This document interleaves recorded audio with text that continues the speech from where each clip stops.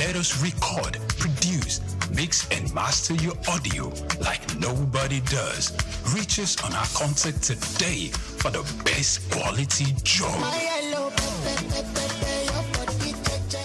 At the Africa Development Studies Center, ADSC, we are committed to driving sustainable growth and development across Africa through innovative training and research.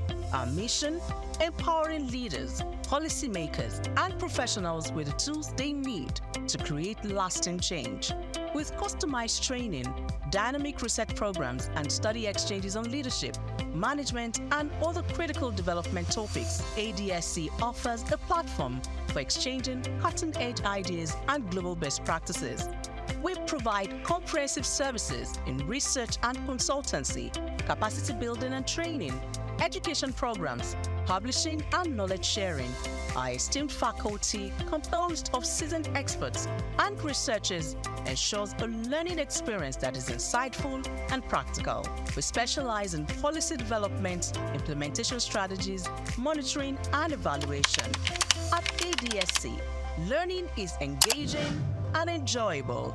Our unique methodology includes talks, interactive exercises, games, video screenings, and lively seminar discussions, all in a comfortable and friendly environment. Ready to make an impact?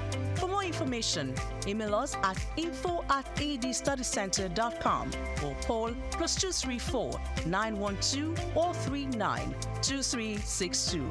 Visit us today at www.adstudycenter.com to explore our programs and upcoming events. Africa Development Studies Center, rethinking development for Africa.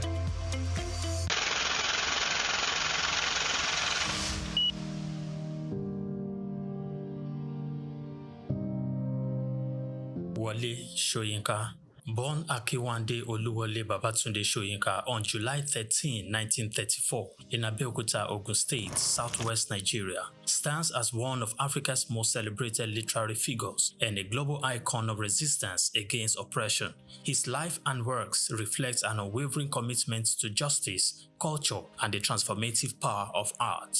Soyinka was born into a Yoruba family in colonial Nigeria, an environment that exposed him to both traditional African culture and Western education. His father, Samuel Ayodele Soyinka, was a school headmaster, while his mother, Grace Eniola Soyinka, was a devoted Anglican.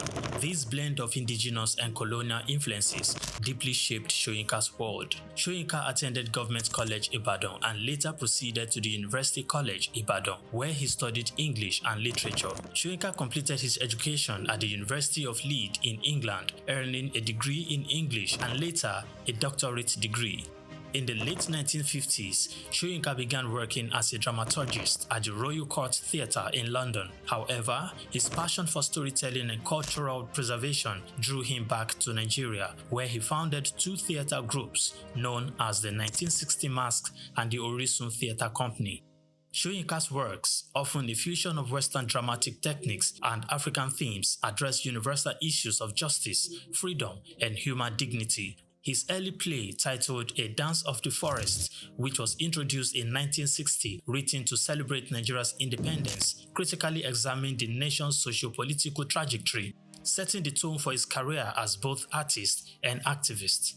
Soyinka's activism became more visible during Nigeria's post-independence years. In 1967, during the Nigerian Civil War, he called for a ceasefire between federal forces and Biafran separatists. This led to his arrest by the military government, and he spent 22 months in prison, where he wrote a short drama titled The Man Died, Prison Notes, a harrowing account of his imprisonment and a profound critique of authoritarianism. Soyinka has authored more than 20 works, including plays, novels, poetry, and essays. In 1986, Soyinka became the first African to win the Nobel Prize of Literature, an achievement that brought global recognition to African literature. Soyinka remained an outspoken critic of oppressive regimes, often at great personal risk. His activism extended beyond Nigeria, addressing global issues of injustice and human rights. During periods of military rule in Nigeria, he went into exile, continuing to write and speak against tyranny. Today, Soyinka is celebrated not only as a literary giant but also as a symbol of resilience and moral courage.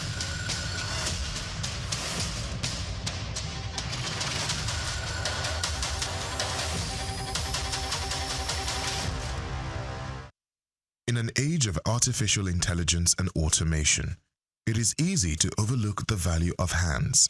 Yet in Ghana, hands still build nations. From Adinkra cloth printers in Ntoso to traditional kente weavers in Bonwire, Ghana's indigenous skill economy continues to prove that African creativity is not just cultural, it is commercial. Looking beyond the surface of heritage to the engine room of informal training systems that have powered generations and could power Africa's industrial future, Ghana comes to mind. In Ghana, apprenticeship is not a fallback. It is the main highway for millions of young people who are learning practical trades like metalwork, leatherwork, carpentry, fabric dyeing, and advanced tailoring. According to the Ghana Statistical Service, more than 80% of artisans are trained informally, yet they contribute significantly to the GDP. This is not unique to Ghana. From the woodcarvers of Kenya to the bronze casters of Nigeria, Africa is a continent of craftspeople. But Ghana offers a model where traditional skill acquisition meets modern enterprise development. Institutions like the Council for Technical and Vocational Education and Training, COTVET, have begun integrating indigenous knowledge into formal systems, developing a dual-track model that combines age-old methods with certification, mentorship, and business incubation. As Africa looks for solutions to youth unemployment, the answer may not lie in importing Western education models, but in elevating what we already have. Imagine if every African country invested in formalizing informal skills, adding value chains, technology, and access to export markets. The challenge, as always, is perception. We must stop seeing artisanship as inferior.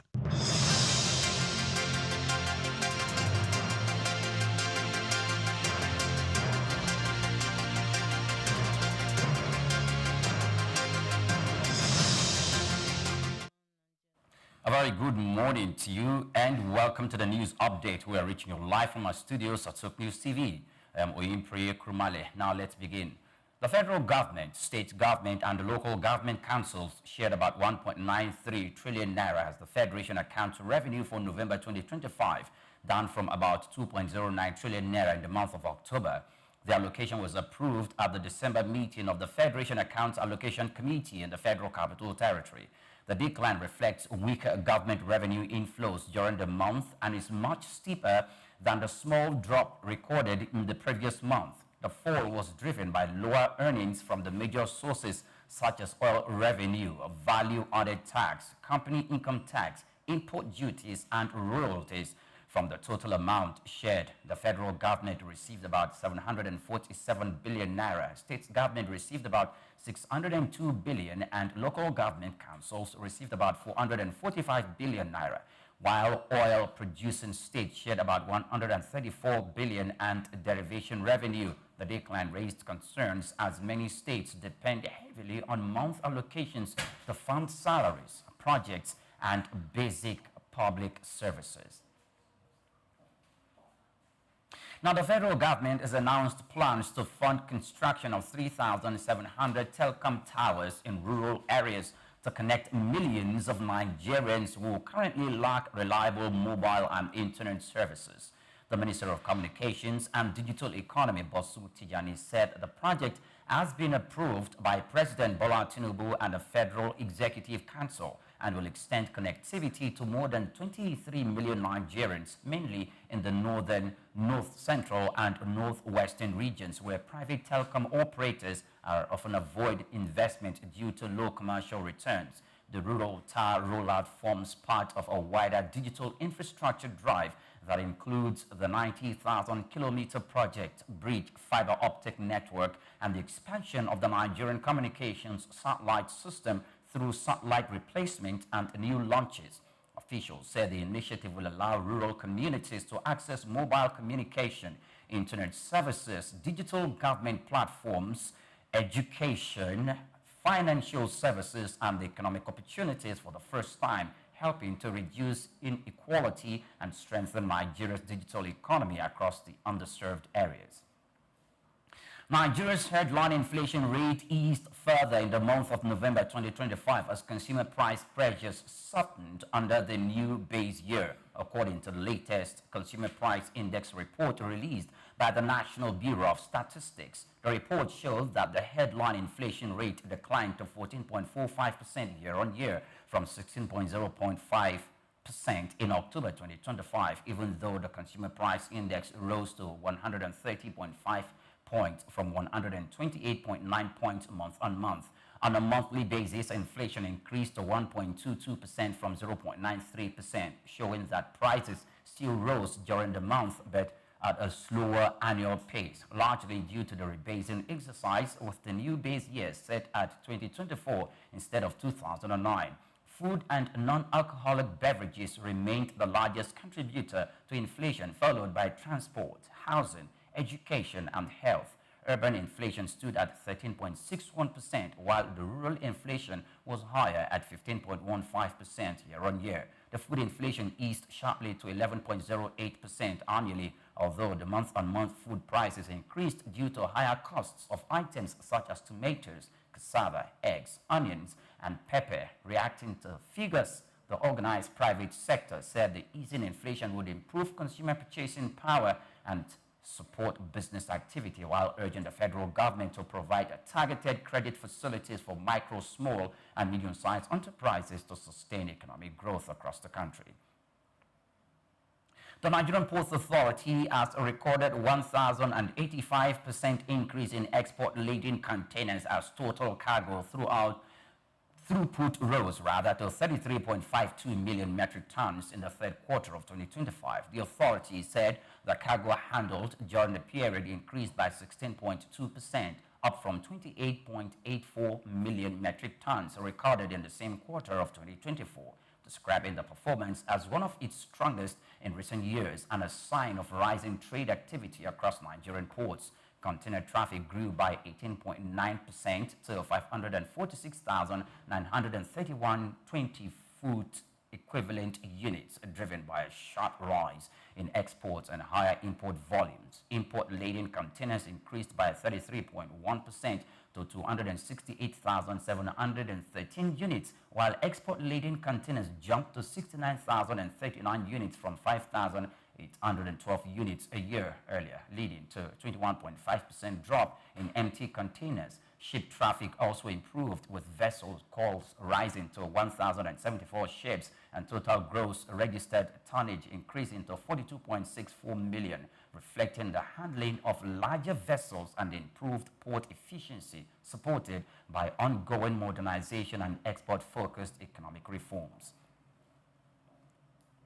The United States likely added about 50,000 jobs in the month of November 2025, following an anticipated decline in the month of October, according to economists, signaling a gradually weakening labor market. The non-farm payrolls are expected to have grown mainly in healthcare, social assistance, leisure, and hospitality, while sectors such as professional services, transportation, retail, and manufacturing may have shared jobs. The October drop reflected more than 150,000 federal employees living through deferred buyouts during President Trump's government downsizing. Slower job growth is contributing to weaker wage growth, which may support the fight against inflation but limits consumer spending, the main driver of the U.S. economy.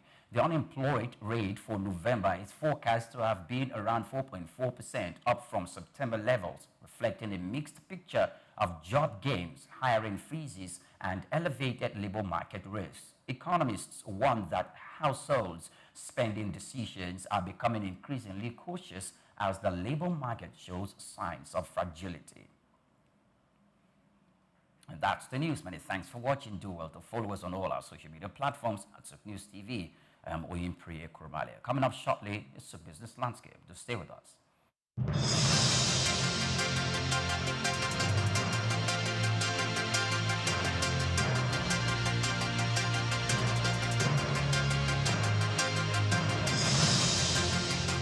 Africa is on the rise, and at the forefront of its growth is a sector as old as civilization itself: agriculture.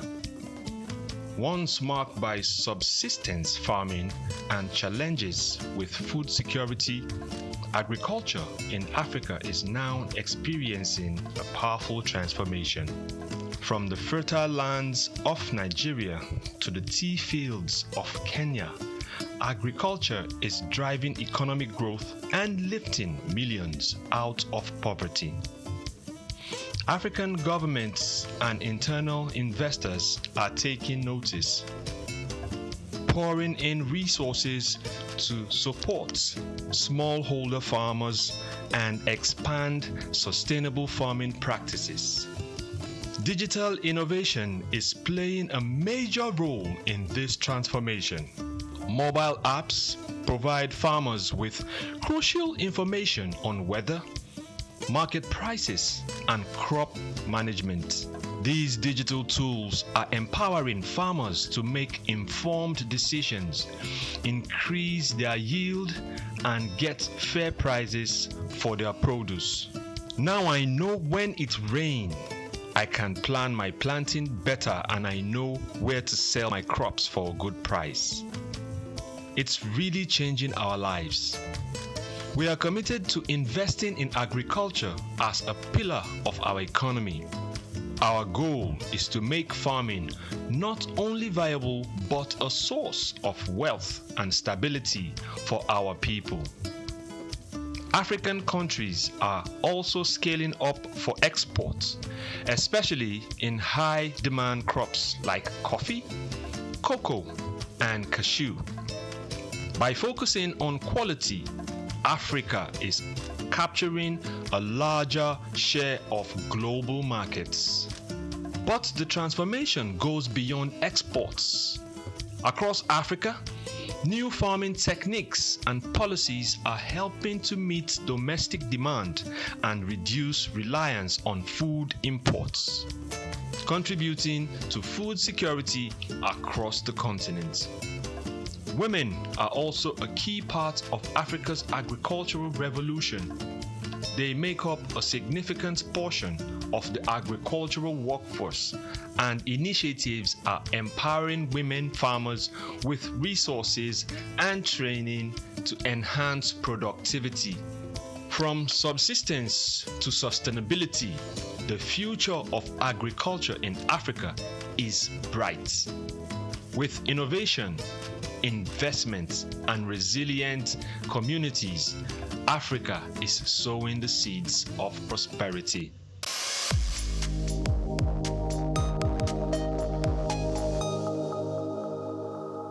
Hello Nigeria, hello Africa.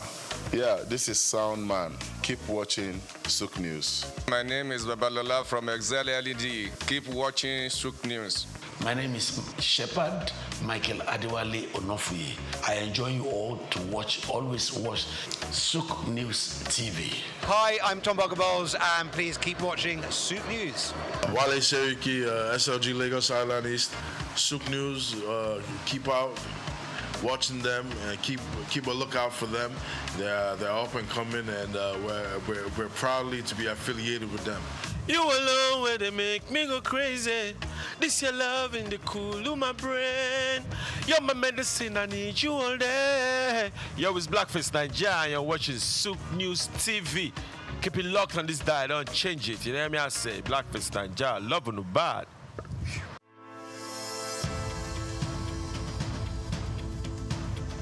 At the heart of a strong currency lies a simple principle. The demand for local goods drives production, creates jobs, reduces reliance on imports, and ultimately stabilizes the exchange rate. Countries like Rwanda, South Africa, and Egypt have achieved remarkable success by investing in their own industries. Rwanda has built a textile industry that competes with foreign imports. South Africa has developed a powerful automobile sector, and Egypt has excelled in agribusiness exports. These nations have strengthened their currencies by prioritizing local production, consumption, and exports. Nigeria, with its vast resources, stands at the threshold of a similar transformation. When Nigerians buy locally made products, fewer dollars flow out of the country for imports, preserving foreign exchange reserves. As local industries become more competitive, they can also expand exports,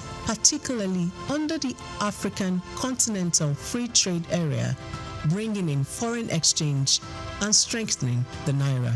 In 2022, Nigeria spent over $9 billion on food imports. If just half of that had been directed towards locally made goods, it could have significantly reduced pressure on the naira. The key lies in industries with the potential to drive economic growth: agro-processing, textiles, automotive, technology, and leather goods. Nigeria is already a leader in agriculture, but to fully benefit, the country needs to move beyond exporting raw commodities to processed goods. Products like cashew nuts, shea butter, palm oil derivatives, and hibiscus flowers command higher prices internationally. Ghana earns about $2 billion annually from cocoa processing, while Nigeria's cocoa exports lag far behind. With investment in food processing plants and the branding of agricultural exports as premium African products, Nigeria can bridge this gap, reduce reliance on European imports, and tap into Africa's fast-growing middle class. The Nigerian fashion industry has also gained global recognition, but the country still imports billions of dollars in textiles. In 2021, Nigeria imported over $4 billion worth of textiles, while Ethiopia, using local cotton, earned $110 million from garment exports. By boosting local textile manufacturing and using Nigerian cotton, Nigeria could reclaim a significant share of the $15 billion African fashion industry, positioning cities like Lagos, Aba, and Kano as textile hubs. Nigeria's automobile sector also presents an opportunity. The country spends over $8 billion annually on vehicle imports. In contrast, South Africa's automotive sector contributes over $12 billion to its GDP and employs more than 100,000 people. By implementing policies that support local vehicle assembly and production, Nigeria can reduce import dependency, create jobs, and become the region's automobile hub. Nigeria's tech ecosystem, home to fintech giants like Flutterwave and Paystack, is already Africa's largest. If Nigerians prioritize homegrown software solutions, the country can reduce capital flight and strengthen its tech industry, making Nigeria a global player in technology. The leather industry, particularly in Kano, also holds significant potential. While Nigeria produces some of the finest leather in Africa, much of it is exported as raw material. If we focus on producing high-end leather goods like handbags, shoes, and belts, Nigeria can meet local demand and expand exports. Ethiopia's leather exports exceeded $133 million in 2022, while Nigeria's remained under $50 million. By branding and exporting premium leather products, Nigeria can become Africa's leather capital, boosting the naira through increased foreign exchange earnings. To strengthen the naira, Nigeria must prioritize investments in infrastructure, improve product standards, enhance branding, and implement policies that favor local manufacturers. Consumers must also consciously choose locally made products to create jobs and drive industrial growth. The success stories of Ghana, South Africa, and Ethiopia show that this strategy works. It is time for Nigeria to invest in and promote made in Nigeria goods, solidifying and strengthening the Naira for a more self-sustaining and prosperous economy.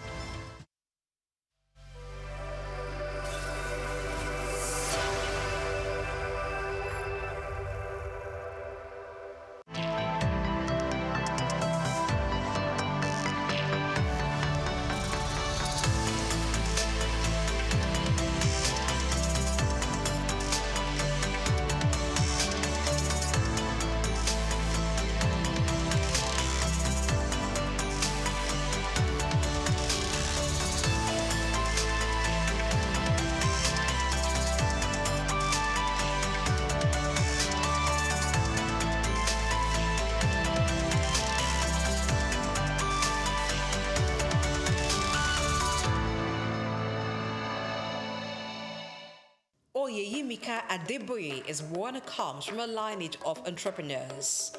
Her father, Chief Timothy Adeola Odutola, was a pioneer in Nigerian manufacturing and a role model for her business ambitions. This daughter of a trailblazer began a career with Nigerian Bottling Company and broke barriers at Cadbury, an organization she joined as finance and strategy director and rose to become the first female managing director. Let's explore the word of this amazing African business leader who's built a legacy of excellence, inspiring future generation of female leaders.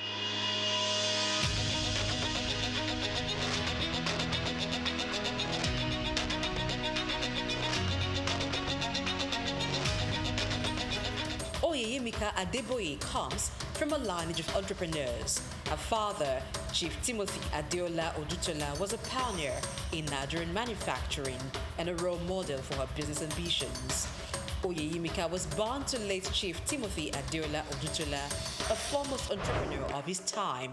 He was one of the pioneers of indigenous manufacturing in Nigeria, alongside the likes Al-Hassan Dantata, the great-grandfather of business icon Aliko Dangote, and Louis Ojukwu, father of Odumegwu Ojukwu, the Biafran leader. Chief Timothy Adeola Odutola became the first president of the Manufacturers Association of Nigeria when the body was formed. As daughter to the man who created a multi-million-dollar conglomerate, including 3 factories, a realty franchise, a cattle ranch, a 5,000-acre plantation, a sawmill, an exporting business, as well as established Adeola Odutola College and Adeola Odutola Elementary School in Ijebu-Ode, Ogun State. In addition to having a mother who was a very successful businesswoman, Oyeyimika was highly inspired towards business by her parents who served as role models.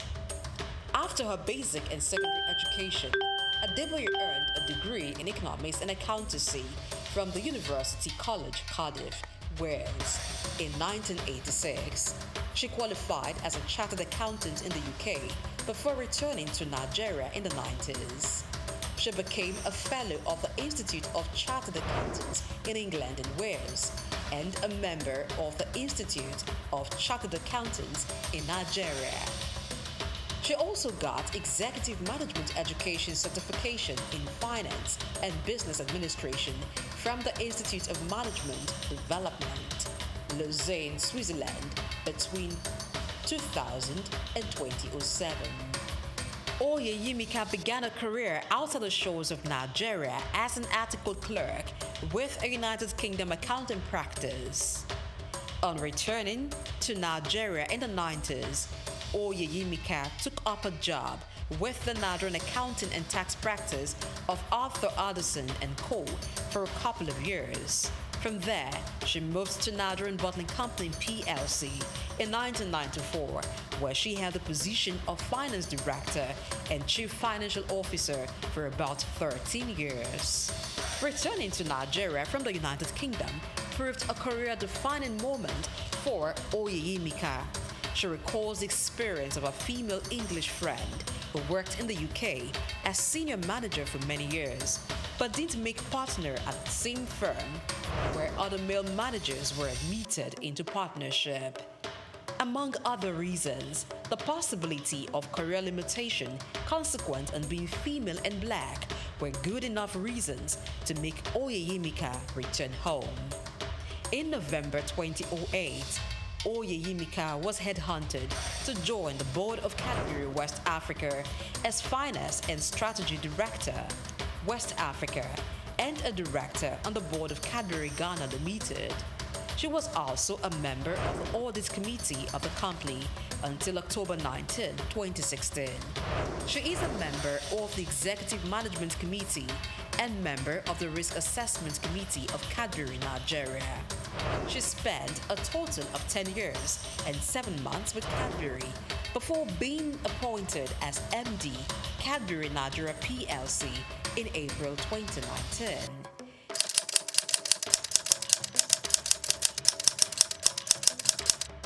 She also became MD, Mondelez Cadbury West Africa.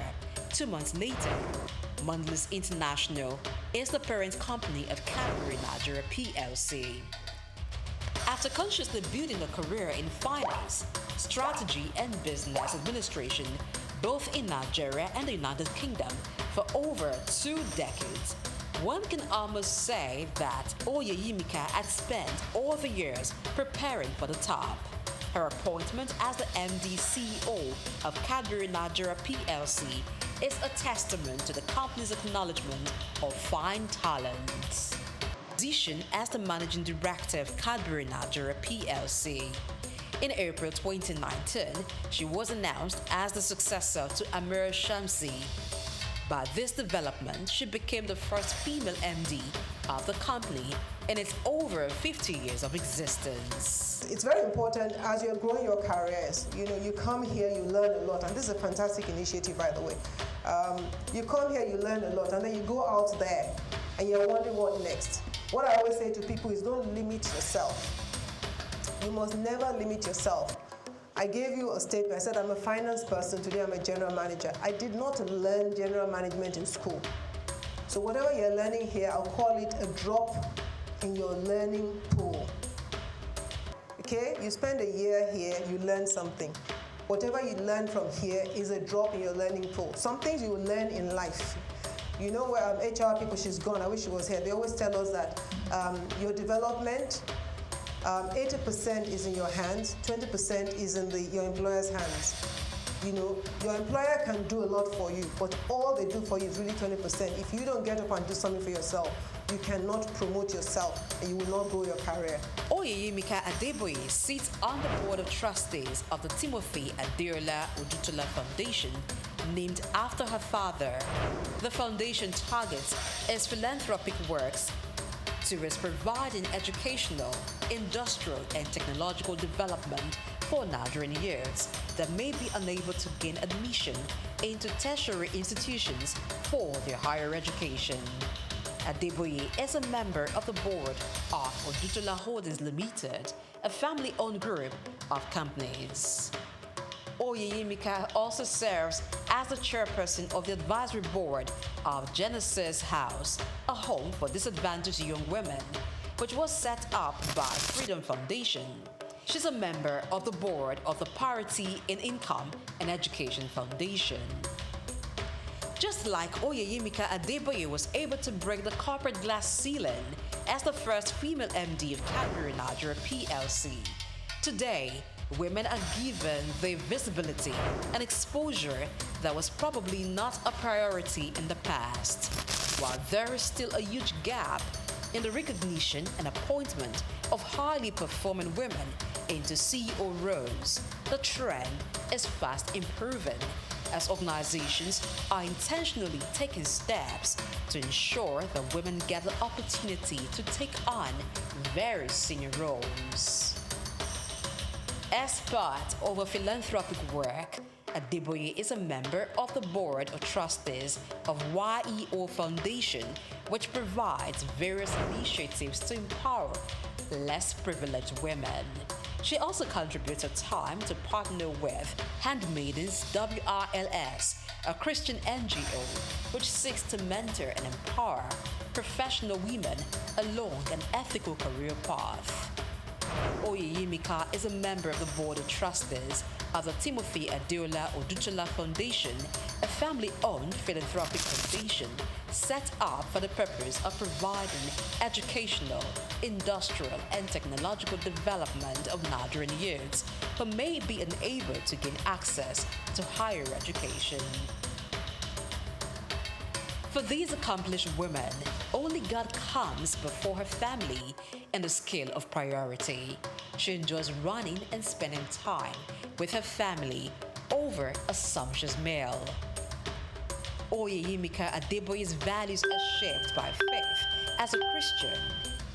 In an interview granted to Punch newspaper, Oyeyimika admits her faith-based values, which borders on integrity, is key to decisions she makes and work ethics.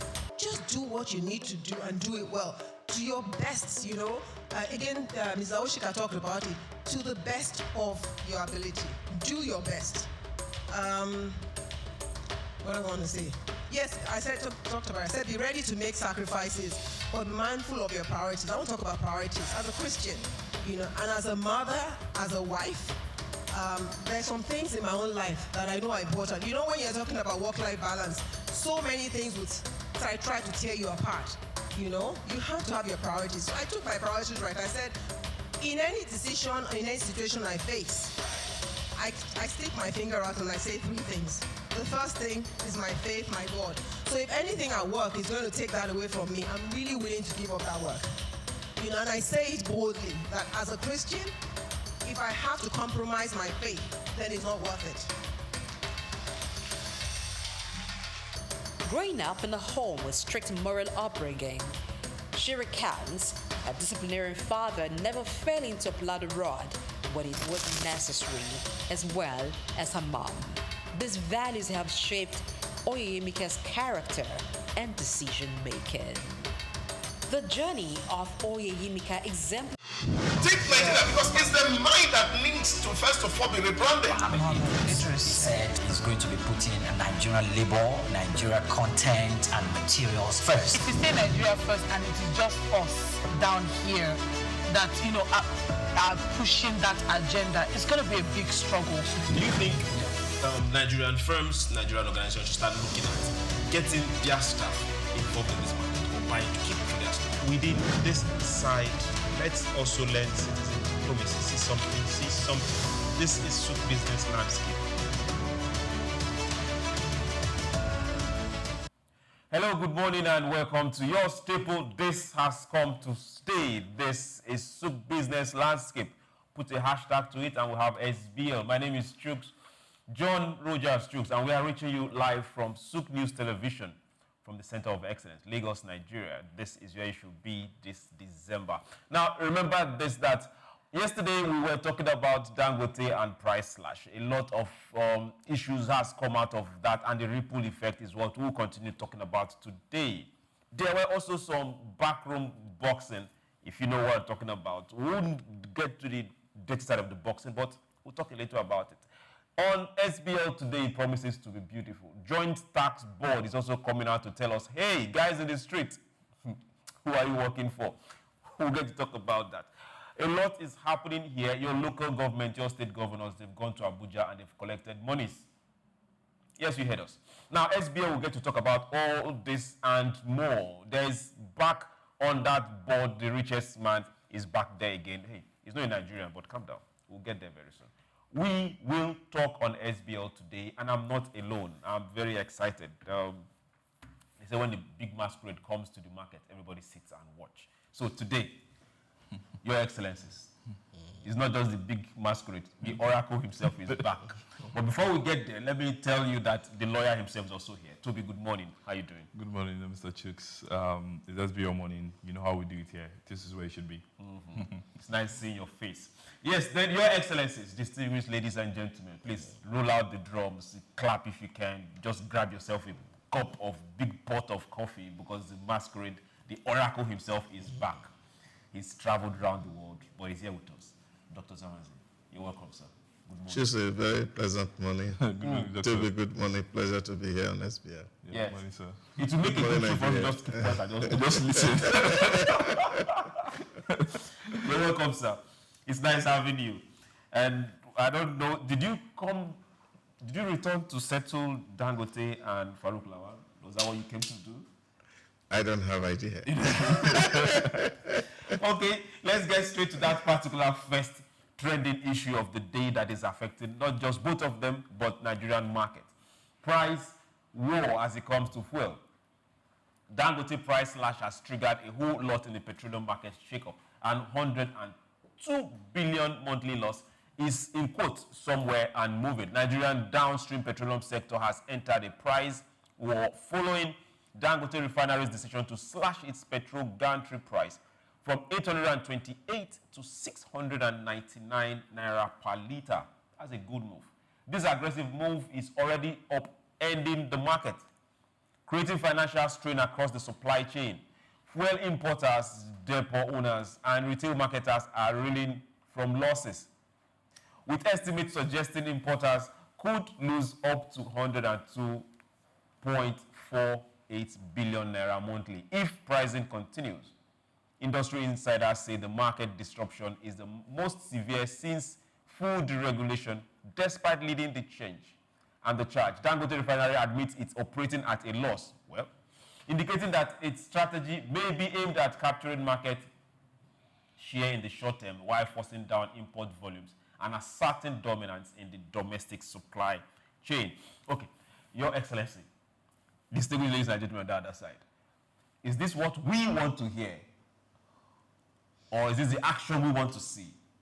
Or is it just one politicking, or one market movement, or one quarrel happening somewhere? Well, I think if you understand the philosophy of the President of Nigeria, even right from the day of campaign, why advocating for a free market economy, and one of the things that he said was the fact that if you have plenty of players in the market, everybody will struggle to make money. And as people are struggling to make money, then of course the common man will smile. And I think that's where we are at the moment, that, you know, they used to say when the elephants fight, the grass suffers.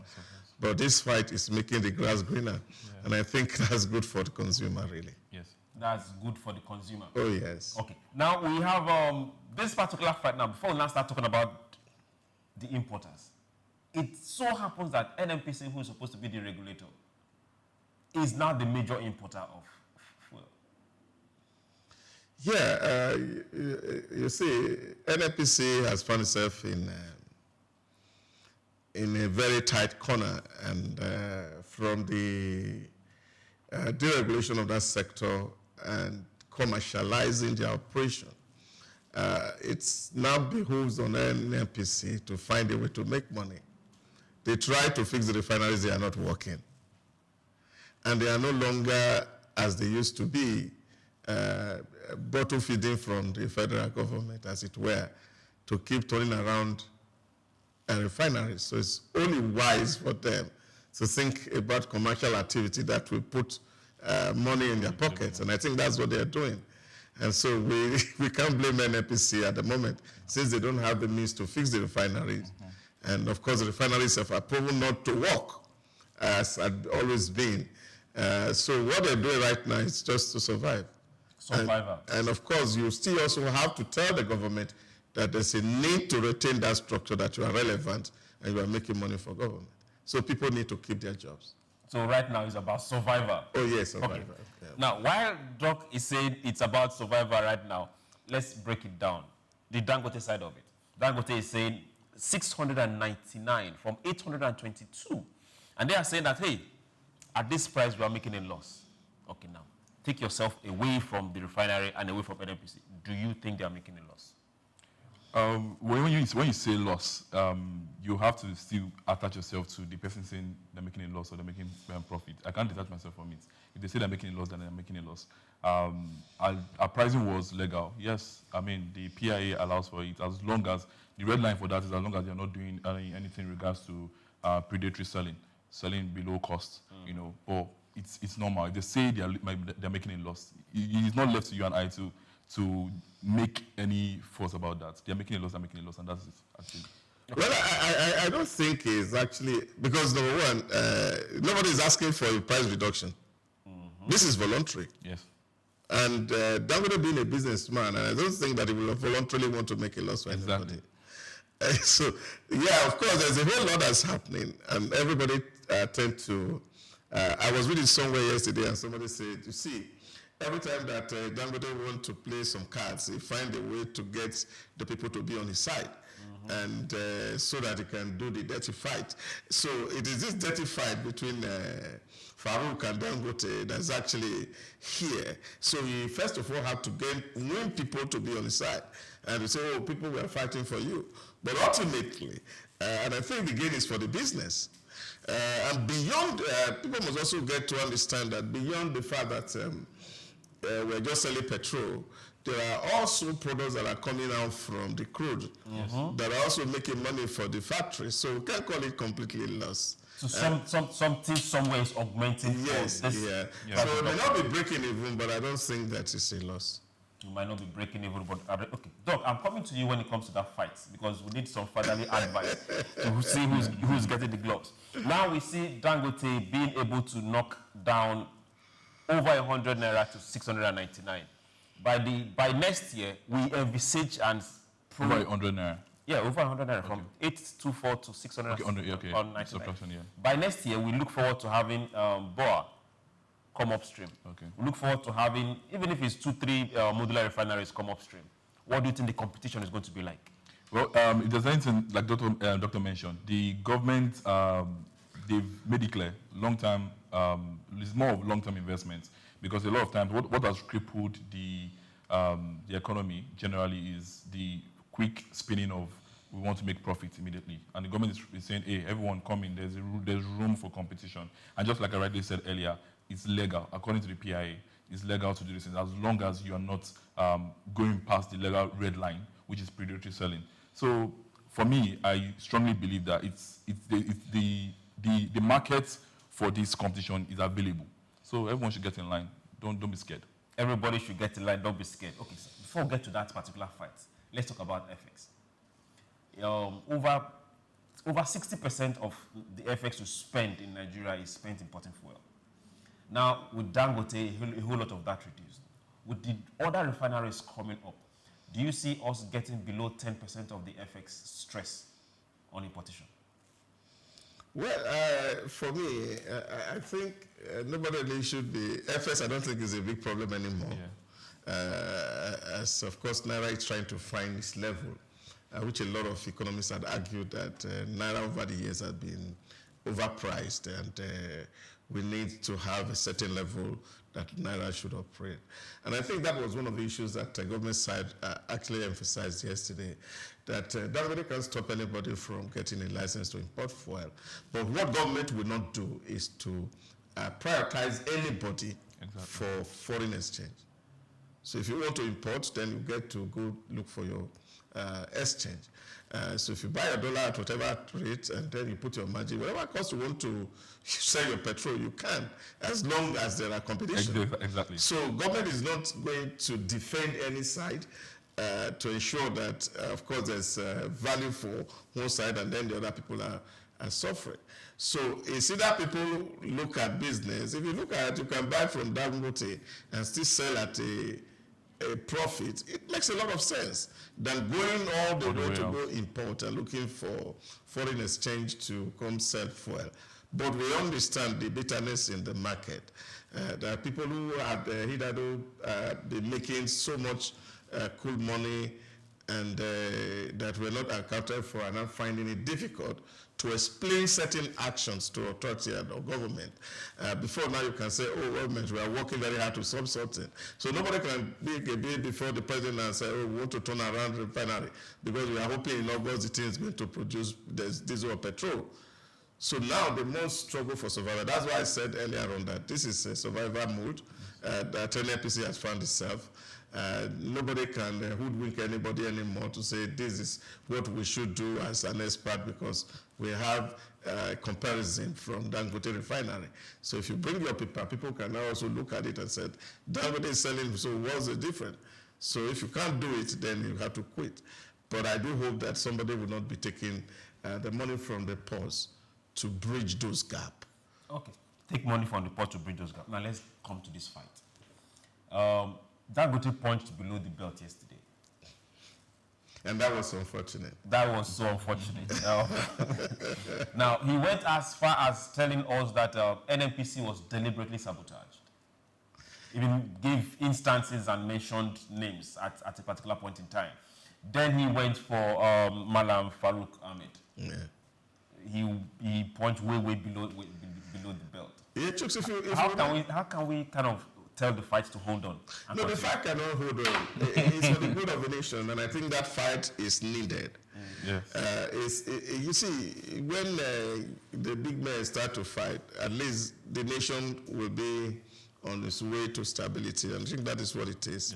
Yes. Even before the Dangote refinery started, I have done some analysis and calculation on this table before, that you see between 2017, when the refinery was bought back by the Yar'Adua government, until 2014, Nigeria has spent well over $14 billion in turnaround maintenance of our 3 refineries. And repairs. And building a new wing that we never saw. Can you imagine that the Dangote building a new refinery from scratch to finish with $20 billion? So if you put all the money together, even those staff who are doing overhead on the refineries alone was over 4 trillion.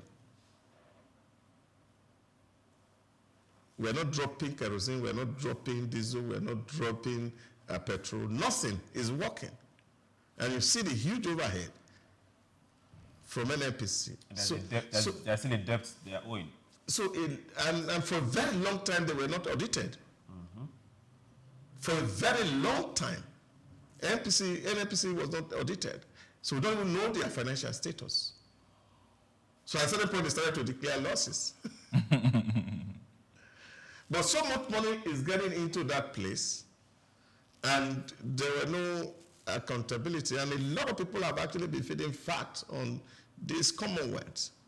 And I think this is the real anger that is on the society at the moment. Yes. With all the blackmail that people talk about, because they are saying that government is turning away from what used to be the very familiar terrain, where everybody come, like the president said in 2012, NNPC was the ATM of some people, and they are making the nation dry. So what Dangote is pointing to is the fact that if you actually look at the lifestyle of people who work in that sector, given its own profitability and the type of life they live, it tells you that they are getting money somewhere. And I think really the House Committee on Anti-Corruption should probe those issues. I saw somebody said yesterday that, oh, there's no secondary school where they are paying $5 million. And I don't think that's what they said, that one child was $5 million. He said for the four of them. Children, yeah. 4 of them and the elderly one that went to Harvard. Yes. So where's that $5 million coming from? $5 million. Charity. So these are questions that, if it is true that they have their children in those high-profile secondary schools in Europe and in America, then they have to be questioned, because they are obviously living beyond their means.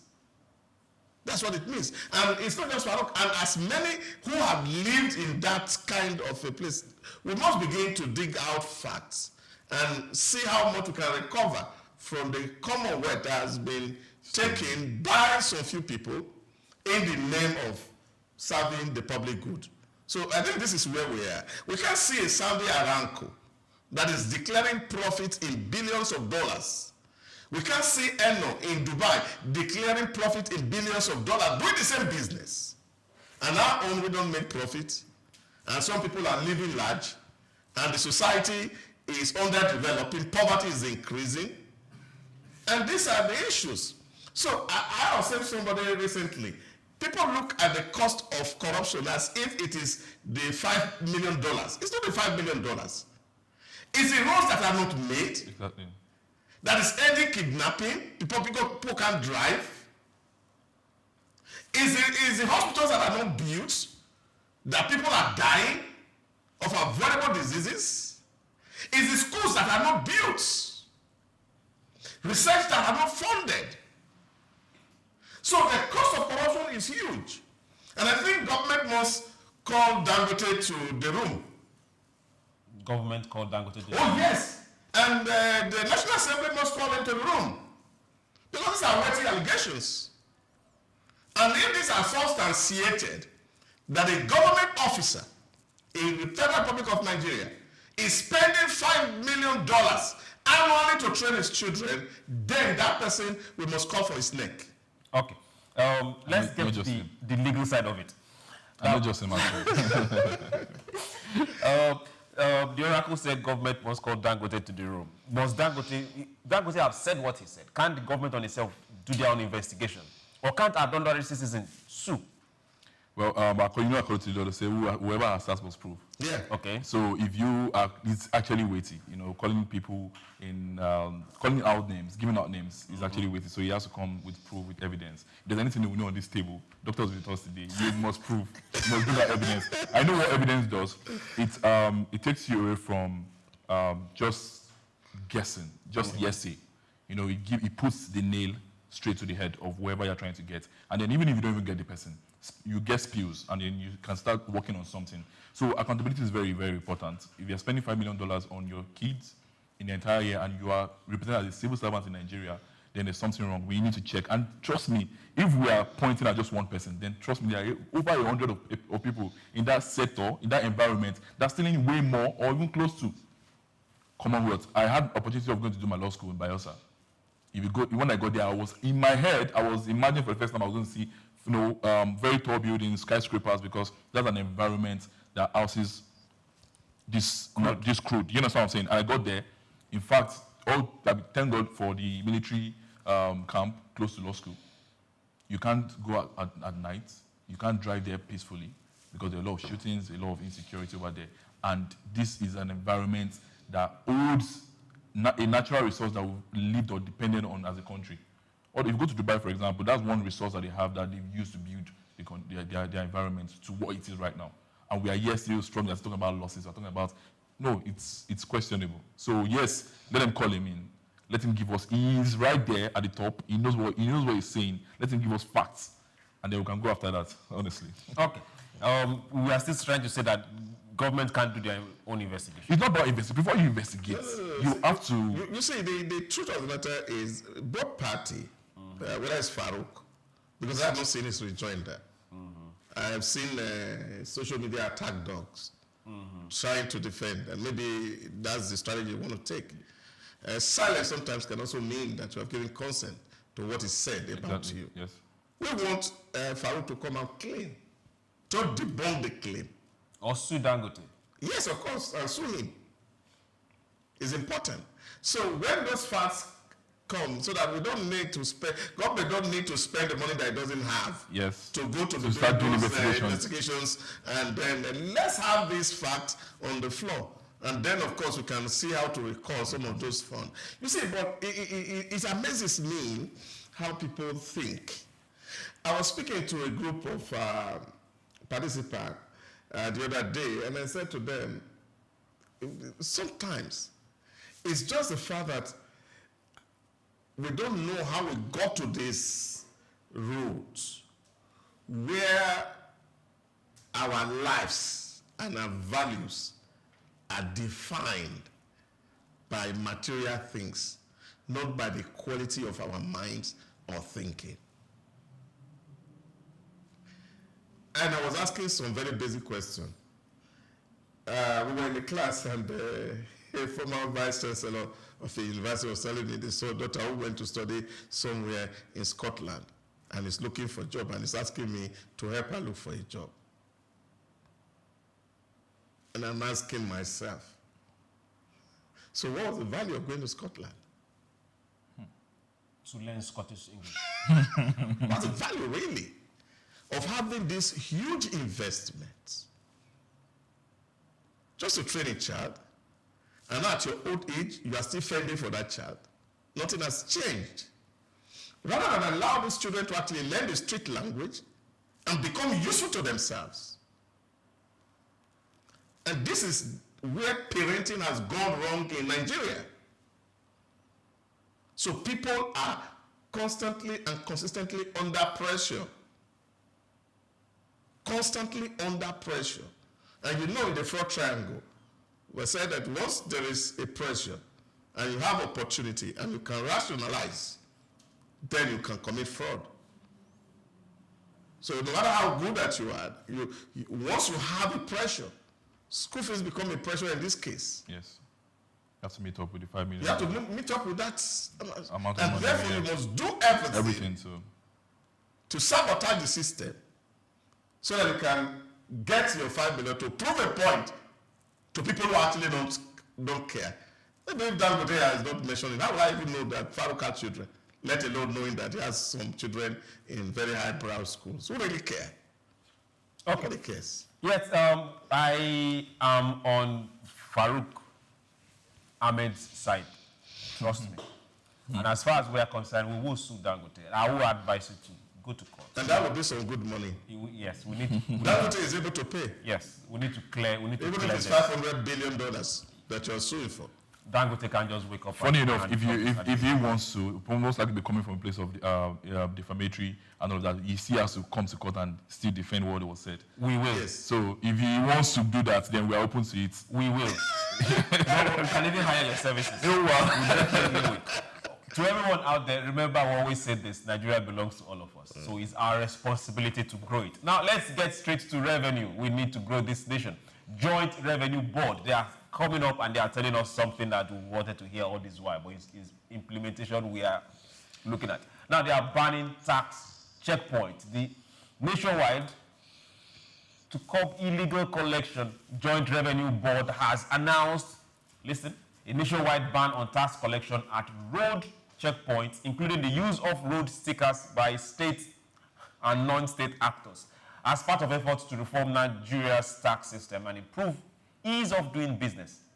The decision was outlined in a communique from the 158th Joint Revenue Tax Board meeting held in Abuja on December 9th and 10th, 2025. The board emphasized that such practices are illegal and contribute to harassment, extortion, and multiple taxation, which is major and key. The Joint Revenue Board called on Office of the National Security Advisor, Nigeria Police Force, and other security agencies to dismantle illegal checkpoints and remove non-state actors from the tax collection chain, promising stiffer enforcement going forward.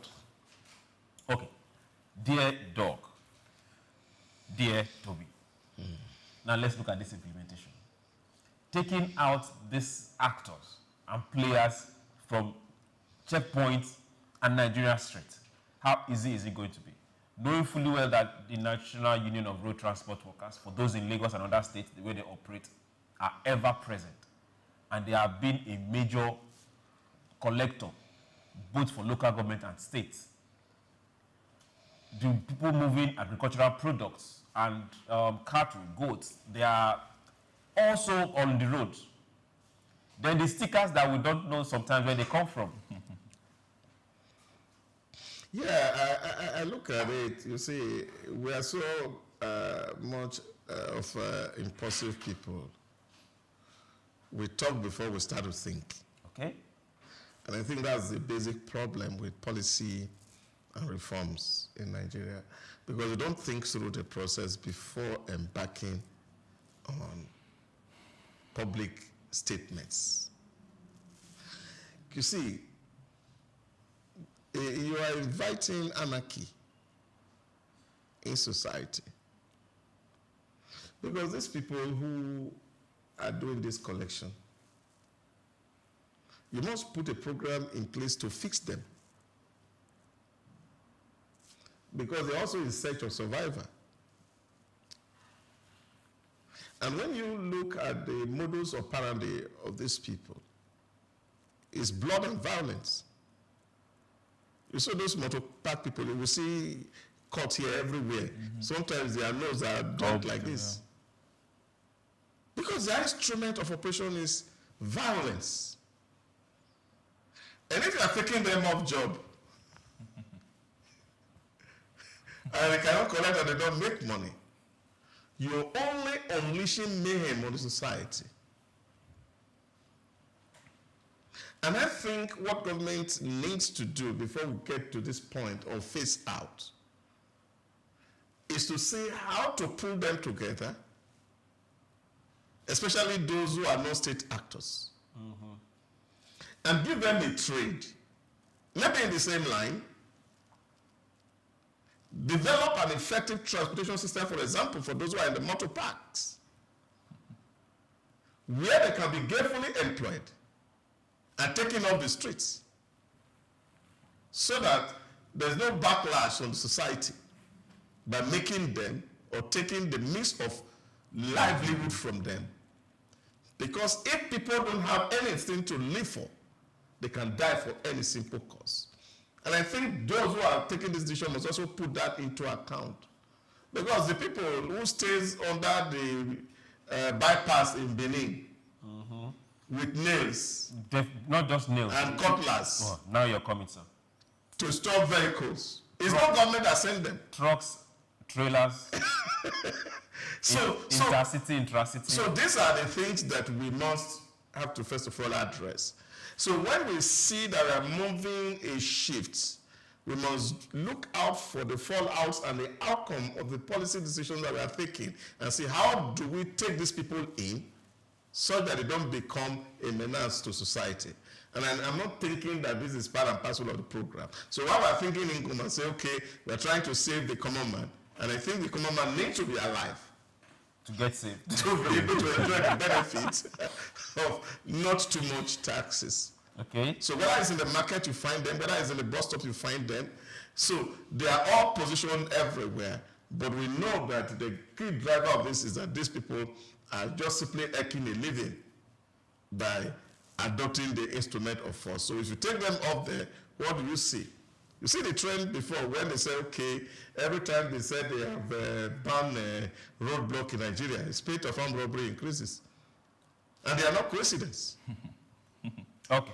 On that particular one, we'll seek out data and elderly advice to continue our conversation. But now let's get to this particular policy came with some instruction to first National Security Advisor, then Nigerian Police, then other security agencies.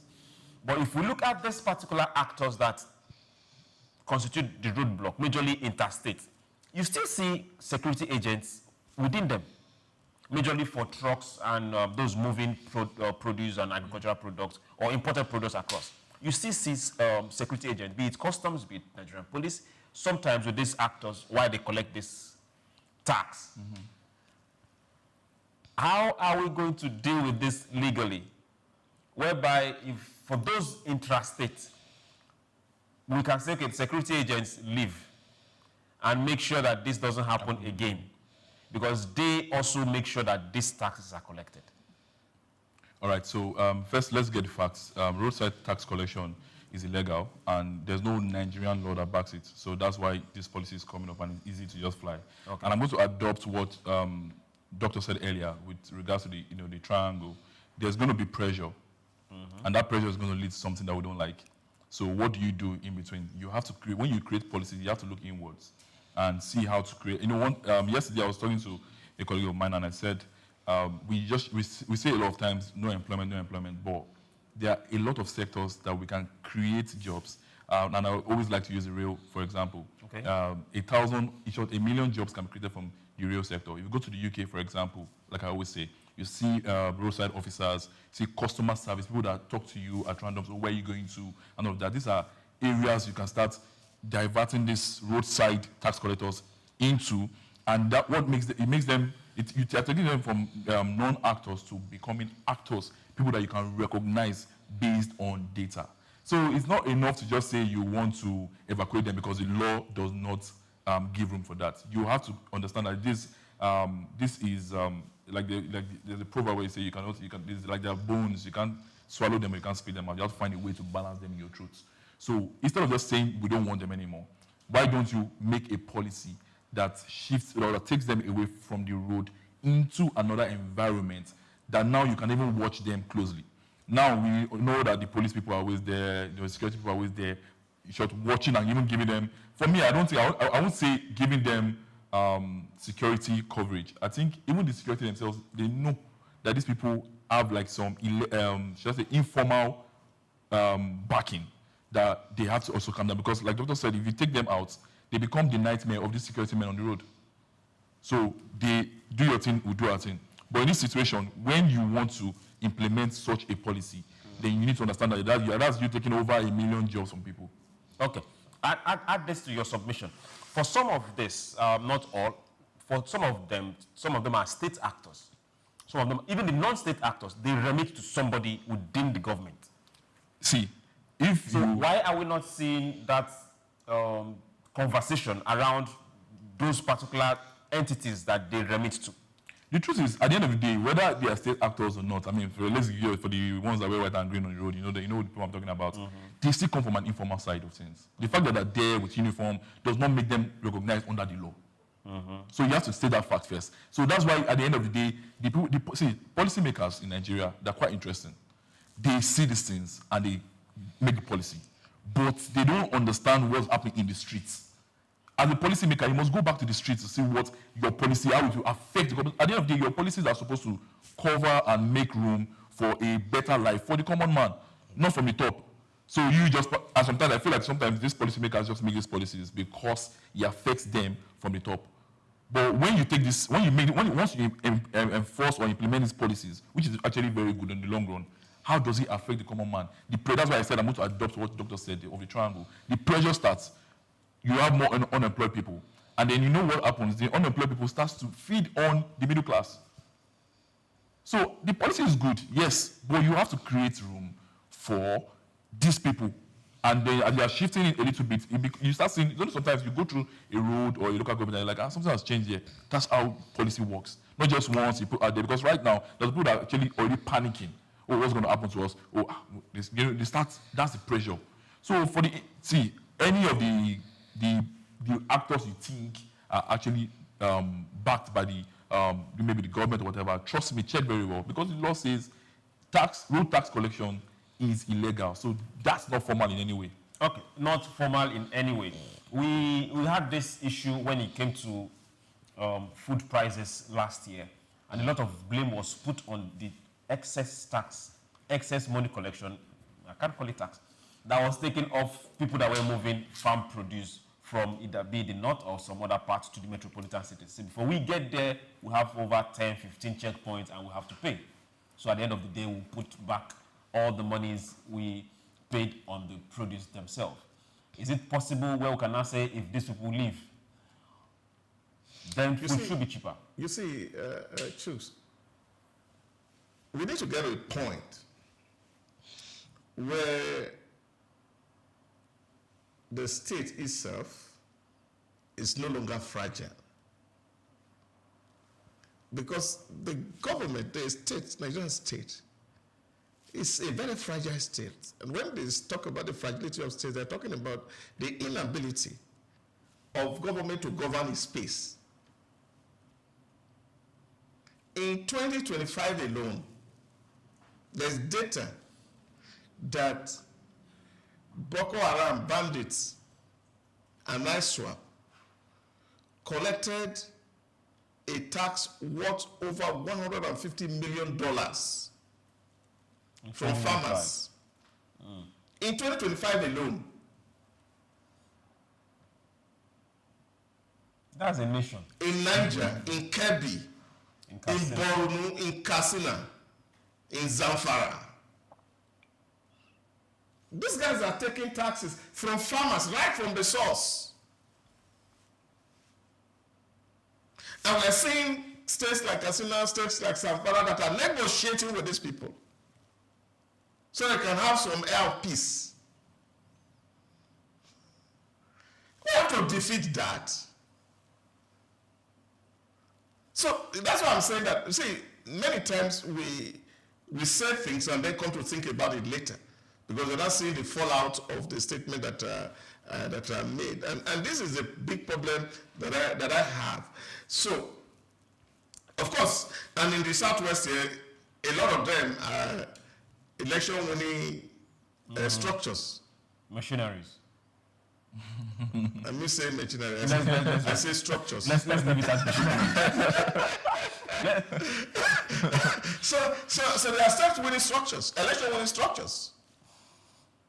And these are things that we must think through. That we say, okay, this is a policy, and this is a change that we are envisaging. How do we manage the fallouts from those changes? Those are the things that, for me, should constitute the core, not the pronouncement. Okay. Because, like I said, these people, you didn't empower them. They are taking the laws into their hands. You know, in Lagos, they call them awawa. Awawa, yes. Awawa. It's been a long time I heard that. You need to study to be on the level at which it is right now. Okay? So that is what it is. And they are here.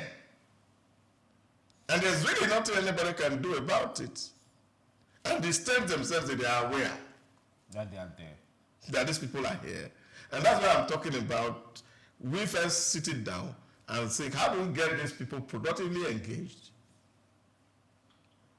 And then, of course, design society in such a way that some of all these things can be addressed. Take, for example, it's absurd today that we're still talking about parks. Okay. In Nigeria, there's no clean city in the world where you see buses gathered together in one place. Buses are on the move. Now, Lagos has been talking about phasing out yellow buses since 1999. What's he talking about it? So I think these are the things that we need to first address so that we can have a road system where transport is consistently moving. And so we don't need anybody to load the vehicle. And then those people who are staying there, the government can work out an insurance policy that can give them a bus that can be on the road and subsidize hugely. And then they live by it. And then you have saved the family, you have saved the nation. And that's not hard. In South Africa, government is giving 50% discount on every vehicle that public transportation users are doing. And so there's sanity. And I don't think that's a big deal for a government that can strike a deal, either with Toyota or with Innoson, wherever that is manufacturing a car. Clean buses. And say, all these people we have identified, let them have buses, and then they drive. And then we give insurance on the buses. So that if these guys run in 5 years, 6 years, they can change their buses themselves, but they don't need to concentrate in one place, call a park, and be taxing people. So these are things that I feel that are very possible that government can do. And these, of course, create a lot of free movement. And then, of course, it will also reduce the carbon footprint for us as a nation. Yes. Okay, while Doc has taken us down to environmental issues, we are going to go on a short break. And when we return, we're going to tell you that your local government and your state governor, they have monies right now to ask questions. Don't go anywhere. SBL will be right back. Think Nigeria because it's the mind that needs to first of all be rebranded. Idris said he's going to be putting Nigerian labor, Nigeria content and materials first. If you say Nigeria first and it is just us down here that, you know, are pushing that agenda, it's going to be a big struggle. Do you think Nigerian firms, Nigerian organizations should start looking at getting their staff involved in this market or buying to keep it for their staff? Within this side, let's also learn citizen diplomacy. See something. This is SOUQ business landscape. Dr. SOUQ A. Adedeji, whose leadership has significantly transformed Nigeria's tax administration, is a distinguished first-class graduate in accounting from the prestigious Obafemi Awolowo University, Ile-Ife, and he currently serves as the chairman of the Federal Inland Revenue Service, FIRS. I firmly believe in the wisdom encapsulated in the statements. Revenue growth is the lifeblood of the nation's economy, providing means to fulfill essential duties to its citizens. These words capture the core principle that will guide us as we navigate the challenging terrain ahead, ensuring that our nation thrives and fulfills its obligations to its citizens. In our pursuit of greater fiscal future, we are determined to align ourselves with President Bola Tinubu's Extreme Fiscal Policy and Tax Reform Committee. This collaboration will enable us to shape the prosperous fiscal landscape that will empower our nation's growth and development. Born on January 8, 1978 in Ogbomoso, Oyo State, Nigeria, Dr. Adedeji is an accomplished accountant and public officer with extensive expertise in corporate taxation and public finance. His journey in public service began in 2011 when he was appointed as Commissioner for Finance in Oyo State. In that capacity, Adedeji introduced transformative financial reforms, most notably the establishment of the Treasury Single Account (TSA). Take Nigeria because it's the mind that needs to first of all be rebranded. It said is going to be putting Nigerian labor, Nigeria content and materials first. If you say Nigeria first and it is just us down here that, are pushing that agenda, it's going to be a big struggle. Do you think Nigerian firms, Nigerian organizations should start looking at getting their staff involved in this market or buying to keep for their staff? Within this side, let's also learn citizen diplomacy. See something. This is SOUQ business landscape. Welcome back. It's still SBL. Remember, you can join this conversation. Just go to all social media platforms, and look for SOUQ News Television. Follow us, like, but most importantly, share.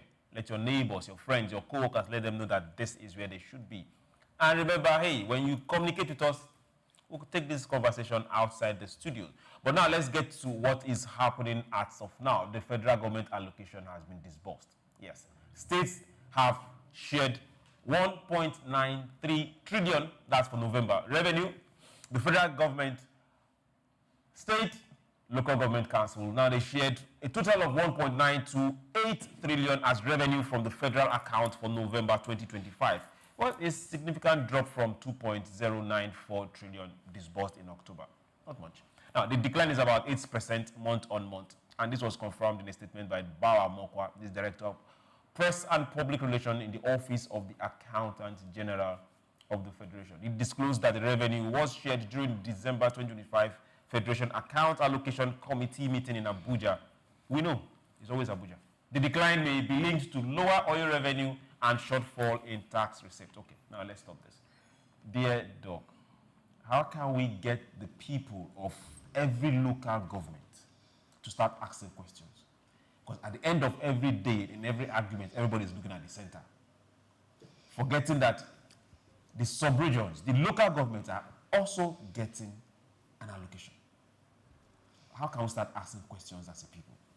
Yeah, before even talking about the question asking modalities, because a lot of people really have not understood that some things have changed.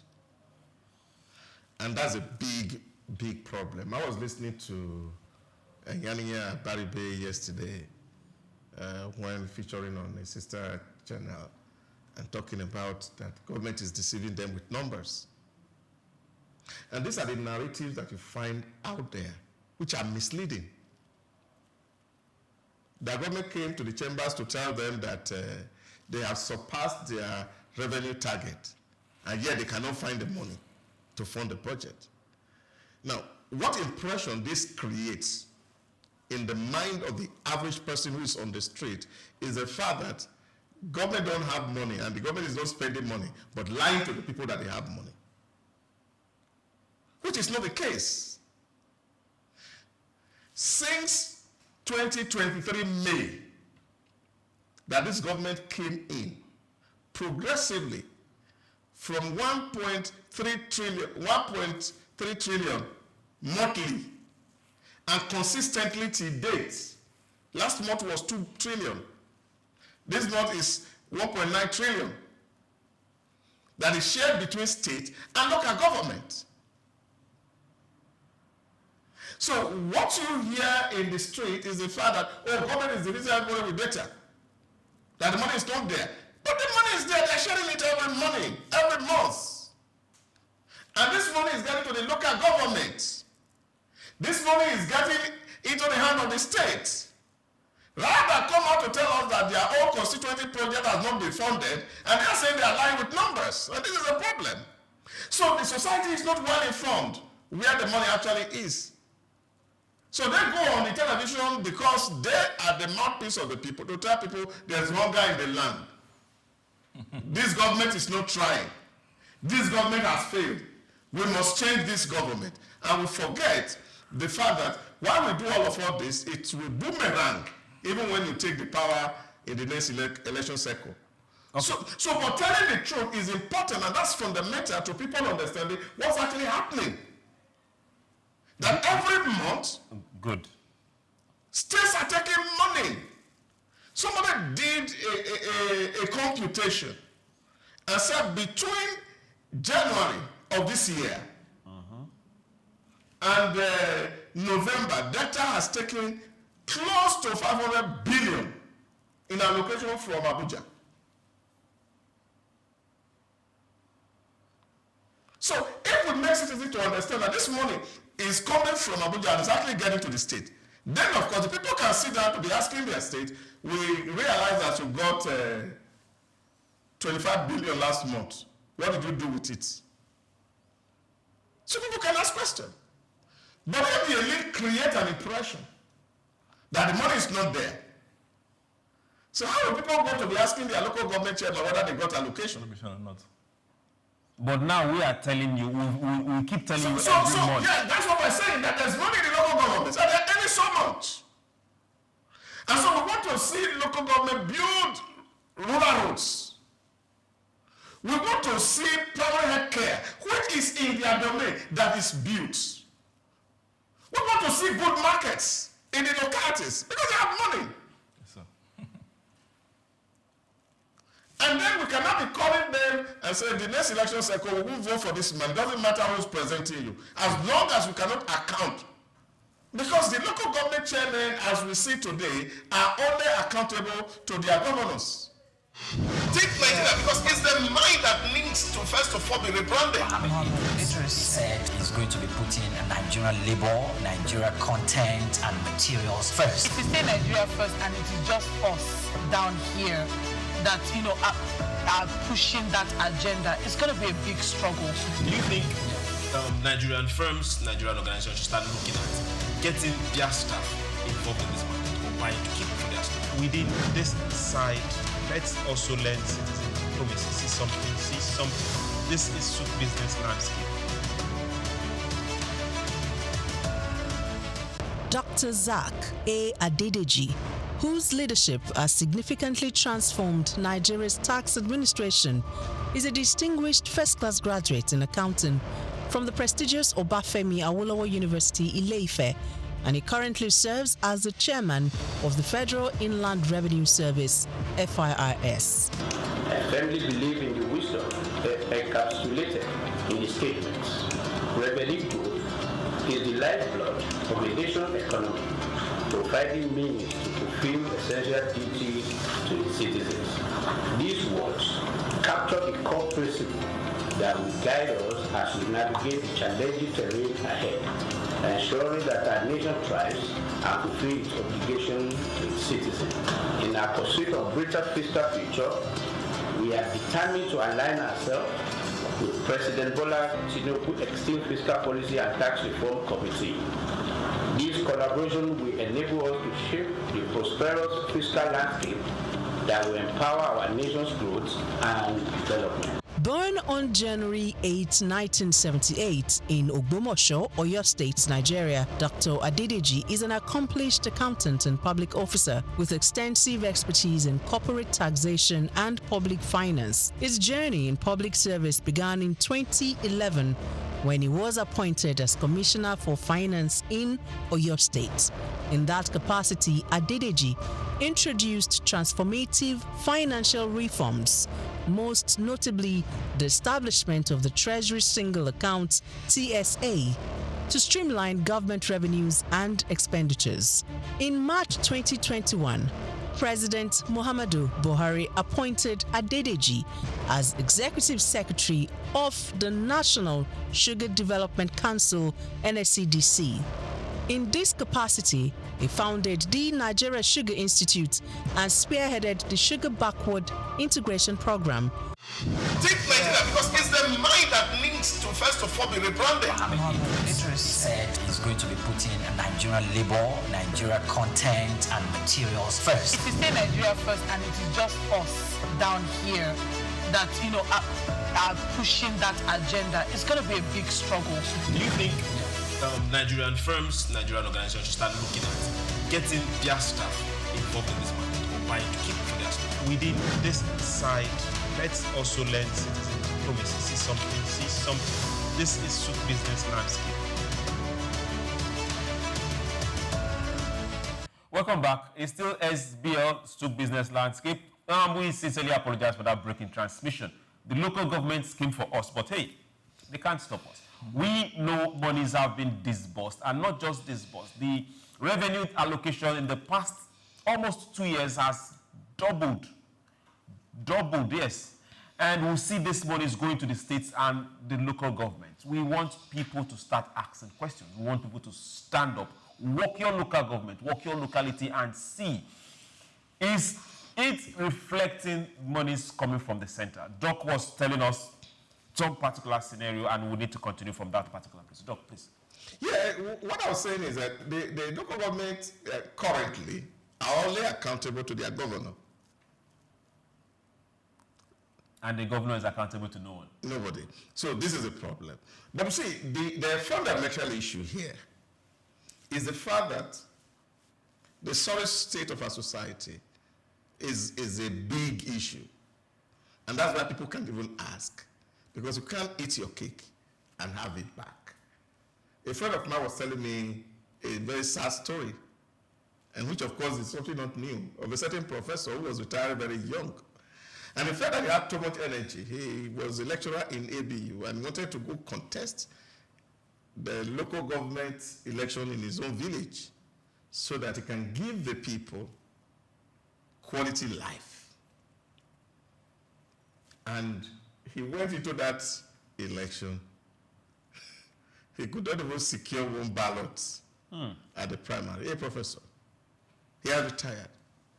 And he said the sad thing he did was the fact that he looked at the community and said, well, like Jesus said in the Bible, that if you come into a community and they don't receive you, you shake all the dust off your shoe and leave it as a curse unto the people.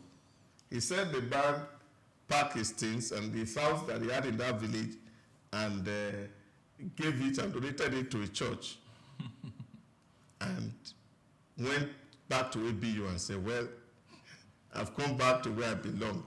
Please keep me here until I die, and I don't want to be taken to that village again. You see how frustrating it is. Because many of the people in this locality take their money up front. Before elections. Before elections. Before elections. So they have sold out that. They are not expecting this allocation. Because if you are taking your share, you can't come back again and say they should come and do something for you. Because most of these people who are supposed to be the activists in this local government are all settled during elections. So you are taking 10 million. And then maybe they put 150 million to win the election altogether. And then you have been settled. So the next election cycle, he contributes and maybe give you 200 million, up it by 50 million. And so you don't need to ask him what he's doing with what he's collecting. And this is where, for me, it matters the most. where the elite, people like you who are wearing suit and tie, this is job uniform, should go to the street to educate the people. Now this is about the future, not about the Indomie or the spaghetti that they are sharing. Now can't eat noodle for 5 years, or 4 years, or 3 years, as the case may be. The people must look at that. Look, what are the needs of our society, and this is what we vote for, and ensure that credible people gain election. People with agenda, people who have programs, who have ideas about how to develop society, are engaged in a debate. Will they come? And we don't just want them to appear on the television, we want them on the streets. This conversation has to be done on the street, not on the studios. With ACs on. So we do those conversations, and then we let the best people win the elections, and then we can hold them accountable. Okay. As long as the people are not part and parcel of those who decide who become a chairman or who become a councillor, the people cannot hold them accountable, because they can only be accountable to their master. Even in the Bible, Jesus said, you don't have the right to judge another man's servant. Okay. Now, while we are not judging another man's servant, that particular servant lives in our locality and is spending our sovereign and national wealth. Okay. Now, let's talk from the legal side of it. We've seen local governments that year after year, nothing happens. And it has become a norm. Some local governments, the local government chairman, don't even reside there. Yeah. Some governors even spend more time in Abuja than they spend in their state. How can we start turning this tide? How can we make the people start turning the tide? Awareness is very important, and being knowledgeable about your rights, what you can demand from the government is very, very important. You can't just appear before, let's say, before a panel or a judge, and you don't understand who you're fighting. You need to know what the enemy that you're fighting. So I feel like the common man needs to get more active. You need to participate more in this, should I say, political or government activities. When you get inclined, in short, that's why we do what they call this stuff. This where you get to know your governors, your senators, town hall meetings. You join in all these things, and some as little as local what do you call it LCDA meetings. Join, because when you join, then you can build your voice from there. You know the people that you can speak to. You can see how you can come in to putting in your own skills, your own understanding about industries and all. Because at the end of the day, we are so focused on just the oil from the federal side. It's legally every state, local government, they have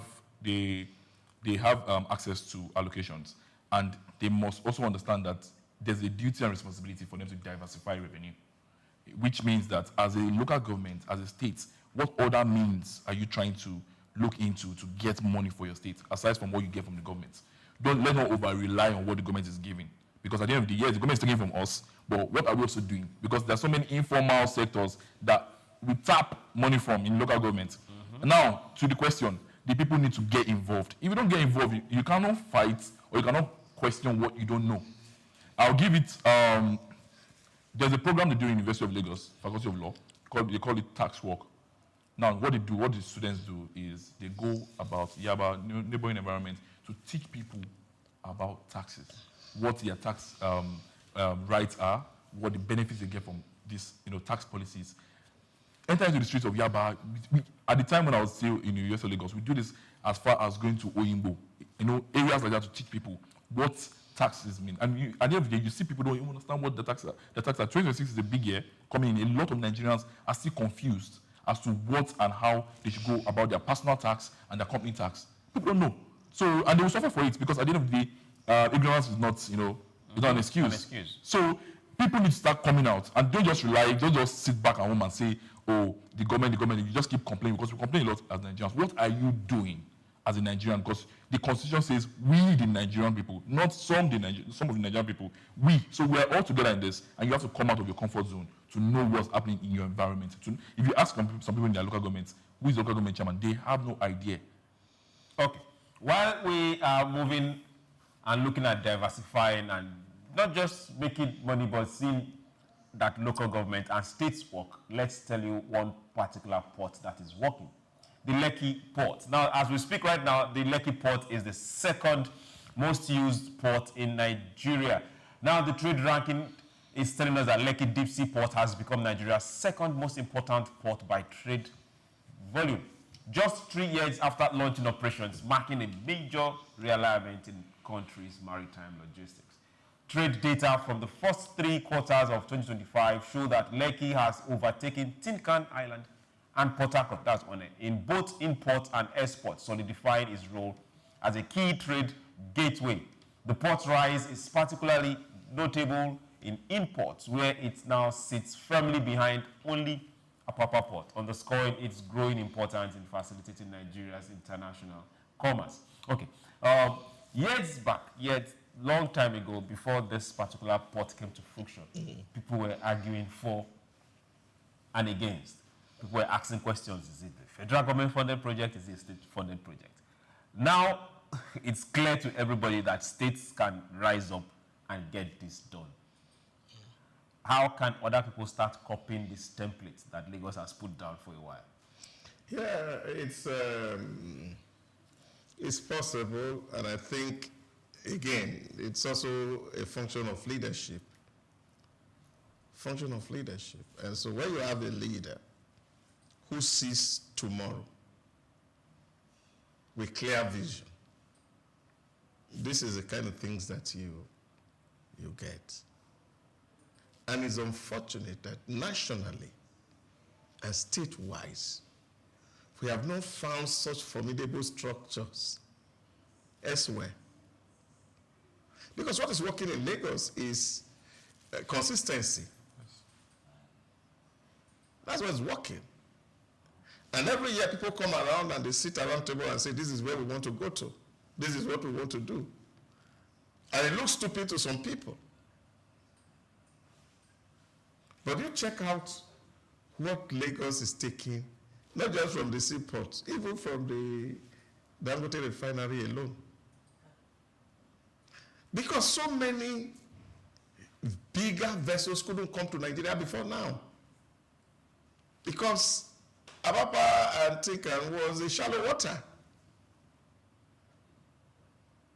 So you have opportunity now, and so the volume will sure be more, because you have bigger vessels coming to bet at the deep sea port. Yeah. So this make, of course, it to be the destination for import. And you know, because again, sanity is there at the port there, which you cannot find in where Apapa and Tin Can, where the federal government has their stake. Okay, that's another one below. So you must understand it, because it's when things are run properly, where will you prefer to be? Where it's organized or where people are? Yeah, safety and all that. These are the things you will see. You won't go to Lekki now and see towels moving around. The place is too clean. Go to Apapa and see what's happening. Even our international airports, and they are coming and see all manners of human beings around the airport, and you are wondering, what are they doing here? All the way down to Oshodi. Quite embarrassing. So these are the things that we need to clean up. So if I am a business person, I would prefer to do business where it's clean and orderly. Yes. Okay. Than go to disorderly place. And I think that, of course, must send message also to the federal government to say, clean up your facilities. We don't need towels around. People who have no business being in the port should not be there. Okay. You have one man who has about 8 boys who are working, doing nothing inside the port in the name of a clearing agent. What's he clearing? Clearing and forwarding. Okay. I bought a small radio from Temu in South Africa. Before the goods left China where it was manufactured, they have sent me a payment link to pay the duty. I paid the duty before the good arrived. So why do we need people who walk around negotiating duties? When everything can be automated. Can be automated. And then government have the value for its money. And then clean out the towns. It's not like, for example, in our airport here, you see that we don't allow hailing services to come in there. Elsewhere, boats walk into and pick people at random. It's an association thing. Okay. So this is the environment you see, and that's why you can't compare, because if Lagos build a second port, this one will be idle. Okay, while a whole lot of expansion is still being envisaged, and there is a consideration for another port in Lagos. Okay, let's come this way. We have a port in Port Harcourt, we have one in Sapele, we have one in Warri. How can we make those ports viable?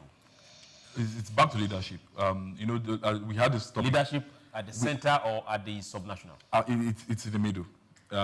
Because at the end of the day, if you're looking at leadership from the top, then you see that they are doing well with Lagos, which means that they have this harmonization of leadership between the federal government and the state government of Lagos. So for Port Harcourt, for Warri, it's from their side. The last time Swift was here, she mentioned that you would realize that I think she had a friend that tried to clean a good over there, and the cost of cleaning your goods in that side is ridiculous. And it goes back to what Doctor is saying. You should be able to do all of this in online automation, where it helps you stay away from touts just perching around you when you come to collect these goods. So it's not about whether the government, because if you say the federal government is not doing enough, Lagos State will come out, or they will bring that Lagos State as a proof of good leadership, harmonized together. That's the FG and the state government. So I feel like at the end of the day, it's from the state side, not working directly to see how they can copy, redefine, and see what the consistency has looked like for Lagos in their own states. And when they do this, trust me, you would start seeing, because it's a matter of trust, it's a matter of security, it's a matter of, at the end of the day, there are no legal issues with this, because it's just trade shifting. And you can't place a legal issue on trade shifting. It's more market driven. So at the end of the day, people will come to this side because, like the doctor said, on the island is cleaner, is neater, the road usage, or how you get to take your goods from the port to the road, very accommodating for you. So what are the state governments in that side doing? Have they been able to sit down and say, okay, we've seen what Lagos State is doing. We've sent our representatives to Lagos to learn what's happening there, to help leaders. See, you can't throw away good leadership in anything you do. Okay. You can't throw away good leadership in anything you do. If your business is working, learn it. Now, let's talk about telecommunication expansion. The federal government is rolling out 3,007 rural telecom towers for underserved communities. We've talked about financial inclusion for a very long time. And now the federal government has come and announced plans to deploy 3,007 rural telecommunication towers across Nigeria to enhance mobile and internet access to underserved regions. The initiative is part of a broader digital inclusion strategy aimed at bridging connectivity gaps, improving access to digital services, and accelerating economic opportunities in remote areas. Some time ago, we had this particular issue, and it was a government direct project to make sure that every single local government is connected. And aside the backbone that they were laying, Max is also coming up there. It's also very necessary for security reasons. We have some communities that before you can make emergency calls, you have to move. Yeah. As fast as this is tried to be implemented, how do you think we as a people can take ownership of it? Because that is where we are going right now. Ownership of every single federal structure. How will you advise we take ownership? Well, see, the distance between the states and the society is still very wide. So you can't take ownership of infrastructure when the state does not belong to you. That's the sad part of its reality. I think it was Peter Ike who argued the fact that until the loyalty at the primordial society is transferred to the civil society, that ownership that you are thinking about will not be able to happen. Because the state is seen as theirs, it's not ours.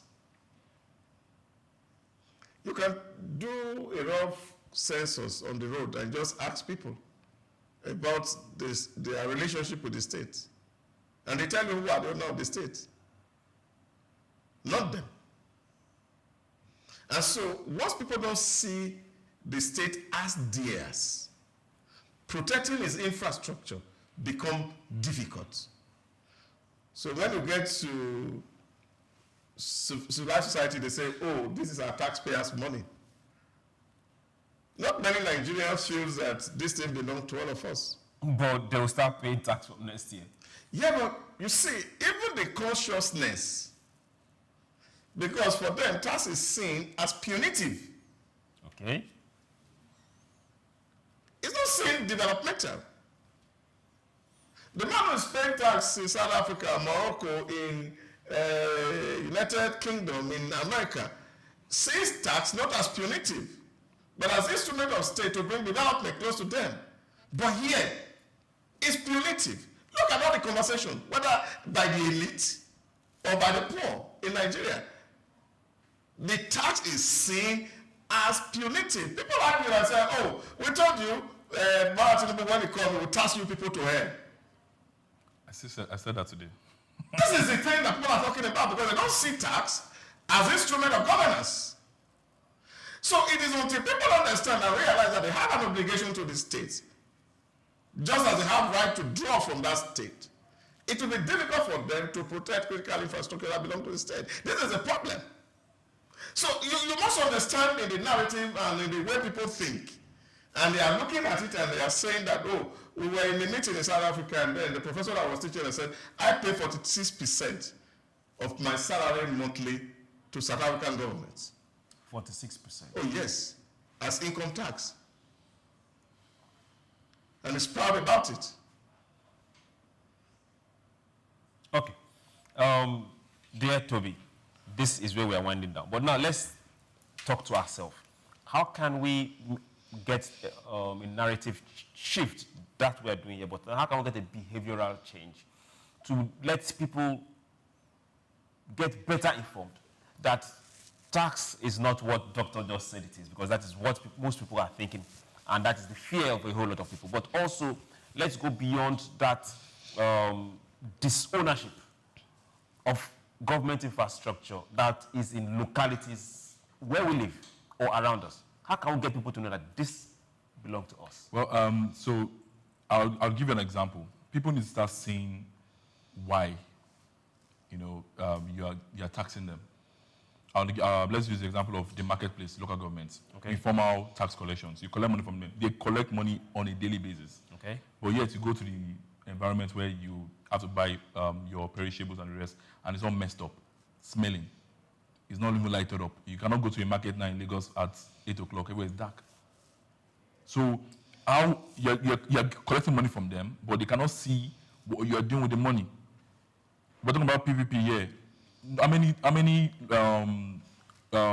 leaders of the markets that we know in Lagos, for example, have creative minds to understand that they can get discussions with the states to see how Airtel, private-owned companies can come develop these shops or these market environments. We see OPay, we see all these fintech apps fintech companies go into markets to give out their machines for vendors to use. What are you doing as a local government? What are you doing as a state government to tap from these fintech companies to develop that environment for them? Nothing. It's not about just collecting money. These people need to know that, okay, I have a son that works as the security man in this local government, and he's getting paid. He's well paid. He has insurance. He's getting certain benefits. So until then, you realize that what you're doing to that family is that the son comes back home and is happy because he's being paid. There's a job that was created for him. So at the end of the day, it's not about just collecting. These people need to start seeing rapidly what the money that you're collecting from them is doing in their lives, their immediate lives. Now, because if you have a clean, that people that will not go to the market because the market is not conducive, because it's not clean enough, it's not secure enough. But as a local government, what are you doing to clear up environments, to aid parking spaces? From this money you're collecting, how creative are you thinking, directly to see how you can affect change in the lives of people? Nothing. So it's not until you collect money. You just don't collect money from people. Now, it's going to be difficult, like the doctor said, from the punitive mindset to development mindset. It takes time for people to start saying, okay, this week they got 10,000 from me, but I am happy. So they'll give more. From there, their mind starts to change. They start to see a government that cares about them and not about the money. Okay. Yeah, but again, it's also good to know, because I remember when I did a study for Etisalat around when they came in newly, and I was in one of the recommendations that I gave actually from that research was the fact that can we begin to see people actually building masks that are co-owned? Okay. Now we know Airtel has their masks. We have MTN their masks, and everybody has their own masks. Now this is one that the federal government is deploying. Who's going to be the owner? Federal government. The federal government don't have their telephone lines. Mm-hmm. So we could look at those joint masks. Would this be rented to the networks owners? Possibilities. But I think all of these things have to be on the table so that we know exactly whether it is an investment that is worth the while. Because we must do the cost-benefit analysis. Yes, of course, this is a social service to the people, I guess, because we're talking about financial inclusion and the rest of it. But if government is putting this money down to build these masks, and the telecom operators are going to be using it, are they going to be using it for free? The government also is saying that we can also earn revenue from it. And I think we must also be looking at the economic side of it. That if we build these masks, and let's say, for example, or any of the telecoms want to use it, they should be able to pay rent out to the government for using that mask, since they cannot build in those areas, maybe because it may not be profitable for them to do such investment. Because those masks have to be maintained, because of course you have this generator around it. Okay. Security has to be provided and all of all that. So who's going to do all of all that? So this also must be looked at very critically, since we don't have a national telecom infrastructure that we can actually rely on, because these are private companies that are participating, and government is supporting this business. And we've done this for a very long time, but we must also find a way to make revenue out of it. But I think like these people have done in Rwanda, we should be able to actually cover with fiber optics around the country, and then of course we can guarantee telecom flow and the rest of it. And then of course these underserved people can become adequately served. Thank you very much, Doc. You've heard it, opportunities abound, major opportunities abound for every of these communities that have been underserved, and government is putting this infrastructure. The Doc is telling you directly, hey, it's not all about public service. We can make profit, a whole lot of profit. And we want to look forward to seeing what those papers will come out to look like at the end of the day. Remember this, we say this on this table every day. It's my responsibility and yours to grow this country. And we can't do that without growing your pocket. So grow your pocket, go out there and grow the nation. Remember, from January, we all pay tax. And we should now start learning how to ask questions. So from us on this side of the table, I want to say thank you for being here with us. And we want to say a good, beautiful welcome back home to Doc. We know that tomorrow he will disappear again. But for now, let's enjoy you. Thank you so very much. Good Nigeria. Praying that my lifetime that we see a Nigeria that is working for everybody, both rich and the poor. Thank you very much, Sir Toby. Thank you for joining SBL today. Stay glued to the TV. We have more programs for you. Thank you. Thank you very much. Having yourself a good day. Take Nigeria, because it's the mind that needs to first of all be rebranded. Idris said he's going to be putting Nigerian labor, Nigeria content and materials first. If you say Nigeria first and it is just us down here that, are pushing that agenda, it's going to be a big struggle.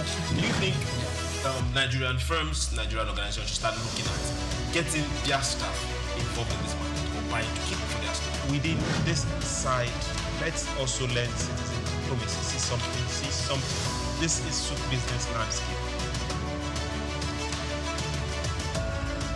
Hello Nigeria, hello Africa. Yeah, this is Sound Man. Keep watching SOUQ News. My name is Babalola from Excel LED. Keep watching SOUQ News. My name is Shepherd Michael Adewale Onofuye. I enjoy you all to always watch SOUQ News TV. Hi, I'm Tom Boggaballs, and please keep watching SOUQ News.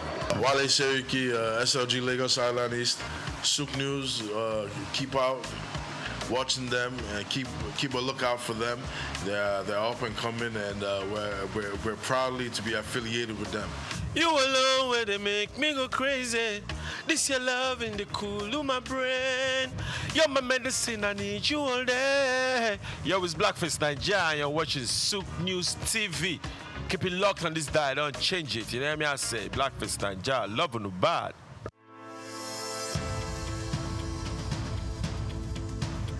Plastic waste is a mounting crisis, but it also presents an opportunity for business and government to lead the vanguard for systemic change. While regulations, corporate initiatives, and citizens' engagement have made progress, much more is needed in how businesses shape consumer behavior, how governments enforce environmental policies beyond rhetoric, and how public perception is managed through strategic communication. For decades, Nigeria's reliance on single-use plastic sachets, bags, and food packaging has grown, driven by affordability and convenience. However, this has come with a cost. The country generates an estimated 2.5 million tons of plastic wastes annually, with only about 12% recycled. In urban centers like Lagos, Abuja, Ibadan, Port Harcourt, waste is a leading contributor to clogged drainage systems, flooding, and environmental degradation. In this special report, Bayo Olaoye examines the challenges facing efforts to tackle the menace of plastic wastes in the country. Despite past government efforts to curb indiscriminate plastic use, such as Lagos environmental sanitation laws under former Governor Babatunde Fashola, enforcement has been inconsistent. The challenge now is moving beyond periodic government crackdowns and isolated corporate initiatives to a coordinated long-term shift towards a responsible plastic use, recycling, and waste management. Leading Nigerian manufacturing companies are taking active steps to integrate recycling and responsible disposal into their operations. Key initiatives include investing in recycling hubs, with Coca-Cola of Nigeria, Nestle, and Guinness setting up plastic recovery and recycling hubs, creating an ecosystem where post-consumer waste is collected, processed, and refused. Retailers and distributors are being encouraged and in some cases incentivized to set up collection points where consumers can return used packaging for responsible disposal. There is also brand-driven consumer education. Organizations have introduced citizen advocacy campaigns to influence individual waste disposal behavior.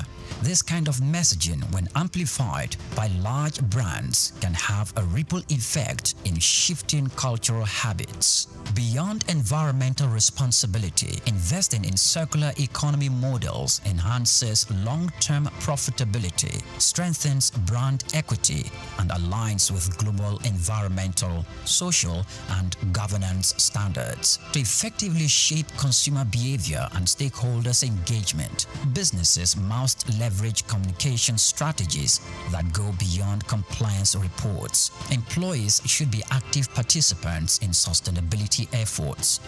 Companies can integrate sustainability training, incentivize waste reduction, and implement office-wide plastic reduction policies, engaging suppliers, investors, and partners in sustainability commitments such as reducing excessive packaging or co-investing in recycling solutions to create an ecosystem-wide impact.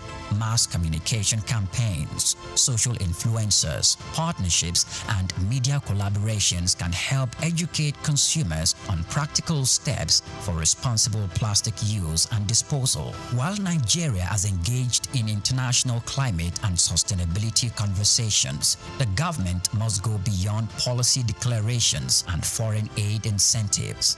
The priority should be local, long-term economic and health benefit. Rather than reactivate bans that are often poorly enforced, the government can provide tax incentives for businesses, investing in recycling infrastructure while enforcing stricter regulations on reduction and disposal, expanding waste management facilities, establishing more government-led recycling centers, and integrating waste picker into a formalized economy can improve efficiency and create jobs. The administration of Governor Babatunde Fashola demonstrated that when the government takes waste disposal seriously with clear penalties for violations, citizens pay attention. The government must invest and consistently engage public education on the economic and health impact of plastic waste. A cleaner environment leads to a lower public health costs, fewer disease outbreaks, and increased workers' productivity due to better air quality and more usable public spaces. The Nigerian plastic waste problem is not just an environmental issue. It is an economic and reputational challenge for businesses and a government issue for policymakers. By adopting strategic communications, businesses can shift consumer behavior, governments can enhance enforcement, and citizens can embrace a cleaner and more sustainable future.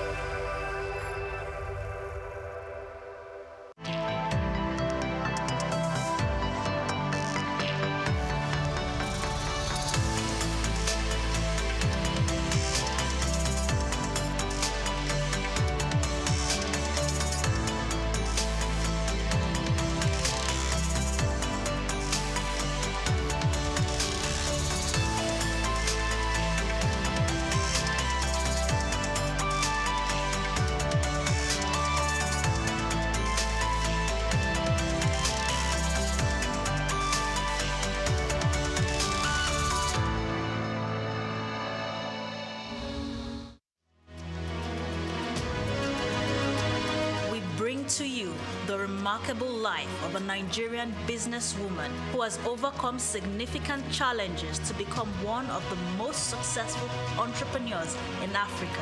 Let me tell you about the strength, resilience, and passion for success of a woman who journeyed into the male-dominated world of oil exploration and production. A woman who displayed her love for philanthropic endeavors and her commitment to empowering others, particularly women and young people. This woman is Folorunsho Alakija.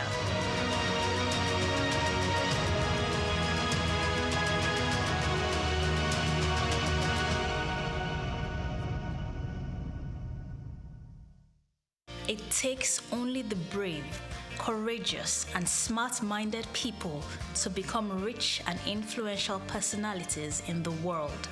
In Africa, when we mention the names of rich and powerful women, you must mention the name Folorunsho Alakija, the richest woman in Africa. Her net worth, according to Forbes, is $1 billion. Now, how did she start? Let's take you down memory lane on the life of Folorunsho Alakija.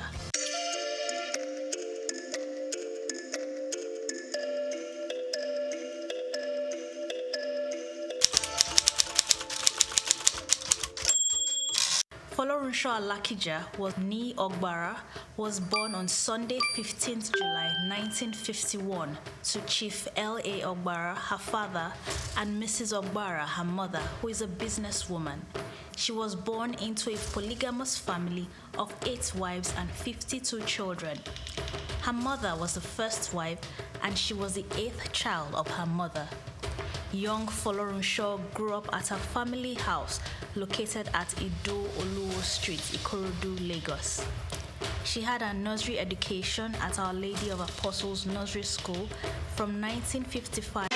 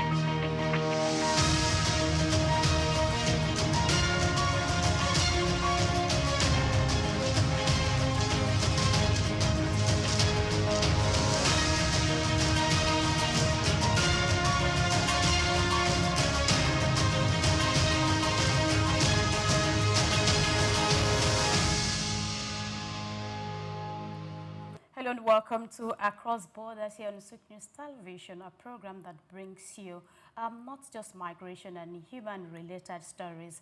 And of course, this is a program that helps us go beyond cross-borders activities that impact us and the economy. My name is Grace Komolafe, and today we shall be dissecting the core mechanism that governs global finance, the T+2 settlement cycle.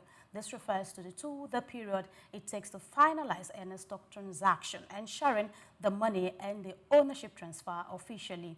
For African markets like Nigeria, understanding T+2 is crucial. How does this timeline affect risk, investor confidence, and the flow of international capital? As a global market moves faster, is T+2 a necessary safeguard or an outdated barrier to regional growth? To have this conversation, we are joined by Kehinde Adiaga. He is an economist and fit for a topic like this. But before then, let's take a break. When we return, the conversation will begin. Stay with us.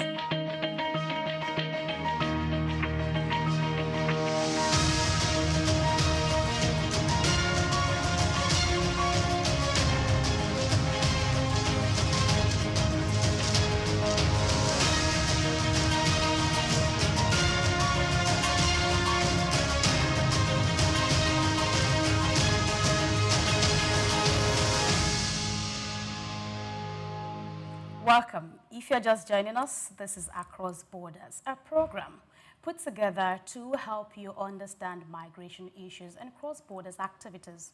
Before we went on that break, I told you we have a guest who is readily available for this conversation, and he's joining us actually here, not virtually, he's in-house today. Kehinde Adiaga is with us, and he's an economist, and I am certain he will be sharing insightful information with us today. A very good morning to you, sir. Good morning, Grace. So pleased to have you. It's my pleasure to. Yes, despite the struggles, challenges, at the end of the day, we're able to make it. Yes, it's even better to be in the studio than the virtual thing because of the internet and the network crisis that we've been having in recent time. I agree with you. It's good to be here now. Thank you so much. Thank you. And so we're just going to get into it. I want to ask you, T+2 settlement or T+2 transaction. What exactly does this mean? What T+2 means in the capital market is transaction, date, and delivery, meaning that if you want to buy any stock, you place your order, and the next day you get the purchase. Of course, it's a case of you having the money to buy in the depository, and then the delivery also is also in the depository, where once you made payment, you get instant payment. I mean, instant delivery to what you are looking for. Before now, we were operating we started with a T+5 transaction cycle, and then we moved to a T+3. While we were operating a T+3, I recall that while I was in the US some years back, they were operating T+5. And as at that time, we were operating T+3. And I was wondering, in fact, to the point that the Director General of the U.S. Securities and Exchange Commission was asking, is it really true that we're operating T+3? And I said yes.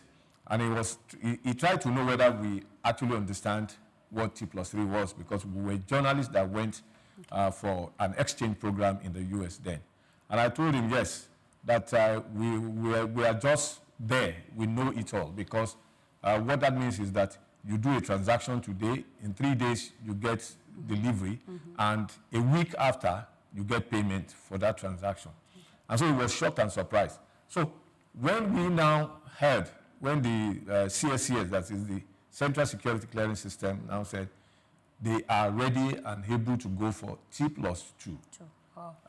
It was amazing news, because it means that there is the level of transparency is increased, the level of trust is increased, the level of delivery is increased too. So what that means is that you make a transaction today, you are hopeful of getting payment or backup for whatever you are buying almost the next day.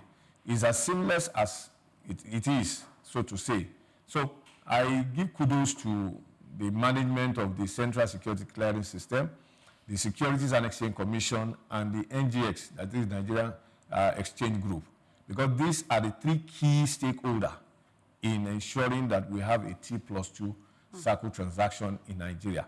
And of course, when it was launched, the managing director, CEO of CSCS, if you permit me to mention his name, okay. Mr. Aruna Jallo Waziri, did say that come next year, we'll be operating T+0, meaning that you do your transaction today, you get service or payment the next day. So I'm going to ask you that because we're going to get to that question. And yeah. I mean, you're saying that we're going to be operating T.0. Yeah. We're going to get there because I want to understand, are there no dangers? Are there no challenges? There are challenges, okay. but they have looked into all this. And that is the reason why they were able to launch T+2. Okay. They have put together a system that will mitigate against any unexpected challenges. Okay. Because infrastructure is very key in this regard. And so they from what they have said, that it took them time. Ordinarily, while they were planning or tinkering with how to start this, ordinarily they should have stopped transaction, so to say. But they didn't. Why? Because they had to do it overnight. Almost every day, 24 hours, not stop. Yes. And so they were putting all the infrastructures together so that it doesn't affect transaction on a daily basis. And at the time they were able to come up, they were sure that this transaction, there won't be any itches. They came up to launch it. Okay, so let me ask you. So presently, Nigeria, we're running the T+2 settlement system, and you have mentioned that we have countries that still operate T+5, +3, right, and all. yeah. So are you saying that we are far ahead of all of this? That is what it means. We are ahead of. And what does it mean to the global stage? Well, when it what comes that to means to the global market is that our market is a seamless market where you can do your transaction without any hitch. Because, for instance, the T+2, what that signifies is that you place your order today, your broker buys or sells for you, and then the next day, which is the second day, you get payment for it. There can never be any better time than this. And that will increase the volume and value of transaction in the market. Because, for instance, if the total market transaction in a day, we have, just recently we saw a transaction of over 2 billion shares being traded in a day. And the next day, they got value for the transaction. So it's a case of saying there's no hidden place for any operator in the market to say, oh, I didn't get this stock to buy or I didn't get this stock to sell. That's the reason why you cannot get your money. Okay. What it means is that there's transparency and efficiency in the marketplace. So for all the operators and the regulators in the market, they are on their toes to ensure that transaction is seamless, and then investors are better for it. So talking about investors, how does the settlement timeline, how does it affect small investors and institutional traders across borders? Well, it's an almost immediate thing. Both small investors and institutional investors. The important thing is you are placing your order in the market space, and that transaction is going almost online, real time. And so you get value for it. So there's no distinction between small investor or institutional investor. In as much as you are doing any transaction on our market, you are sure of getting value for for the transaction you are making. And so it's better for us. And for me, I think investors should be happy because of this transaction cycle. Because what that means is your money is not being kept somewhere, or your money is not being kept somewhere and somebody is using the money for other things. So brokers these days will not tell you that, oh, sorry, because the transaction system is a long period, I can't sell or I can't buy for you. No. Okay. What that means is you book in, you place your order, and it is a kind of purchased for you. So you get value for it. That's the important thing. I mean, the important aspect of the market. All right, so let's look at this. In a way, you've mentioned risk and trust and all of that, but I want to ask, when it comes to T+2 transaction, who is more exposed to risk, especially during settlement period? I want to mention, like you've mentioned broker, so I really want to know brokers, agents, and the dealers. Yeah. Who is more at risk?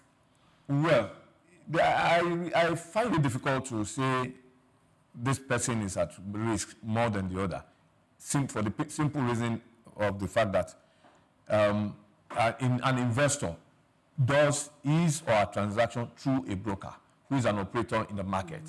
And in as much as he's doing that through such broker, the broker also know that the regulator are watching. And so there's no, except if the investor does not give an order, so to say. For instance, you want to buy a certain stock, and you did not tell your broker the stock you want to buy at whatever price you want to buy or sell it.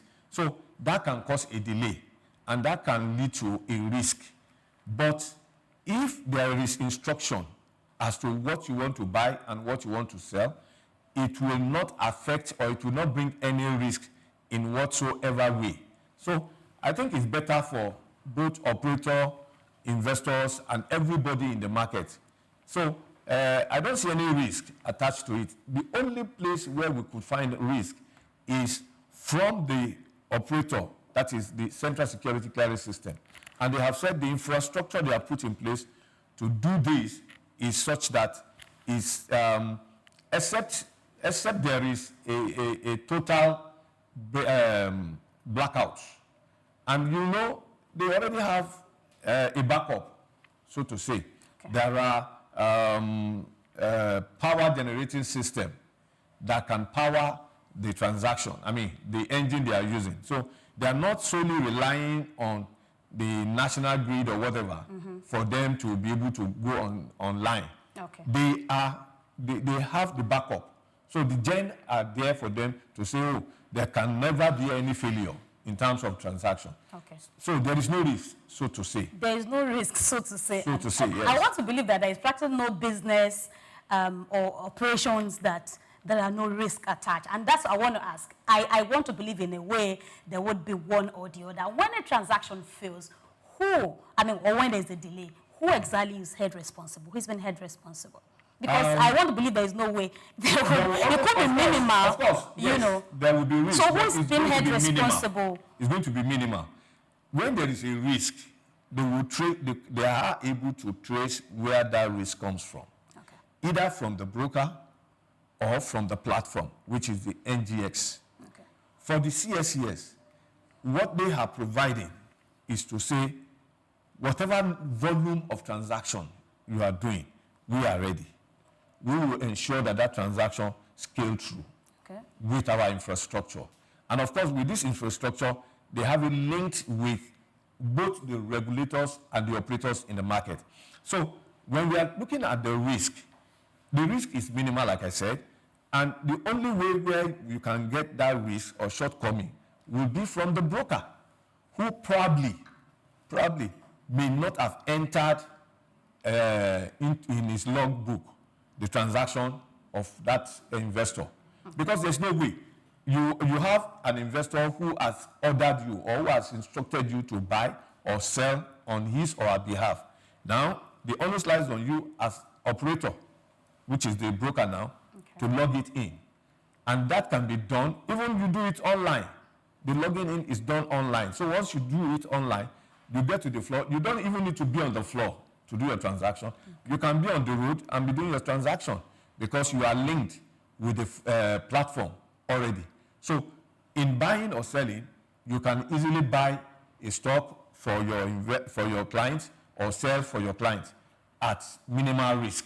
Okay, so you have brokers who are the middlemen who does the runaround and all of that. And now we have a lot of Nigerians abroad that are investing, in all of this. So I understand technology, like you have mentioned, you are away, you don't need to be on ground. Yeah. But are there things you think those abroad especially should be conscious of because they are not in the country? And you feel the brokers as well need to pay attention to ensure a smooth running, Well, operation? I think what those who are outside the country need to pay attention to is what are the prices of these stocks and what are the bottom line of these stocks, of these companies. Because we have seen a situation where somebody outside the country gives instruction to his or a broker to say, buy these stocks for me. And that is the only instruction he or she has given. He didn't go to the next level of saying, buy it at this price. Because pricing is very key. If you don't tell me to buy at a certain price, I can buy it at any available price. So that is the area where we can see some shortcomings in respect to transaction. For instance, if I say, buy a certain stock at a price, you already have your full information. Okay. And so with the T+2 now, there's no way you can extend the buying of that stock to the third day. You will get on the floor a buyer and a seller. Even though the price may not be the same, but there will always be bidders and offers. Okay. So in that regard, once there is an offering and there's an offering price and there is a bidding price, then you match it with what you have as a broker to be sure that you are buying or selling on behalf of your clients. So once that is done, you are sure of getting delivery. Okay. So there's no too much risk to that. But as somebody who doesn't stay in Nigeria, who doesn't monitor, because it's very key, you need to monitor a market. And then I've seen some situation where some who live abroad are pegging our market with their own market. But what they don't understand is here in Nigeria, and of course in every market, information is key. In every market, information is key. How regular or delayed the information is another issue. Okay. For instance, if a company is submitting the financials to the exchange, of course it's real time, and you who wants to buy from abroad, you are not privy to that information.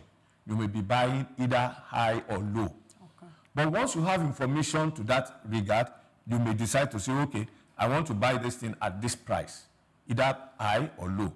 If the price you are offering is okay and the broker could get it for you, fine. But if the price you are offering is below the market price, you are sure not going to get it. So that in that regard, there could be delay because your broker will tell you the price you want to buy this stock is not available. Okay. So it's not a case of whether he wants to play on you. And you can also see it online that this is the price available for that stock. It's not a case of whether, I have asked him to buy, he refused to buy. No. Okay. So that issue is gone. Yes, I like to speak to cross-border trade and regional integration. You know, African markets operates with different settlement circles, and I want to say that how does this affect cross-border investment within ECOWAS? You know, especially AFCFTA. So I'd like you to speak to that. All right. For cross-border transaction, we all know that there are some exchange factor. I'm talking about the currency factor. But in the case of T+2 now, the currency, the exchange rate has nothing to do with it. Because what it means is that, for instance, Naira today is about, to the dollar, is about 1,470 or 470 something to a dollar. Yeah. And you are buying. Naturally, you are not buying with Nigerian Naira. You have to exchange the currency, which is the national acceptable currency, which is the dollar.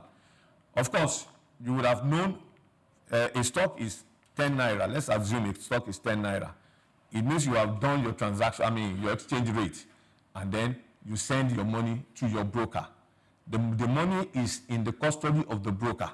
Because any broker who wants to buy or sell for you must have the money before he or she can buy. Without the money being settled in his or her account, before now, it could be, somebody can say, I'm buying on credit.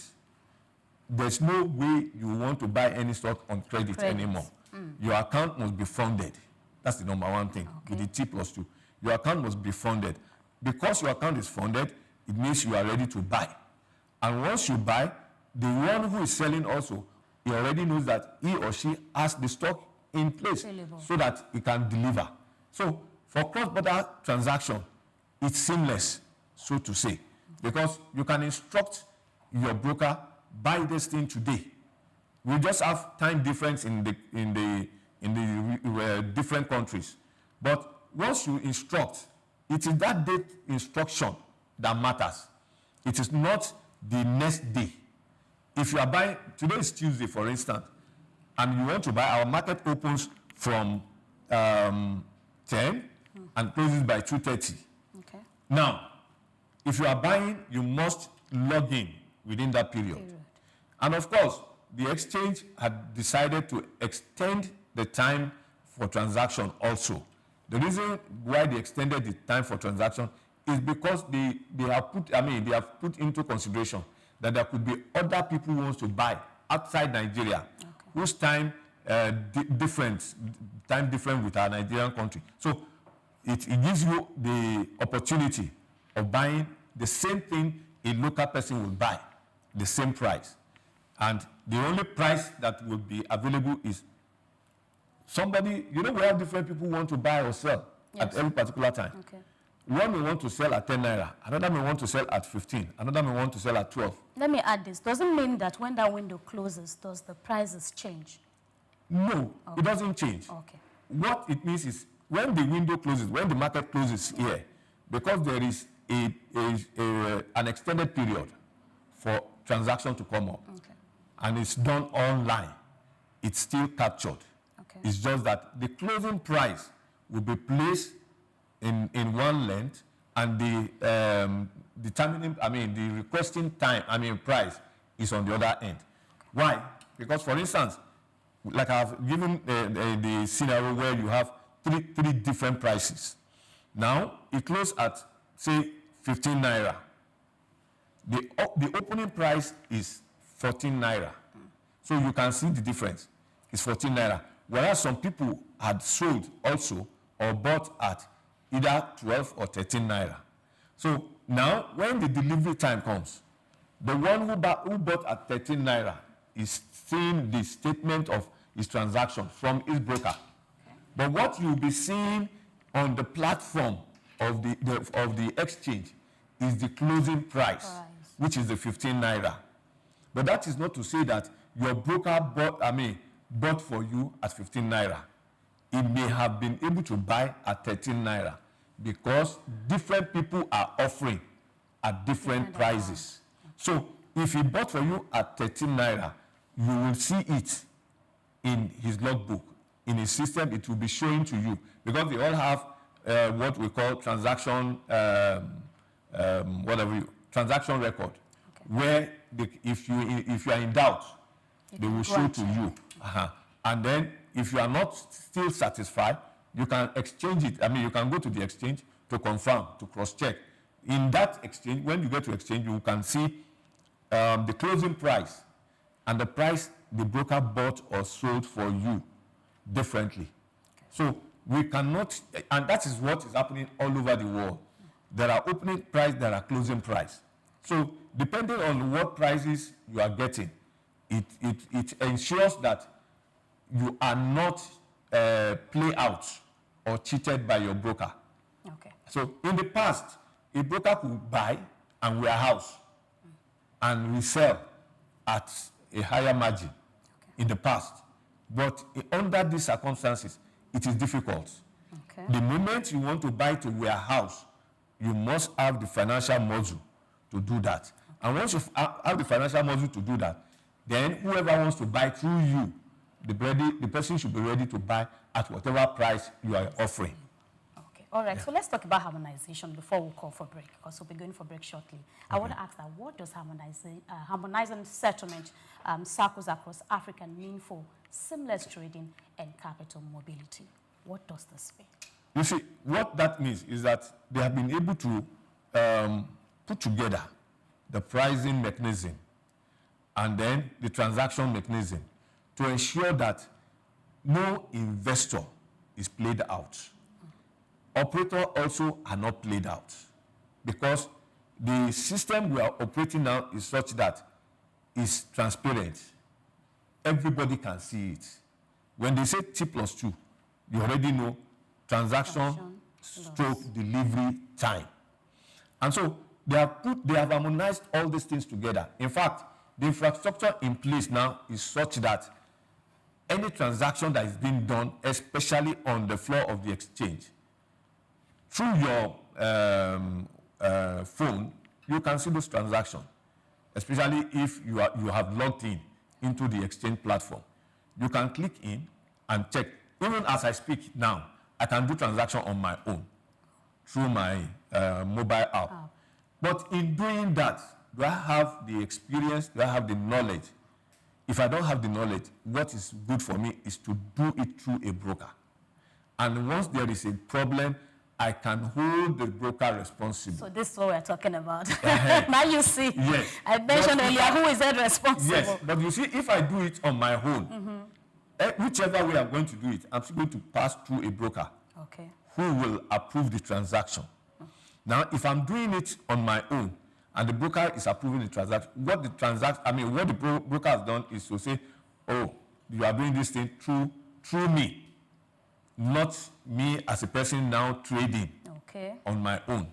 I'm doing it through a platform. Whether you like it or not, you must have a broker as an intermediary between you and the floor. The floor that I mean now is the platform, the trading platform. And so that's the way the CSCS can capture who and who are doing transaction. Because, for instance, I don't have a link with the CSCS, the provider of that infrastructure. I don't have a link. Those that have the link with it are the Securities and Exchange Commission, the Nigerian Exchange Group, the brokers, various brokers, the registrars, because these registrars are also part of the system. They are part of those who will deliver the stocks that are being bought or being sold. So all these groups are together. They have been able to bring them together under one umbrella. Let me use one umbrella. Because under the platform they are operating from, they already know that this transaction is coming from this place. And those who are in charge, that is, the one who is the custodian of that transaction is the CSCS. And so the registrar can see transaction, the broker can see transaction, the exchange can see transaction. The only thing that the investor will see, the transaction the investor will see, will be through the exchange board. That is the only public space that they can see as individual, as individual investor or corporate investors. That's the only way you can see it. Otherwise, it's something you also can check online. If you want to access any transaction, you can do it online through the CSCS or the exchange. And of course, all the brokers too are online. So if you have your broker, you can go through their website and check their transaction, and you'll be sure of the transaction they are carrying out on your behalf. Okay, so thank you very much, Mothers, for one call for break. The conversation still continues. It is across borders, and we are talking about T+2 settlement or transaction SOUQ, what this really means for businesses and the marketplace, the global marketplace. Let's go for break. When we come back, the conversation will continue. Please stay with us.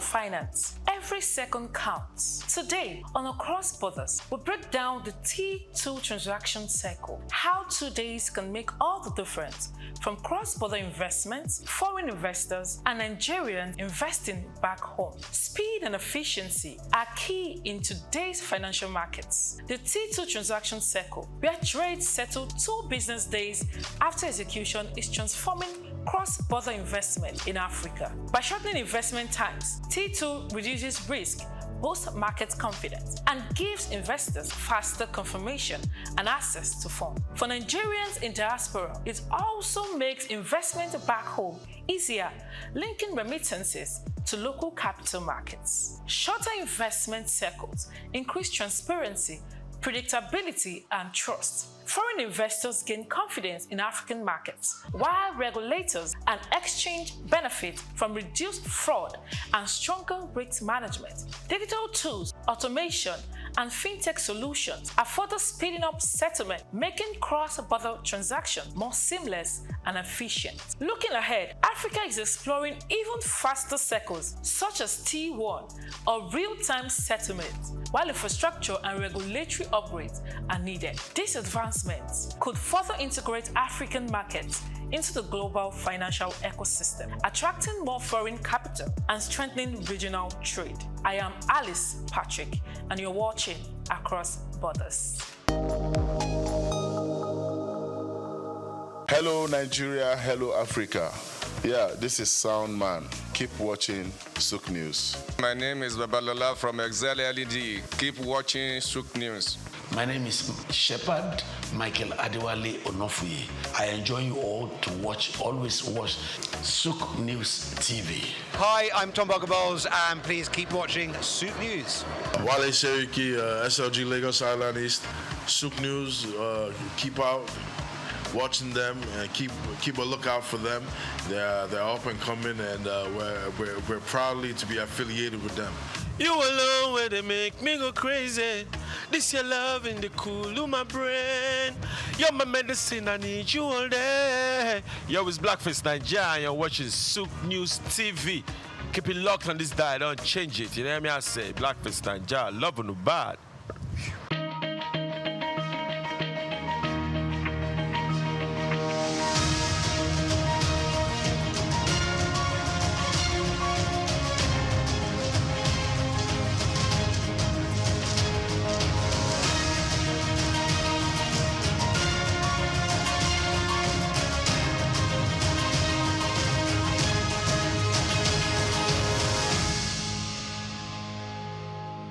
Thank you for staying with us. This is Across Borders, and today we have been talking about T+2 settlement, or you want to call it T+2 transaction, and what the SOUQ really means for the global market. And we've been having this conversation here in the studio with Mr.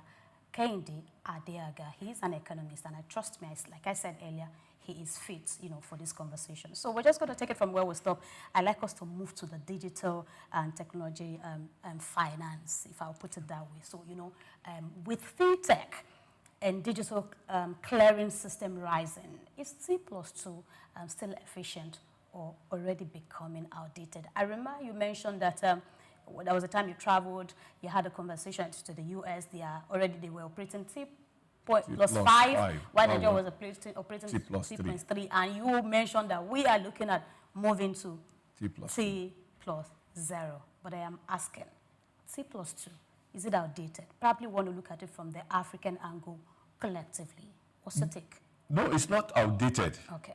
It's just trying to move fast with the technology you have. What CSCS has been able to do is to say, with the deployment of the technology we have, we are able to accommodate T+2. And so, aside from that now, they are also futuristic in the sense that they are already thinking ahead to say, can we do a T+1? And from the comments, from the messages coming from CSCS, they are ready to do T+1 come next year. And this will be maybe around March or April, which was what they are quoting them in their words, that they are likely going to move to T+1. And when we move to T+1, it doesn't mean that the T+2 is outdated, because some countries are still operating T+2, T+3. Even some countries are on T+5 as we speak, depending on the infrastructure deployed. For Nigeria, they have been able to deploy a sophisticated infrastructure that can accommodate that transaction. What this T+2 is all about is putting all the transactions together and ensuring that the delivery and the payment system works the same way and almost immediately, seamlessly. Because for you to buy any stock on the floor, you must have the fund. It's not a case of you buying and then you keep the seller for a long time before you make payment. No. Once you buy, you are paying. It's like a cash and carry thing now, like the normal market where you go to buy goods and services and you pay for whatever thing you buy and you walk away. It's the same way they are looking at it. That let's get to that level where you make payment, you get delivery. And of course, once you get delivery, it means you are getting value for the money you are spending. Take for instance, you want to buy stock at 20 naira and you had made your payment and the stock is not delivered to you. Within that period that is not delivered to you, you could have used that same money to achieve some other thing. So they have put away that gap to say, make payment, collect. So that is why you see they are saying T+2 now, and we are just some few months to the new year, and they're already thinking of T+1. You get it, few days to the new year, into 2026. And they have said by March or April, they should be on T+1, meaning buy, sell, buy, deliver. Okay. So there won't be any itches, and it is simply because they have looked at the future, and they have incorporated infrastructure that can meet that need, so to say. So we won't have any problem.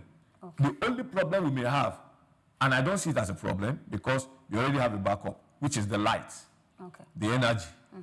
So once you have for instance, you are transmitting now, you are not on power holding or whatever. You are either on the generator, alternative power supply. Yeah. Why? Because you don't want any breakout. It's the same way. So for you to do your transaction, you are sure that nothing will stop that transaction. And of course, you may be looking at it from, the service provider, the telecom service provider, they already put that also into consideration. So for the period under which transactions are taking place, the service provider, they are top-notch in that regard. That is the telecom and the power supply. These two are the things that can hinder transaction flow.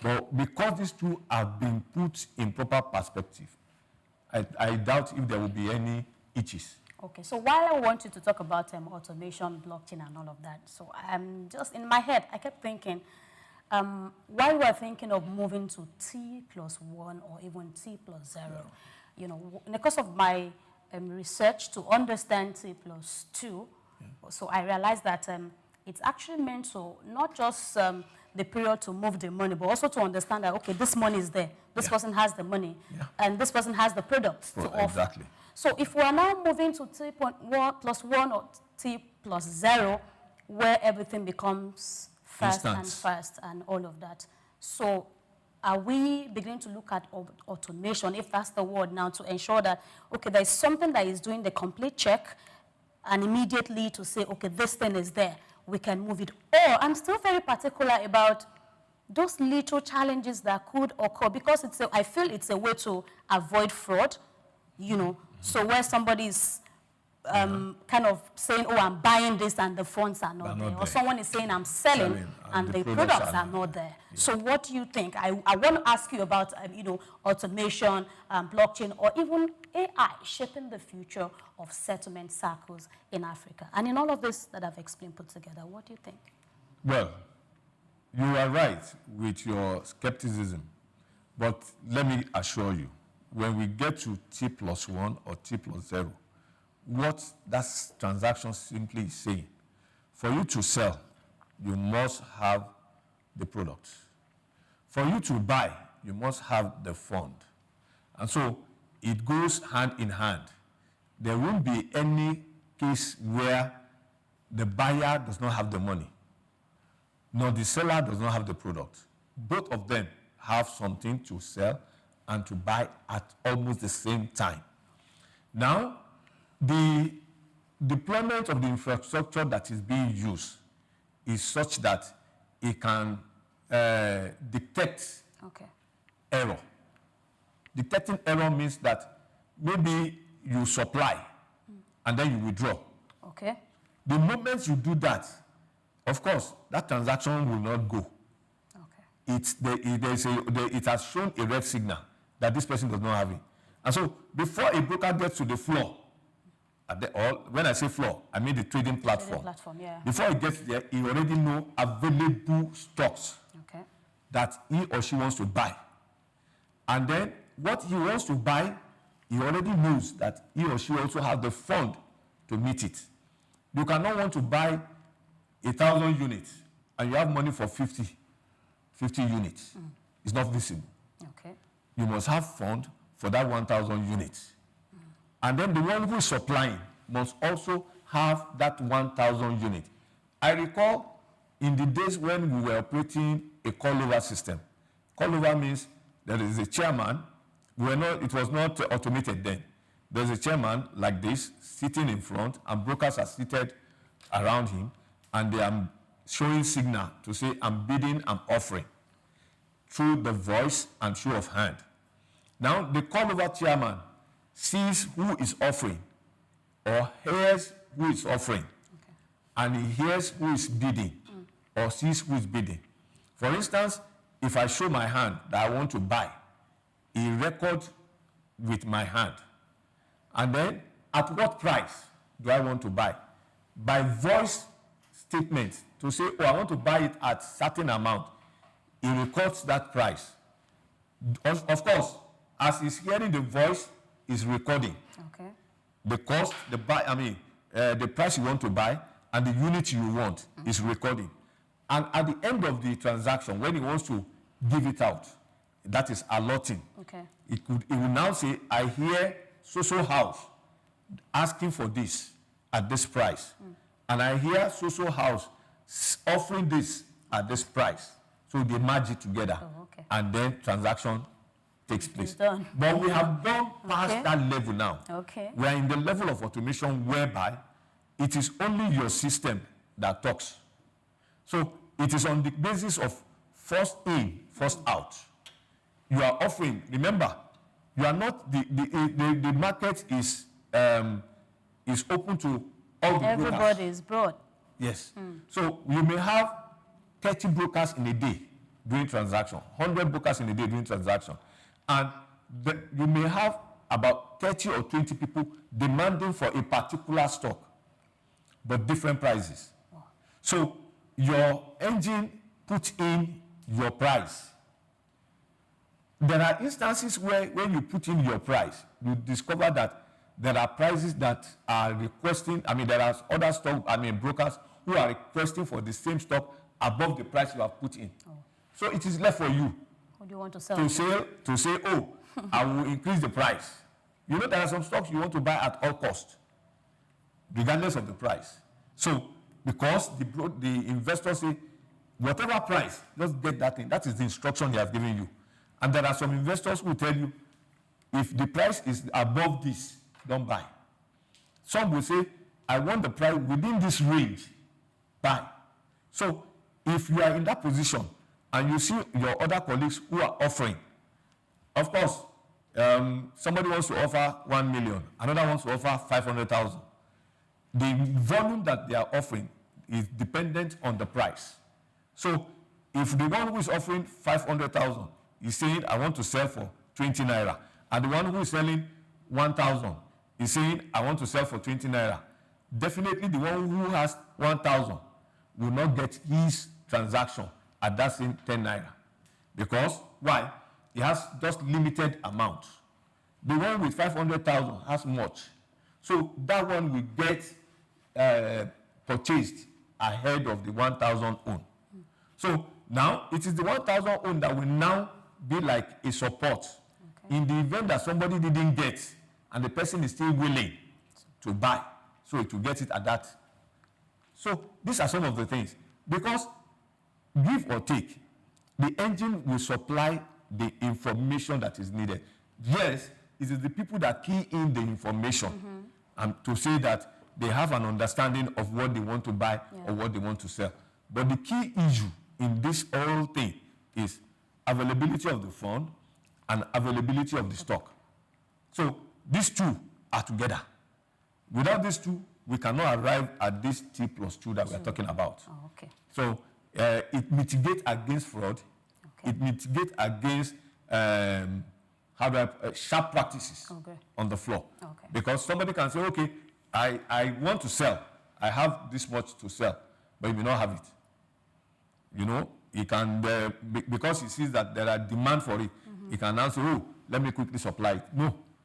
From the moment the transaction starts or the market opens, you log in what you have. Although there is room for you to increase or reduce what you are offering. Okay. If you have other clients who comes to you before the close of transaction, they'll say, oh, I just remember I needed to sell this thing. Can you help me sell? Of course, he's already on the floor trading, so he keys it in as an addition to what he wants to sell. So, and the pricing also will be in there. The price for this is this, the price for this is this. So whoever wants to buy, will want to buy within the quoted price. Otherwise, if you quote out of the market, you may not get it sold at that day. It means that transaction didn't take place. But the moment a transaction takes place any day, you get the delivery and the purchase. All right, so we'll just move to the next question. So obviously, would say from this end, Nigeria, I mean to say that we're not doing badly when it comes to when it comes to trade. I feel we just need more enlightenment to make people understand what this trading is all about. Because I want to believe that there are different information out there. Of course, you see people even on social media pushing all sort of information, but you see a whole lot aligning with trading most importantly. So let's talk about Africa generally. Nigeria is not doing badly. You understand? So I want to ask, many developed markets are moving. They are moving towards T+2, where we already are, while some are moving to T+1, or even faster than that. Some probably might be thinking of T.0 already as Nigeria too. Nigeria is also thinking. There's no market here that is operating T+2. T+2, Oh, so Nigeria is still there. But of course, a lot of them are thinking of moving, just the same way Nigeria is thinking ahead. So I am saying Africa as a whole. Nigeria, we are not doing badly, but Africa as a whole, do you see the continent also having this energy, moving faster? Well, what I would say in that regard is, because we have started it, they will want to think or believe that it's an easy thing that they can also do. But they need to come and learn. Like we also are learning from other aspects. Okay. So if they come to learn from us, they will know that they can get there. But if they feel they can do it by themselves, they can also do it. It all depends on the will. If they have the will and they have the fund to support it, it will work. If the CSE had to tell you how much it has cost them to arrive at this, it's in billions of naira. But they are not going to tell you the cost. Reason being that possibilities are that people could start thinking, oh, it's a waste of money. But in terms of the benefits, the benefit far outweigh the cost, because now we can do volume of transaction without any itches. For instance, somebody comes, like I said before, that we have done a transaction of about 2-point-something billion shares in a day. Why were we able to do that? It is simply because the deployment of the T+2 transaction system, whereby the market can accommodate no matter the volume that is put up. And then the fund can also support it. The 2-point-something billion that was transacted the other day, it was because the funds were there. Okay. Otherwise, it would have been difficult. Because if the funds were not there, the seller wouldn't have been able to say, oh, I want to sell this much. Because it's a case of putting together these two factors that I talked about. So for Africa countries who are also deploying some infrastructure, they need to look at it holistically to be sure that they can deploy the infrastructure we have deployed and it can work out for them. And you know, different clients with different issues. So in our own case, we may say power supply is an issue, but the operators or the regulators in the market don't see power supply as an issue because they already have a backup, so to say. And that backup is what is helping out now. So you can imagine putting up your generator for 24 hours because you are doing a transaction that you don't want any itch to affect it. So if you now have to the cost of that generator in providing that energy is huge. But they are not looking at that. They are looking at the seamless transaction. And this will attract more investors into the market. Because, for instance, we talk about the African country, we talk about developed and other developing countries. The moment they know that they can do transaction on a one-day transaction and get paid for that transaction, they want to come in. So it will attract more investors into our market, which we are already seeing. Before now, of course, it's a case of up and down. We've had more of foreign investors some times ago over the local investors. And then at a point, we had more local investor than the foreign investor. When we had that, it was simply because of corruption and insecurity. And you know, for every market all over the world, once your investment can be guaranteed, you want to be there. Because it is the guarantee that attracts you to say, oh, okay, I want to buy or I want to sell in this place. I know I can get back my money. For instance, if you're a foreigner and you want to buy or sell here, there is opportunity for you to repatriate whatever thing you have sold from here. So there's no case of say, oh, you have sold, then the repatriation will be problem. No. So these are part of the attraction that the T+2 is bringing to bear for all participants in the marketplace. Okay. So let's look at policy and market reform. You know, this is very important. I wanted to also mention infrastructure, but in a way you have mentioned it, and I want to believe that those infrastructures are not there. There's always a way to get back whatever you have invested into whatever business you are doing. So I wanted to ask, the question I'm asking now, probably we're just going to do this in 2 minutes because we are wrapping up. What reforms are needed in Nigeria's capital markets ecosystem to make cross-border trading easier and more efficient?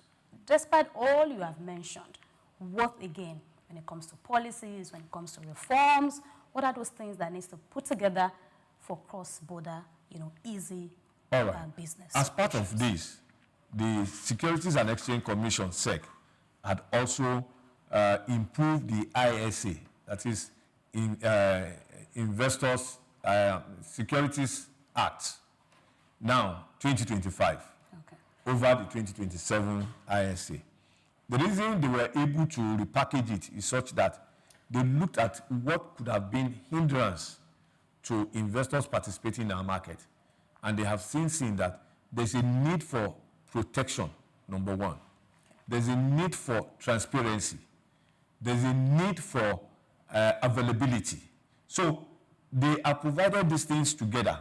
And these things are helping to shape our market for the better.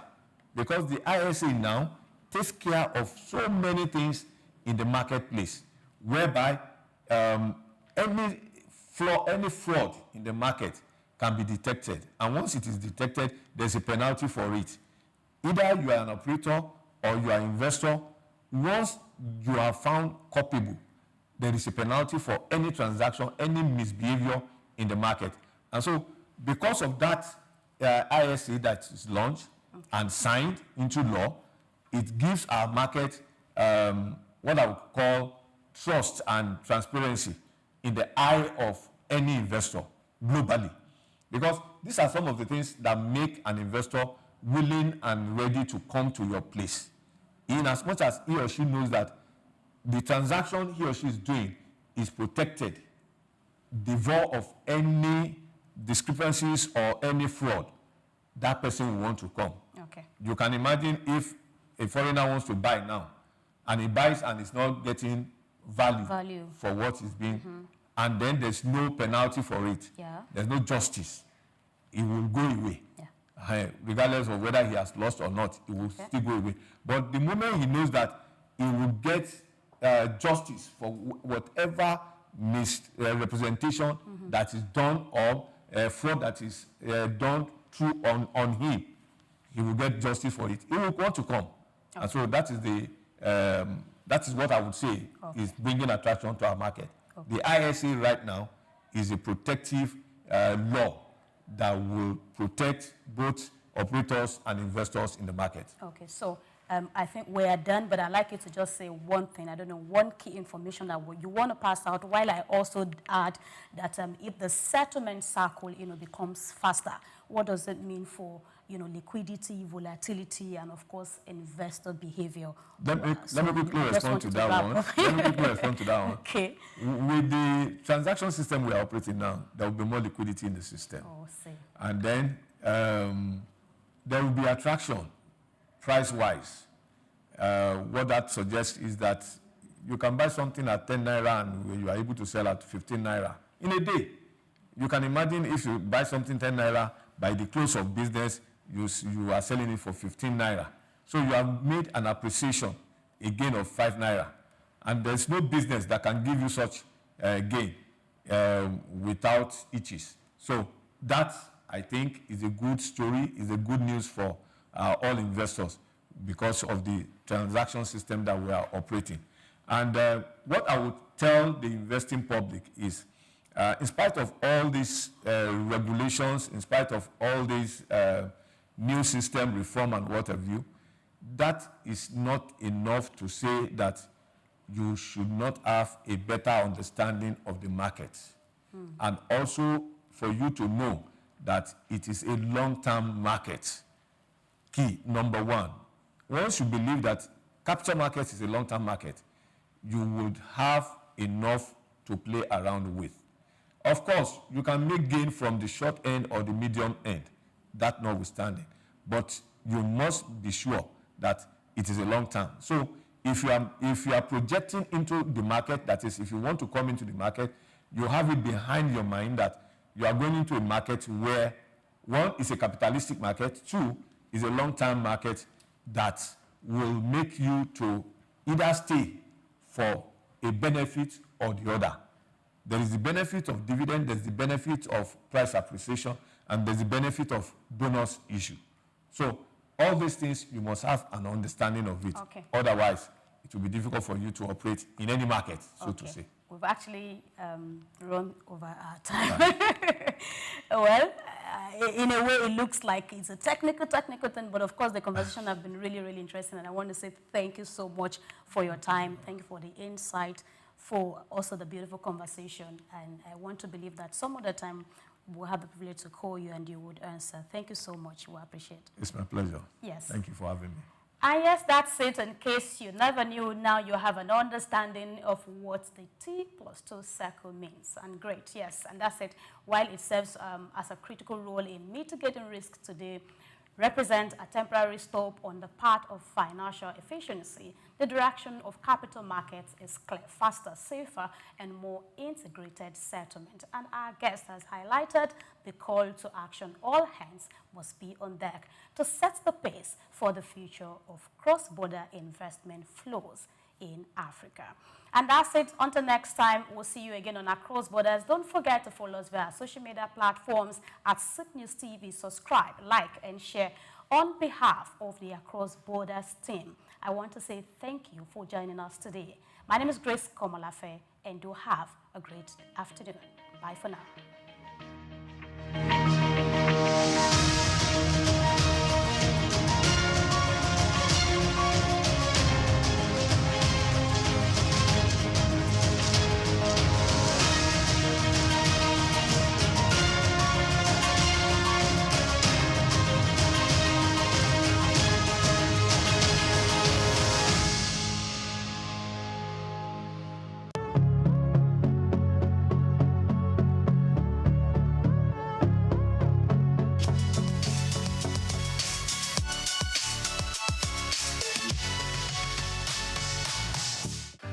Okay, as you know, my name is Babatunde Jala Epega. I shortened it. That was part of my journey to Baba Jala Epega. I was born here in Lagos, just a stone throw away from here, in actually Lagos Hospital here. And I was expelled from school. I went to Corona Ikoyi at the age of 6. My teacher, who I found to be quite unjust at the time, made us all stand, and I remember this, even though it's like almost 45 years ago. But I remember standing outside Corona School in the heat with all the students in my class because one boy had done something and no one owned up. So I found that quite unjust that all of us had to suffer. So I picked up a stone and I threw that stone at my headmistress's glass and it broke her window. She told my parents, and my parents weren't very happy, of course, but they realized that I wasn't meant to be in school like that here. So the teacher actually asked me to leave, and my parents took me to England. They said, take this child to England. We can't control this child here. He's a wild fellow. So as soon as I got to England, I went to Tunbridge Wells in Kent. I went to school there, and it was the most cold experience I've ever had in my life. I was 6.5 going to 7, and I went to boarding school at that age. And I think that woke me up in life straight away, that even in comfort, you still have steel. And by that, I mean that everyone would think, oh, you are lucky, you went to England at 6, 7. But I was very young. I was put in a dormitory with children from England, from Japan, from Saudi Arabia. We were all very young. There was a lot of crying in the dormitory, 12 boys, 6 on each side. And the room was very cold. I remember the cold. But one other thing I got to learn was rugby. And through my life, rugby and learning to deal with my condition and environment has instilled a strength in me. And as we know in Nigeria, you have a lot of things that happen that are out of your control, but you have to find a way to evolve and adapt. And I think from the age of 6, 7, I was very lucky to have that. I went to the oldest school in the world called King's Canterbury, started by St. Augustine in 598 AD. This was the secondary school I went to. And my life seemed pretty, what they say, gold-leafed at the time. Everyone's like, you enjoy, you're in Nigeria, you're in London, I learned to speak Spanish. Unfortunately, I lost my Yoruba, but I'm trying to get that back. I learned to speak Spanish and French. But at the age of 17, my father had a stroke.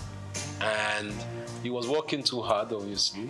And sadly, my mom and dad had split up by that time. So my whole life that seemed so rosy stopped because my father's business partners, all of them somehow took the business and it went away. And from that going away, we were left destitute. My dad was in a coma for 3 months, and my mother, who wasn't working, because my sisters and I have 2 lovely older sisters, Yewande and Gigi, we were still in school. So much so that my last year's school fees were not paid. But one of my uncles kindly paid for my school fees, and my mother had to go to work. She started her own business. She too was a journalist, Mrs. Ibiene Epega, but she started a chauffeur driving company and started using cars to drive people with her staff. So from that age where I thought a university was going to be given, I was left floating in the abyss because we didn't have financials. So for 1 year I had to work in a post office in London, and it was quite an eye-opener for me, but it didn't stop me from adapting. And again, adaptation helped me grow. So from being in a very wealthy family as a young man, coming to the age of 17 to become an adolescent, grown up, I realized that nothing is given.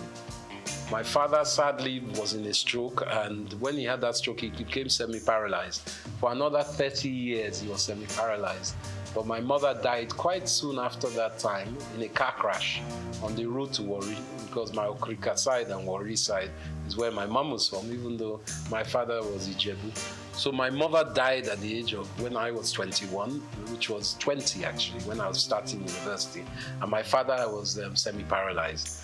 So I became the father of the family, even though my sisters were older and far more intelligent than me.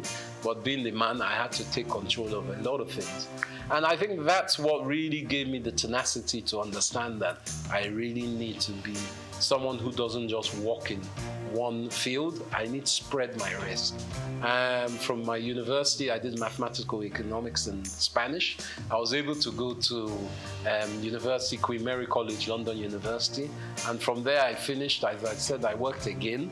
So I worked before I went to uni, and then I worked afterwards. And for me, life is about collaboration, communication, and tenacity.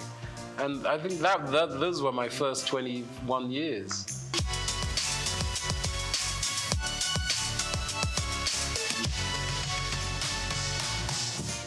There were less people in Lagos in those days. I won't lie. I grew up every summer and even Christmas where we could afford it. Back in my day, 1978, 79, Naira was 0.8 to £1. So you can understand that people were very wealthy. I think in those days, there was like 40 million people. It wasn't that much of it because my dad was an estate surveyor. So we used to go to Abuja a lot. And he was one of the surveyors that gridded Abuja when it was being built during the late 70s, 80s with Obasanjo, and even before Murtala Mohammed. They were gridding it. And Lagos, or should I say Abuja, was made the capital. And Abuja is a model city of Milton Keynes, which is a model city of Paris. Just like Brasilia in Brazil was changed from Rio de Janeiro as a capital. So for me, coming back to Lagos was a joy. I enjoyed it because I was young. We used to just walk, run the streets on our bicycles and cycling, just exploring. Everything was open. There weren't as many cars. It was no big apartments, and there weren't as many people. So I had a beautiful time. There were a lot of lizards on the ground, and we used to throw stones at them. But that was my own youth. We used to go to the beach a lot. Bar Beach was around. It's not around now. Sadly, my dad used to take me to Bar Beach to see the capital punishment killings of armed robbers, and even Dimka, who was one of the leaders of the coup d'etat against Murtala Mohammed. We saw him shot there. Saturdays was a big day. And NTA used to have a channel. I think they still have their studio there. So one of our aunties, Ms. Julie Coker, was there. So we saw a different side of Nigeria. We would go to Ibadan. We'll go to Ijebu, we'll go to Benin, we'll go to Port Harcourt by road. In those days, you could travel, and along the way, we go to Akure, you pick up mangoes, you pick up coconuts, my dad will pick up palm wine, all these things on the road that I don't know if you get it now because security is an issue. So for me, it was a romantic time.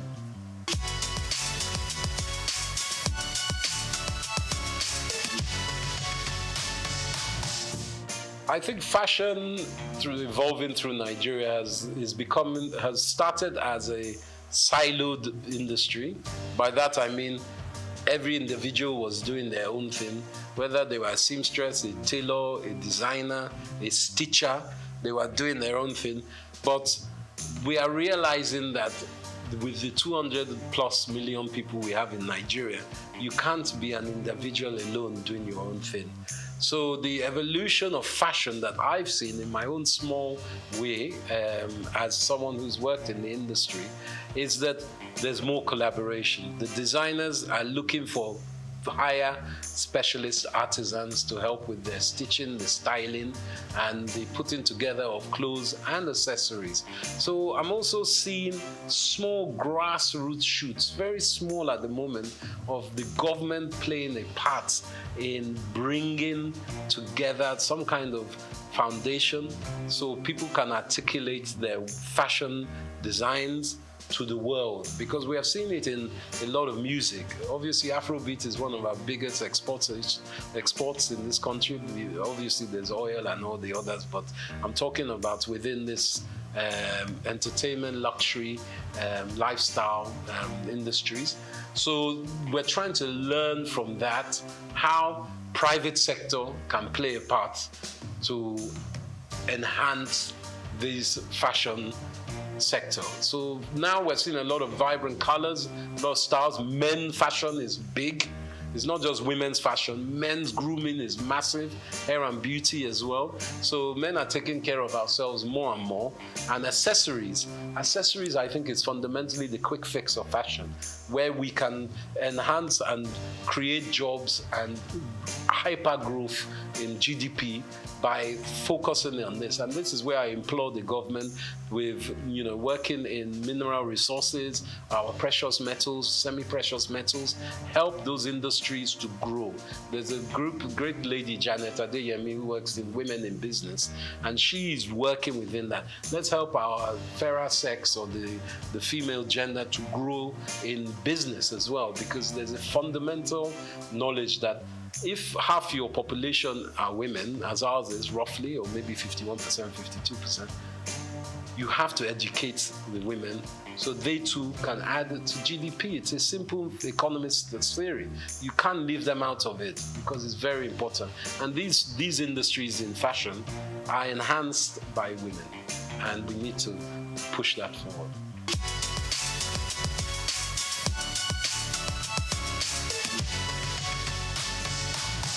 I think the banking system needs to be augmented, and I'm saying this from the government's perspective. The ease of doing business in Nigeria, as an investor myself, a foreign investor as well as being an indigent in Nigeria, the problem is not getting your money to Nigeria, it's getting your money out of Nigeria. Not that you want to suck all the money out of the country, but what can help is the floating exchange rates, the flow and liquidity of money that can come in and out of the country. A lot of investors are worried about how they get their money out of Nigeria. So I think our banking system, going back to the central bank, which they're working on, needs to be much more fluid. So people feel they can invest and take money out. But also, we need to articulate what is on offer. We need to start some kind of documentation of who is available to have investment with, where they can be found, because it's because we are quite an opaque economy, meaning that people can't see the end of where they're putting their money. Once we do that basis and open up the lights within which kind of businesses are available to be invested in, I think a lot of investors, domestic and international, will be more willing to put money to it.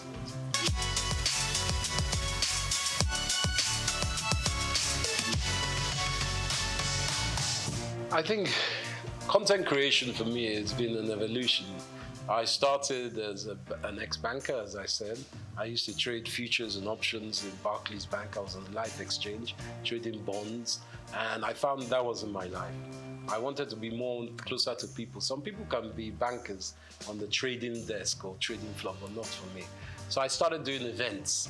I was very lucky enough to show that I was quite adept at doing events. So a big company called Richemont, they owned Cartier, Dunhill, Hackett. They were part of British American Tobacco. They took me on to do their events. So I was doing a lot of polo matches, a lot of Christmas parties, a lot of brand activation events in England. So for me, I got a lot of content knowledge from that. Different styles, people, different countries. But in the last 10 years, I felt that helping companies like LinkedIn, Google, all kinds of big banks in Europe and America was not my remit. My business, EMC3, was going very strongly in America. Well, as a Nigerian man, I didn't feel love in America. I know that everyone says it's the land of opportunity, but being someone of my own African descent, I didn't like the mentality there. People are good, but the infrastructure is racist institutionally, as we know. So I felt I wanted to give something back to Nigeria. And with all the 20 years of, at that time, about 17 years of knowledge I'd gained from doing some of the best Grand Prix parties in the world, Formula One, around Monza, Silverstone, Abu Dhabi, I was doing a lot of events. I thought, let me take this back to Nigeria. I didn't have to come back to Nigeria. I wanted to. And I know with all our grievances with Nigeria, if you ask many Africans about Nigeria, they'll say, they look up to us. You guys, you have Chinua Achebe, you have Wole Soyinka, you have Fela Kuti. What's your problem? You have Chimamanda Adichie. What's your problem? So we have to take ownership and say, yeah, we do have all these people. We have Afrobeats, whether it's Burna Boy, Davido, the Venus Bushfires, all these different people that are exported. Let us look inside and say, wow, we do have a lot. So I wanted, as a content creator, to show Nigeria in all the different sectors that we do have a lot. And that's why with the marketing and communications company that I've started, my own company, I felt I could touch so many sectors. And finance, as I mentioned, I work with banks. Also government, Nigerian Investment Promotion Commission, a very great entity. I work in fashion, with brand labels and people across the board. There are great shops like Alara here that also promote African fashion and African business. And did you know even Leventis does a lot of research, Nigerian bottling company, to help this country. And you know, Nigeria was blowing glass 1,000 years, almost 1,000 years before Europe knew glass blowing. And it's been found in Oyo State only recently. So it's very important that architecturally, we take ownership of our country. The NOC civilization that has been in the mid to, I think it's above Abuja, near Benue, and even Niger River, above those basins, that has a lot of artifacts and a lot of archaeological excavation potential. But we've allowed that just to linger. People have stolen a lot of our artifacts. Nigeria was known for Benin bronzes. We were the best smelters of iron before people were smelting iron. So these are things we have to take stock of. And me as a content creator, I bring all that information together and I make sure that people acknowledge it and are aware of it. So then that will uplift us all.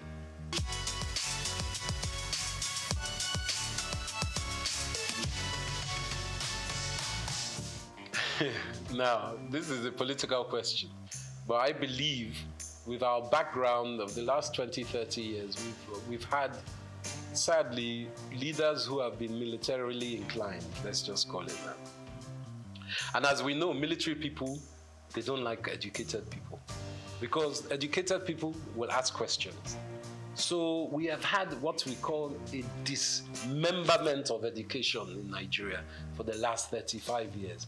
And that has played an endemic part in retarding the gross domestic productivity of our country because our youths and even people up to my age and older have not had the infrastructure, middle-class education that is needed for a country to grow.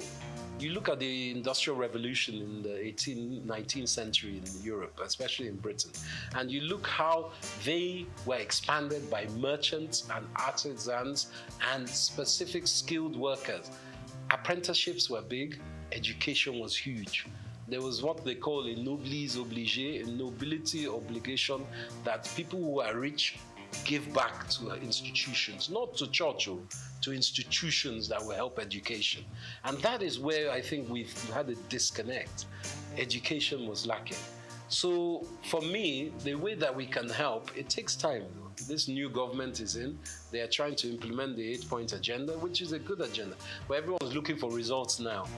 Nigeria has been in a very bad state. There's global downturn.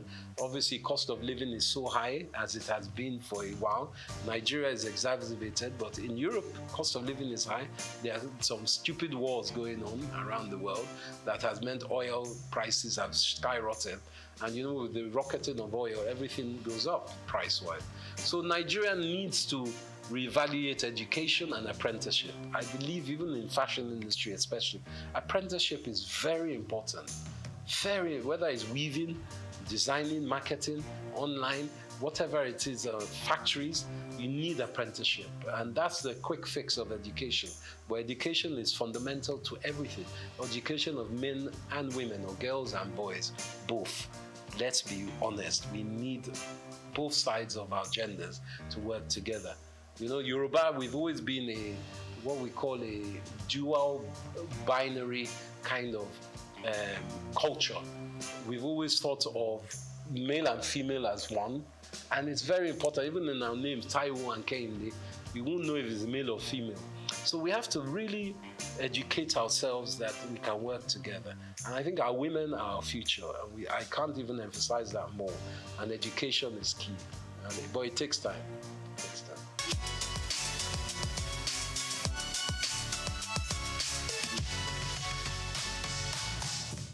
I think Japa syndrome is very real.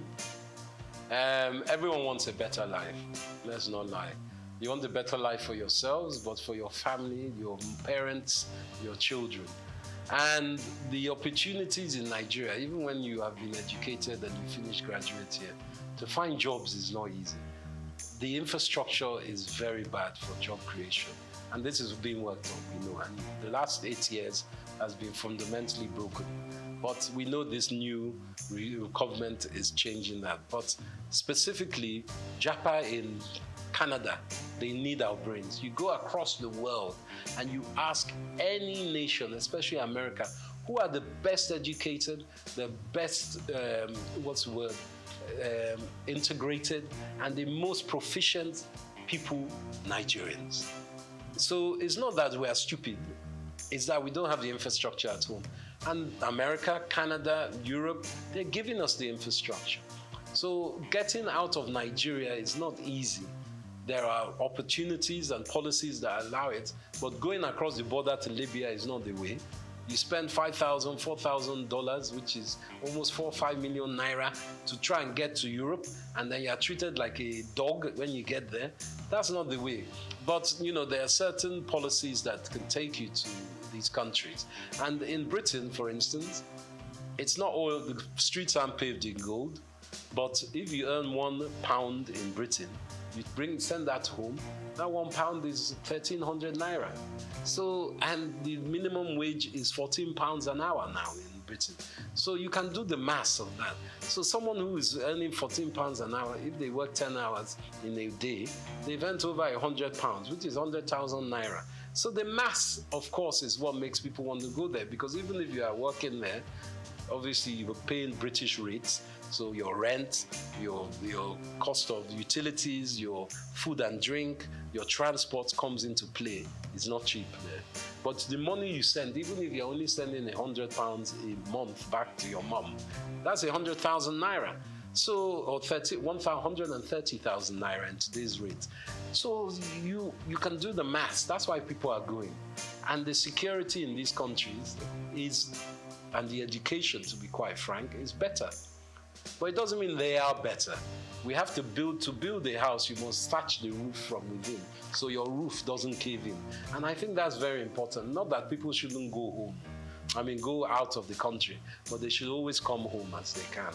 Because we need, you see the Pakistanis doing it, you see the Indians doing it, you see the Arabs, they go home and they build their own countries. It's not good to just japa and live. You have to come home as well.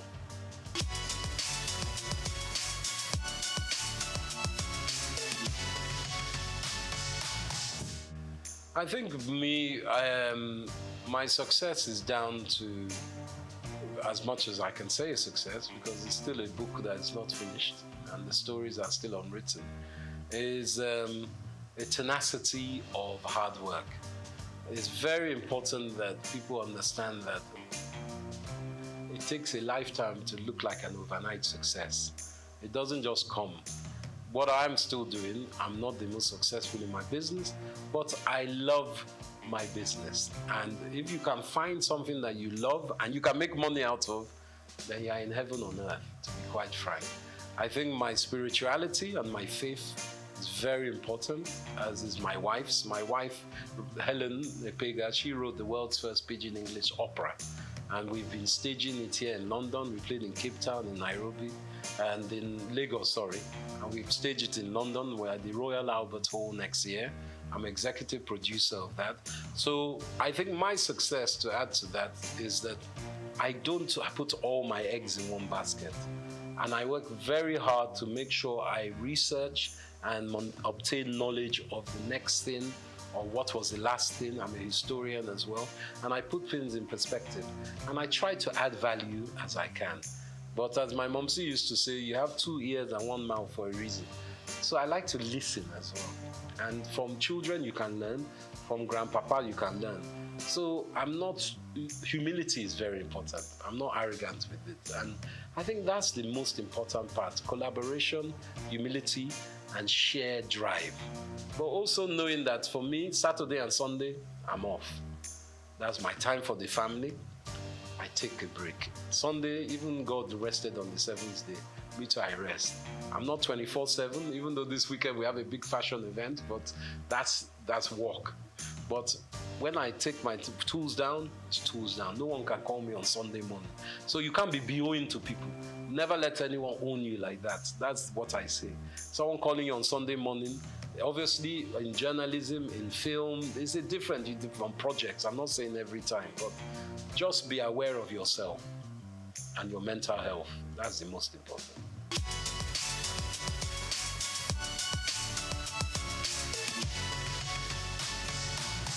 Sure.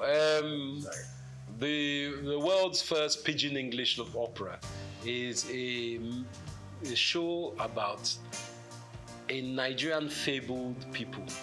It's almost like Orisha, but it's not. There are people who are Mami Waters as well as they are spiritual people. They are the guardians of the galaxy, to use an expression.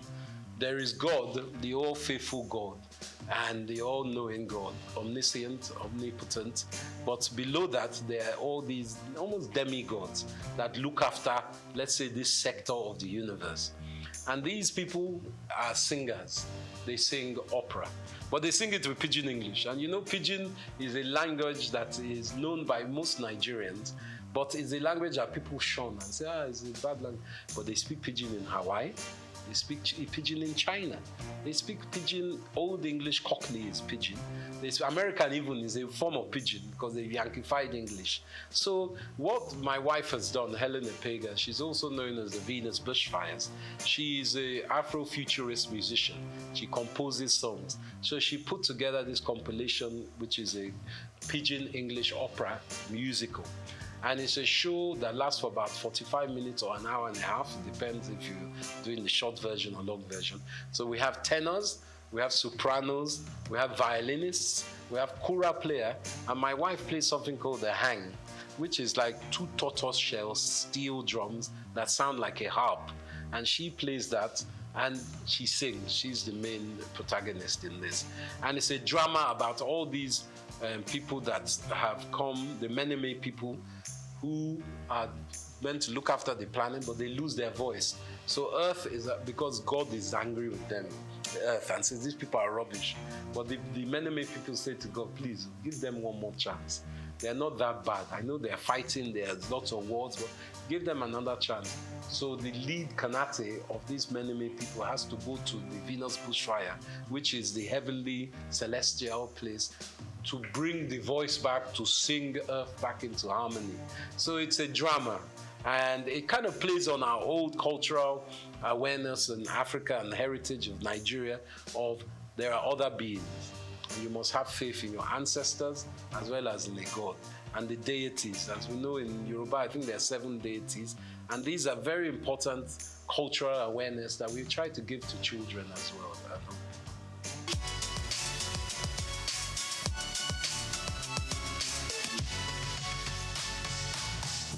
I think the filmmaking in Nigeria is burgeoning.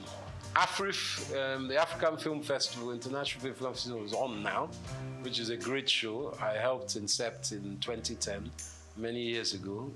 We had it in Port Harcourt. It was Governor Rotimi Amici that started that campaign, but it's going on very strongly now. Nollywood, as we call it, is being noticed by the international market, whether it's Netflix or Hollywood. I would like to tell you something, actually, which is, I haven't divulged this for many years. My great uncle, whose name is Orlando Martins, God rest his soul, was one of the first African actors in Hollywood. He acted in the 30s with people like Ronald Reagan, Katharine Hepburn, and Bob Hope. And he always played a part as an African prince or chief. He was never like denigrated or made into a lower African slave or anything. And I think that instilled something in my mind with this film industry. I think it's very important that Nigeria, as it is, we have some great actors like Wale Ojo and Ramsey Noah. They are playing part in producing their own shows. And it's very important. Like in America, you obviously have people like Mel Gibson, Robert De Niro, who have produced their own films as well. That Nigerians are not just actors or technicians, they are also producers and directors. It's very important that we have that link within our industry. And we make friends and we forge relationships, not just with Hollywood. There's Bollywood, the Indian industry, and there's also China, because China's film industry is massive. Technically, I think that just as big as Hollywood. So we must look to ourselves in Africa as well. There's some great film makers from Zimbabwe, South Africa, Ghana, and I think collaboration is, I always use collaboration because I would not be here without collaboration. Obviously, my wife, you collaborate with your spouse, but also my businesses. I have very good English business partner. He's really a business partner. I've started a new business. I collaborate with all kinds of industries and different sectors. So for film industry, I think it's important that we push our heritage forward, because people want to know about Nigeria. They love, in Africa, they love Nollywood stories, and that's a fact. And we can expand by using distribution. Distribution is key. Netflix, all the Hollywood film houses, negotiate with them. Even if you don't get the best price for this show, make sure you check your contract, make sure you get it for your next film. So I think that's important, distribution.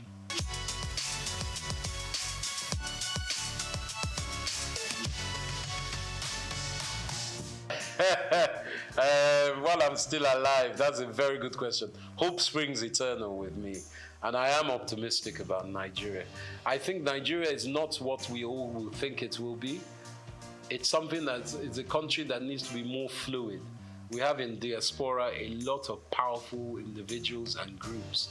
I think we need to connect even more with those individuals and groups who need to invest in Nigeria. Our youth is very talented and is very able, but it's also very abundant. So we need to find a way to link up education, apprenticeship to these youth to give them something that is productive to work in.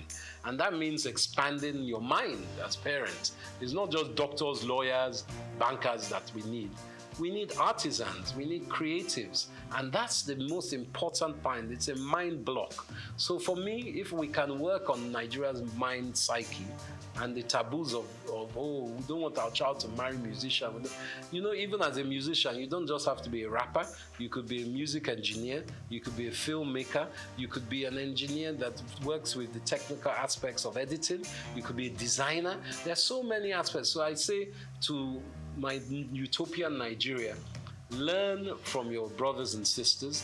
International research online is very important. And for me, the dream is to see Nigeria as a fluid country of strength in Africa, where we're trading with African countries and we're using what we have as our asset. Technically, of course, we need Europe and America and everything, but we have it in Africa. We have it in Nigeria.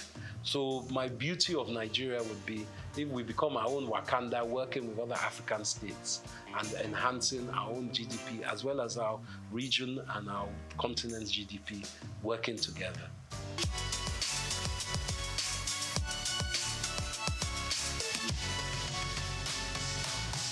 Gosh, my favorite, what's the first one? Food. As you can see, I like my food.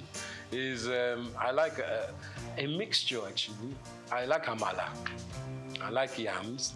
I swallow very well, whether it's with ogbono soup, that's very good. But also, from my mother's river side, there's one okra, seafood okra that my mom used to make.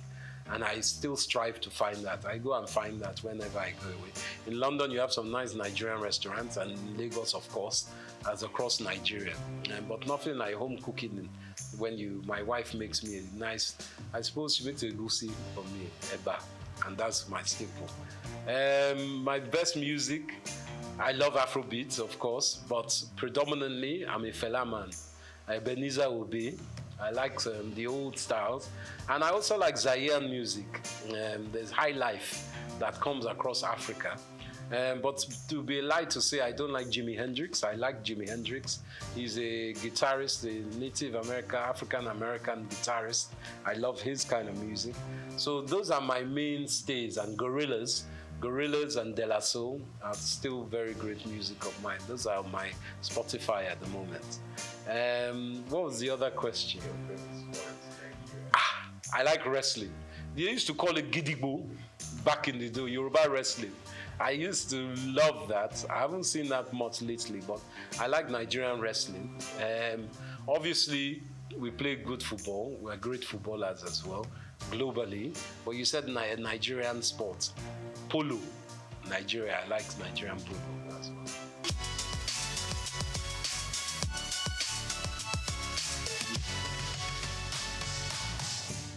To my young brethren and children of Nigeria, I say it's important hard work. Hard work, research, and belief in yourself. Obviously, times are very tough at the moment, and money is tight. But with your own creativity, you can build your empire from there. I always believe that from one's mind, you can make wealth, and you shouldn't give up. Obviously, if you're not very great at one thing, you find what you are great at.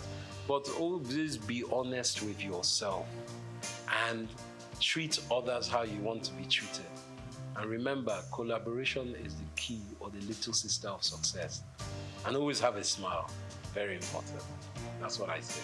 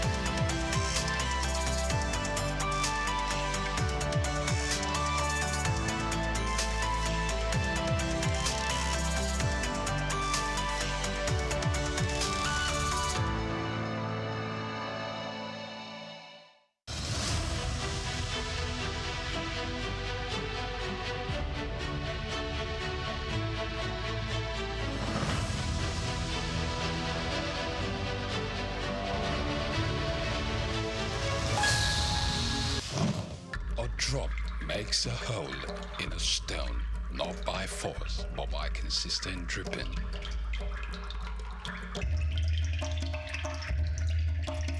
Nothing describes this woman more apt than her indomitable and consistent drive for excellence.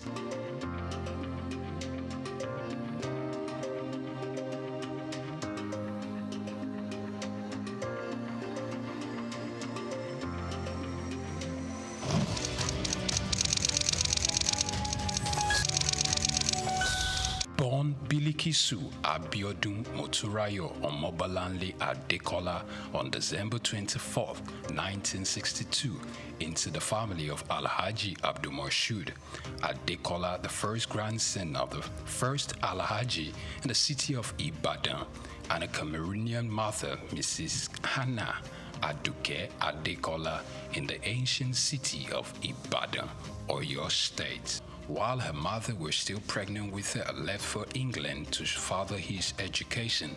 And while she was pretty much young, her mother left the country to go join her husband, to return while she was 8 years. Meanwhile, she was left to be cared for by her grandmother. She was registered in a private boarding primary school at the age of 4. My parents had me. My father went off to England to go to school before I was born.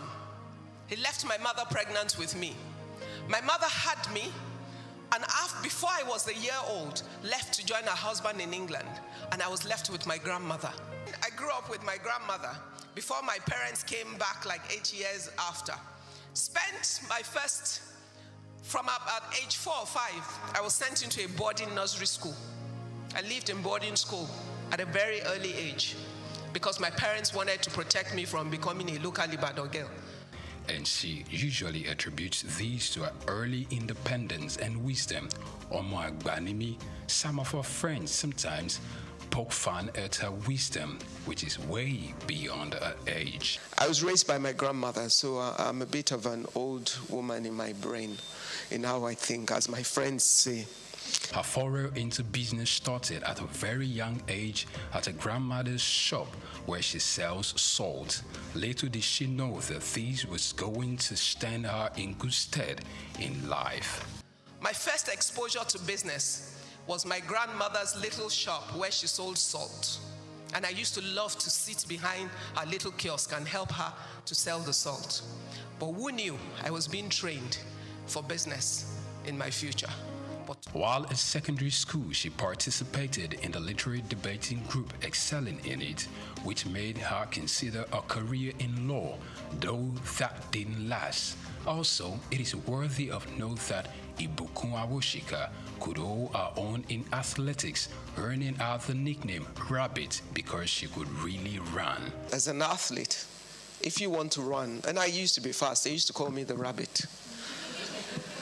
Unsure of what career path she was going to settle for, she considered becoming many things at one point or the other of her life.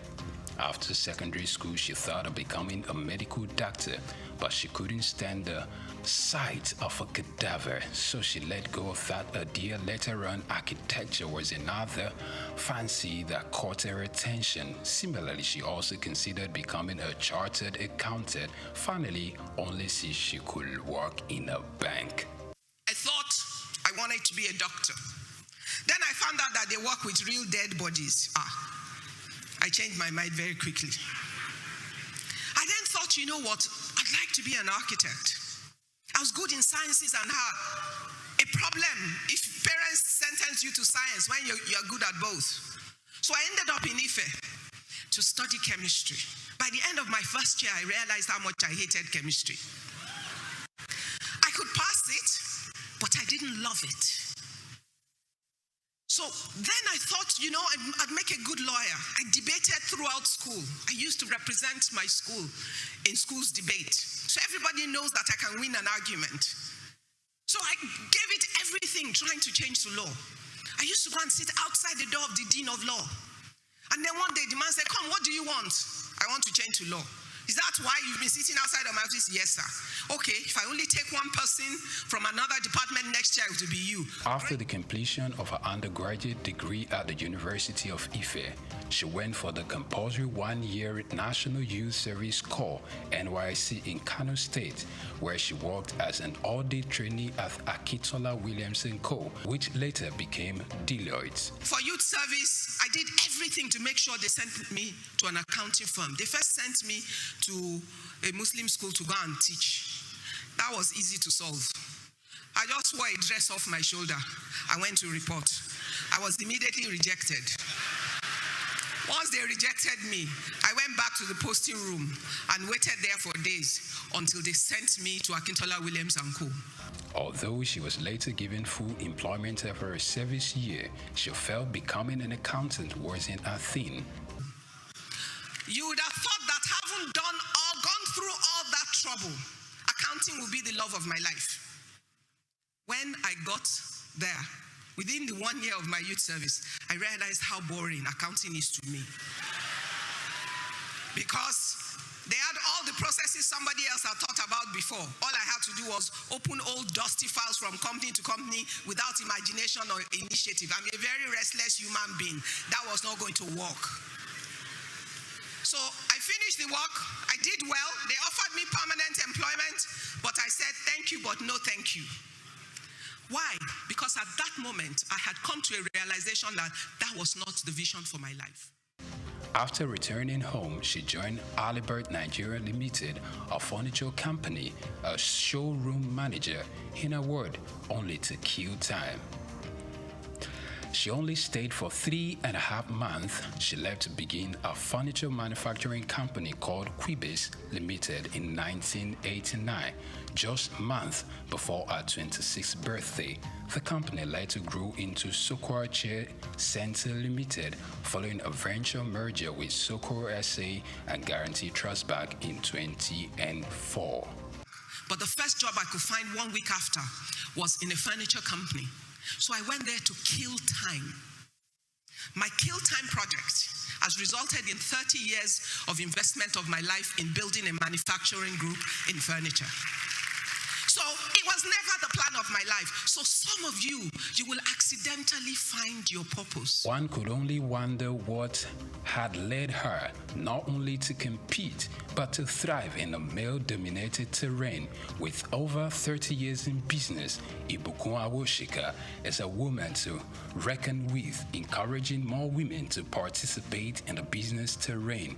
Her passion to see the girl child not just to be educated, but much more to learn to own our own value and trade with it when there is need for it. Her lifelong ambition is to see herself die empty. My biggest ambition in life is to die empty. Totally empty. That no talents, no giftings, no opportunities, nothing that I was born to do, that I have the capacity to do, that I do not do. Following her remarkable achievements, she's been conferred with different doctorates, including one in business, entrepreneurship and human capacity development from the Lagos State University, Ojo. Similarly, she was given a honorary doctorate of business administration from the Obafemi Awolowo University and another from the Olabisi Onabanjo University, Agoiwoye, Ogun State. Apart from our entrepreneurial prowess, Ibukun Awoshika is an ordained minister of the gospel, a presenter, writer, and a TV host. The Bible tells us that let every man be what? A liar. And let who alone be true? Let God alone be true. She hosts a television program called Business His Way. Also, she acted in the 2020 Kunle Afolayan movie titled Citation, which in addition to the books she had written, including Business His Way, The Girl Entrepreneur, The Girls in the Boardroom, and My Thoughts in Codes. In 2004, she earned a certification in Business Administration and Management from the IESE Business School. She's also the chairperson of the Novel Nigeria Office for Philanthropy and Impact Investment. She has consistently encouraged women to take up more leadership positions without compromising their values and integrity. In 2005, she was appointed the MD CEO of SOUQ SA of France, GTB PLC, the Chair Center Limited, and some local investors after the ban of the importation of furniture by the federal government of Nigeria in 2004. Furthermore, it is noteworthy to note that she independently established another ultra-modern furniture facility, Furniture Manufacturers Mart in Ikeja, Lagos. In 2008, she was among 5 Nigerian entrepreneurs who appeared in the first African version of the Dragon's Den. Unlike a great deal of others who knew exactly what they wanted to do from the beginning, she admitted to accidentally finding purpose. Ibukun Awoshika is a member of the Nigerian Economic Summit Group, a member of the board of Nigerian Sovereign Wealth Fund, a former chairperson of the Board of Trustees of Women in Management, Business and Public Service, and a member of the IESC's International Advisory Board. Furthermore, she sits on the board of Digital Jura Limited and Cabri Nigeria PLC. Additionally, she's a fellow of the African Leadership Initiative and Aspen Global Leadership Network. History was made on the 7th day of September 2015. Following the resignation of Prince Ajibola Afonja, she became the first female chair of the First Bank of Nigeria in its 126 years of existence. Ibukun Awoshika's octo-Nigerian father, Abdul Moshood Adekola, who was a great influence in her life, passed on the 20th April 2020 after serving the Lord as an usher at the Fountain of Life Church in Ilupeju. He was a Muslim convert. He was converted few days before his 60th birthday. She got married on her 28th birthday to Abiodun Awoshika, who is the Chief Executive Officer of Excel Exploration and Production Company Limited, and they are blessed with 3 fine young men, Oludola Olufishika, and Olamiposi. To celebrate a life of impact at 60, friends and mentees surprised Awoshika by building the Ibukun Awoshika Sports Center at our beloved secondary school, Methodist Girls High School, Yaba, Lagos. This project took about 6 months to complete and had some of our mentees like Tara Durutoye, Ndidi Okuanu, Chichi Nwoko, and Bisola Runsewe. They marshaled it alongside a team of other successful people. She stands like Joshua upon the pinnacle of the Horeb, looking to command an army of a new generation of women entrepreneurs that wouldn't stop at anything to achieving their God-given dreams. For her, she believes that regardless of how illustrious her career is and how successful she could ever get in life, her family and husband remain the most important gift in her life. Ibukun Awoshika.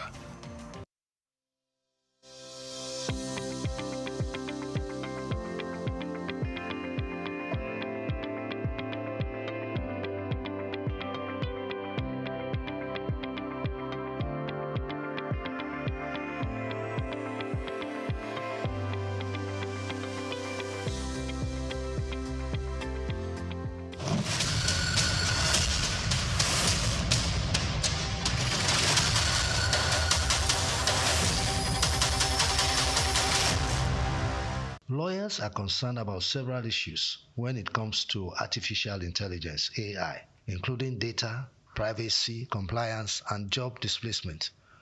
Will AI really take jobs away from lawyers? In this special report, Bayo Olaoye addresses one of those concerns, job displacement for lawyers, as a result of the introduction of artificial intelligence. Will artificial intelligence make lawyers jobless? The short answer to that question is no. There are 3 reasons why AI will not take away jobs from lawyers, according to experts. First, AI systems being developed for the legal industry are primarily co-pilots. Secondly, there are numerous tasks AI simply won't do because legal implications prevent it.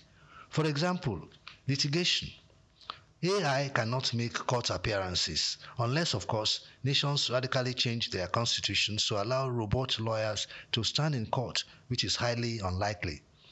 Additionally, for lawyers involved in strategic work, such as security, meeting new clients and existing ones, or serving on boards, AI cannot replicate the human touch. AI lacks the commercial acumen required to build relationships with clients and navigate complex problem-solving tasks. AI cannot engage in the strategic aspects of legal work that require understanding human behavior, negotiating, and making judgment calls. According to experts, AI systems built for the legal industry are designed to function as co-pilots, helping lawyers become more efficient but still requiring human oversight. For instance, AI can draft a clause for you, but as a lawyer, you must ensure that the clause makes sense. AI can assist with tasks like legal research, drafting legal documents, contract review, and identifying red flags. However, human involvement and judgment remain essential, as all systems, particularly large language models, can sometimes be confidently wrong. Despite its potential to assist in many areas, there are numerous tasks AI will not do for lawyers, either because it lacks the necessary capabilities or because it is unnecessary. Some might argue that AI makes lawyers more efficient. A law firm that would typically hire, say, 8 legal associates annually might now only need 5, using AI to assist those remaining associates. While that may be true in some cases, it does not necessarily mean lawyers are losing jobs, as AI will create new roles and open up career paths for lawyers, according to AI industry experts. For instance, AI companies build products for lawyers, require legal professionals just as much as they need AI researchers and engineers. Lawyers are domain experts who know the pinpoints and can guide the development of legal AI tools. In addition, there is a need for lawyers who will build a career in AI governance, working on AI policy auditing, AI existential skills, and AI enlightenment. In fact, lawyers will play a bigger role in AI governance than we can ever imagine. For instance, the AI alignment problem is one of the biggest challenges in the industry. There is ongoing research on whether we can solve the alignment problem using the law. As it is known, law is the most democratic aggregation of human values. How do we evaluate the ability of AI systems to follow the law? Or how do we ensure that AI systems do not misinterpret the law in case of unforeseen contingencies? Humans have the Supreme Court to interpret laws when faced with complex scenarios. What will be the Supreme Court for AI systems? These are questions that require both lawyers and AI engineers alike to ensure compliance. In fact, universities are recognizing the growing need for lawyers to build careers in AI. Many institutions are now offering master's programs that focus on intersection of artificial intelligence and law, preparing the next generation of legal professionals for the evolving job market. To wrap up, while the rise of AI will undoubtedly transform the legal profession, it will not cause the widespread job loss that many fear. Instead, AI will make legal teams more efficient and open up new career paths for lawyers. Bayo Olaoye for SOUQ News.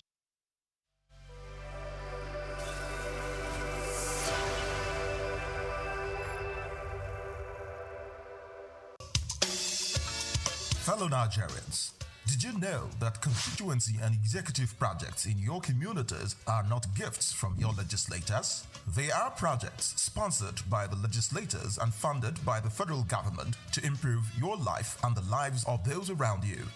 These projects belong to you. Without your vigilance, they might never be completed. Don't allow them to fade away into unfulfilled promises. Stand up, take ownership, monitor their progress, demand accountability, and report concerns to ICPC. Call our toll-free line now on 0800-2255-4272 or WhatsApp only on 0806-656-4726. This message is brought to you by the Independent Corrupt Practices and Other Related Offences Commission, ICPC, with support from MacArthur Foundation and the Center for Democracy and Development in Africa, CDD.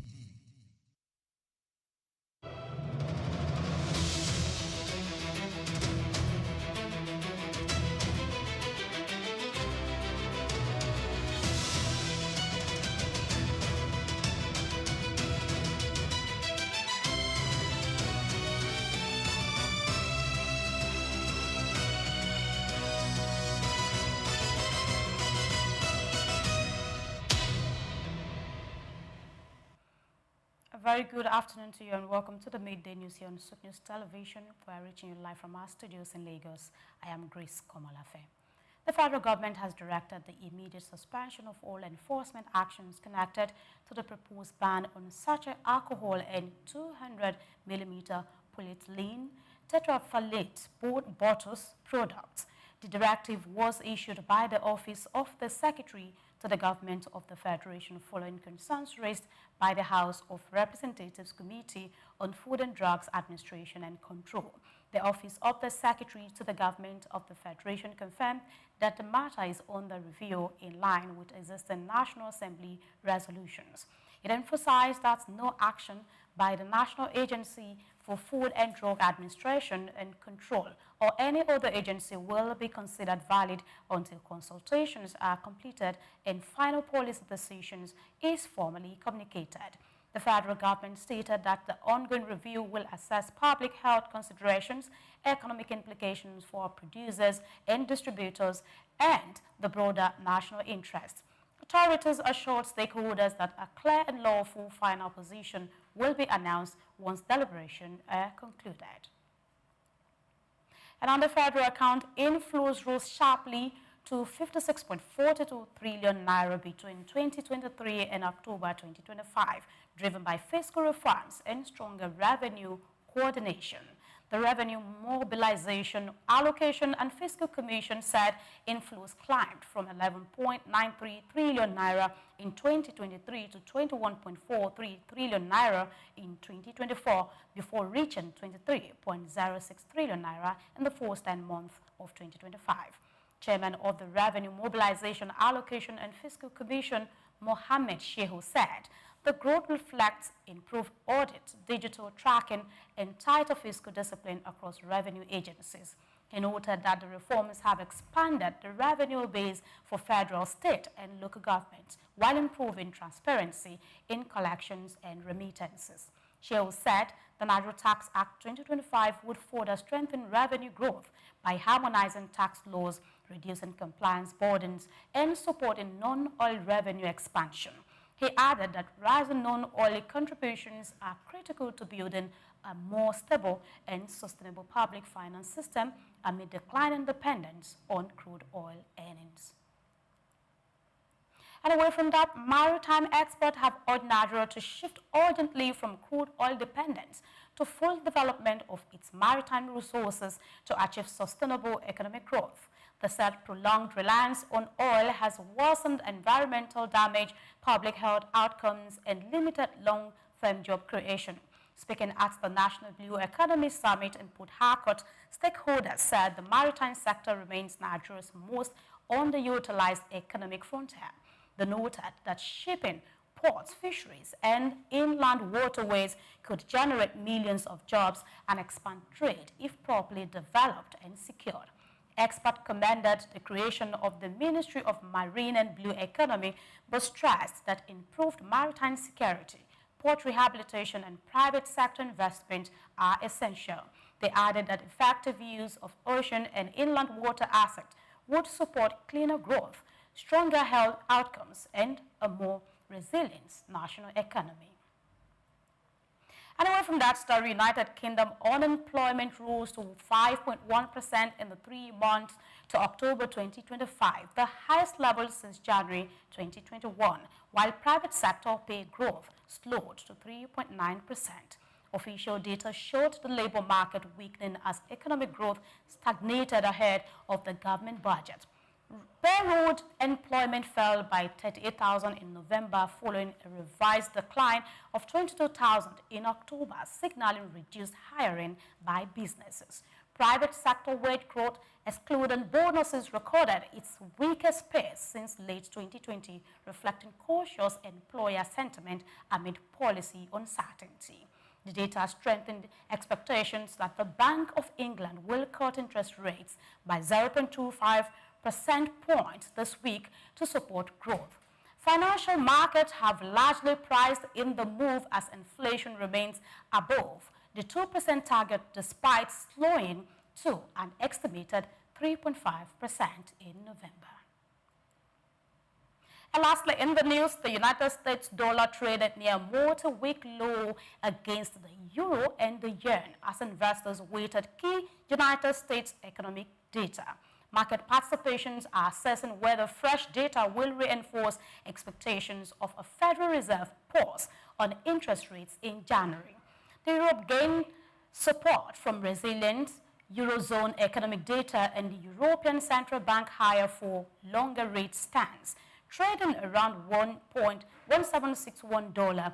The dollar slipped to about 154.85 yen ahead of the Bank of Japan policy decision, with markets largely pricing in a rate hike. The dollar index hovered near 98.20, close to its lowest level since mid-October, while the Chinese yuan strengthened to a 15-month high at 7.371 per dollar. Analysts said weakening United States labor indicators could add pressure on the dollar and boost demand for safe assets. And that's the news this afternoon. We say many thanks for watching. Please do well to follow us via our social media platforms at SOUQ News TV. My name is Grace Komalafe, and coming up shortly is Just Africa. Do stay with us.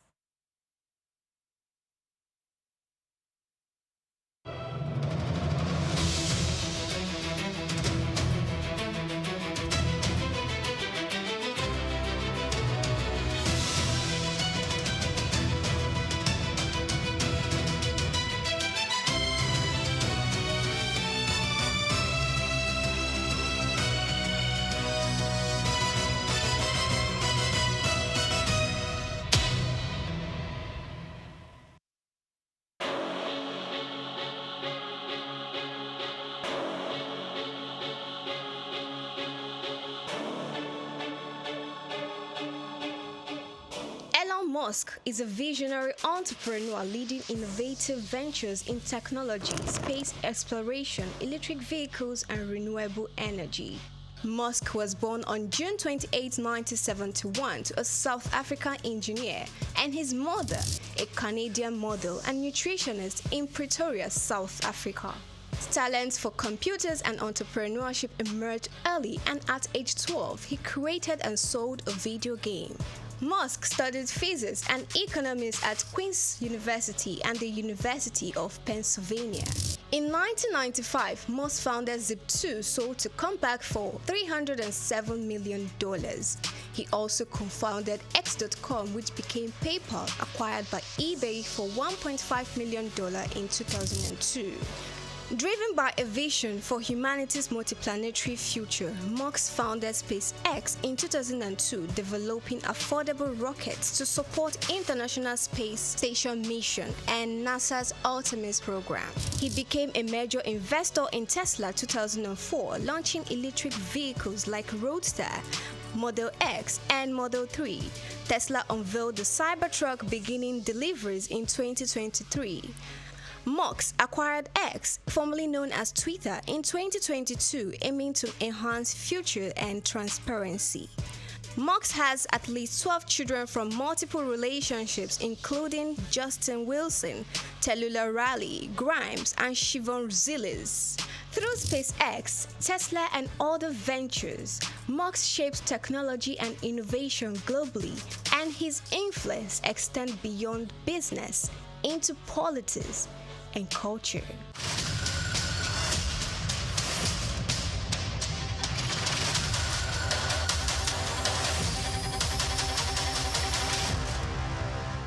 Africa is a rich continent, and when it comes to African countries with hidden riches, Burundi is generally overlooked. This little East African nation, located between Rwanda, Tanzania, and the Democratic Republic of Congo, has a strong, distinct identity. Drums in Burundi do more than just generate sounds, they also convey stories. The royal drummers of Burundi, Abatimbo, are more than just performers. They are historians, keepers of traditions, and spiritual messengers. These gigantic drums, built from hollowed-out tree trunks and coated in animal hide, are regarded with respect. In reality, for centuries, they were only utilized for sacred rites, royal events, and national holidays. Here's what makes this unique. Burundi drumming is unofficially protected by UNESCO as part of the world's intangible cultural heritage. That is, the sound of the Burundian drum is not just a national icon, but also a global treasure. And they are not your typical beat makers. The ritual is ordered and ceremonial. Drummers perform while dancing, holding the drums on their heads and producing rhythm with their bodies rather than with their hands. It's poetry in motion, tradition in tempo. However, Burundi's rhythms are not limited to drums. There is also a rhythm to their agriculture. Over 90% of Burundians depend on agriculture, primarily for substance. Burundians know how to cultivate life, from coffee, the country's main exports, to bananas, beans, and sweet potatoes, even on limited territory. Despite decades of political unrest and economic challenges, the Burundian spirit remains resilient. Kingship, oral storytelling, and shared traditions are essential components of community life. There is an unsaid value in their community, as evidenced by their Ubushigante, a cultural council of wise elders who have traditionally helped settle conflicts and uphold moral standards. So, Burundi may be one of Africa's tiniest countries. It may not always make headlines. However, it embodies a continent's heartbeat through its drums, people, and ancient customs. One that teaches us that even the smallest countries may echo the loudest truth if we only stop and listen. I am Laura Iheke for SOUQ News. Until next time, let's keep sharing stories that bring this continent together. Madagascar, the world's fourth largest island, stands as a geographical and ecological marvel of the southeastern coast of Africa. Isolated from the African mainland for over 80 million years, this island nation has evolved into a biological treasure trove found nowhere else on Earth. Over 90% of its wildlife is endemic, meaning it exists only in Madagascar, including the world-famous lemurs. baobab trees that look sculpted by myth, and an astonishing array of reptiles, insects, and plants. This extraordinary biodiversity has made Madagascar not only a focus of global scientific research, but also a symbol of nature's ability to evolve independently and richly. Beyond its natural wonders, Madagascar is home to a deeply diverse and culturally layered society. The Malagasy people trace their ancestry to both Southeast Asia and East Africa, making their culture a rare and fascinating fusion of traditions. This dual heritage is reflected in their language, rituals, architecture, and belief systems. The Malagasy language, derived from the Austronesian language family, is one of the few of its kind spoken on the African continent. This cultural hybridity also extends to cuisine, dance, and storytelling, blending African strength with Asian intricacy in daily life. Madagascar's history is equally distinctive. It developed powerful pre-colonial kingdoms, including the Merina Kingdom, which unified much of the island before French colonization in the late 19th century. Unlike many African countries, Madagascar experienced a relatively centralized monarchy before colonial rule. Since gaining independence from France in 1960, the country has navigated political instability, economic hardship, and natural disasters. Yet, it continues to strive toward democratic governance and sustainable development. Strategically located in the Indian Ocean, Madagascar is positioned as a crucial maritime node for trade, conservation, and regional diplomacy. Its economy, while heavily reliant on agriculture, fishing, and mining, is beginning to explore tourism as a sustainable development path. The island's unique biodiversity, combined with its warm hospitality and rich cultural heritage, makes it a compelling destination for ecotourists, adventurers, and scholars alike. In the face of deforestation, climate change, and poverty, Madagascar's story is one of resilience and irreplaceable natural wealth. It serves as both a warning and a wonder, reminding the world of what can be lost through neglect and what can be preserved through global cooperation and local stewardship. Madagascar is not merely another African country. It is an ecological arc, a cultural crossroads, and a national identity unlike any other on the continent. I'm Moyosore Adebiyi for SOUQ News TV. I love cocoa because of my everyday cup of coffee. You may not be a lover of coffee like me, but I want to believe that you would like to make money from cocoa if you have your way around it, isn't it? This is Cashcraft, where we share with you insights on how to make money out of different business ideas. You might already know, but feel uninterested. You might even not be aware.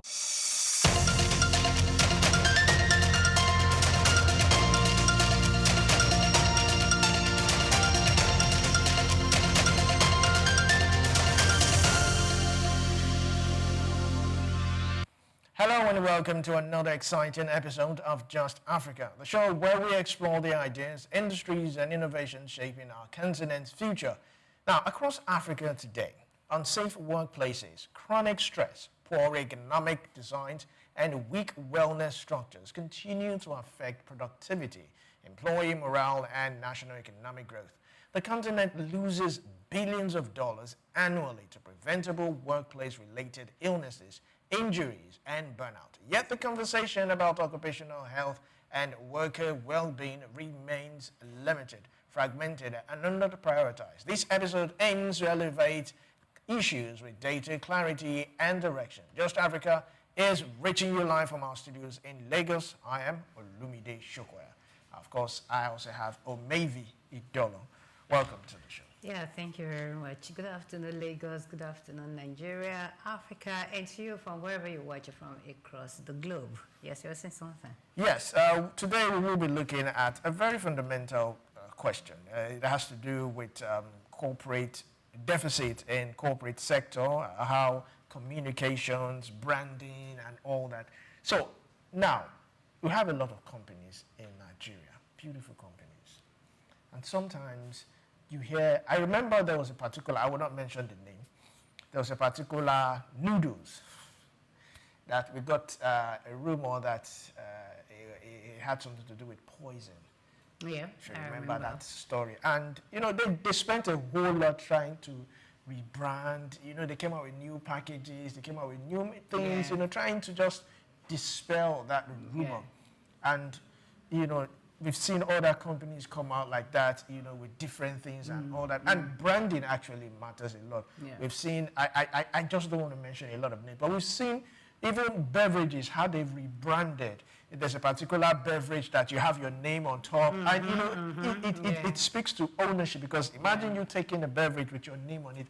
You know, it speaks to you. It makes you feel at home. You know, so those are one of the ways, you know, companies have been able to rebrand and try to pass a certain message to the consumer, trying to bring them closer. Because whether you like it or not, your consumer, how your consumer feels about your brand, your product matters a lot. Yeah, you know, when it comes to communication, people think it is just words of mouth and all that. It goes beyond that. If we understand clearly, you'll know that the African stories, or the way the stories about African companies are being painted out there, it is always fragmented. We talk, you hear stories of insecurity, you hear stories of non-profit, you hear different stories, but you don't hear the parts of truth. So truth is nowhere to be found in African companies. And when you look at the people telling the stories, they are not African companies. They are non-Africans. So you see, most of those things you talked about, if you dig deep, you will understand that the one telling the story about that particular noodles will understand that it is maybe probably not from Nigeria.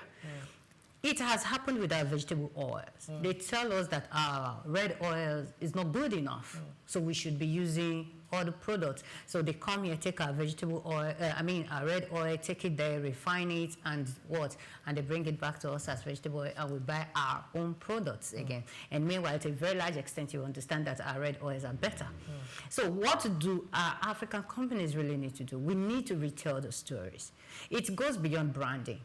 So if we tell our stories ourselves, if we tell the people this is what we are, just as you said, now a particular product, putting your own name there, of course, the consumer wants to say, oh, because my name is there, they are bringing you closer. So they understand that, yes, these people know what they are doing. So we have to tell our own stories until our own companies understand that, or rather African companies understand that, okay, right now, we are going to brand it. We're going to do more than just having logo. We are going to tell the story to other African countries and to the global world that our products are as good as they are. That is the communication we're talking about. We have to communicate truth. We have to communicate trust. We have to say everything we need to say to ensure that, yes, our products from Africa are as good to a large extent when compared to others. All right, yes, so across Africa today, companies are growing faster than ever. Banks, telecoms, fintechs, energy firms, manufacturers, and the creative startups. But while businesses' activities is rising, public trust in corporation remains fragile. Scandals, poor communications, weak customer engagement, and reputational crises often overshadow innovation and growth. Now, this raises a critical question. Is Africa facing a trust deficit in its corporate sector?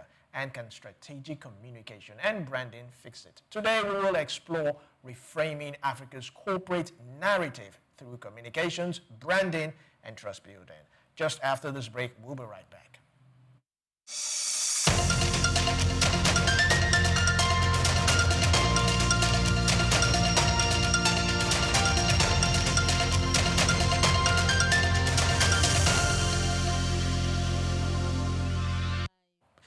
All right, right, welcome back to Just Africa. On the Just Africa today, we will be discussing reframing Africa's corporate narrative through communications, branding, and trust building. Joining us to unpack this robust topic is, that name is not correct. All right, his name is actually Eden, Mr. Eden. I hope I got that correct. Yeah, you're correct. Thank you very much for joining us on Just Africa today. My pleasure. Thanks for inviting me. You're welcome. So let's get into today's topic. It's quite interesting what corporate organizations are going through. Why do you think many Africans, struggle, with public trust? Well, like your colleague actually said, African stories are not told by Africans. Stories are better. The family story is better when an insider in that family is able to tell the real story. And a whole lot in the companies across Africa, as I understand, is even in terms of employees' engagement activities, we believe there must be things that we must conceal. Yes. One thing I understand is what you call the just system. The just system talks about transparency. It doesn't matter how bad it is. And one thing we must understand as organization, as a people, is that we are fallible because we are men. Yeah. So we understand that we are not built to not have an error. You're bound to make a mistake. Or ability to own up to that mistake, that's where trust lies. That's where transparency comes in. Then that's where public trust begins to exist. It doesn't matter what went wrong. Several cases that have been alluded to by several studies. I mean, mostly in what you can refer to as medication trials, right? One of the courses we did some time ago, people had, in the trial processes, there were failures, but they were not documented for the trials to go through. But the truth is that when you document your failure, it gives another person the opportunity to know what are those bottlenecks that you could unravel, and it gives rooms to a new phase of research. So we must understand the fact that no business survives in lies. No business survives without truth and transparency, and that should be the foundation where businesses are built. Not just in businesses, the foundation where also employees' health, safety, and well-being could be predicated. All right, so we'll go on a short break, and when we come back, we'll continue with the show. Stay tuned.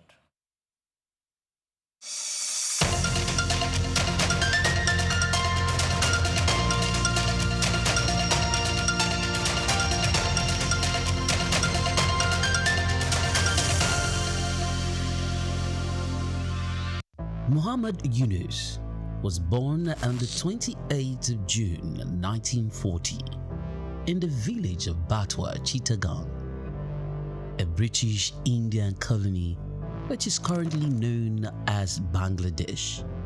He attended Lama Bazar Primary and Secondary School in his village and passed the matriculation examination into Chittagong Collegiate School, where he ranked 16th out of 39,000 students. After his graduation in 1961, Yunus joined the Bureau of Economics as a research assistant and was later appointed lecturer of economics at the Chittagong College. During that time, he also set up a profitable packaging factory on the side.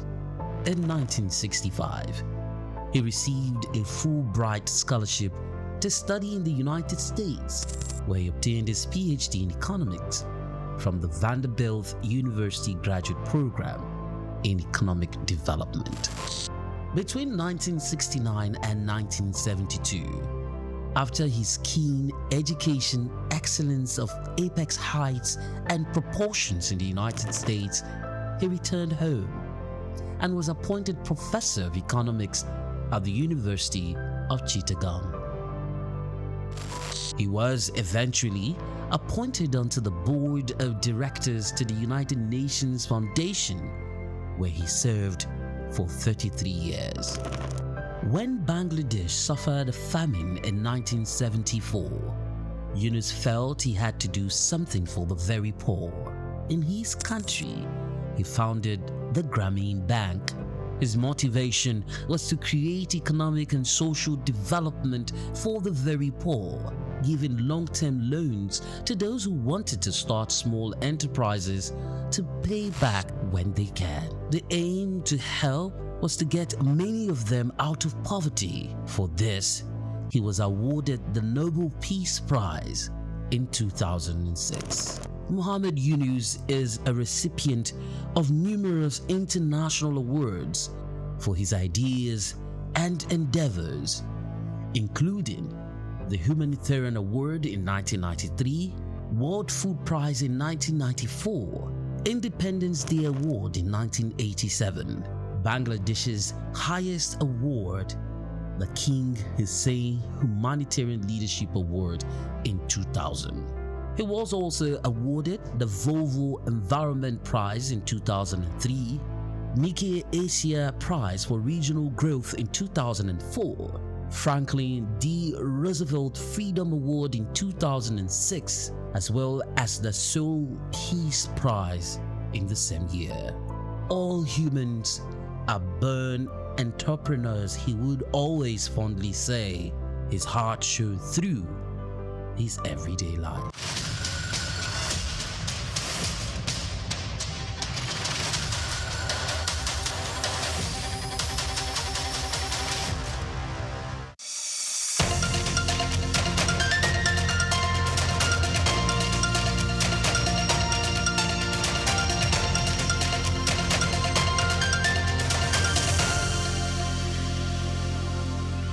Welcome back to Just Africa, the program where we explore the ideas shaping Africa's people, productivity, and progress. Apologies for the mix-up. Now, this conversation focuses on something overlooked but deeply critical to the economic growth, workplace health, and well-being and safety. Now, across Africa, millions of workers face unsafe conditions, burnout, mental stress, limited access to basic occupational health support. Yet, healthy, protected workers are the backbone of productive businesses and sustainable economies. Now, on this episode of Just Africa, we ask a simple question, but powerful. How do we build African workforces that are not just employed, but healthy, safe, and future-ready? Joining us to unpack this robust topic is Dr. Eden, Chief Executive Officer, OHSM, Occupational Health and Safety Leader, Doctoral Fellow on Workplace Health and Wellness Promotion, President, OSH Africa, WHO External Review Member on Workplace Mental Health. So glad to have you. Quite impressive, outstanding CV you have there. Thank you so much. Thank Yes, you so much. just like I said earlier on, when we talk about workforce, we're always looking at technology, productivity. Yeah. Everybody seems to forget. I mean, I had to take it upon myself to get up every 1 or 2 hours to walk around, But why do you think, what brought about this level? You see, you can't be productive without a healthy workforce. Yeah. That's where the connection lies. Any economy that must be productive and active and economically buoyant is predicated on the healthy population that lies within the economy. And it's not just a new thing, it's a precondition to productivity. But what we found out in this part of the world where we live in is like most employers see health, safety, and well-being of employee as an added cost to business. But it's not an added cost to business, it's an integral part of the business, a process you must look into. But why this has become so critical from what we've seen it is lack of awareness and understanding of what occupational health, safety, and well-being really means to business. So they're looking at it from the short-term perspective. Definitely, if you want to weigh it or manage it from the short-term perspective, it will seemingly look like a cost to you. But when you look at the long-term result, is always, it's always good. Most of the studies that have been done across the world, and they've alluded to the fact that every $1 invested in health, safety, and well-being of employees is capable of giving you a $4 to $6 return on investment. So that's how big it is. So when we look at this, we're able to take care of people that work for us, able to cater for them. Because we look at people at work, but the truth is that they are at work. The question you ask yourself is, are they productive? That's where the issue of presenteeism come in. People come to work, they are just present in the workplace, but they are not optimally productive. So embracing occupational and safety One, it helps you reduce what you call the direct and indirect cost. I mean, that comes from the head cost of employee. Because one, you find out that people are more in the workplace vis-a-vis what you see people spending more time in the hospital. Okay, people are in the workplace, they are productive vis-a-vis where you have people coming to the workplace. I mean, they just sit down. That's what you call the working wounded workforce. They are in the workplace, they are wounded, they are not even supposed to be in the workplace, but because you want them to be in the workplace, they are there, but they are not productive. And because nobody measures productivity in line with what employees is bringing in, it becomes a big problem. But the truth is, head or tail, with health and safety, you can never lose. So because it keeps people healthy, it keeps the company productive, it keeps the owners of the business, it makes them profitable. And when the business is profitable, that's the only reason why the board is able to smile as the CEO. And when this doesn't happen, then you have a problem. Okay, yeah, thank you, doctor. So the truth is, in Africa, people don't quit. People don't resign, even when they are burning out. When they have mental issues, when they have health issues, they just want to go. One, they'll tell you, maybe the HR did not approve their leaves. Yes, or, come on. I need the money to keep my family going. There are so many reasons people don't quit. And the organization most times ignore these signs. So at what point does an African company or workplace ignore these things, and what are the effects of all this? Two factors are responsible from the point you brought in. Two factors responsible why people don't quit from their work in spite of the risk inherent in that job. One is poverty index, second one is unemployment. So people want to hold on to what they have. So these are the two key drivers why people must stay put in their job, irrespective of what the job does to them. But the truth is, no job is too important to destroy your life. Because that's why when we talk about safety, one thing we talk about is that my life matters. It's a man or a woman that's alive tomorrow that's employable by another company. So you stay in the job, the job affects you. Most times, even right now, you're seeing people getting retired, not because they are at the age of retirement, they are being retired on head ground. But the job that destroyed them is the same job where they're retired from. So there are a lot of exposure that you have to go through in the workplace, and you know, yeah, I'm going through a lot. You have to be able to speak up. And why we find out that people are not speaking up, most organizations have been wired to silence workers, and that's why that's why most time we work with ITUC, because to elevate the voice of workers. A place where you work and your voice is not elevated, is no freedom of speech. That's not a good workplace. As a matter of fact, when you look at the ILO principles of right to safe workplace, it talks about you have the right to speak up. You have the right to safe workplace. It's part of your fundamental human right. So most times, workplaces don't provide this. But I make bold to say that for you to even have people gather in a place you call a workplace, there's what you call the duty of care. It's the responsibility of the employer. You can't bring people out of their houses, people's children, people's parents, people's relatives, to gather them in the workplace that they are not sure of coming back home the way they left home. So employers always, as a duty of care, to create safe and healthy workplace where employees health and well-being of employees can thrive. If this is not working, that's where government comes in. Government is the umpire, is the enforcer of legislation and enforcer of the law.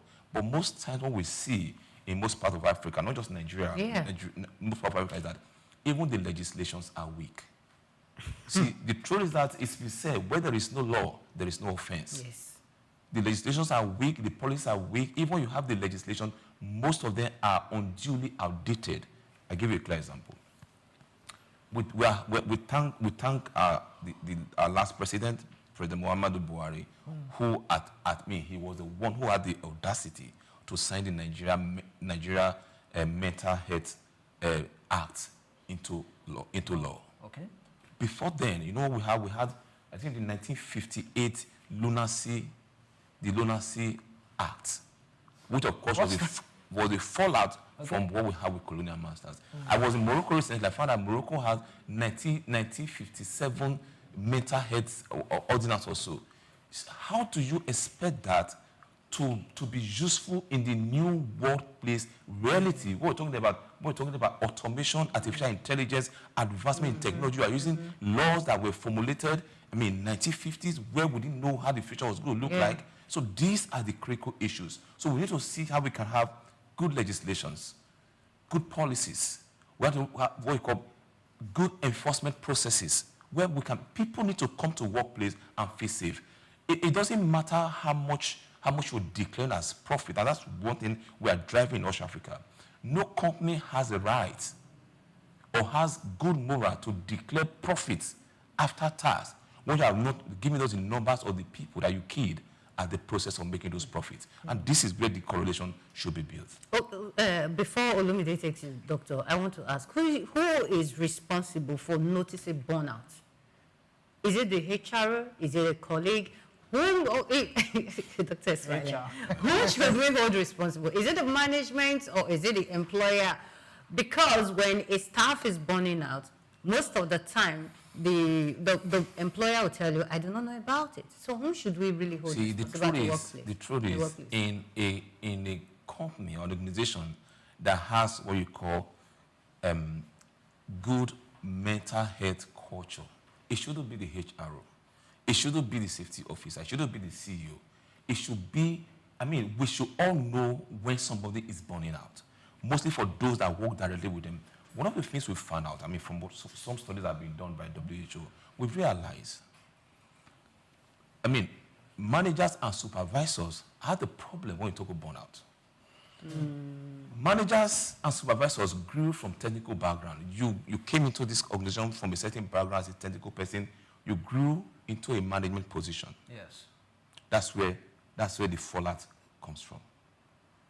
We forgot that you came from a technical background, from the background where you're coming from, ever from the factory or as a farmer or whatever. Now we've promoted you based on your activities and the excellence performance. You are now a manager.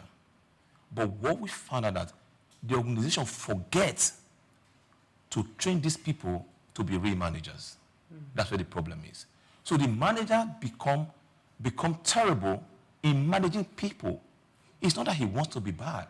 That's who he is. But it is responsibility of the organization every promotion must come with its own requisite training. If somebody is promoted to become a manager, one of the first training that you must give to that person is emotional intelligence training. A lot of people are intelligent, but not everybody is emotionally intelligent. So that helps you to understand the classes and categories of people you're working with and able to understand what we call human behavior. It's not everything that happens in the workplace that needs to be solved by rod or by cane. Talk about the mental health issue. People are coming to the workplace. We all know our colleague who used to be pop and playing. He's well dressed. He's one of the best dressed person. Talk about somebody being put together. That's him. But all of a sudden, we're seeing him. He's falling apart right under our watch. We are busy looking at the figures. Nobody's looking at people who produce the figures. So the guy is falling apart, and nobody is seeing him. The next thing you see is that his direct line manager feels he's not being productive, and the next thing you see, he's called and summoned and said that you're not meeting your target and all have you. But that's not the guy's problem, really. At that time that we are telling the guy, you're not meeting your target, we don't even know what the guy is going through. One statement that we need to take home or bring back to the office in the workplace is, are you okay? A study in UK said, it is okay not to be okay. Yeah. Ask people, are you okay? But we don't find out what people are doing, how people are doing. All we are looking out for, have you met your target? It's a man that is sane, that's mentally stable, that can meet target. And we destroy the guy comes in, the next thing we send the guy query, and he answers the query, and we're not satisfied, he's still not being productive. The next thing we place him on suspension, maybe about 2 months or 1 month without pay. These are the supervisory and HRO processes. And the guy goes and go home, he doesn't have pay for 2 months, he's called back to the office, maybe somebody intervened, let's keep him, he might be better over time. But how will you feel as a system if after about 9 months, you realize that the guy that we all treated this way, at the time we're doing this to him, he was battling one of the most terrible divorces that you can ever record.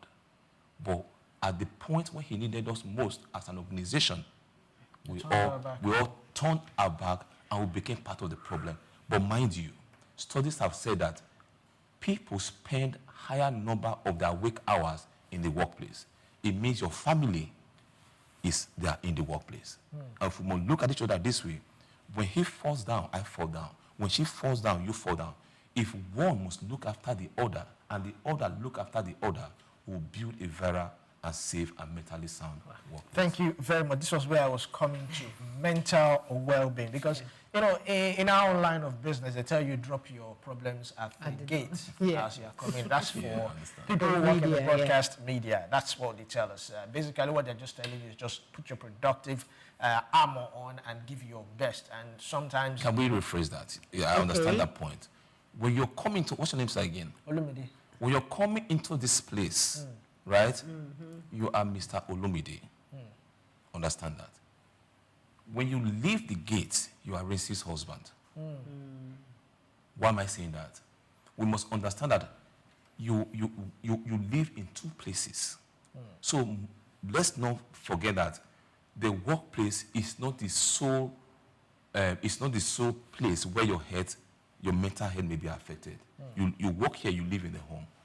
No matter what we do here for you, Olumide, if your home does not contribute positively to what we do, we can't achieve any results. So that's why the approach we use in mental health is an employee and employee's family approach. What that means, whatsoever you are teaching the employees within the workplace, by extension, see how this message can be passed to the family. A man can leave the workplace, does very well, and he goes back home for the weekend. He's back the next week. He's a different person entirely. Everything about him is shattered. What happened? So we must not, when we employ a person, by extension, we employ his family members. Why? Because whatsoever happens to this person affects his family.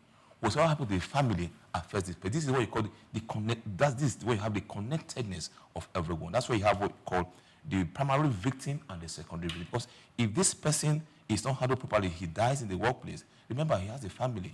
The family becomes the secondary victim. This is how everything is connected. All right, thank you very much. Two questions I wanted to ask. In response to what you just said, most of the time, let's look at the worker himself. Why does he feel reluctant to express himself? Do you think maybe he's scared of losing his job and all that? Then second question, whenever a new employee is being hired, he's being told to go and do tests. He does HIV, he does man-tox test, some even do pregnancy tests. But we don't do anything related to mental health, Why do companies frown or shy away from that? Let's even take it primarily from that test perspective. You know, this is something we've spoken to from occupational health perspective. You see, that's even wrong, and that's what we see everywhere. People just write, who wrote those tests? Somebody went somewhere, maybe went into one repository and copied some tests. This is what we must do. You see, when we talk about pre-employment test, it's job dependent to start with. You work as a secretary, and the other person works as a chemist. Why would you do the same test? Because you are in the office at all time. Maybe you work as a personal assistant to the MD. You are an admin person. But the chemist is busy working with chemicals. The drivers that work here, they are on the road at all time. Why would we do the basic test that we do for the admin person, for the driver, and for the chemist? So pre-employment test is job dependent. We look at the job you're going to do. Based on that job, we're able to draw out what are the areas we need to look at for. For the chemist, there might be need to do what you call chemical handlers test along with other tests, which of course looks at the lungs and the kidneys. We look at do spirometry, you do urea electoral creatinine to look at the lungs and the kidneys. It's very important, but most time we see people doing HIV, AIDS, and all have you. If it's positive, what will you do? It's positive, what will you do? You don't have the right to deny somebody employment because HIV positive. What do you do? HIV AIDS is not a requisite test in pre-employment most times. People just do, but the question is, you might do it to see his status, but the truth is that you can't even do this thing without his consent. Did you tell him that you go take his blood and do HIV test? Did they consent to it? And if you find out that he's positive, what will you do? Will you not throw him out? So these are some of the issues that are spiking as parking along this line. So for the mental health issue, it's important that we look at. I'm happy you brought that up. You need to have that as the world we are going into right now, that becomes a very compulsory component of our pre-employment. But the question is, you find out that the person, he has underlying mental health condition, like I said, well, what are you going to do? You know, you don't have the right. But now what you have done with that assessment and the outcome is that you have complete profile of who the person is. You're able to see, how am I going to manage the person? Are there things the person will be subjected to that will further aggravate his existing condition? Are there areas I can help him and manage him properly and able to provide for him or her mental health support through EAP or through these are the things, but it tells you that this is possible. But those tests, they are very, not just I mean, you remember when we were doing the last election, people were requesting that must be part of yes, they recognize for politicians. Yes. Those are also workers, they work for the nation. Compulsorily, that should be a test that must be done. Because now we're going to the future, we're talking about high advancement in technology where the workers will be stressed or drained beyond the scoping capacity. You need to know if the person has the resilience that is needed. I mean, the resilience is needed for him to be able to actually cope, and to what extent have we stretched the person. And these are very key issues. But again, we must also train our people outside all this. You have done all the tests. The person is going to work in the workplace. How do you know, identify that this person is presenting symptoms that you can say, okay, it has a correlation, or predisposed to stress? You need to know what to look out for in people to say, okay, I think this person is having that issue. How do we help? How does help come the person's way? And this is where you balance. All right, thank you very much, Dr. Ehi. So what we've seen in workspaces, especially for those in construction sites, you hear you must wear your helmet, you must wear your safety boots, you must wear a jacket. I remember when this SOUQ News moved down to this building, yes, the fire service actually came and trained us on how to stay safe in case there's fire, the exit routes, and all that. I'm still on mental health now. Yeah. Nobody told us, or no, in workspace, no one takes the mental health issue as seriously as physical injury. What does it take, or what will it take for a workplace, for an organization to take a mental health issue as serious as physical injury? Okay, let me take it from history, okay? To be honest with you, even when we started talking about occupational health, I mean, many years ago, mental health was not, classified as occupational health issue by ILO until many years after. You know, science is not static. We can trust science. As things begin to evolve, we are seeing areas needing attention. You give them the requisite attention, okay? But when it comes to mental health, I mean, as it evolves, I'm trying to grab that question again. Yes. What will it take for organizations to make it serious? First thing is to have, one, what is not documented is not in the system. In your corporate health and safety policy, do you have mental health provided for in that policy? So you have to first go back to the basis, take your policy, review it. Do we have any element within this policy that speaks to employees' mental health and well-being? If it's not there, review your policy and include that. I bet you most policies that were drafted before COVID may not have had mental health issue, mental health component. Mental health became a big problem after COVID came. So review your policy, let it have a component of mental health and what we want to do. Secondly, mental health is not driven from the bottom, it's driven from the top. We need leadership commitment to drive mental health. What you have what you call the modern day business leaders, they know what it means. I mean, what mental health means to their business. It could boom your business, it could wreck your business. So they know the importance. What they're doing right now is that firstly, they are opening up the space for people to be able to talk about mental health. And why it becomes an issue is that the stigmatization that surrounds mental health is you can't just speak about it. It's just too huge. What we're talking about, normalize mental health conversation in your workplace first. A good way to go. so that people are able to talk about, okay, now you go to hospital to go and take treatment for typhoid or for malaria. You can't say, I went to hospital, I went to treat malaria. But let Olumide come and tell you, I went to hospital to go and see my mental health doctor. You will turn back and look at him a second time. That, you see, that's the stigma. So we are here to understand what mental health really is. It's not that people that talk about okay, even yesterday I was at one of the mall on Friday, 2 days ago, on one of the mall on the island. So I met a lady who said, what do I say? Or one of my suspects met. I said, oh, you manage people that are non. I said, no, that's the problem. So mental health doesn't mean that people that are actually out of their mind. That's not the issue. See, what you do is, for us to be able to actually have mental health to run our workplace, just imagine you have your CEO. You say, okay, today is our mental health day in this office. And the CEO comes and stands and says, I want to share my mental health story. You know what that does?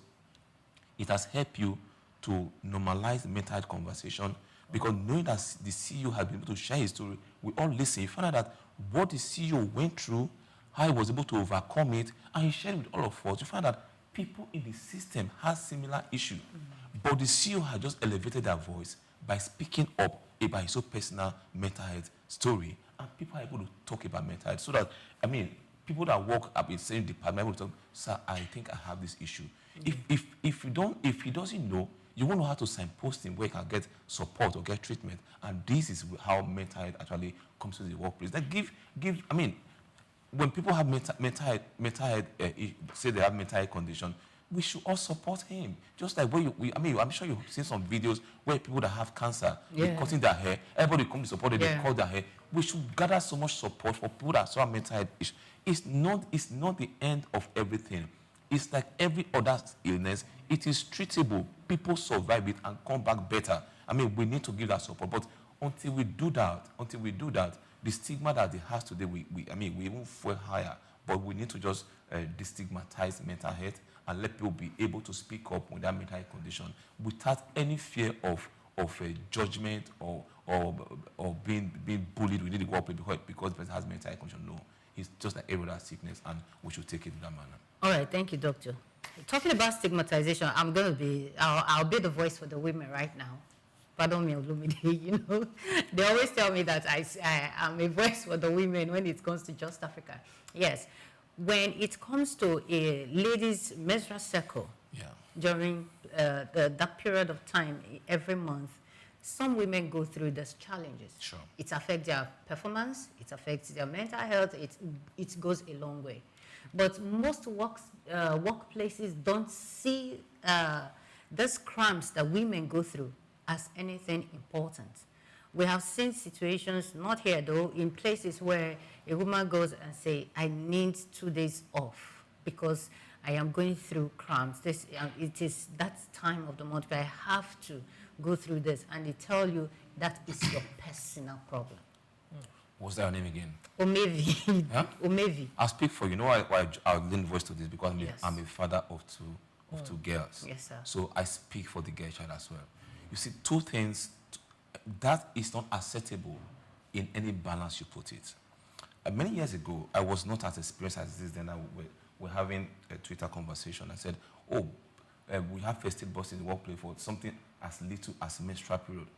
The feedback I got, it changed my narrative. How do you know menstrual pain is little when you've never been through it? And that changed my narrative, my perception. The truth is that not just menstrual period. In some countries, the UK has that right now. In some countries right now, menstruation and pre-menopausal conditions have been classified as occupational health issues. They are being provided for in workplaces. That you are a man, you don't go through that, but our female counterparts go through it. We should respect that. We don't know how it feels. So when they say they're going through cramps, they can't come to work. I mean, people should. I mean, even right now we have what you call people can work remotely.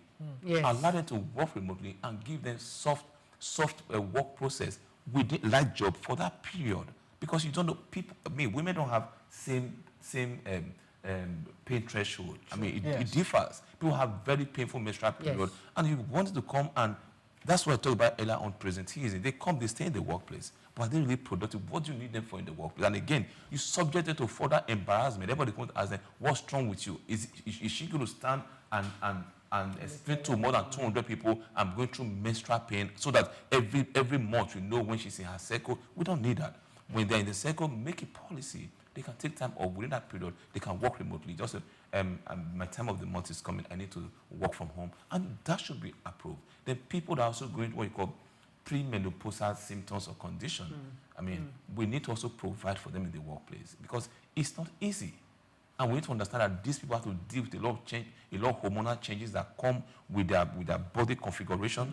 We need to acknowledge this and make it a part of what is covered within our occupational health, safety, and well-being policy in the workplace. So these are some of the two clear items that are sparking right now that speaks directly to women. Thank you very much. All right, thank you. Now, a large share of African workforce, operate in the informal sector. We can always talk about the formal sector, the blue collar and every other thing, but we have those who operate outside, the 9 to 5. How do we address and protect health and safety issues regarding these people? See, sadly, I think that's where we are here now. That's where we almost hold African Union responsible, because Africa and I think Asia has the highest number of informal sector, and we have the highest number of the younger workforce globally. In Africa right now, I think it's about 79% or so informal work, people are employed in the informal workforce. And when you look at the world, I mean, the world has a work population of about 3 point something billion, and 80% of them, they are deskless workers. That's what we talk about, informal workers. And when you look at the GDP of Africa, they contribute, more than 70% of Africa's GDP. This is the critical mass. In Nigeria, as a clear example, which of course we all live in, people come out of school, there's no job. They create their job. We should see what we can do as a people to help even semi-formalize the informal sector. Make provision for them. Even policies, national policies, they are not covered. If policies does not provide for you, what do? They are not covered in a national occupational health and safety policy. First, understand that these have volume of people working within this sector, provide for them in the policy. Things as help them draft, even if it's a one page health and safety policy, as it concerns their business. Oh, this is what you should do. When you want to do this, you must wash your hand before you do this. After this, you must wash your hand again. When you go to, you must do this. So just let them know that this and this and this is, they're able to protect them, and not just that. Train them on how. Don't just tell me I should wash my hand. Teach me how to wash hands. Teach me how to wash hands. And by the time they get used to this, I'm not saying that it will rule out all the health and safety issues. It will reduce the incidence, the exposure to something that is not significant anymore. We need to bring them in. Most times when we have conversation, even across Africa, when we have a safety conversation, they are always left out. Let's look for, the Barbers Association. Let's look at the vulcanizer. Look at the market cooperative. We need to start taking the message to them, speak to them. We need to have a market that is clean and safe and hygienic, because most of the food that we eat are sold in those markets. So we need to start talking to them, okay, those that sell meat, what do you do? Also when you keep meat, you buy meat from the market, you keep that meat in the trunk of your vehicle for a very long time, and maybe you go to someone to go and fix your car. That heat can compromise that meat, that it becomes poisonous for you to eat. So these are some of the key issues we should be teaching them. We should organize a market show. Go to market, just take 10, 20 minutes, tell them all they need to know about S&S. And these are things that should be spearheaded by government. Government doesn't have, I'm not so sure, government has a unit within its Ministry of Labor and Employment that focuses on the informal sector. There you have the largest population of Nigerian workers. It is very critical. I'm happy you brought that up. That's something that we must give attention to. Another issue I would like us to look at, though it was rampant at a point, maybe years back, but now I think it seems to have reduced, is suicide. At some point in time, we heard of a lady who dropped at Third Mainland Bridge and jumped into the river. We've had so many cases like that. We've had even successful attempted suicide that were rescued. But in your own experience, what always, what are the factors, let's start from there, what are the factors that would lead a man or a woman to want to just end it all? You see, understand the fact that studies have said that one in 3 persons will suffer mental health issues in his lifetime. Okay, 1 in 3. So when you look at that, you see the statistics is huge and people suffer diverse things. You see, nobody wakes up on, you see, the path that leads to hell was paved with good intention. Nobody wakes up one day and say that when I get to 27 years old, I'll kill myself. Things happen. But most times when these things happen, what we find is that help doesn't come to people's way as early as they want and as the way they will want it. Do you understand? So, the world we live in right now, we are no longer our neighbor's keeper. When we're growing up, we live a communal life where whatever happens within the community changes, people notice it. Have you seen Mr. Ifada? I haven't seen for the past 2 days. People don't want to wait to see.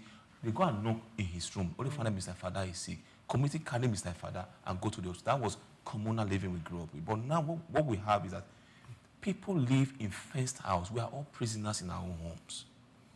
So people are going through a lot in their homes. We can't assess them. So the truth is that we need to come back again to how it was, where we look out for each other. Everybody is too busy. See, a writer wrote a few years ago, said, in the workplace, everybody is broken. Everybody is broken and separated. The only thing connected in the workplace are the systems. Do you understand? We don't look out for each other anymore, even in our community. So you find that somebody has gone through a lot, and the ability to cope, he's lost everything. Ability to cope, he doesn't have it anymore, and nobody is speaking to him. That's why when I'm doing training, I tell people, bring out your phone, look out for 5 to 10 people you have not heard from for a very long time. You will do that now also. Write their names down. When you get up today, call them. We can't be too busy to look out for each other. So most times, at the time we now say, oh, he gone too soon. Is this not Mr. Adeboye? But it's your friend. You didn't look for him. So Adeboye was going through a lot. You were not even in his life. He suffered solitary. He suffered a lot on his own. Lost so many things. He couldn't hold it anymore. A lot changed in his body, and he tried suicide the first time. Somebody saw him, and he attempted again, and he died. But Adeboye and us, we belong to the same club. We're not seeing Adeboye anymore. Nobody looked out for him. All we saw was his obituary. But that brings us to the point that we have to go back to where we started from. Yeah. If we all look out for each other, we are not saying we can stop the spate of suicide, but we're able to get what you call intervention, get care to people before they get that point where suicidal ideation become an issue. So that is the point. So there's a vacuum where we are all self-centered, we care about ourselves, is only me, myself, and I. No. When I'm a victim of that because I lost a friend I wasn't looking out for like that. So what I do right now, I'm still paying for that. What I do right now, when I'm driving, a name crosses my mind, I park and I call the person. If we all do this, I find out that when I call some people, I meet them in a very terrible state. In a very terrible state. So let's not be too busy to see that all we care about is ourselves. We are a community of people who love ourselves. Let's look out for each other. If you don't see me, call me. If you don't see him, call him. If you don't see him, call him. We're able to connect again. Because the truth is that somebody is going through a lot. That call and show a concern that I really care about you. Just imagine you call somebody and you find out it's again, look out for people's status on their WhatsApp. I look out for that now. When you want to know what people are going through, you can find, some elements in the status. Sure. So when my friend was telling me they saved their life. A colleague of theirs was writing her status, a lot of things for 2 days. I'm tired. I don't think anybody who wants me. Don't think they're just bluffing. When somebody said, I'm tired of life, don't take that statement so casually or feel the person is not serious. No matter how little it is, act on it. They called the lady, almost the lady was able to express to them all that she was going through, that she's tired, and we don't know if that was the day she was going to actually carry out the act. And they not told her, why would you want to do this? What about people like us that care for you? Do you know how many people love you, people like us? Do you know that even my wife that is pregnant, we've decided that you'll be the godmother of that girl. If that girl is born, where will we tell her our godmother? At the point where they said that, you see, it's not every word that you speak to people that breaks people. Yeah. There is that word that comes at that time, the person gets broken. When you get that to that point of brokenness, you are able to help the person. At that point, the girl got broken. I said, you people love me so much that you feel I am of that value that I can be the godmother of your unborn child. The girl started crying. So you know what? Stay where you are. We are driving to your place. That was how they saved that girl. So we must look out for it. Suicide doesn't just start, doesn't just happen in one day. There's a build-up before the person takes the action. Within that process of build-up, where were the people around such persons? So let's go back and see how we can look out for each other. We are able to reduce this spate of suicide because everybody is going through a lot. Yeah, thank you very much, Doctor. That was really emotional anyways. And I'm glad I actually started doing what you said now yesterday. The moment I got to the office, I called my classmates that I have not spoken to many years ago, and you needed to hear the reactions, the screams, and I'm not going to stop. I'll continue maybe after this show. Now, religious centers, and I don't know if we should consider them as workplace, but we've come to see that most times they treat mental health as spiritual. So you now see people tell you that they want to go for deliverance because they are having some mental issues, or you see a pastor or a religious leader tell you that there are some demons that are speaking in your head.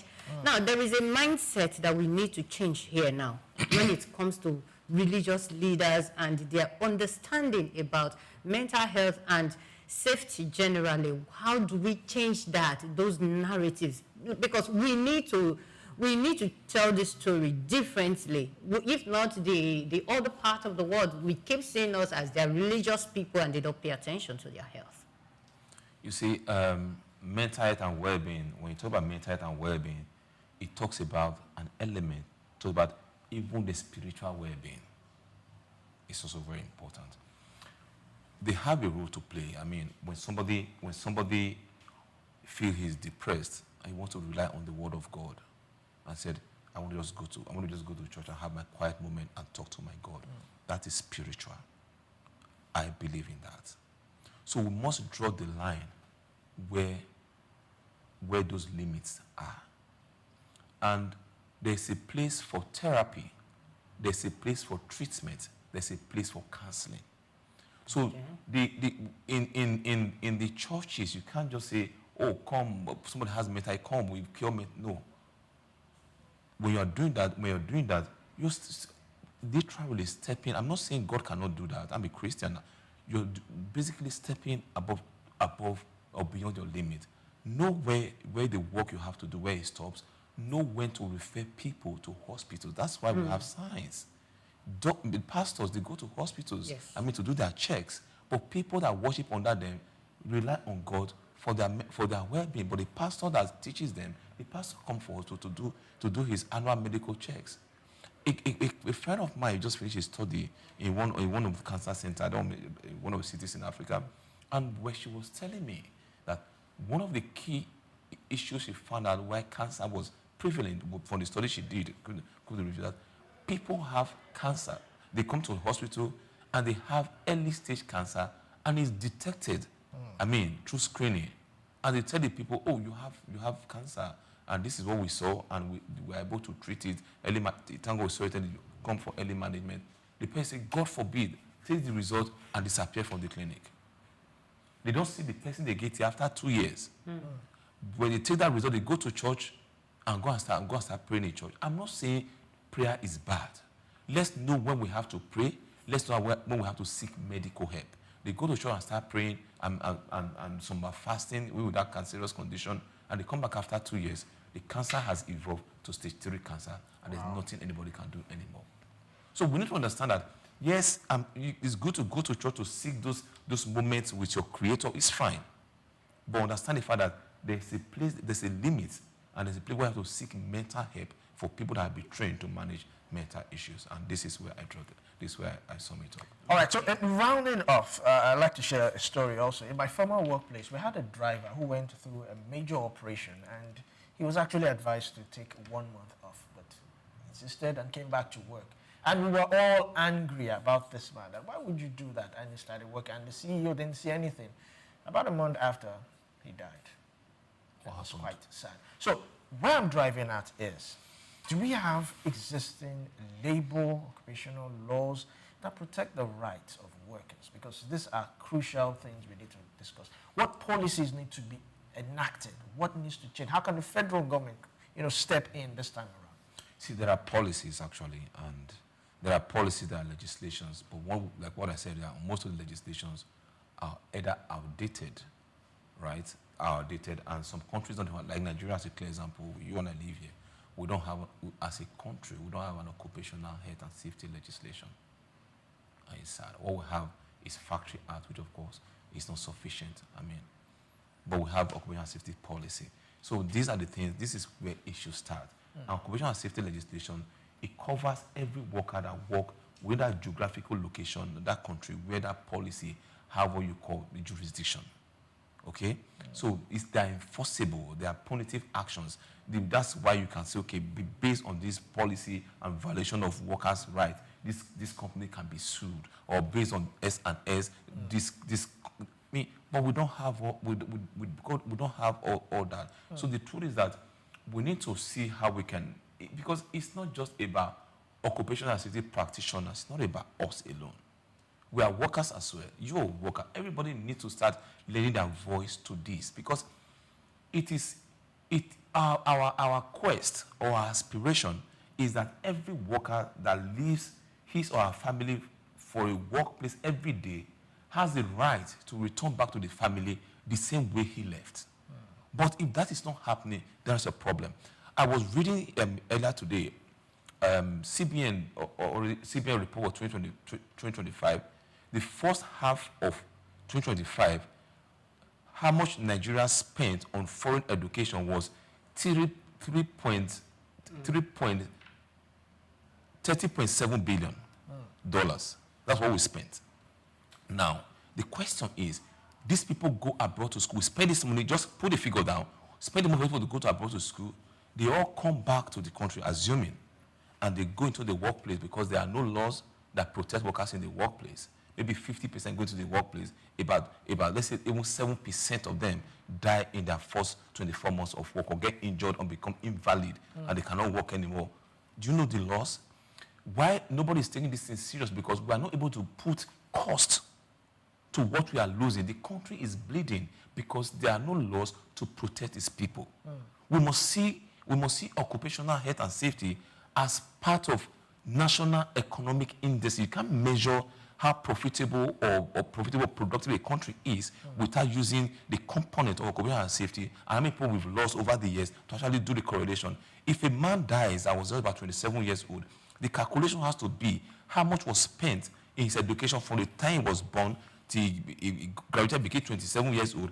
If he worked to 60 years retirement age, he has how many years to work? What would have been his salary increase? And you calculate it, you find out that when one person dies as a result of workplace accident, the cost is huge to the nation as a whole. Not just that, what about the parents that trained him or her through school with the hope that when I get old, this child will take care of me? So you create secondary victims. So it's not just the person that dies or that got injured and killed in the workplace that is the issue. It's the family that you have hurt also as the secondary victim that should also be considered. So whichever way, when the country takes health, safety, and well-being of people seriously, we block a lot of passage that bring pain and trauma to family who ought not to actually suffer trauma. Because when a man dies, the family has to go through a lot. We create a vacuum, and the family that have no business with the workplace, but the pain extends to them, and they have to suffer for, things that are preventable. And most of these accidents and illnesses in the workplace, they are all preventable if we implement occupational safety policies and safe practices. Thank you, Dr. Eden. This is so good. We need to have you again. You guys should just employ me here.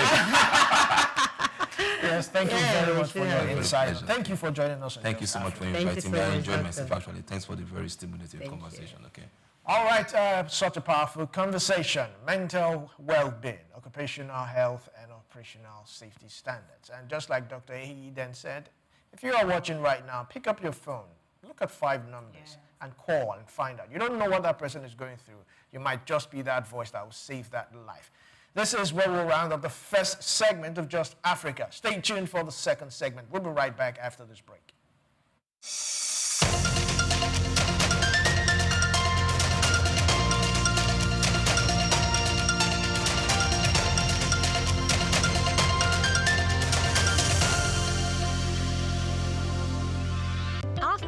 Africa Development Studies Center, ADSC, we are committed to driving sustainable growth and development across Africa through innovative training and research. Our mission, empowering leaders, policymakers, and professionals with the tools they need to create lasting change. With customized training, dynamic research programs, and study exchanges on leadership, management, and other critical development topics, ADSC offers a platform for exchanging cutting-edge ideas and global best practices. We provide comprehensive services in research and consultancy, capacity building and training, education programs, publishing, and knowledge sharing. Our esteemed faculty, composed of seasoned experts and researchers, ensures a learning experience that is insightful and practical. We specialize in policy development, implementation strategies, monitoring, and evaluation. At ADSC, learning is engaging and enjoyable. Our unique methodology includes talks, interactive exercises, games, video screenings, and lively seminar discussions, all in a comfortable and friendly environment. Ready to make an impact? For more information, email us at info@adstudycenter.com or call +234 912 439 2362. Visit us today at www.adstudycenter.com to explore our programs and upcoming events. Africa Development Studies Center, rethinking development for Africa. Afrobeats is a classic overnight success story, except it didn't happen overnight. I'm happy to be here. One of the key things about the Omniverse is that it's designed to go beyond an event and designed to be fully something that people can engage beyond the summit. The point being that Nigeria has so much to bring to the world in terms of these things, but we will be bringing fresh energy, fresh ideas, a fresh engagement, and we're obviously open to collaboration. But hip-hop, it never dies. What's the difference between Thor and Shango? Thor is approaching $50 billion in revenue. Shango's broke somewhere outside Lagos. And that's a lack of imagination on our part, Africa, and they're all Nigerian. So to be seen and to be noticed is very hard if you're not in the place where all the noise is being made.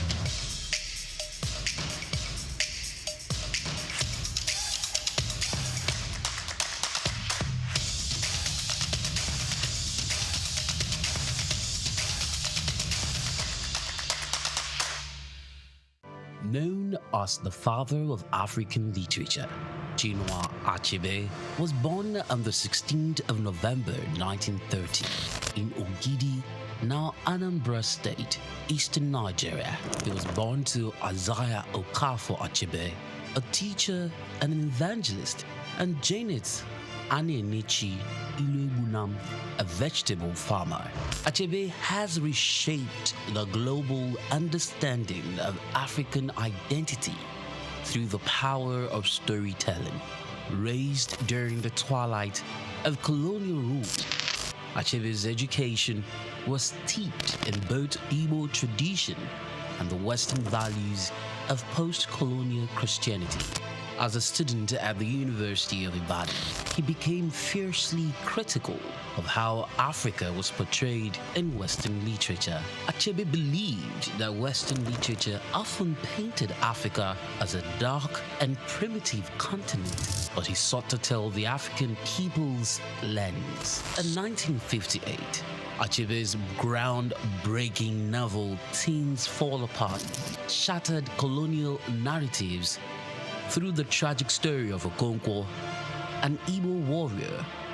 Achebe illuminated the complexities of African culture and the devastating effects of European colonization. Things Fall Apart became more than just a novel. It became a symbol of African resistance against the oppressive narratives of colonialism. Achebe was not just a writer, he was a passionate advocate for African self-determination, and his political activism made him a critical voice in the post-colonial era. Even after a life marked by personal and political struggles, including a car accident that left him partially paralyzed, Achebe continued to inspire. He taught at Bard College and later Brown University, where his influence reached new generations of writers and thinkers. He was married to Christiana Chinwe Okoli, and they had 4 children. Sadly, he died in March 2013 at the age of 82. Chinua Achebe's legacy endures in his novels, his essays, and in the countless voices of African writers who follow in his footsteps. He gave us a voice, a story, and a vision of Africa that is ours to share.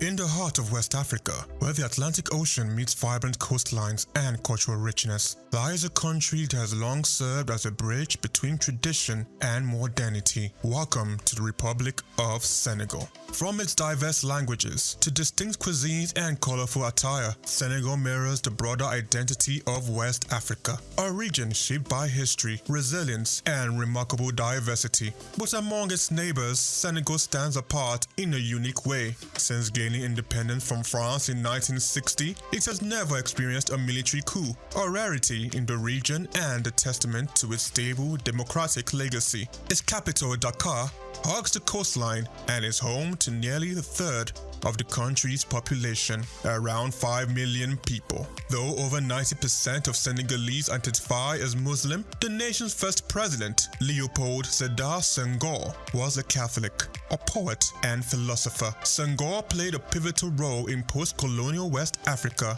founding the Federal Assembly after France's withdrawal. French remains the official language, a legacy of colonization, but it's Wolof, the voice of the streets, that rings loudest in the markets, homes, and music of Senegal. Economically, Senegal thrives on 2 pillars: peanuts and fish, with nearly 40% of its arable land dedicated to peanut cultivation and a strategic coastal location fueling a robust fishing industry. Agriculture and maritime life shape much of its economy and daily rhythms. Senegal's culinary culture is just as iconic, from Fiebondien, the beloved rice and fish dish, to the zesty yassa of marinated chicken or fish flavor, tells a story. And in between meals, locals sip on national drinks made from natural sources like boye, the sweet nectar from the baobab fruit.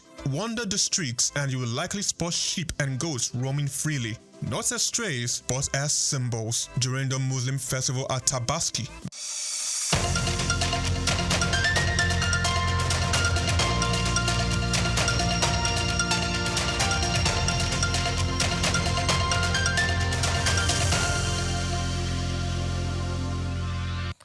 Welcome back to Just Africa. Now, across Africa today, companies are growing faster than ever. Banks, telecoms, fintechs, energy firms, manufacturers, and creative startups. But while business activities is rising, public trust in corporations remain fragile. Scandals, poor communications, weak customer engagement, and reputational crises often overshadow innovations and growth. Now, this raises a critical question. Is Africa facing a trust deficit in its corporate sector?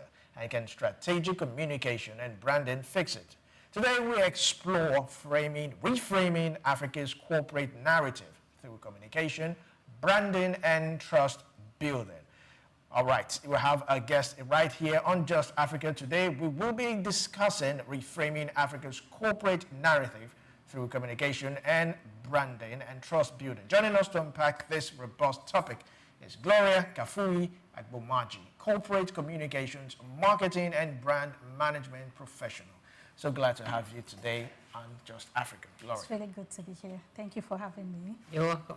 All right, so now, why do many companies still struggle with public trust? I mean, I give an analogy about how some companies, if you remember way back, I don't want to mention the name, there's a particular noodles that was rumored to have had some substance or poisonous.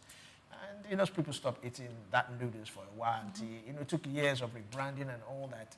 That was a trust deficit right there. So what could you say is the problem? And how would you rate the trust of consumers as to manufacturers these days? First, I think I would start with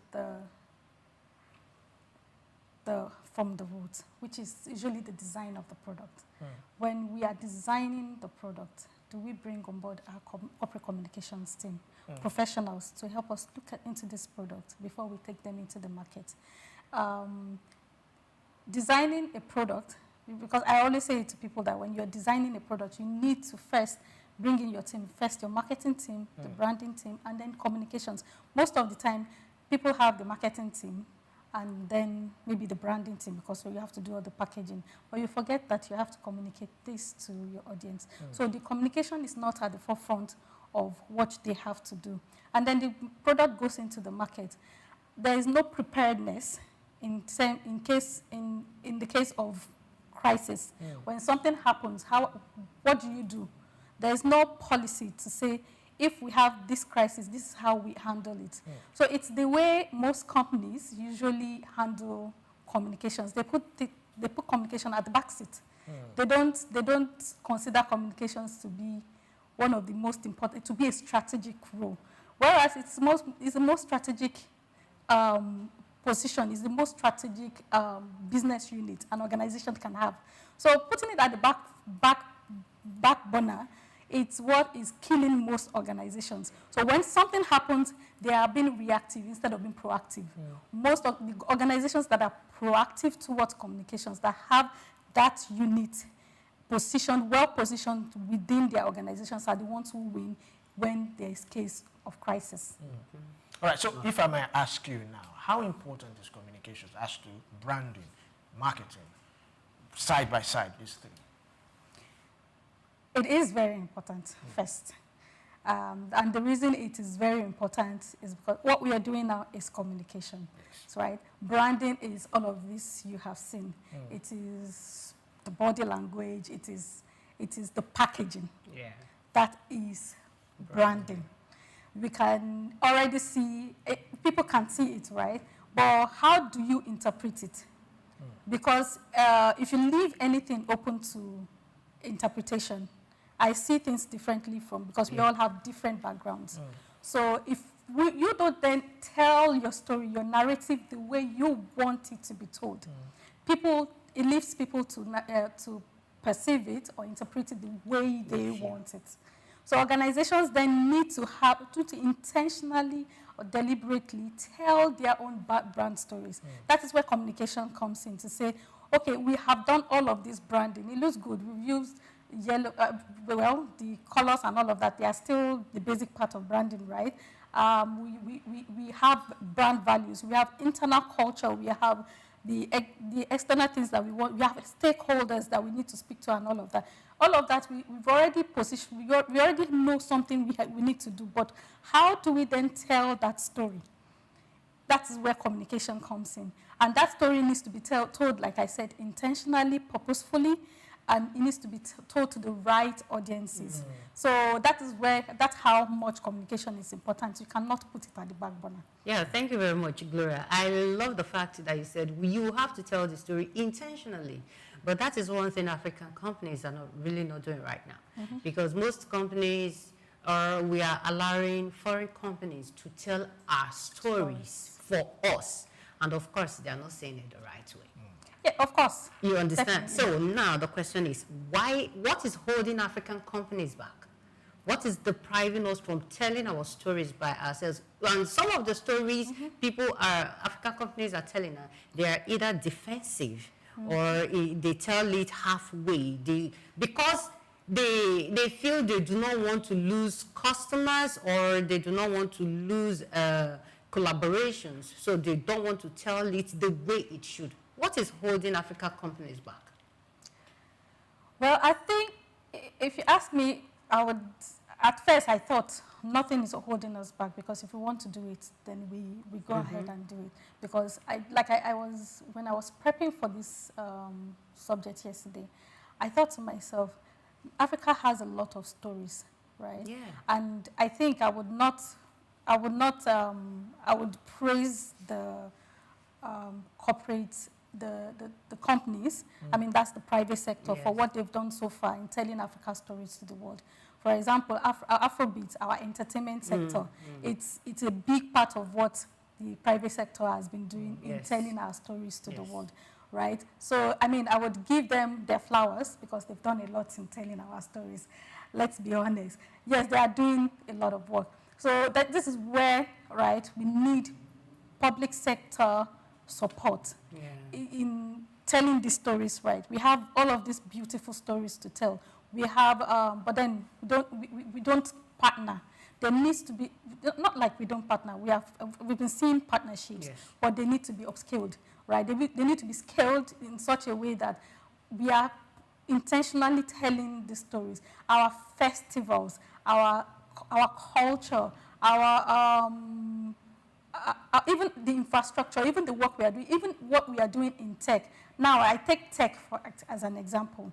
Tech in Nigeria, as in Rwanda and some African countries, have been making waves in the global space, right? And that's because they are telling that stories right. We are not just sitting down and looking for people to tell the stories for us. We are going out there and telling the stories. We are having summits, we are having conversations, we are having different ways to tell that story ourselves. And we can see that Africa is now having a big space, now has this big space in the global environment. So that's what we should be looking at working on. So we still have a number of sectors that need to start telling that story right. Like we can already see case studies and successes in other sectors like entertainment, right? So yes, entertainment and tech. So we still have to push for other sectors to do the same. Okay, so what do we stand to gain or lose if we tell the story right, and if we do not tell it right? I know that if we don't tell the story right, we stand to lose some things, and when we tell it right, we stand to gain some things. So what do we stand to gain and lose when the story is well told and when it is not well told? When your story is well, I think it's, should I say it's a no-brainer, right? Okay. That if you tell your story right, first, you're able to build trust. Yes. Right? Trust in the sense that people usually, for organizations, for example, people trust brands that they know and have built a connection with. Excuse me. And have built a connection with over time. But when a brand decides not to tell their story and leaves it to whoever, I mean, then they disappear. Like I said, you would really disappear, because there are people who are then actively telling their stories, but you decide to stay at the back burner. So you would lose trust, right? Another thing that brands are meant to lose is revenue. So we are leaving a lot of revenue on the table by not telling your story well. Because, like I said, if you package this product well, I was saying something about Aba market. There was a certain project that I wanted to do, and then it told some group of people to go to Aba, and then they produced some materials. The finishing of these materials right? And I'm like, this is a whole, and it was in bulk, right? But then when they brought it, there was no branding, there was no tag, there was nothing on it, right? And nobody would know that this thing is coming from Aba. You see the kind of shoes that they make, right? Nigeria, for example, has one of the best leathers in the world. I don't know if you know that. One of the best leathers in the world. Very well sourced for, right? How are we packaging and branding and telling the stories from sourcing, from the raw materials, from production and all of that? How are we telling the stories of how these things come about, right? And how are we then taking them to the world? I tell you, right, for example, we should have a fashion show for the Aba guys, right? Honestly. You should have a fashion show. Paris, for example, if you go to Paris now, and you see all of these shops and how valuable their product is. And we are buying them for thousands of dollars, right? Whereas you would see the same product made by the same human beings, right? Even sometimes the same materials or even higher value materials, and they are sold for less here because we are not packaging and branding and telling our stories better. So that is where branding comes in. That is where communication comes in. Making sure that even after we've So you lose revenue, right? I think that is where we are. So I don't digress too much, right? You lose revenue. We are trying, yes, to make sure that Nigeria's revenue increases. How do we increase it? Is by telling our stories better. I think we are opening our eyes to this. Yeah. A lot of people have been talking about it, both private and public sectors. And then I know that in the future we would see more improvement in how Africa companies, Africa institutions tell their stories. All right, so this is where I even want to go right now. Let me not use you as a practical example. Just say someone random. If you give someone an imported leather bag, I don't want to mention any of the names, the person is happy. But if you give that same person a leather bag from where you told us about something, there's this. So my question now is, how does public perception affect business success, especially in Africa? I think I've mentioned it earlier, right? It's part of the storytelling. It's part of the narrative that we've already backed this product with. Like I said, you are developing your product, whatever it is you're developing, right? You already know, look at your earring, very beautiful one, right? I already see it and I have a story behind it. Can everyone on the street connect with that story? We have a new generation of people coming up, right? How are we connecting them with the stories that we tell? Because with time, new generations keep coming up. If we don't keep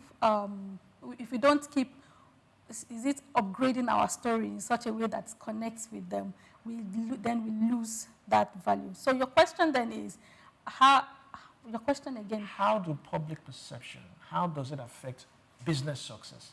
Yeah, so the public perception is now the story, yes. Like I think I've already answered. It's then the story that you put behind it. And that's what shapes the public perception. And when the public perception is right, your business then also benefits from it. But then when you build the wrong perception, I don't think a business comes out and say, okay, I want to build the wrong perception, right? So it's usually not about what they are not doing, but about what they are doing. And what they are doing is not acting.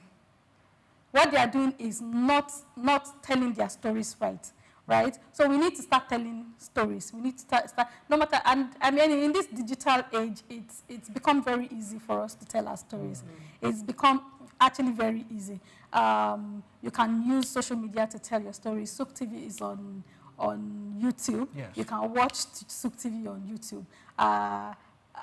So it's easy for you to create assets, platforms, for you to tell your stories. Yeah. We need to start creating those platforms. That's why communications then is having a dedicated communications unit is important. Sometimes it starts as small, from my experience, it starts as a small thing that you are doing. Yes. You are doing some social media management here, you are doing some digital marketing, you are doing some content marketing here, sometimes just email and all of that. But all of this put together are reaching different audiences, telling different audiences stories that can connect with them. You understand? So at the end of the day, if we are not then building that perception through the small, little stories, how do we then do it when the bigger story comes? It's harder to connect. So that's why it's an everyday thing. It has to be done every day. And you cannot rest on that as an organization. You need to keep telling the stories. Yes, a number of organizations are doing that. But I spoke to someone recently and he said, well, I don't have the energy to do social media. But you have a business and you don't have the energy to do social media. Bro, you're going to do social media. Yes, whether you like it or not, because that is where your audience is. Everybody is on social media now, right? That is where you're building the perception. Every day I come on board and I go online and I see this particular, and the algorithm is now built for you to see what you want, what you really want to connect with, right? Things that really matter to you. So I open my Instagram and I'm seeing something that really matters to me. And what I'm seeing is positive. Over time, that builds something you call affinity, love for this brand, because that is where your CSR comes in. So it's not just about brand, because some brands will just still go ahead and want to sell to you. You don't do branding, you don't do just selling these days. What you want to do is to make sure that you are putting your brand stories out instead of just selling. People want to know your brand more than your product. Your brand, your product is there. Leave it. Let it do its thing. But then focus maybe 70% of your attention on building that brand, telling your brand stories. And how do you connect? Sometimes CSR is one of those things that you can do to connect with your target audience. And CSR now has evolved to ESG. To ESG, right? Where we are more concerned about how are we connecting with how are we taking care of our environment, how are we taking care of people socially, how is governance generally taking care of, concerned with all of these things that we are doing in terms of communicating and all of that. So yes, communication, perception matters. And we need to continue doing this work to build that perception. If you don't build it as an organization, like I said, you disappear. Thank you very much, Gloria. I will still be on the line of the question Olumide asked now. He asked it from the perspective of the people. Now, I want to ask that same question from the perspective of product owners, brand owners. I love the fact that you're a brand manager, so you understand this. Now, I will use your Abba as another instance. They produce quality shoes. They do produce quality stuff. And you find out that they put a label from outside the country. For instance, you see something that is made in Nigeria and you see China. Exactly. That's because they don't even have confidence in their own products. That is one. Then I have seen a man, there is this popular mall that is everywhere now, and their bread is nice. People go for their bread. You know what he does? He buys their bread, remove the bread from their bag and put it in his own nylon. Packaging. Repackaging. You get it? Now, the bread is not his. It's someone else's bread, but he's rebranding, repackaging it. Now, you can see that this other person that is repackaging the bread, first of all, doesn't have a product, but he's selling a brand. And now, the ones that have a very good brand, my brothers in Aba, they have their own beautiful product, yet they are putting another label on it. Now, how do you marry this? How do brand owners, how would you encourage them to build confidence in their own product? Because if you don't have confidence in your product, so why do you want to market it to me? Why do you want to sell it to me? You're very right. Now, I like storytelling, of course. Go on. I remember in Rwanda, right? I saw these things you're wearing. They were, I have a laptop bag that I bought. I've been using it since then. I bought them from Rwanda in one of their arts villages. And I say how proud they are of these artifacts, of these items, right? Because they are locally made, right? We ourselves, are we proud to use our product? We need to be very proud to use our product, because at the end of the day, people come from outside the countries, right, to buy these things. But I like what we've been doing in terms of, you're wearing African wear, right? I like how over the years, which I really appreciate. Over the years, we've been trying to adopt more of African wear, right? Body communication is how many percent? I think 70% body language, and the rest is what you say. So yes, the things that we are projecting to the outside world, the things they are seeing, when they say, are we confident about using our own goods? Are we confident about using our locally made goods? And not just about confidence, it's also about building structures and infrastructure to support the people who are doing the work, right? The example you made about the Aba people, what structures do they have? Because, I mean, these people are also trying to build business. They need funding, they need all of that. Okay. They need, right, to do the things that they need to do. Do they even have the training? Do they even have the understanding of what impacts these actions would have on their business, right? Because we keep playing small if we don't know how much we are leaving on the table, if we don't know the value that we are leaving on the table. So then that's why training is important for us to do. We need to continue training, speaking about this, having workshops where these people can learn and understand the impact of these things, of these actions on their businesses. Yeah. All right, so if I might come in, what are some of the communication mistakes that companies, of course, African companies, make most often? Can you highlight some of them for us? Well, number one is not preparing, like I said earlier, not being proactive. It's very important to be proactive when it comes to communications. And then I think not being proactive is as a result of, brings me to my number two, as a result of not even valuing communications in the first place. So another mistake some organizations make is they don't see communications as their as a strategic role. That's what I was coming to. Yes, they don't see communications people as people who should be on the board. The people who should make decisions, right? Who should see before you make any decisions. These are the people who should look at these decisions and tell you that this is the right way to go.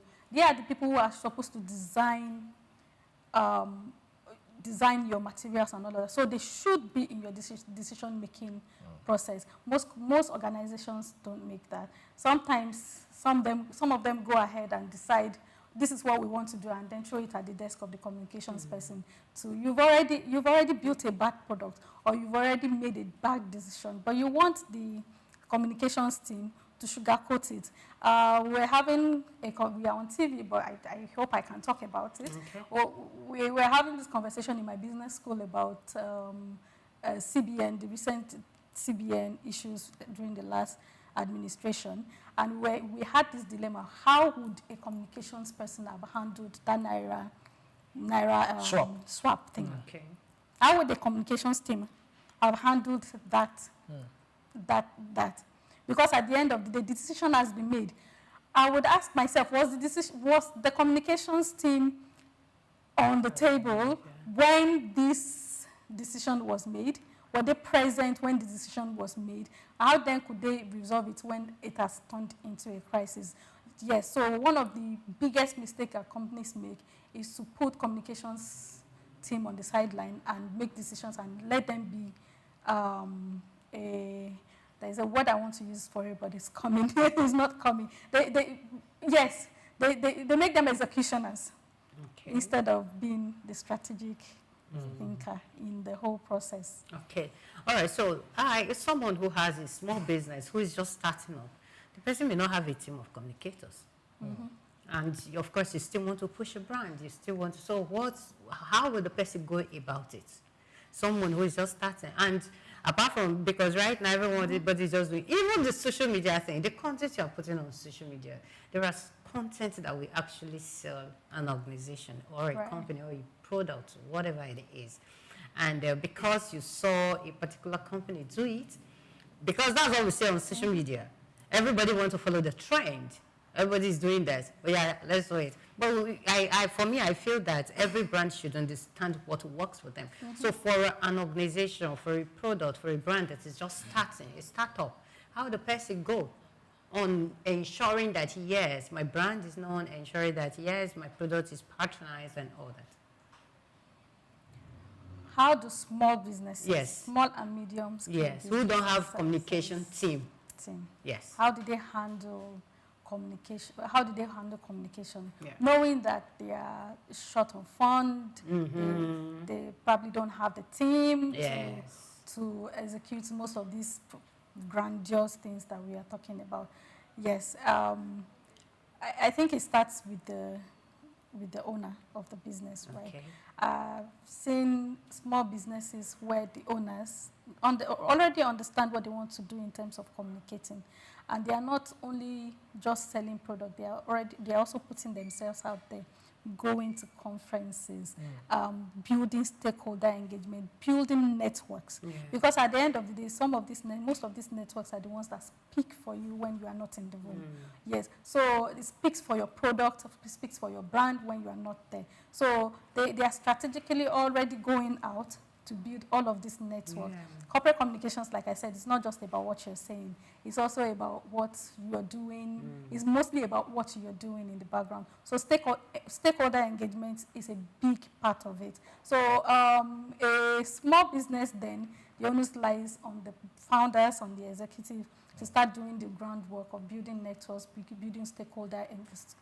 These things are not really expensive to do, as putting press releases every time you have a story to tell, because, I mean, even media organizations don't want to accept stories unless it's coming from a big brand, because, yes, is it newsworthy? That's the question. Is it newsworthy? And no matter how much money you have these days to, I mean, maybe you may not even be able to put some stories out there. I was doing a research about how the line between content, how the line between sponsored content and real news is really being blurred. But I know organizations who understand, media organizations who understand this, know how to know the essence of newsworthiness, right? And they are still keeping by it. So for small, medium businesses who want to grow, they can still sponsor, like I said, sponsored stories are still there. You can still use your SEO to build your platform. You can still use social media to build your platforms. They are affordable platforms that you can use to build your business, while also doing the groundwork of stakeholder engagement too. Then everything comes together. So it takes a founder or a CEO that truly understands what they are doing, what they want to achieve to build. All right, thank you very much, Gloria Kafuyi-Agbomaji, for your insight. Thank you for joining us in Just Africa. Thank you so much. Thank you. All right, so this is where we will draw the curtains on today's episode of Just Africa. Many thanks for watching. Do follow us on all our social media platforms. Like, comment, and share on our YouTube page at SOUQ News TV. I am Olumide Shokoya.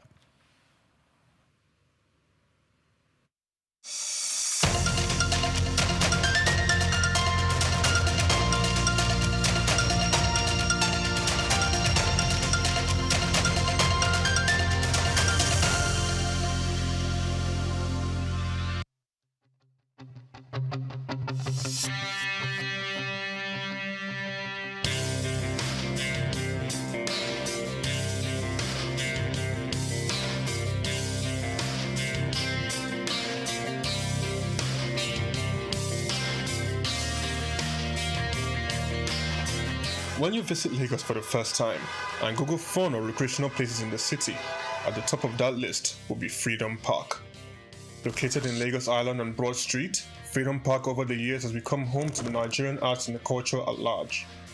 From annual big shows like the Lagos Theatre Festival, celebration at the Lagos Poetry Festival, to local festivals that celebrate literature, music and arts. Freedom Park is one of the most visited recreational sites in Lagos, for both local and tourist people alike. A place to mingle, unwind, or simply just have fun. Freedom Park, however, hasn't always been a place of fun and games. It has a history that dates to 1861, when Lagos was made a British colony. In 1885, Freedom Park was built as a fortified prison from imported bricks. It was referred to as Her Majesty's Broad Street Prison. Some prominent political prisoners were held in the prison, people such as Herbert Macaulay, Michael Imodu, and Obafemi Awolowo. In 1979, Her Majesty's Broad Street Prison was destroyed, reduced to a dumping ground.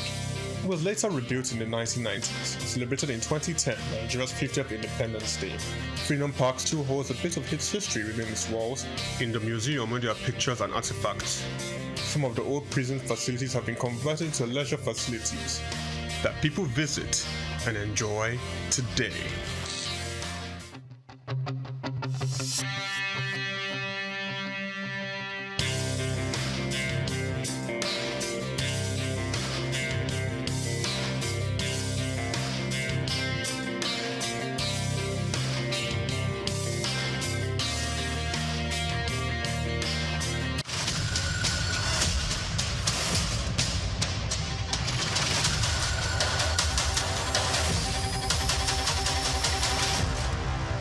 Anthony Onyemaechi Elumelu was born on the 22nd of March 1963 in Jos, North Central Nigeria, to Susanna Dominic Elumelu, originally from Delta State.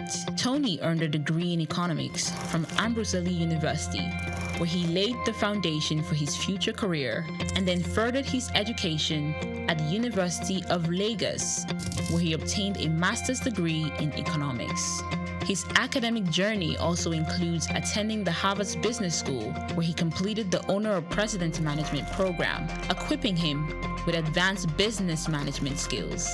Tony currently serves as the chairman of Ayers Holdings, Transcorp, and United Bank for Africa, UBA, demonstrating his significant influence in the banking and investment sector. He founded the Tony Elumelu Foundation, which aims to empower African entrepreneurs through comprehensive training, mentorships, and funding opportunities. In addition to his professional achievements, he's also a family man, married to Dr. Adele Vivian Elumelu, and together they have 7 children. In 2020, his efforts were acknowledged when he was named one of Time's 100 most influential people in the world. Anthony Elumelu's net worth is estimated to be around $700 million, a testament to his successful ventures and strategic investments. Elumelu continues to be a driving force in the business world, advocating for sustainable economic growth and empowering the next generation of African entrepreneurs.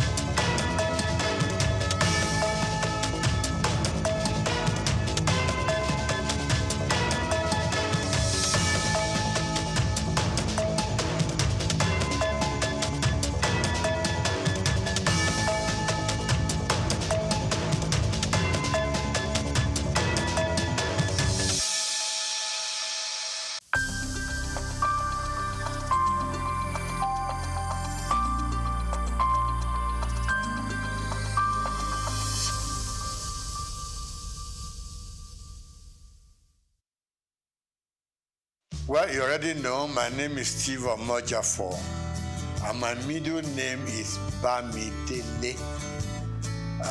That was the name that my parents gave me at birth, because it was like they regarded themselves as not Lagosians. It is Providence that brought them into Lagos. And I then happened to be born here at Odo Street in Obalende.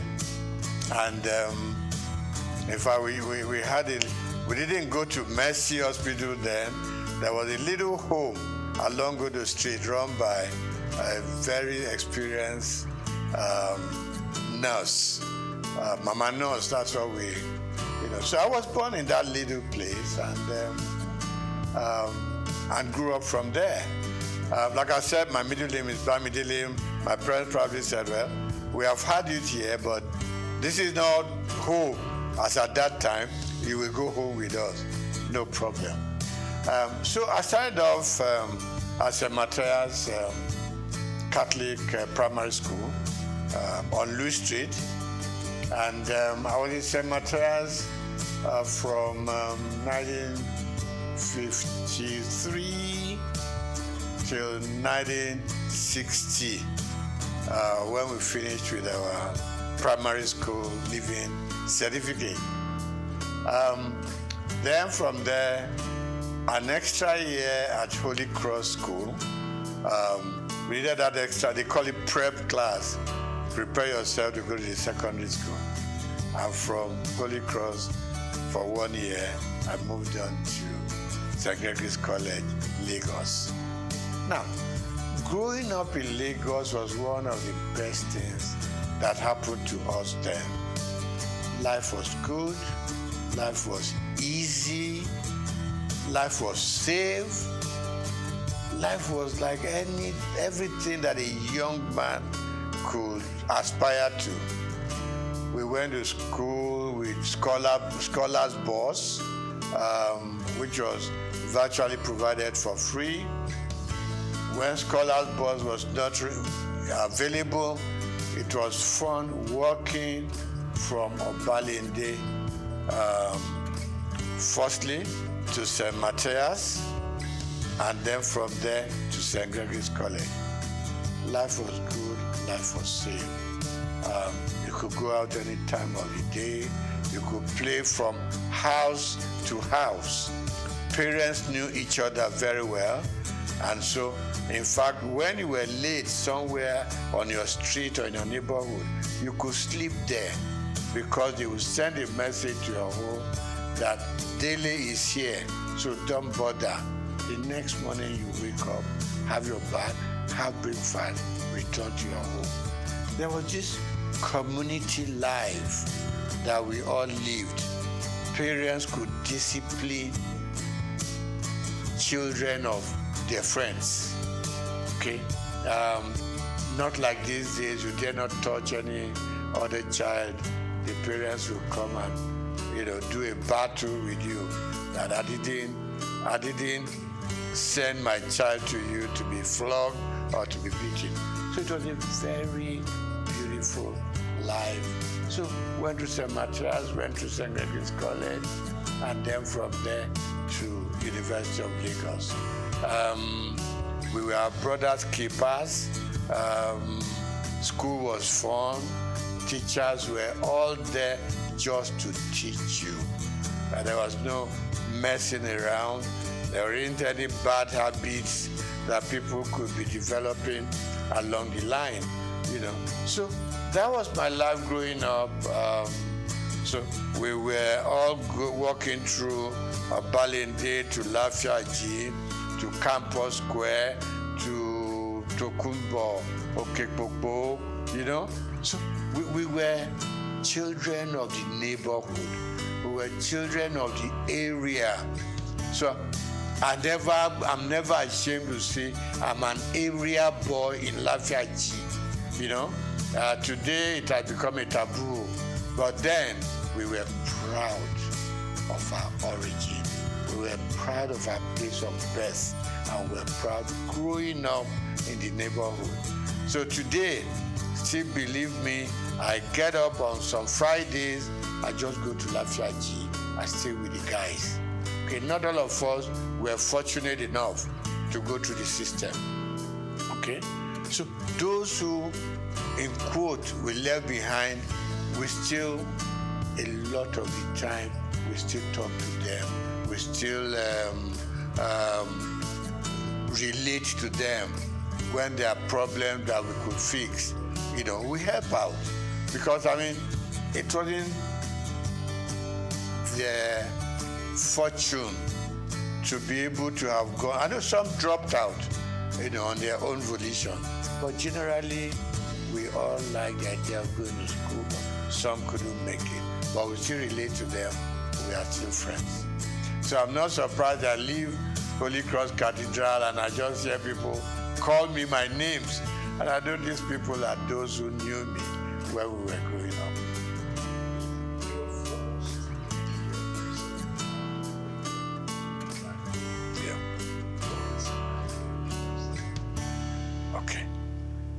Let me start by saying that even at secondary school, I read a lot. I was interested in the newspapers, and a lot of the time I read something, there was always this beautiful column of letters to the editor. So anything that I read that I liked, I sit down, 2-3 paragraphs letter to the editor to compliment what they've done, to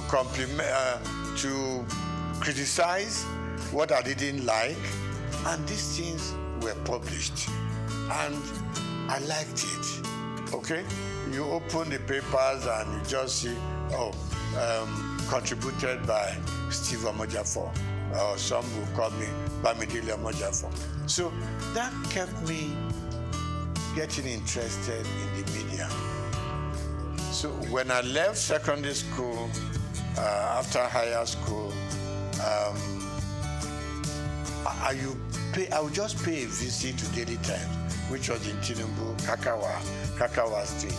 I just pay a visit there, you know, and I got talking to people. They would take me to the newsroom, you know. They would just show me how newspapers are produced and all that. That ignited my interest. So when I left higher school, mass communication was what occurred to me. I know that my uncle, you are not doing accountancy, you are not doing engineering, you're not doing medicine, you want to go and become a newspaper boy. I said, yes, this is where my interests lie. So I got admitted to Lagos University and studied mass communication there. And while I was there, I developed a column in Lagos Weekend of those days. Every Friday I was contributing. And I was writing under the name of Akibodilon. Now, Akibodilon itself is a name that I picked up in a drama group. Because we had a drama group that we produced all kinds of little plays here and there at Jekirandu Hall, you know. So one of the roles I played was Akibodilon.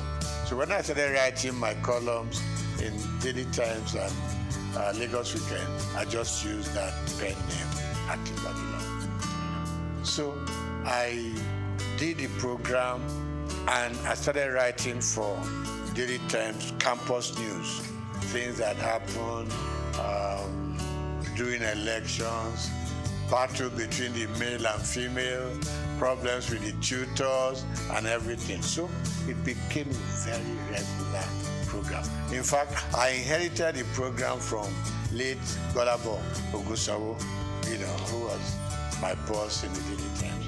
So I did that program for 3 years. It became very popular. It got to a point, Vice Chancellor would call me to say, there's a little thing going on in the university. I hope you have covered it for your paper. And I said, I'm not even employed there. I'm just writing, you know. So I left University of Lagos, had all kinds of jobs that one could do. But I headed for Daily Times because I just had developed a path for myself, and that is journalism. Okay. So while in the Daily Times, worked with Lagos Weekend, went to Daily Times proper and worked there I was a columnist, I was a sub-editor, and also a reporter. Combined everything. So that was where my interest grew and grew, and it was very painful when I had to leave the Daily Times organization. And what did I go to? Linters advertising. When I walked into Linters, and I said to the chairman managing director, and I said, I want a job. I said, just like that? I said, yes, sir. You know, then it was easy to communicate with people. We're not too many, so they listen to you. So he said, what are you doing now? I said, I'm a sub-editor at the Daily Times. So why are you coming to advertising? I want to broaden my space. I want to broaden my experiences. It took about 3 months, and I got a job in Linters. And I remember Alhaji Babatunde Joseph, when I was going to leave, said, look, Steve, where are you going? I said, I'm going to Linters. I said, well, we do the same thing. They package programs commercially. Here we do our papers and we go sell, you know. So I said, okay, sir, let me just go gather some experience at Linters. And Linters and Daily Times were just 5 minutes walk from each other. And I said, sir, if the editor needs me for anything, trust me, I will spend my time and money, do write-ups for Daily Times. So I was like working in advertising and still writing for the Daily Times. You know. So that was my life. From Linters, we set up our own company known as Roosevelt Advertising Limited. And Roosevelt, was formed by 3 partners, you know, two friends of mine. 3 of us were at Lagos University at the same mass comm department. So we came out, and I left Daily Times to set up Roosevelt. One of my partners left Cadbury to join us, and Ankodusi left Admark, another advertising company. So 3 of us came together and we set up Roosevelt. We call ourselves second generation agencies, because before then we were the Ogilvy, the Linters, Grant Advertising, and so on. So we set up a small shop in Surrey, and it grew beyond our own imagination. From Roosevelt, we set up a second line agency called McCann, STB McCann. Got affiliated to a company in America, McCann Erickson. So that was how it all went on. Now, I didn't do banking, and I didn't work as a banker. The interesting story is that one day, while still at Roosevelt, no, STB McCann then, I got a phone call from somebody I've never met before. And I picked up the call. He said, my name is ABC, blah, blah, blah. And he said, the managing director of Zenith Bank wants to talk to me. So I said, okay, there's no problem. I know I'm not owing any bank. Blah, blah. He said, no. He just wants to talk to you. So I picked up, he picked up the line and said, my name is this. I said, my name is this. He said, can we meet? So I said, she, no problem. He said, no. So we agreed to meet. And it got to be that he wanted to appoint a couple of directors for the bank before they went public. And what I said to him was, I'm not a banker. I didn't study finance or economics. He said, no. What I want from you is your name and your integrity. Nothing beyond that. that was the beginning of the story. So I got onto the board, and I learned a lot. You know, I'm somebody who doesn't get to a place and I want to show them what I know or what I don't know. You could make a fool of yourself sometimes. So for me, like the first 6 months or 1 year, was just go to the meeting, listen to them, know where they are coming from, know what the focus is, and know what the expectations are. So I picked it up from there. Gradually, I got into the system. Of course, naturally, buy some books on banking, finance, just read, you know, so at least you know how the banks operate. I've always been a customer of the banks. It is very small scale. And all I did was follow the banking trend.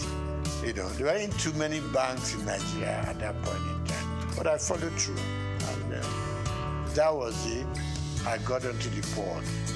And somewhere along the line, there was the policy of the central bank. The managing director had to step aside, so to say. The chairman had overspent some time regulated by the CBN. And they approached me and said, you are going to become, being at the board, you're going to become the chairman of the board. I said, me? And they said, yes. I've met a lot of people here, so why me anyway? To cut the short story long, I was eventually made the chairman of Zenith Bank. And I was there, I was chairman for 4 years. And then CBN rules changed again. The MD came back, and I was very happy to hand over the bank to him. And I said I was going to leave when he came back. He said no. Statutorily, as he had 2 more years on the board, that no, you got to stay and live out your time. And then, so I did. And after 12 years, I eventually bowed out from the bank and returned full time to my own job, which I've been known for, and that is the media world. Okay, so I get invited for interviews, for programs here and there. Like you said, it's always a good thing. You have something you have learned over the years, you want to impact it on the younger ones, you know, who are coming. I mean, my first son, for instance, you know, went through the media scene, now in advertising, and I go on encouraging them. I retired from active day-to-day operations about almost 15 years ago. You know, but I'm still keeping pace with what is going on around me.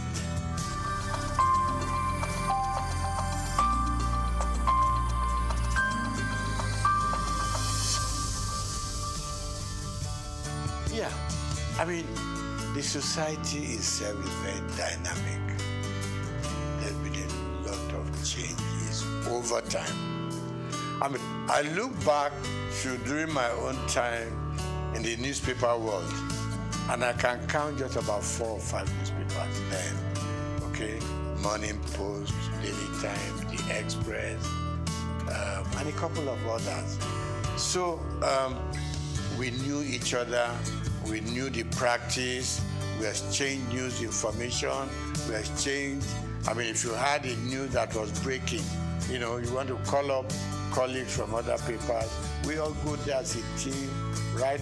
Because stories will be written from different angles, no matter what you do, you know. So, newspaper was great. And it was so good. In the morning, your byline was there, and people were trying to reach you, you know, about the quality.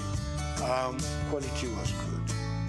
Quality was good. And there wasn't too much of freelancing in those days, in the newspaper world.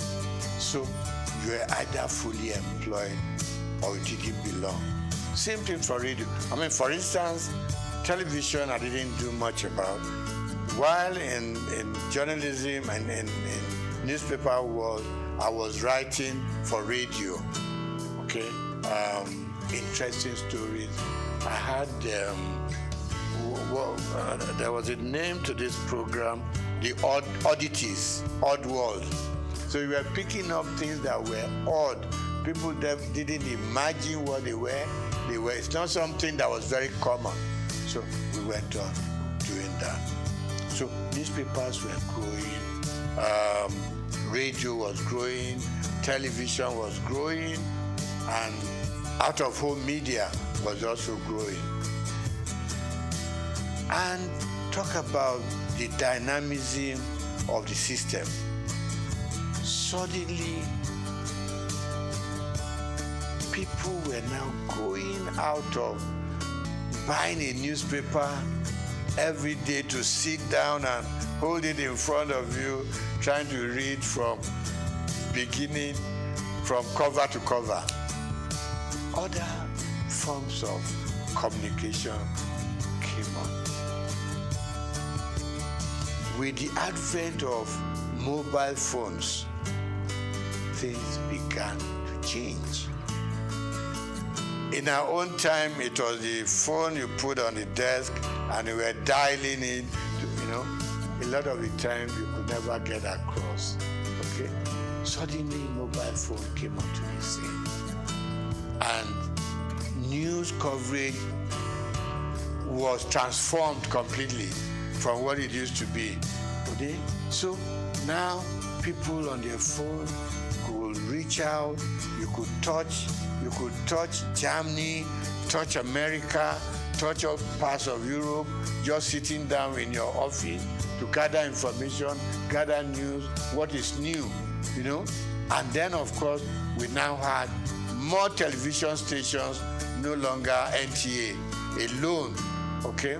Now, with the news stations, things were just expanding.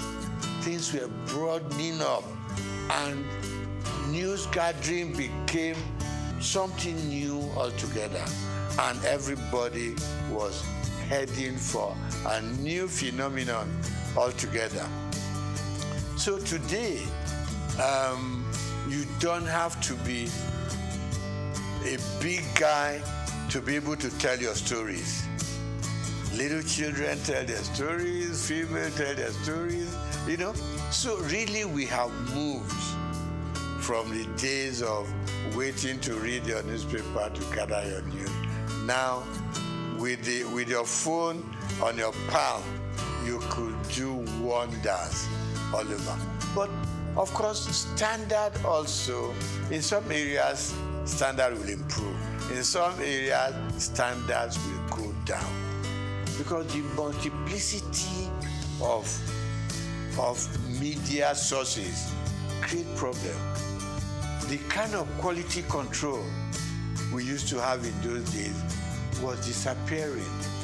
And people can build up stories without even being there to know if it is factual or not. So of course, the turmoil that we are going through in the media space now is better imagined. But I still believe that for those who have structures like the one you are building up now, will enable people to know that you've got to check, you've got to cross-check, okay? We have laws that control what we say, what you do, what you publish. Of course, they are not as rigid as they should be, So in terms of content these days, you have to ensure that you check your facts before you can believe, what they are saying or make any sense out of them. So really it has become all commerce affair. And this is not going to be the end. The explosion is going to continue. Maybe in a few years to come, we're going to have a stronger media control than what we have now. People are building content. You go on YouTube, you go on all kinds of media and you are getting all kinds. What you hear from your WhatsApp is different from what you're going to get in your YouTube. You go to Instagram, people are selling themselves with all kinds of stories. So really, for me, we've gone through the era of sanity. Yeah? And I hate to say, we've gone into the era where anything you can think of, say it, write it, do it. And for the consumers, it's like you either take it or you leave it. But it's good that we can now reach out much, much widely. I mean, thanks to our mobile news. I mean, you talk to people in any village in Nigeria, and suddenly one thing that didn't grab us so early was you open up your Google map, and you don't have to stop people on the street anymore. Show me where I'm going. Just go to the app, and it leads you to the front of the house you are going to. So we have a lot of improvements, and I think it's going to be improving some more. All we just need to watch is to ensure that we remain truthful and we remain factual, so that we don't mislead people on the street, particularly people in the rural areas. One day you just see everybody running helter-skelter because somebody posted a news that is not correct. So we need to watch that and put some more control. But I like the growth in the media space. Let's get back.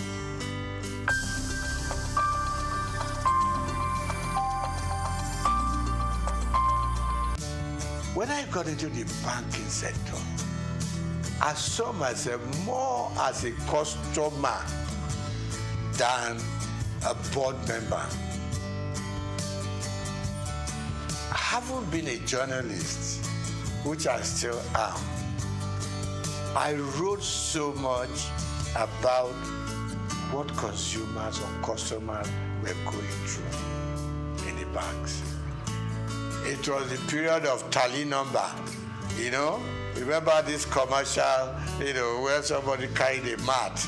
I said, what are you carrying a mat in the bank? I said, I want to lay down here because I know before I get my money, I will have slept once or twice and woken up, So I was very consumer oriented. When I got into the banking system, a couple of times my board members will ask me, are you on the board or you are still a customer? I said, first and foremost, I want to remain a customer of the bank who will come into the bank and get properly served, who will come into the bank and feel like human, who will come into the bank feeling important, because it's your money in the bank. Even if it's only 1,000 naira, it's your money. You need to be treated with some dignity and respect. And that was my mentality that I took into the board of the bank. I said, listen, I am not too happy the way customers are treated. It is their money, no matter how small. Treat them with respect, treat them with dignity.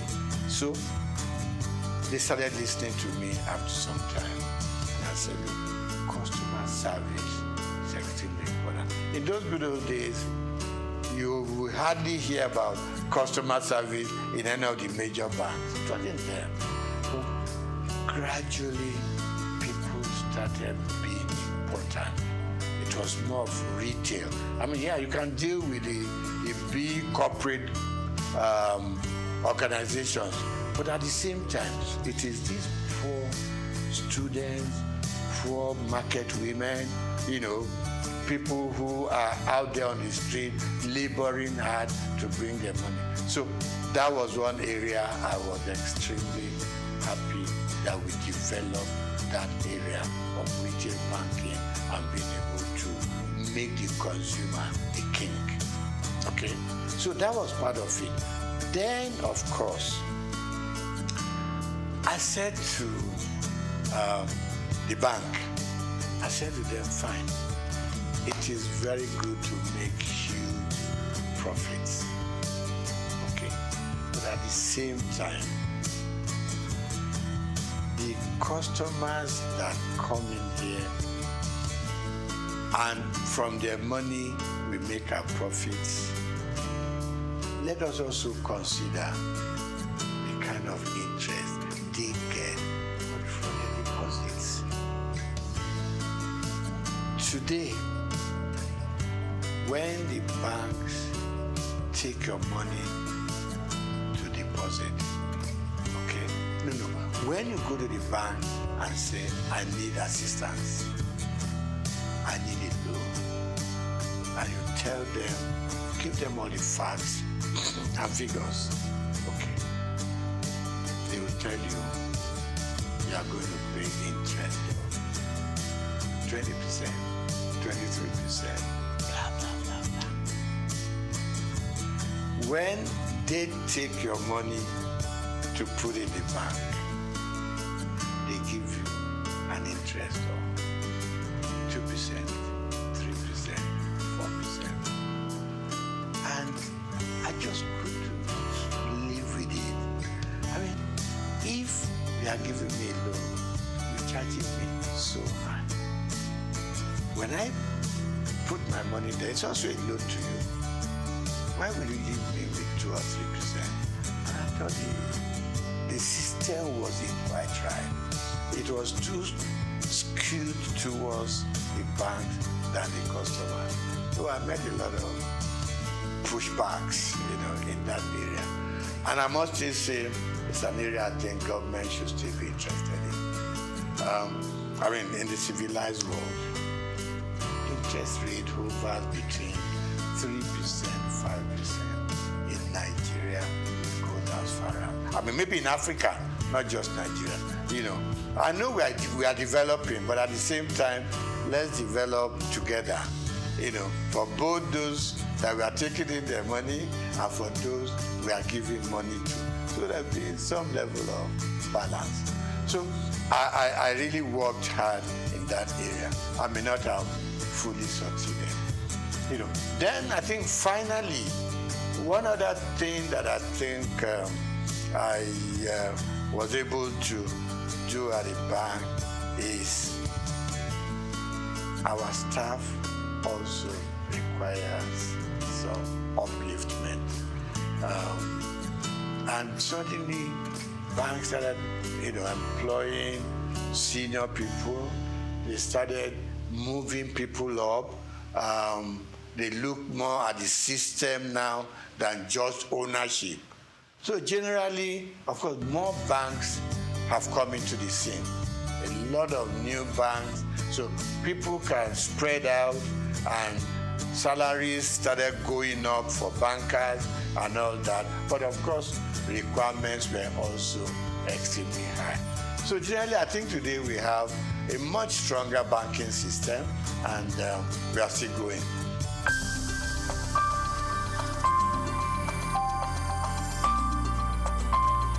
Now, the banks for a long time have been let loose to do whatever they want to do at the disadvantage of customers, like I started off with. Now,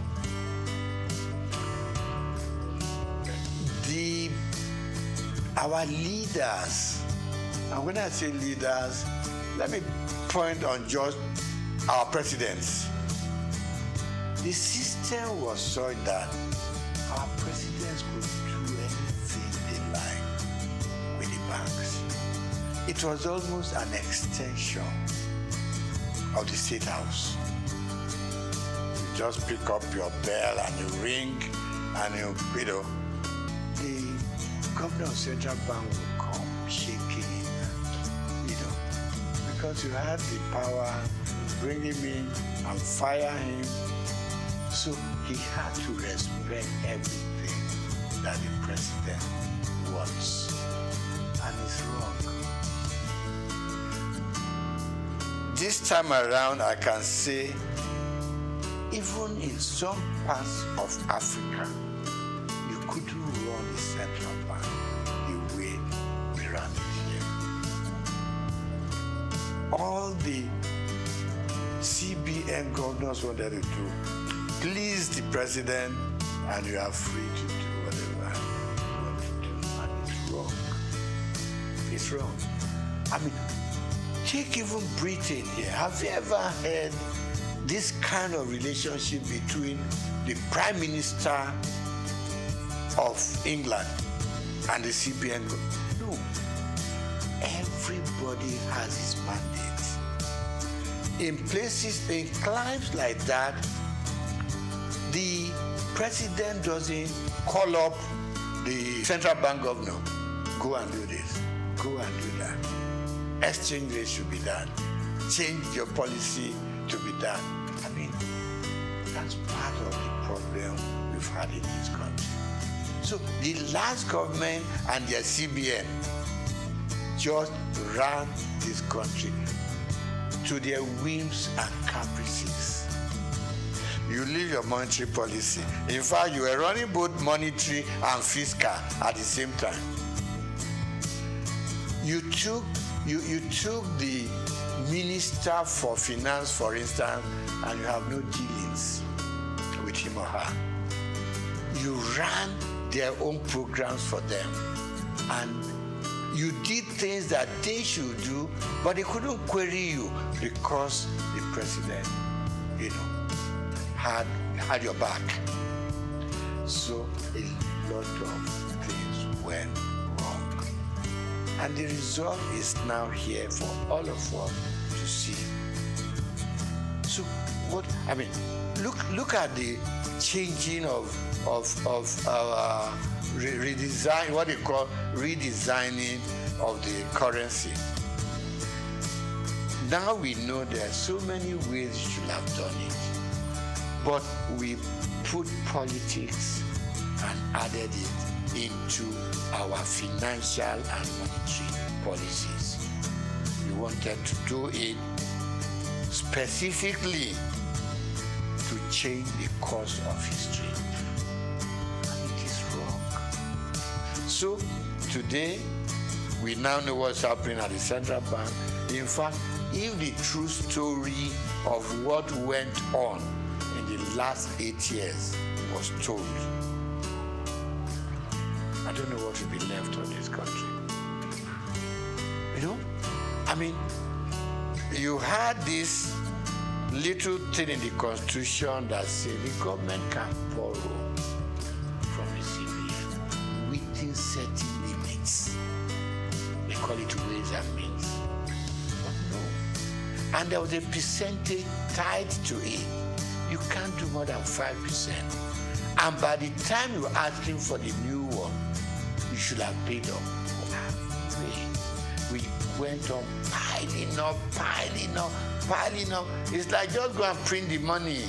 What Idi Amin used to do in Uganda in those days. That's the kind of situation we found ourselves. Very regrettable.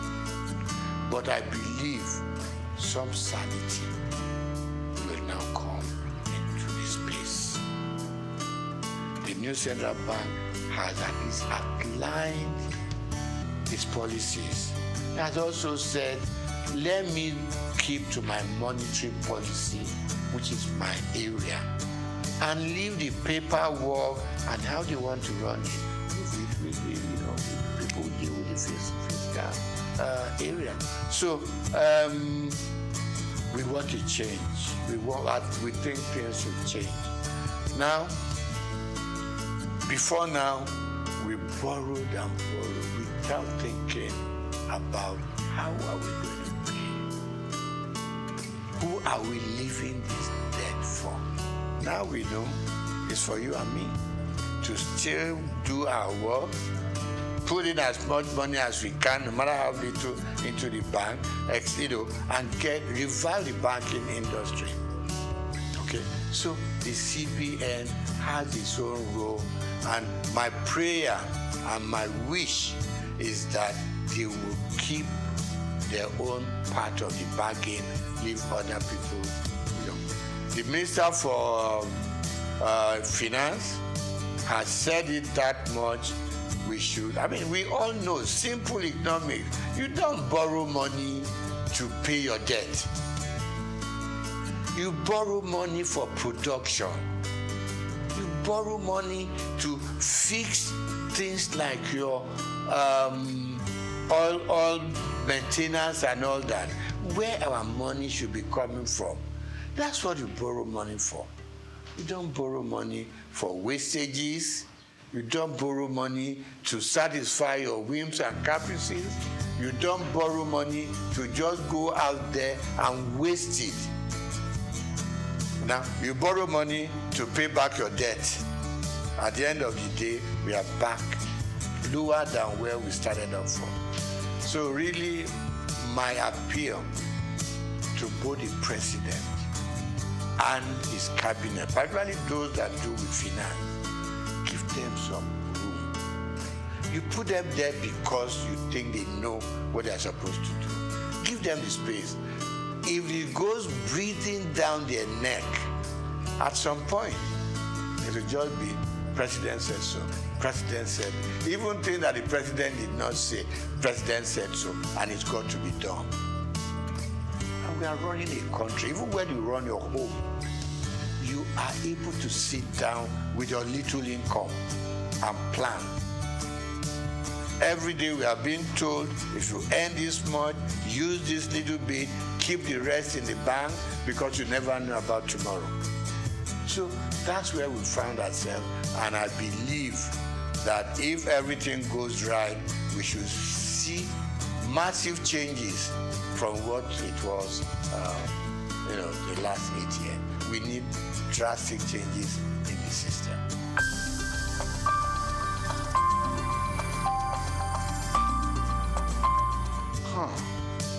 My mom in Abalinde used to say to me, when I want to be lazy, he will make sure you do what she wants you to do. And he will remind you that hard work doesn't kill. It is laziness that turns you into an inconsequential human being with no sense of direction. We grew up learning hard work, both in school and out of school. I, for instance, hawked on the streets of Lagos with my mom. You leave St. Gregory's College, now not primary school, St. Gregory's College. You come back. My mother was a textile seller. Got it, probably went to Balogun, pick up. When I come back from school after my lunch, get a basket full of cloth, which I put on my head, and we go from street to street. My mother's carrying her tape rule and another measurement stick, and we'll go round Obalinde, Igoshere, Bamboshe, Oshoji, and we were selling. From there, she graduated to owning a shop in Balogun. When I leave school, I was her accountant, so to say, bookkeeper. All the things they've sold and make, keep the records and everything. I helped her take the money to the bank. It was Barclays Bank, what was it called then? Yeah, Barclays Bank, before it became Union Bank in Balogun. So I've learned how to trade. I've learned how to make money. I've learned how to deal with customers. Plus that, I was also a bread seller. Somewhere along Strachan Street off Igboshere, there was a big bakery owned by the Lawson family. To be able to get enough bread, you got to get there between 5 and 6 in the morning. Okay? So let me cut it short. We learned to work hard. And that working hard continued with us up till where we are today. We also were very straight-minded in terms of what we wanted to be. We played pranks, so we went out to play football, we went out to, to play with the girls and everything. But at the end of the day, you returned home. And our parents didn't spare the rod. They didn't. You came back later than expected to. They would lie you on the floor and dealt with you. So the combination of the kind of upbringing and the kind of training we went through home probably kept us where we are. And like I said to you before we started the interview, you knew that if you finish your primary school, secondary school is the next thing. If you finish secondary school, you don't know what you were reading for. Not until probably when you got to the university, did it occur to you, okay, I'm going to choose a profession. But all along, we just did it because that was what the system and environment asked for. So, secret of success, hard work, hard work, hard work.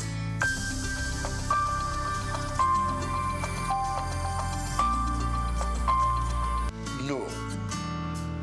I had a father who was very finicky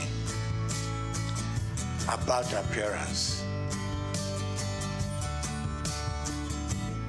When I lived on Igboshere Road, our church was on Louis Street, so to say, walking distance.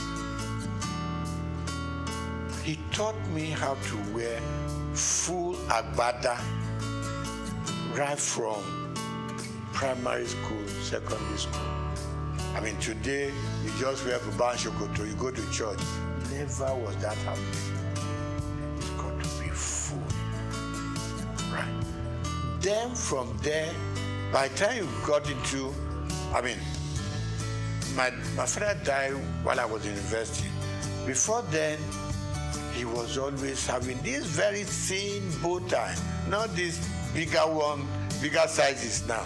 Thin, even when his dress is khaki and khaki, he still had it on. So I admired him, but initially I was on my long time, up till a point, and I look back at some photographs we took when we were in the secondary school, and I thought, no, let me go back to those old days. Some people tell me it makes you look old. I said, I don't mind, but these days I have just acquired that fashion taste, which has suddenly become my, what do you call it? Become what I'm known with. And I enjoy it. And I encourage people, once in a while, put on your bow tie. It makes you look good, makes you look impressionable, it makes you look a serious person, and it makes people take a second look at you.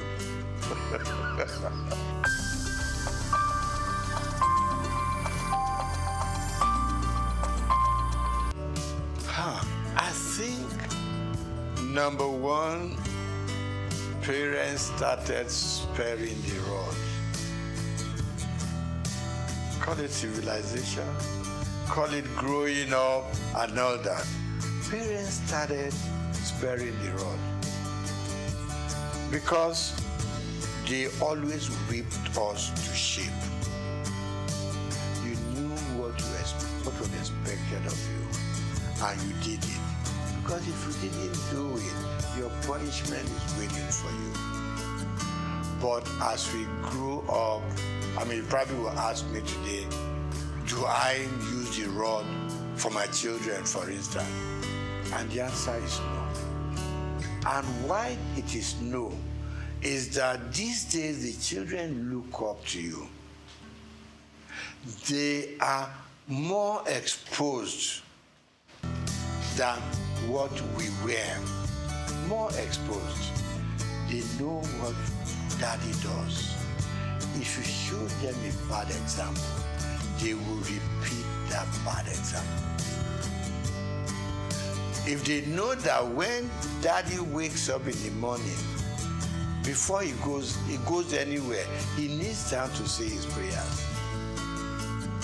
He too unconsciously will copy you. If they know that when dad goes out, he comes back certain time. It doesn't come in at 1 a.m., 2 a.m. Subconsciously, they too will know there's something that this old man sees that doesn't make him go out all night. So they copy from us. But then, like people say, I don't know how correct it is, that these days people are so busy looking for money. They all over the place. They abandon the home to nannies and housemates and all that. And the children a lot of the time are on their own. But people like you and I, for instance, probably had housemates in the house. You see, but the work that the housemaid does, we were also made to do it.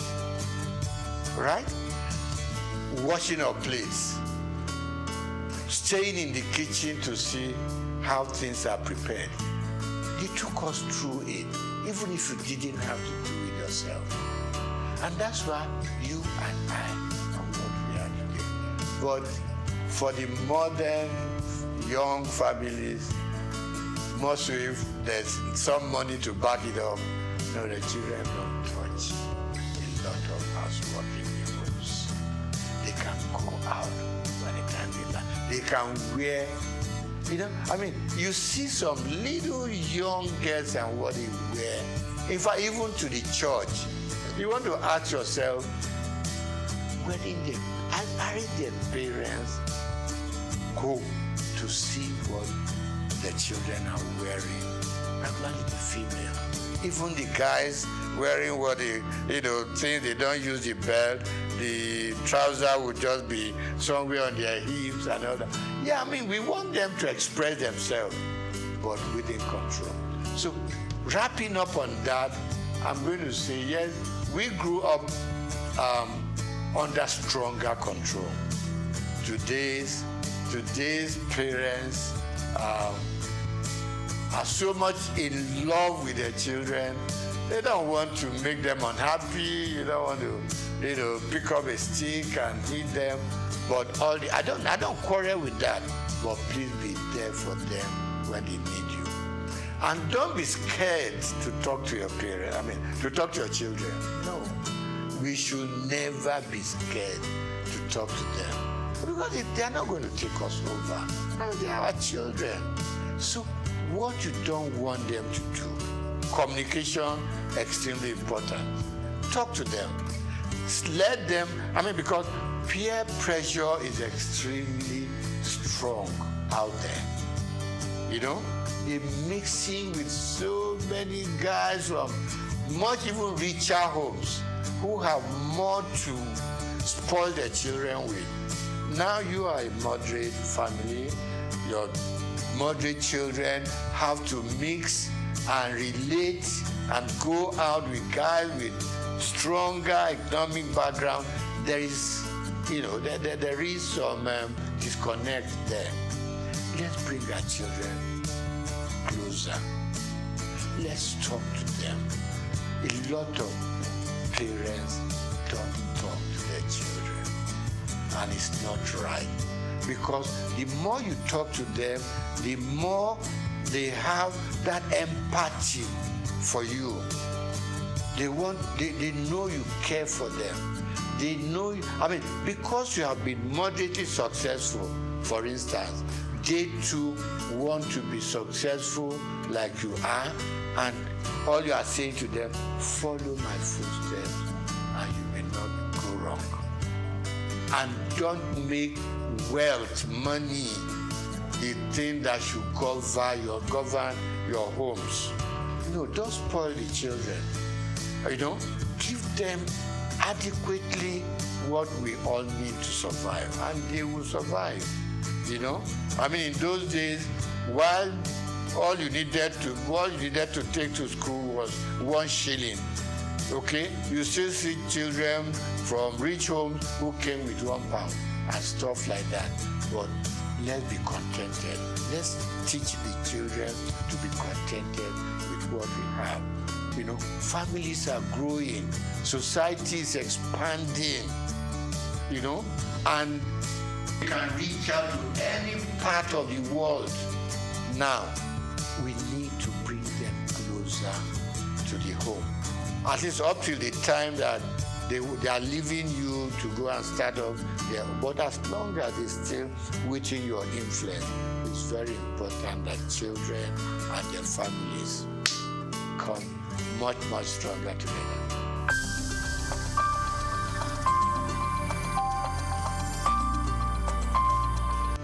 I'm going to start with sports.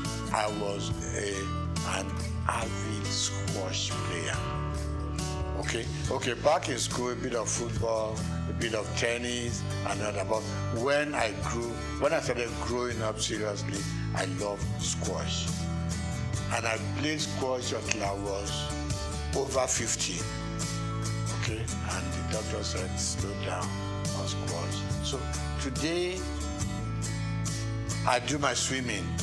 Okay, I still do my swimming 2-3 times a week. Okay, and then of course I walk. You know, there's this thing that keeps on saying, I mean, if all you can do is walk for 30-40 minutes a day, okay. And then of course I'm an avid fan of football up till today. I wish we could develop a local league so that I could slow down on my European Premier League sessions. So I love football and I love lawn tennis up to now. Now, favorite color,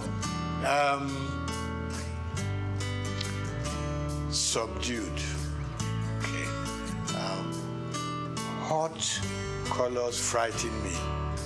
Okay. And if you have to do it, just make it minimal. When I pick my dress, for instance, you got to know you want the kind of shirt you want to wear to match the color of the tie you want to use, to match the color of your suit, so it doesn't run riot. So it's extremely important. And I said to my friend, just Google it. What color matches this and what color matches that? You know, so you don't become like a Christmas tree, you know, on the road. That was the third one, food. I grew up enjoying my eba and amala. Growing up from Obalinde, okay? So I do my eba, I do my amala. Rice occasionally. But then these days, from age 70 upwards, oh, the doctors are screaming, watch what you eat,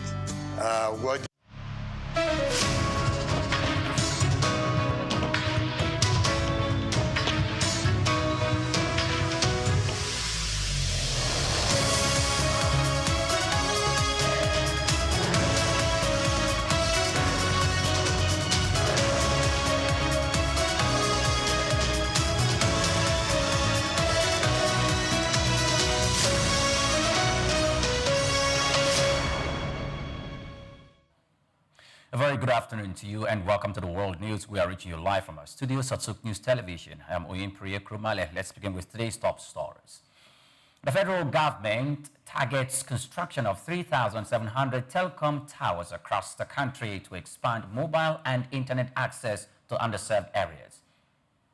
Nigeria records a 1,085% surge in export-laden containers, signaling increased trade activity across the countries. Now, South African miners are ramming up thermal coal export to Israel following Colombia's decision to halt shipment to the country, alleging genocide in Gaza.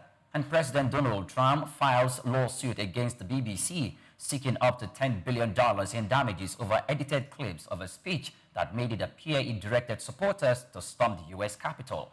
And in the world of sports, Nigeria forward Kelechi Iheanacho suffers a hamstring setback during Celtic's Premier Sport Cup, the final defeat to St. Mirren at Hampden Park.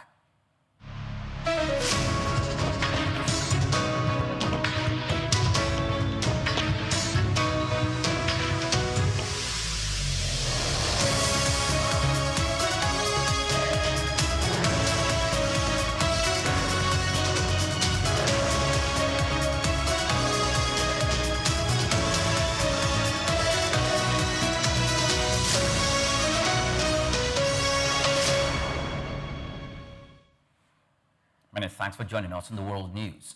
Now, the federal government plans to fund the construction of 3,700 telecom towers across Nigeria's rural communities to expand mobile and internet access to underserved areas.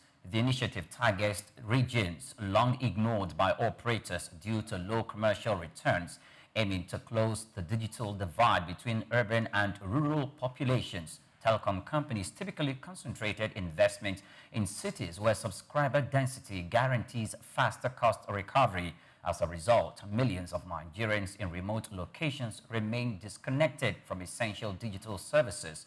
The government's intervention is expected to extend mobile voice and data coverage to more than 23 million people who currently lack reliable access, supporting inclusion, commerce, and access to public services. The Minister of Communications and Digital Economy, Bosun Tijani, said the project has received approval from President Bola Tinubu and the Federal Executive Council. He described the rollout as a strategic investment in digital infrastructure that would stimulate economic activity, improve service delivery, and strengthen Nigeria's long-term digital transformation agenda. Now, the Senate has raised concerns over the federal government practice of implementing multiple budgets within a single fiscal year, warning that the approach weakens fiscal discipline, undermines credibility, and complicates macroeconomic planning. Lawmakers said repeated budget adjustments blur accountability and make it harder to track performance. The warning was issued on Monday during an interactive session between the Senate Committee on Finance and key economic managers on the 2026-2028 medium-term expenditure framework and fiscal strategy paper. At the meeting, the committee directed the Federal Inland Revenue Service to raise its 2026 revenue projection to 35 trillion naira from 31 trillion, citing a disclosed 38 trillion shortfall in 2025 budget's 40 trillion revenue target. Committee Chairman Senator Sani Musa criticized the routine rollover of unimplemented capital projects, describing it as a systemic anomaly. He said persistent carryover distort budgeting, delay development outcomes, and weaken public trust in fiscal management. The Nigerian police force has announced plans to resume nationwide enforcement of the tinted glass permit policy from January 2nd, 2026, citing rising security concerns and increased use of vehicles with unauthorized tinted windows in criminal activities. The move marks a return to stricter checks on motorists after a period of limited enforcement. In a statement issued on Monday in Abuja, the Force Public Relations Officer Benjamin Hundain said the decision followed a comprehensive review of emerging security challenges across the country. He noted that renewed enforcement would take effect nationwide, pending the final determination of a related matter currently before the courts. The police urged motorists to regularize their permits ahead of deadline to avoid sanctions, stressing that the policy is aimed at enhancing safety not harassment enforcement. The statement added that it will be carried out professionally, with officers expected to observe a due process and respect citizens' rights. The Nigerian Content Development and Monitoring Board has said a total of 132 Nigerian companies have accessed 51.785 billion naira and $359.653 million from the local content intervention funds aimed at boosting indigenous participation in the oil and gas sector. The funding is drawn from initiatives including the $350 million Nigerian Content Intervention Fund, the $50 million Working Capital Fund supported by the Nexim Bank, and the Women in Oil and Gas Fund. Fresh data released by the Nigerian Content Board on Monday showed that 3 manufacturing firms received 7.561 billion naira, while 38 companies secured 22.144 billion naira and $205.666 million from asset acquisition. 10 firms obtained 2.23 billion naira and $24.728 million to finance contracts. In addition, 25 companies benefited from 15.98 billion naira and $115.998 million from loan refinancing. The board said that the interventions are designed to build capacity, improve competitiveness, and deepen Nigerian participation across the oil and gas value chain. The Nigerian Ports Authority has recorded a 1,085% surge in export-laden containers, alongside a strong rise in overall cargo throughput, signaling increased trade activity across the country's seaports. The total cargo handled in the third quarter of 2025 rose to 33.52 million metric tons, marking one of the authority's strongest quarterly performances in recent years, according to a statement released on Monday. Operational data showed cargo throughput increased by 16.2% from 28.84 million metric tons recorded in the same period of 2024. The NPA said the growth reflects improving port efficiency and rising confidence among exporters and importers, despite broader economic pressures affecting global trade flows. Container operations were a major driver of the performance. Total container traffic climbed by 18.9% to 546,931, 20 foot equivalent units in the third quarter of 2025, up from 460,038 TEUs a year earlier, underscoring the expanding roles of Nigeria's ports in regional and the international trade. Nigeria's headline inflation rate eased further in the month of November 2025, reflecting moderating consumer price pressures following the adoption of a new base year, according to the latest Consumer Price Index report from the National Bureau of Statistics. The NBS said the CPI rose to 130.5 points in November from 128.9 points in October, a month-on-month increase of 1.6 points. Despite the monthly rise, prices headline inflation slowed to 14.45% year-on-year, down from 16.05% in the month of October. The Bureau attributed the decline to base year adjustments and a gradual softening in the price increases across key consumption categories, offering tentative relief to households. Reacting to data, the organized private sector said the sustained easing of inflation could improve consumer purchasing power and support business activity. However, operators urged the federal government to complement the trend with targeted credit facilities for macro, small and medium-sized enterprises to stimulate production, employment and broader economic stability. Now, the government of Abia State has enacted a new law aimed at positioning the southeastern Nigerian state as a hub for technology and innovation. Governor Alex Oti has sent this week to the Abia State Startup Law 2025, legislation passed by the State House of Assembly to domesticate the Nigerian Startup Act of 2022 at the subnational level. The law is designed to encourage entrepreneurs, attract investors, and provide a regulatory support for startups operating within the state. Officials said it will help create jobs, foster innovation, and integrate Abia more fully into Nigeria's growing tech ecosystem.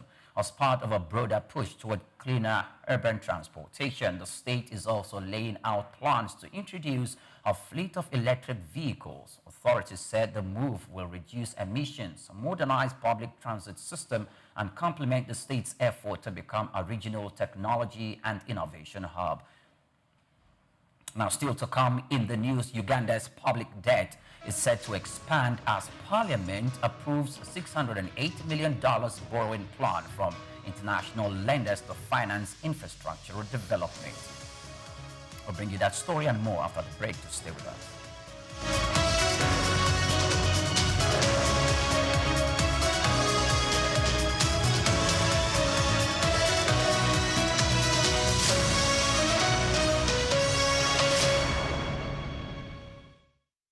My name is Shino Gbadegeshin. I'm the CEO of Gozi Micro Insurance. Continue to watch SOUQ News. Adenike Adeyemi, Executive Director of Faith Foundation. Keep watching SOUQ News. My name is Shepherd Michael Adewale Onofuye. I enjoy you all to always watch SOUQ News TV. Hey everyone, Majuli Obaje here representing Gigi. Keep watching SOUQ News, okay? Stay updated with SOUQ News. My name is Harton Keme. I am the head of MSME Banking. Please keep watching SOUQ News and stay glued to SOUQ News. I recommend that more and more people should watch SOUQ News because they deal with business news. Hi, my name is Amaka Wokolo. I am the director of the Faith Institute at Faith Foundation. Keep watching SOUQ News.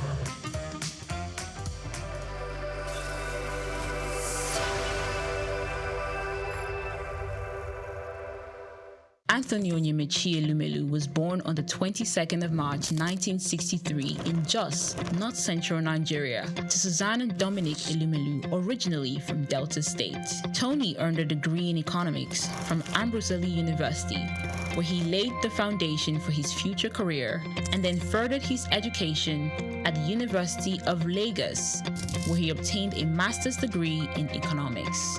His academic journey also includes attending the Harvard Business School, where he completed the Owner of President Management program, equipping him with advanced business management skills. Tony currently serves as the chairman of Heirs Holdings, Transcorp, and United Bank for Africa, UBA, demonstrating his significant influence in the banking and investment sector.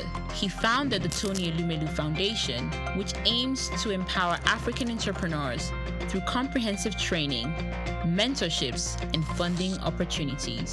In addition to his professional achievements, he's also a family man, married to Dr. Adele Vivian Elumelu, and together they have 7 children. In 2020, his efforts were acknowledged when he was named one of Time's 100 most influential people in the world. Anthony Elumelu's net worth is estimated to be around $700 million, a testament to his successful ventures and strategic investments. Elumelu continues to be a driving force in the business world, advocating for sustainable economic growth and empowering the next generation of African entrepreneurs.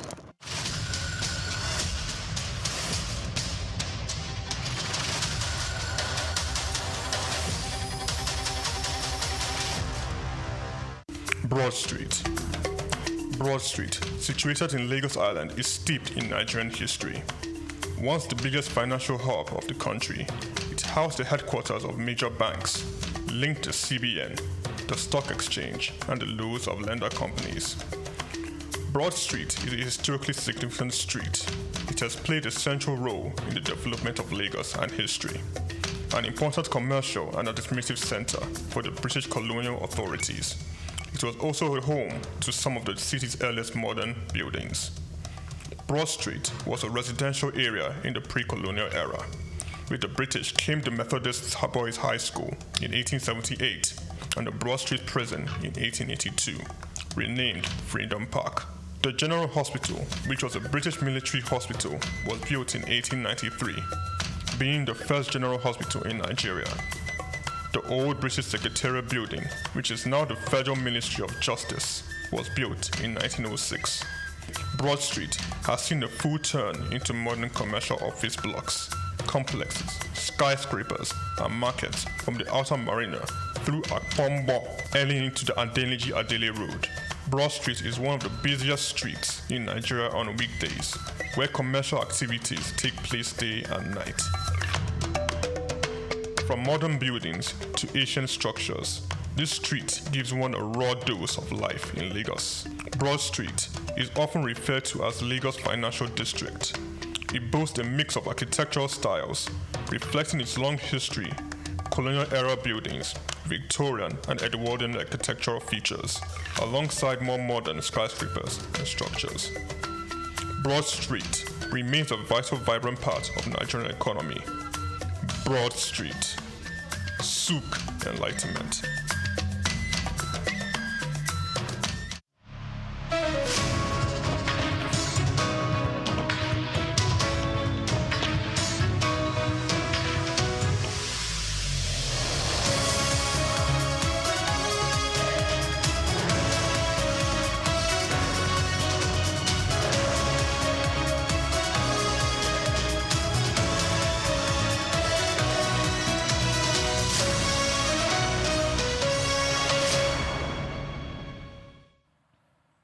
Welcome back, many thanks for joining us on the World News. Now moving on. South Africa miners are ramming up thermal coal exports to Israel following Colombia's august decision to halt shipment to the country, according to data released from Kepler, SOUQ, and DBX Commodities.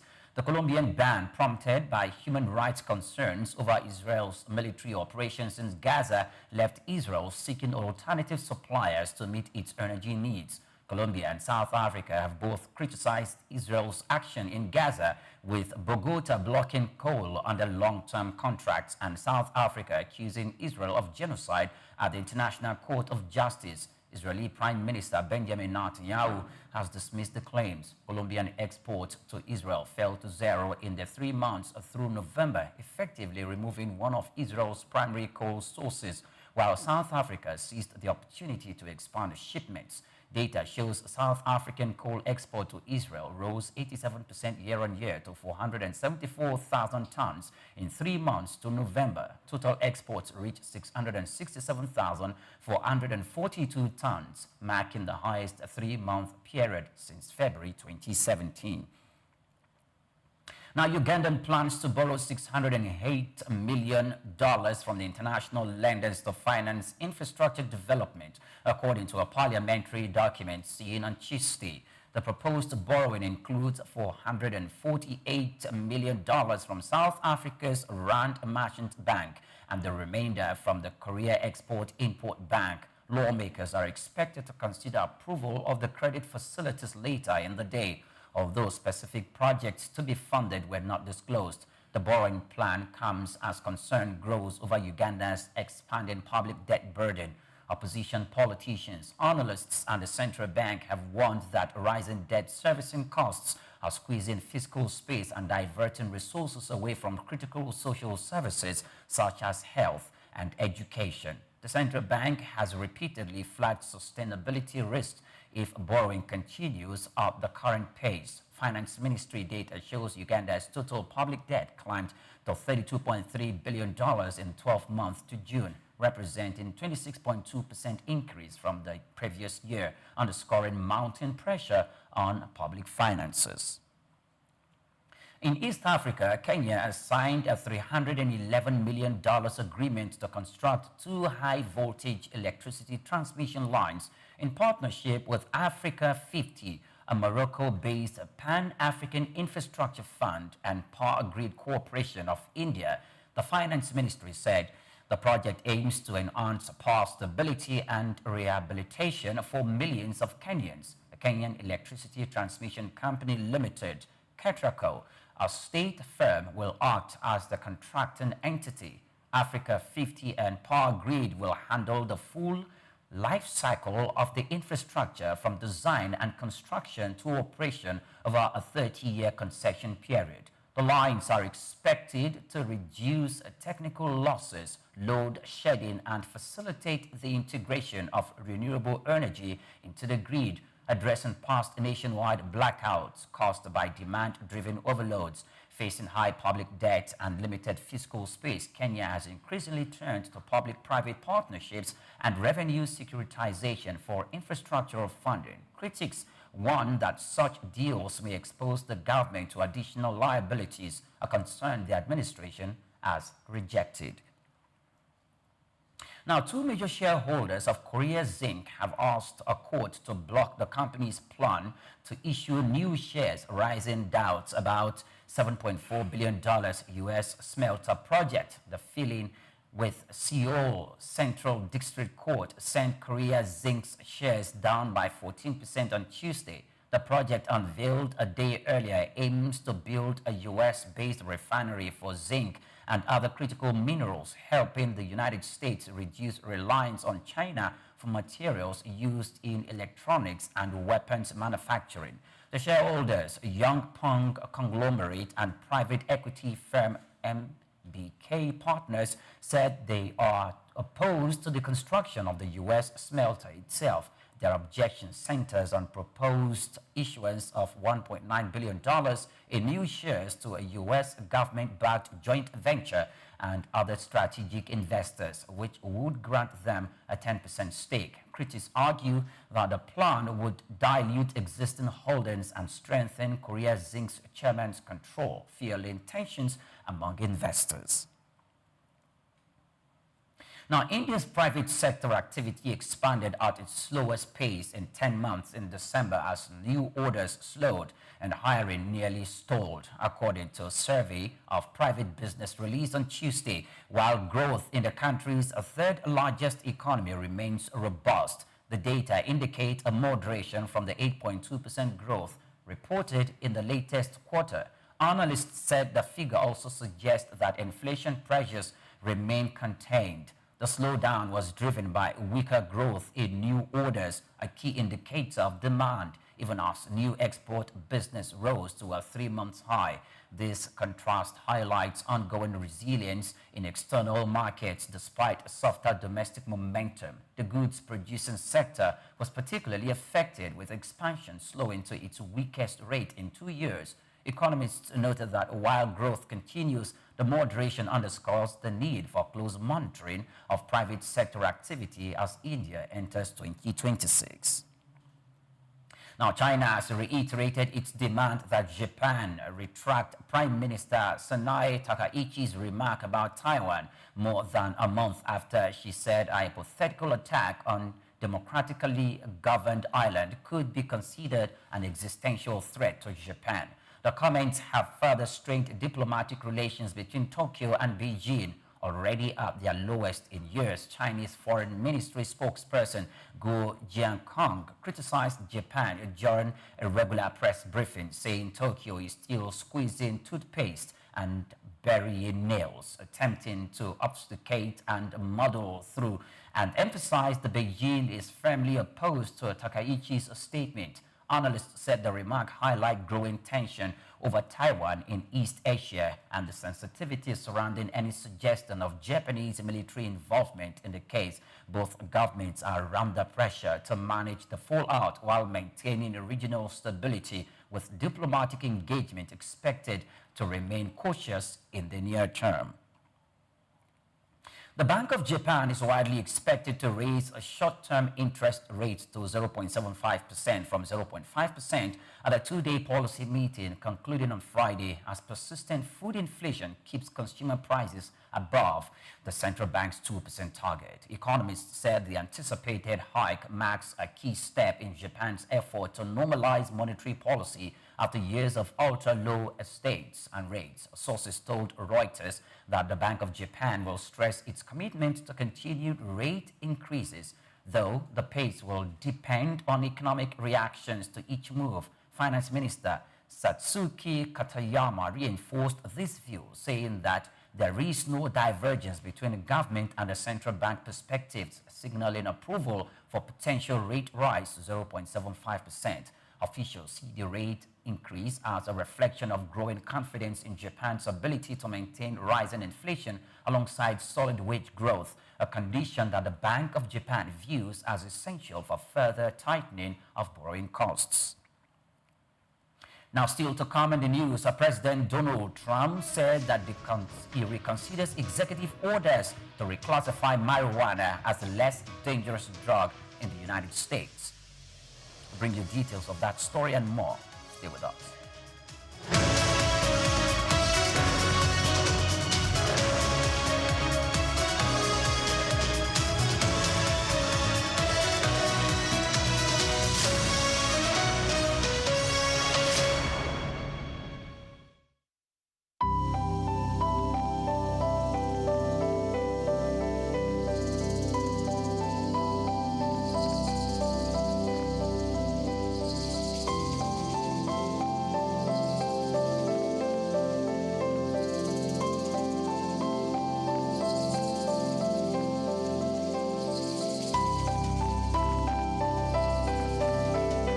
Trafalgar Square, established in 1844, is a symbol of British naval history and a popular cultural spot in London. Named after the 1805 Battle of Trafalgar, it has been the site of celebrations, protests, and cultural events, representing the changing identity of the city. It houses several landmarks, like the Nelson Column, St. Martin in the Fields Church, and the National Gallery. The Nelson's Column, a tribute to a naval hero, is the main feature of Trafalgar Square. Standing 52 meters tall, completed in 1843, it honors Admiral Horatio Nelson's victory at Trafalgar. The column is topped with a statue of Nelson, and 4 bronze panels at its base show scenes from his battles. Surrounding it are 4 large bronze lions added in 1867, symbolizing British power. Iconic part of British culture, not just in its look, but this is very much the sort of centre of London. You know, whenever there's a celebration, a protest, it's a public space that's very important for a lot of not just people that live in London, but for the UK. You know, it's a place where people would congregate. You know, I remember being here all around the 25 Olympics, but it was very much one of the centerpieces of British culture. Yeah, no, you used to be able to climb on the lions when I was younger, but you can't do anymore. So there you go. That's progress for you. St. Martin's in the Fields Church, reputed as an architectural gem, was built between 1722 and 1726. It is known for its neoclassical design by architect James Gibbs, and is famous for its portico and steeple, and has influenced architecture worldwide. The church also a rich musical history, hosting concerts and helping the homeless. Yeah, I actually came to London just on a little day trip, and then I remembered that this church sometimes has classical music on, so I just popped in, and there's no concert, but there were some people practicing. So there's a quartet of violins, and they made some lovely, sort of practiced for some classical concerts. So I really enjoyed just sitting there for 10 minutes, listening to it. It's lovely, it's a really nice church, and it's nice that people don't use it much time. So maybe we should have a nice coffee as well.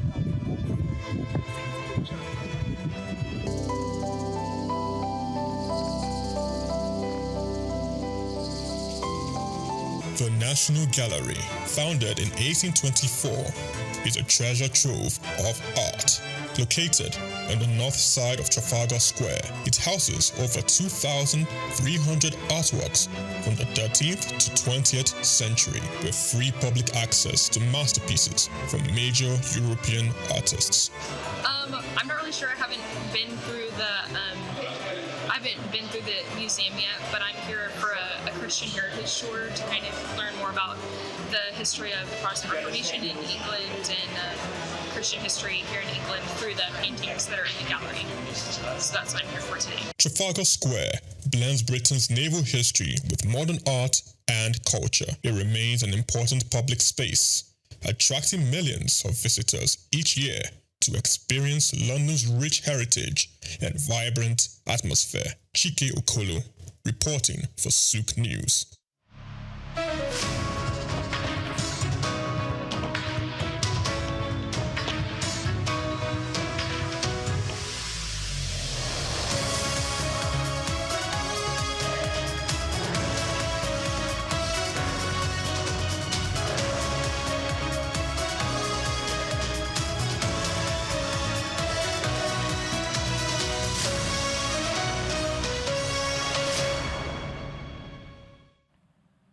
Mark, many thanks for joining us. Now, the United States President Donald Trump has filed a lawsuit against the BBC seeking $10 billion in damage over edited clips of a speech that made it appear he directed supporters to storm the U.S. Capitol. The move opens an international front in his ongoing battle against the media coverage he claims is false or misleading. Trump alleges that Britain's publicly owned broadcaster defamed him by splicing together portions of his January 6, 2021 speech. The edited segments include one section where he encouraged supporters to march on the Capitol and another in which he said to fight like hell. The lawsuit contends that the BBC deliberately omitted a section of the speech in which Trump called for peaceful protest. Legal experts said the case could raise complex questions about the media practices, defamation standards, and the interpretation of public statements in international courts. Now, Germany and the European Union executive are making a last-ditch effort to persuade Italy to support a free trade agreement with the South American bloc, Mercosur, which risks faltering, if not signed soon, a leading EU lawmaker said on Tuesday.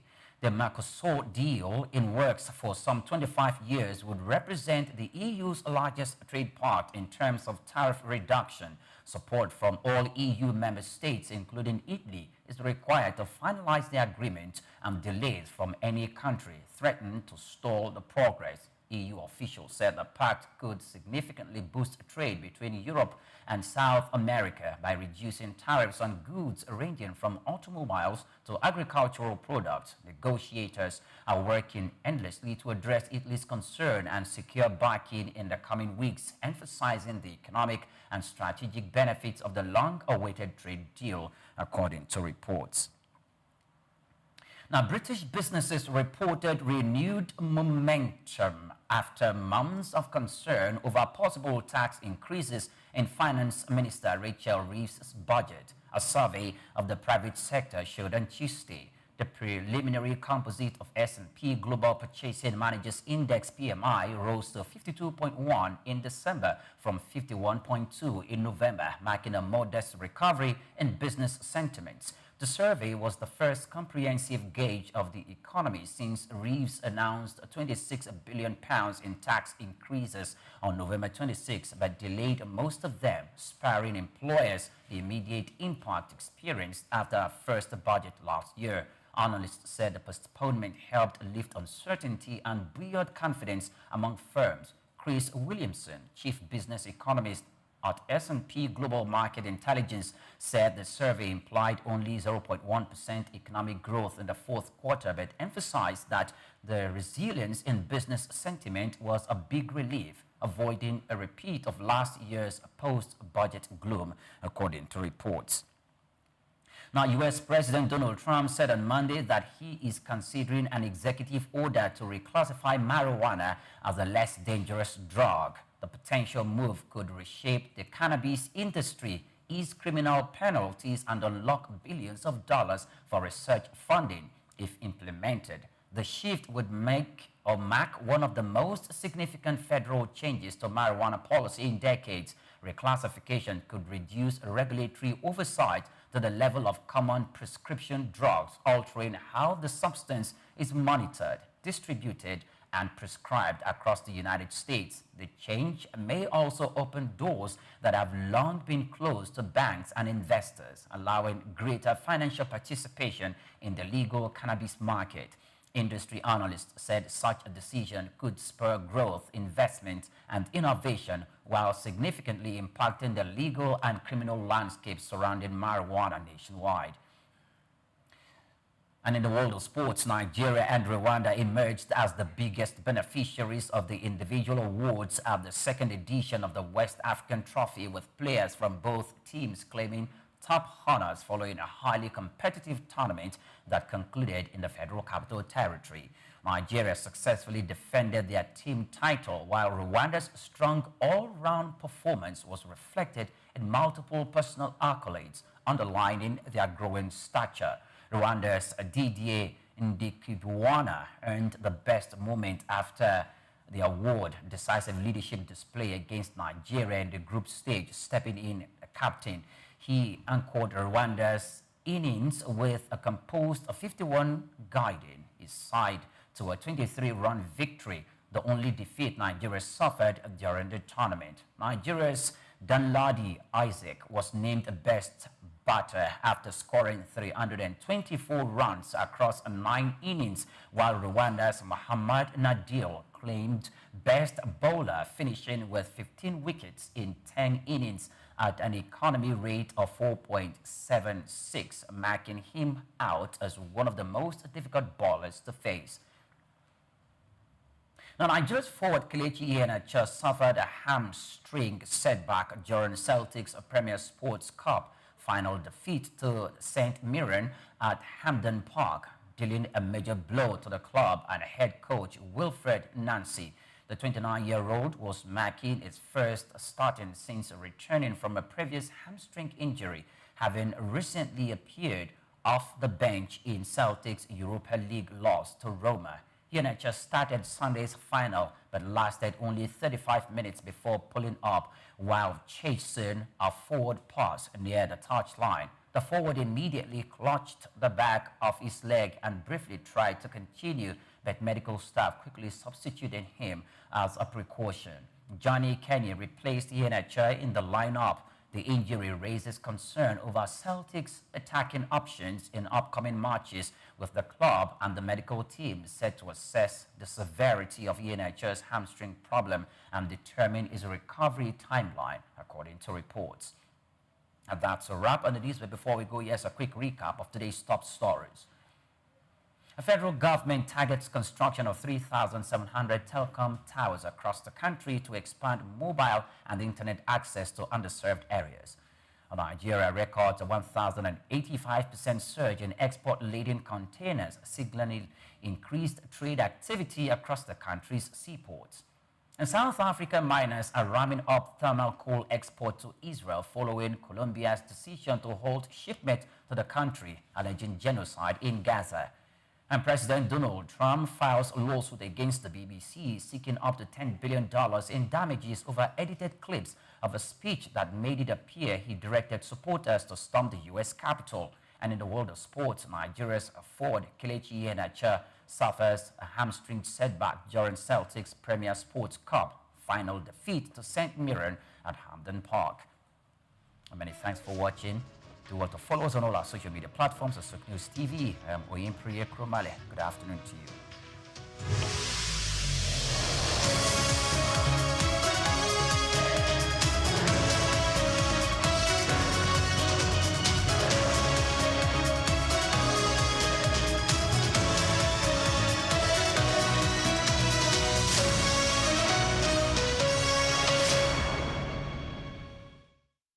The Trump administration has once again thrust U.S. immigration policy into the global spotlight with the recent announcement of a new voluntary self-deportation program that offers a $1,000 stipend to undocumented immigrants who agree to leave the country on their own. This incentive-based strategy is a calculated shift from the traditional, more aggressive deportation measures and is already stirring debate among policymakers, immigration advocates, and the public alike. The program, introduced in early May 2025, is being implemented by the U.S. Department of Homeland Security. It allows undocumented migrants to register for voluntary departure using the CBP-1 app, after which they will receive a government-funded flight and a $1,000 stipend upon confirmation of their exit. Homeland Security officials argue that this move is designed to save taxpayers significant amounts of money. According to data provided by the DHS, a forced deportation process costs the government an average of $17,121 per individual.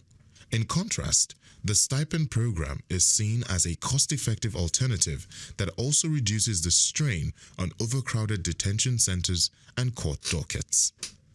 This new measure is a part of a broader, intensified effort by the Trump administration to curb illegal immigration and tighten control over the U.S. southern border. Since returning to power, President Trump has reinstated several policies from his first term, while introducing new ones aimed at deterring undocumented migrants. Deportation numbers have surged, with nearly 66,000 individuals removed from the U.S. within the first 100 days of his new term. Family detention centers, once heavily criticized for their impact on children, have been brought back into operation, while legal aid for unaccompanied minors have seen severe cuts. These developments come at a time when the United States is experiencing a historic high in its foreign-born population. As of 2023, nearly 47.8 million immigrants were residing in the U.S., with an estimated 11 million of them undocumented.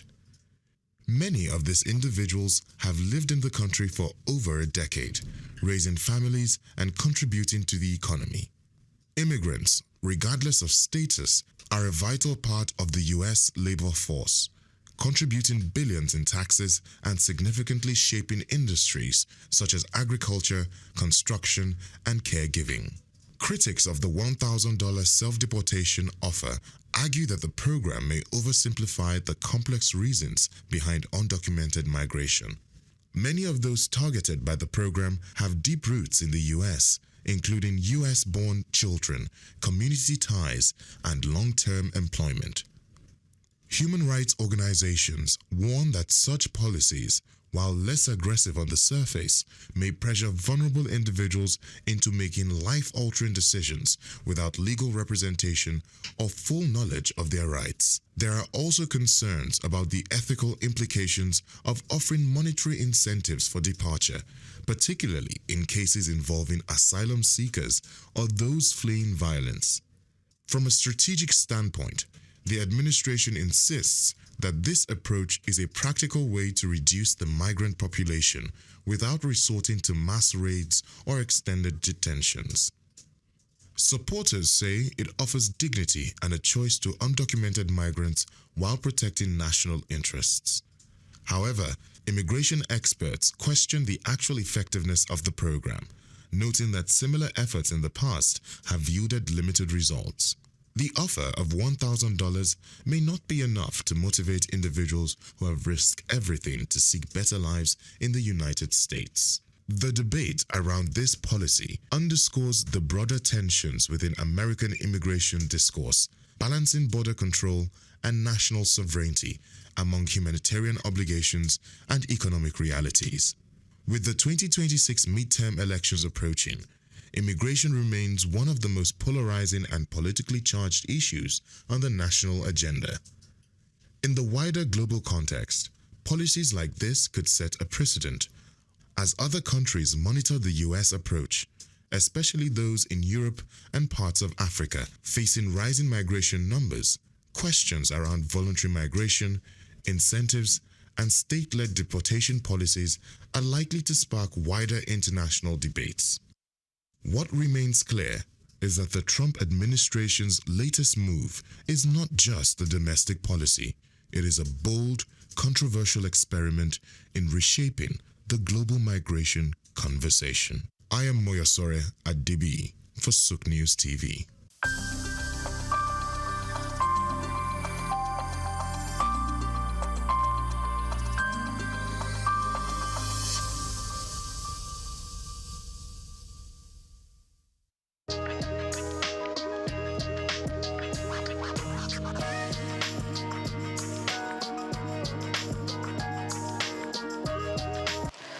My name is Muiba Wonu Folami, an indigenous of Lagos State, Ikorodu, to be specific.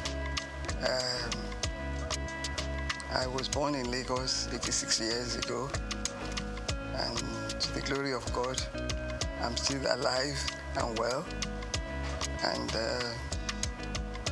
trying to be a relative in the cause of women.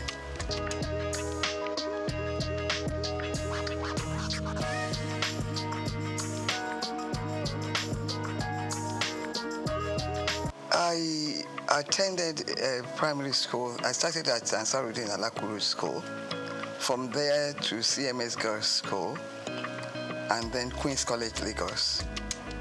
From Queen's College, I went to the Portsmouth College of Technology for my A-levels, and then University of London for my first degree in law. The same university for my master's degree in law. I had, between obtaining my master's and my first degree, I was in Nigeria to do the mandatory law school course. I was one of the last people to do a 3-month course before it was changed to 1 year. And then went back to England for my master's.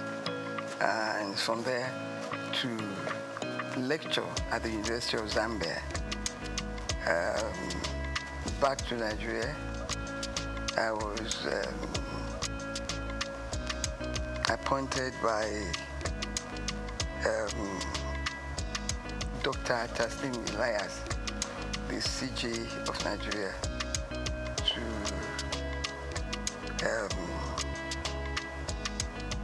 the Commission for Advanced Notice to Lawyers of Developments in Law.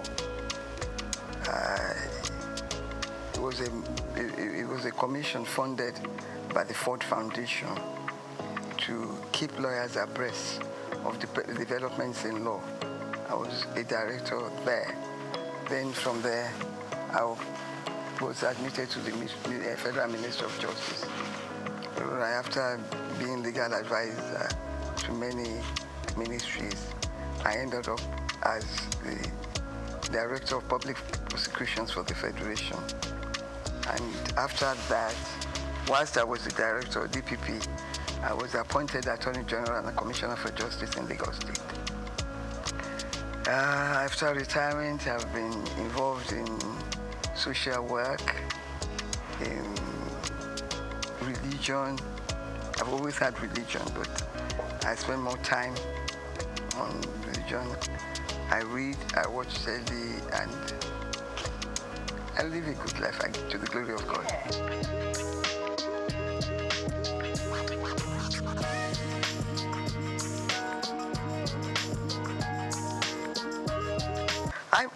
You see, when you begin to think that it was not until 2007 that women started to get equal pay in tennis tournaments. And it was something that was fought for. Little things like that does not add to equality. But when it was done, it may be small, but at work, even at work in employment, women are still discriminated against. And most women do 2 jobs. They look after the home, and they do the normal work that a man does in an office. Why I fail to understand this inequality in the treatment of women is that the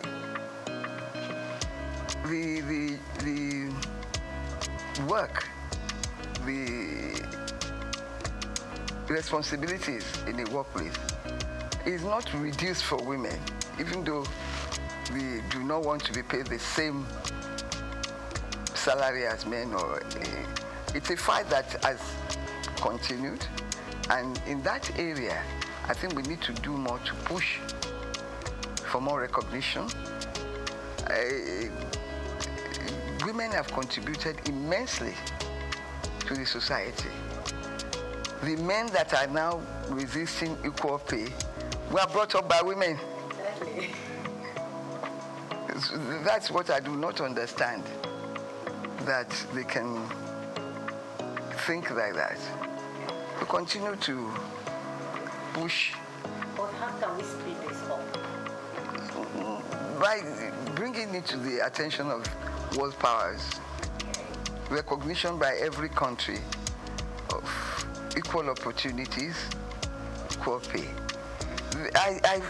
I want to know, I want somebody to explain to me the jobs that women cannot do. Yeah. They've contributed immensely. Even in the new thing, IT, we're at par with men. So I do not see the reason for it.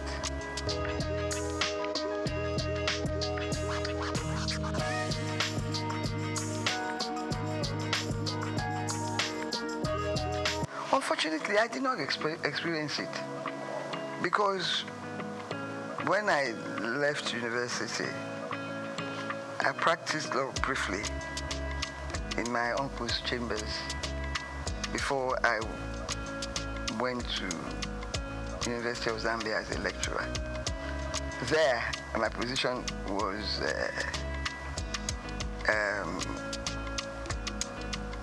enhanced in the sense that I was a foreigner and I got all the benefits of being a foreigner, serving in their service. Fortunately, in Nigeria today, the federal government does not discriminate in terms of salaries. Whether you're a man or a woman, you get the same salary scale. And you are promoted on equal basis. Kudos to the federal government, to Nigeria for that. But in the private sector, things are different. In some companies, this is the area that we have to work on because the job content is the same.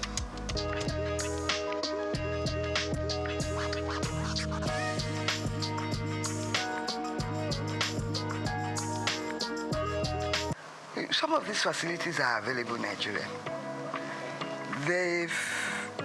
I learned by being a member of the Society for the Disabled that every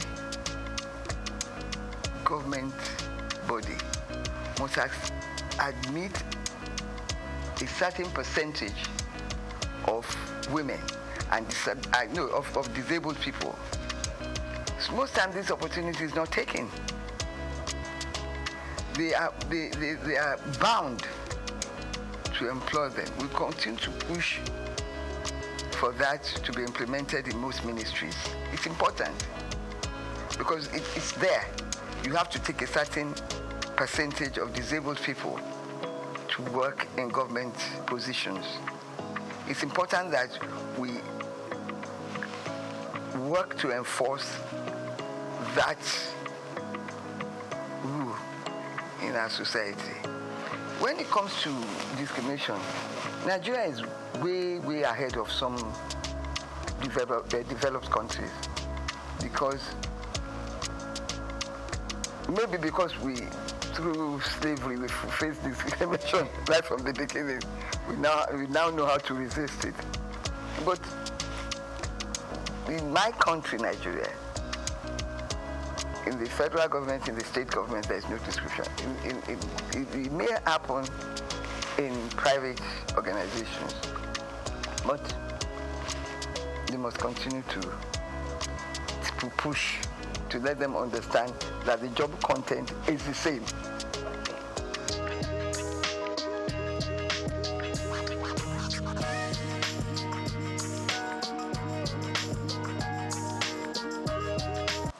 Well, you see, traditionally, under our culture, women are in the other room. To borrow the quotation. Yeah. That's our society, that's our culture. It's going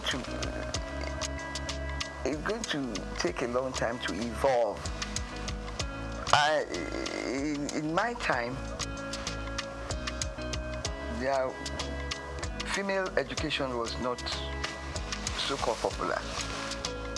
It's only the educated few that strove to send their children to school, their girl child to school. They end up trading with their mothers or going to market and getting married off early. But as education began to rise in our community, the value its value was seen by my parents and others of their contemporaries to educate the girl child. And I believe the society is benefiting from that. I mean, so we must continue to push for the education of women, of girls.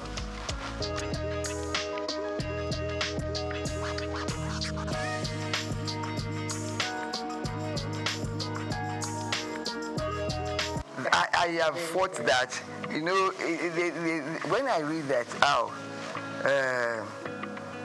the certain state government has appointed for, look at our National Assembly, 4 women in the Senate. Isn't that shameful? And that is the society. We have to continue to push women up. Let these political parties know that we want women. Let us organize ourselves to continue to vote for women massively. I give kudos to our governor, Babajide Sanwo-Olu. His cabinet is, women is well represented in his cabinet. And I enjoy that, I love him for that. And I continue to urge him to do more. He's done a lot. I think Lagos State has the largest representative of women in cabinet.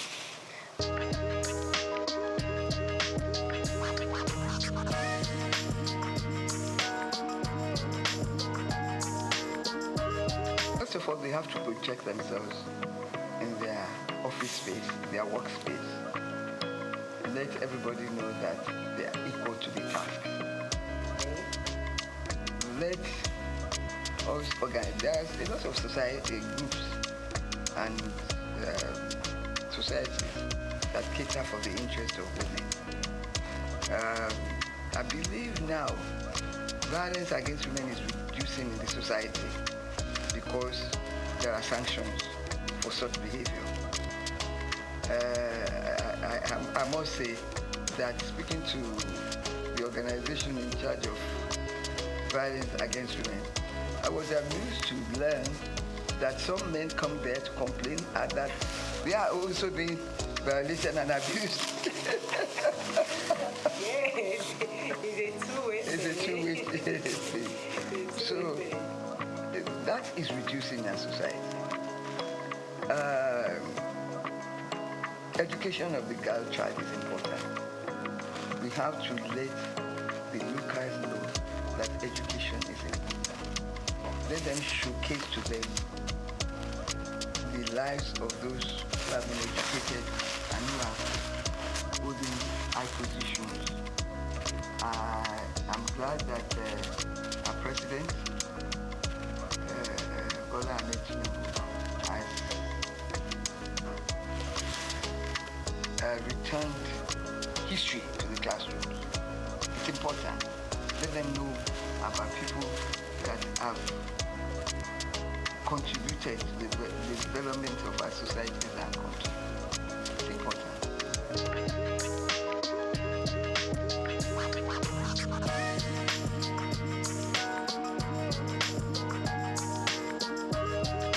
Yes, it's education.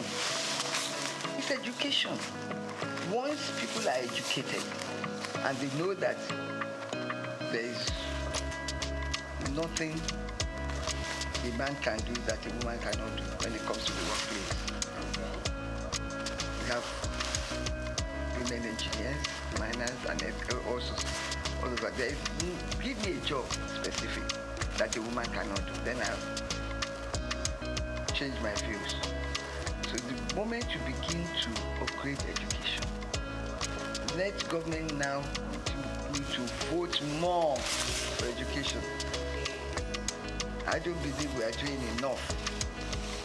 There is a UN convention, and I think Nigeria is part of that convention, that a certain amount of a nation's income should be devoted to education. I'm not sure whether Nigeria is complying with that. But some states are better than others. And we must, education, I believe in education of the girl child. Some states now are taking children, girls off the street. Walking is completely prohibited. Things like that will help.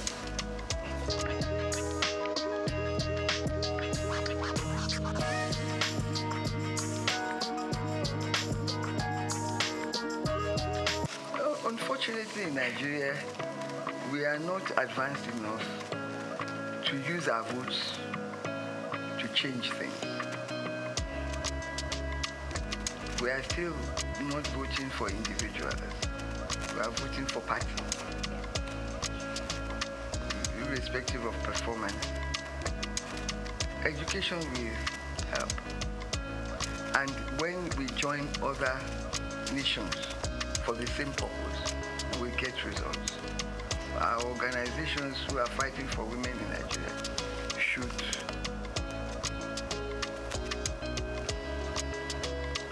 join worldwide organizations to showcase our own situation and learn. I believe that when you talk to others, you come back with ideas on how to improve things. So we must improve things by telling women in positions to show, to continue to prove that they are more than up to the task. It will not come to us on the platter of gold. We must show by our actions and behavior that we are up to the task.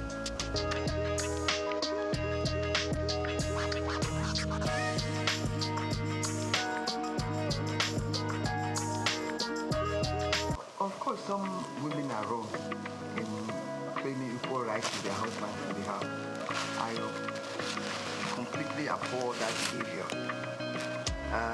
Even though they are husband and wife, the man in my culture remains the head. You should be respected. You should be respected. It's only now the condition of living is so high that you join the two incomes together to run the house. In the past, it was the men that ran the house to pay for everything. Maybe some of these women are thinking that because they are contributing a quota to the development, that they have equal rights. Yes, they have equal rights on the upbringing of the children in their homes and everything. But respect is important. That will keep the home, and the children will learn and imbibe it into their own children too. Equal right does not, in my view, mean that you can be good, can not submit to your husband's wishes. Equal right means something differently. Respect comes out of it. It's important.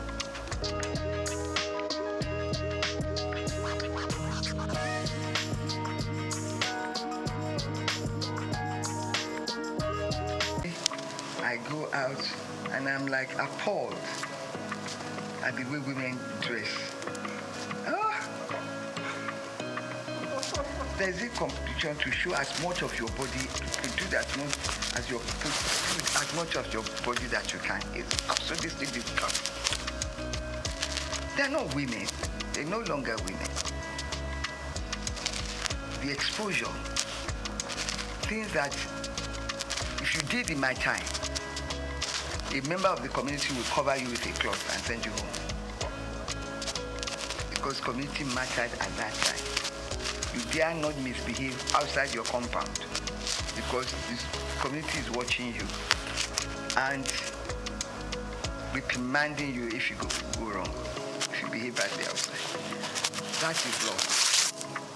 And that is why you see people, even their dressing, show disrespect to womanhood and to themselves and to the community.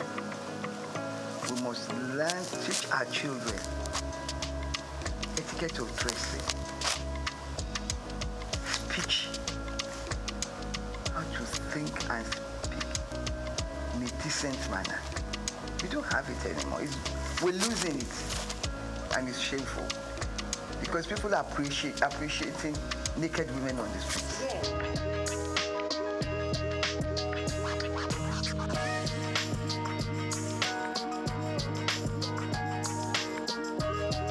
Both sides.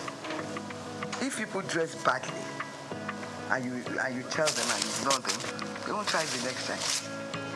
For instance, I believe nobody can dress to come to my house or to come to my party like a naked woman. I will turn her back. I will turn her back. So that's the type of thing that we should all do. Let the people doing this know that we do not appreciate things like this. When the society itself corrects it, we must correct it individually. If their parents cannot correct it, we must, by ignoring them and not allowing them to come near us.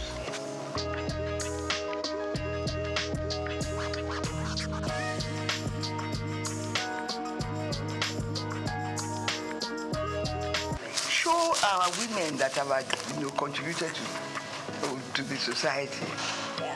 Show them, showcase them, showcase them. Yeah.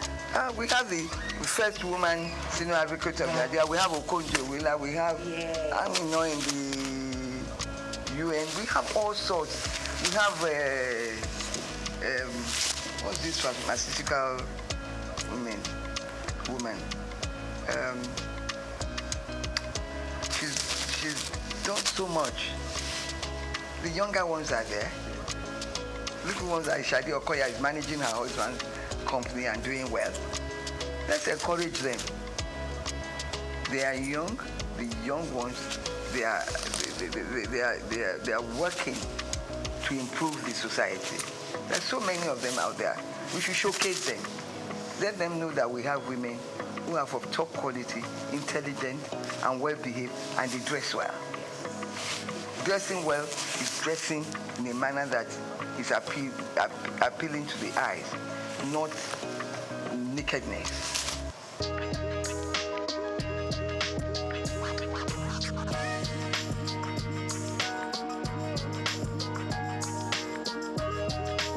That's my darling, this new CJN of Nigeria. Okay. Who do that? I did talk about Kikiri. I mean, we're there. Female CJN. Yeah. And there are so many female chief judges all over the Federation.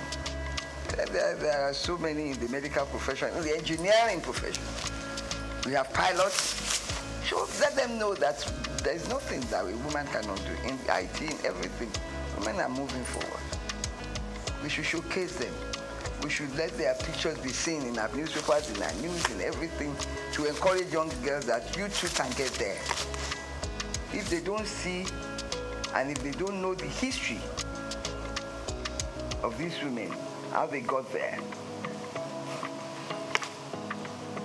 they too will not be inspired. We have to inspire the young people with the achievements of women achievers. Kekere rose from magistrate to right to the top. I admire her. She's well composed, well behaved. Some of these people, when they become something, they lose their heads. They start to, no, she's so respectful, well behaved, well dressed. I don't think she would allow herself or her children to come out naked. Never. So people like that, Okonjo well are the same. We have a lot.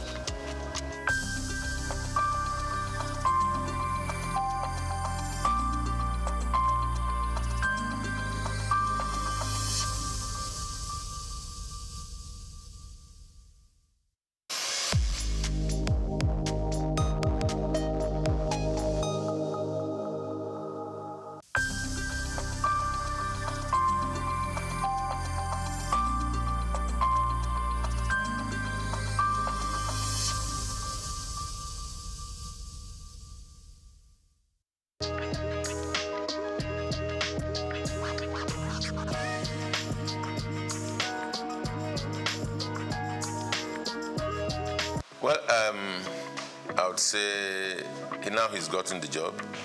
If this question had come before now, I would be able to say that I do not think we need him. But he's there now, so all we need to do is see what best he can do or what best we can do to support him to succeed. Now, going by his previous records, going by all that he's achieved in sports, ordinarily one wouldn't have said he's the best for the Super Eagles at this time. But here we are. Decision makers have made their decisions. They've taken the decisions. We can only talk, but they already have their way. Well, I think his assessment will start when he starts playing games. He's not had any game with Nigeria, so we can't assess him.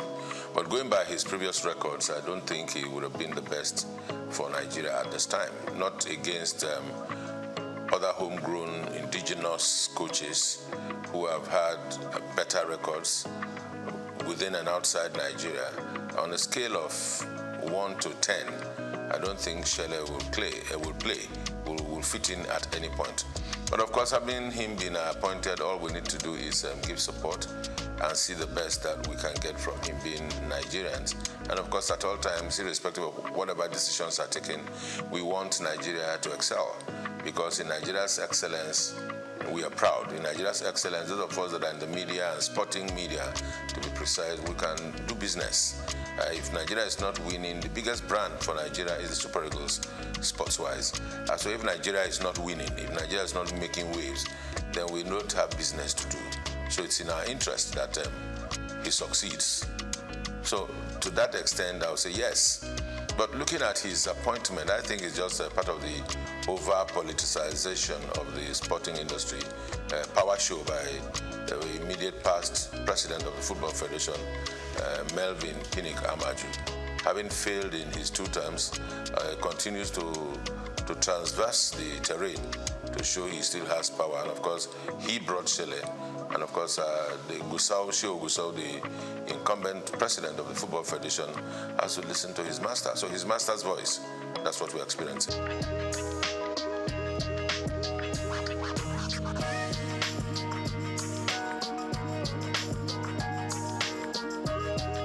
If they like, let them bring the Sadi. You see, there are things about Nigeria and Nigerian sports that should not surprise anybody. Politics are played everywhere, and balancing of acts are played everywhere. Federal character everywhere, and the federal character thing is just all very pretentious things they do. Definitely it's not for the interest of Nigeria. Just to show that okay, we've taken somebody from the south, or we've taken one from the west, or we are now taking from the north. Who will we take in the north? Let's bring Ahmed Musa. He's calm. He'll be able to talk to the players. What is he going to say to the players? He's past his prime a long time ago. So it's all politics and not in the interest of the nation. I can tell you that. But for Chele going around Europe, yes, he has to. Because everywhere you go, to be the chief coach of the Nigerian national team, senior national team, can be a huge task.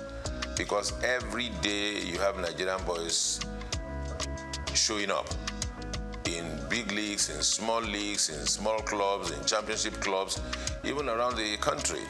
You find players everywhere. Nigeria, I think today, if we are not exporting oil, I think we are exporting footballers to everywhere, even those that are born abroad. I mean, you can imagine this young boy at Arsenal, 17, Ethnan Waneri, and there's Anokoli, there's Ndidi, both at Leicester City. So everywhere you go, you see Nigerian boys showing stuff. So to be the coach of a Nigerian team at the level of Super Eagles is a huge task. One would expect that we should have a scouting department. One would expect that we have a department that should take charge of team psychology. We expect that we have the technical department or the directorate for technical at the Football Federation to be well equipped with people that are sound in mind, sound technically, and have capacity to work and deliver. With all of that put together, then they should be able to advise and situate the coach at a point where he can deliver and work well.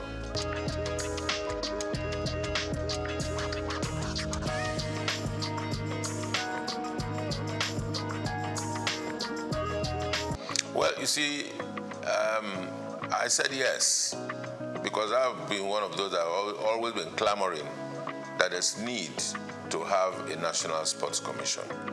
Now, having a National Sports Commission that is populated or that is headed by politicians, it's neither here nor there. It may not take us anywhere. We need to separate our sport. Yes, sports you cannot do away with politics at some level. But in terms of the administration, in terms of the management, in terms of the execution, there's need to be able to separate sports and politics. In the days where we held sway in sports, where the National Sports Commission functioned effectively, all of those that occupied the position as Director General, as directors in the then National Sports Commission, were professionals. If you recall from the days of Abraham Odia, Awotro Eleya, and of course Isaac Akioye, that laid the structure and foundation for a proper National Sports Commission just after the All-Africa Games, was a thoroughbred professional from the University of Ife. And there are other such professionals all about this country. And you need to ask, if we are not able to seek and give these people jobs and give them tasks to deliver, we always will go look for political loyalists to put in positions so that they answer to us. Politics is just, to me these days, it's more like a window for public relations for political parties and individuals that are into politics to express themselves, or maybe also at the same time also reward loyalists. That's what we find. So in terms of the technicalities on administration and management of sports, in its true sense, we're still very far from it.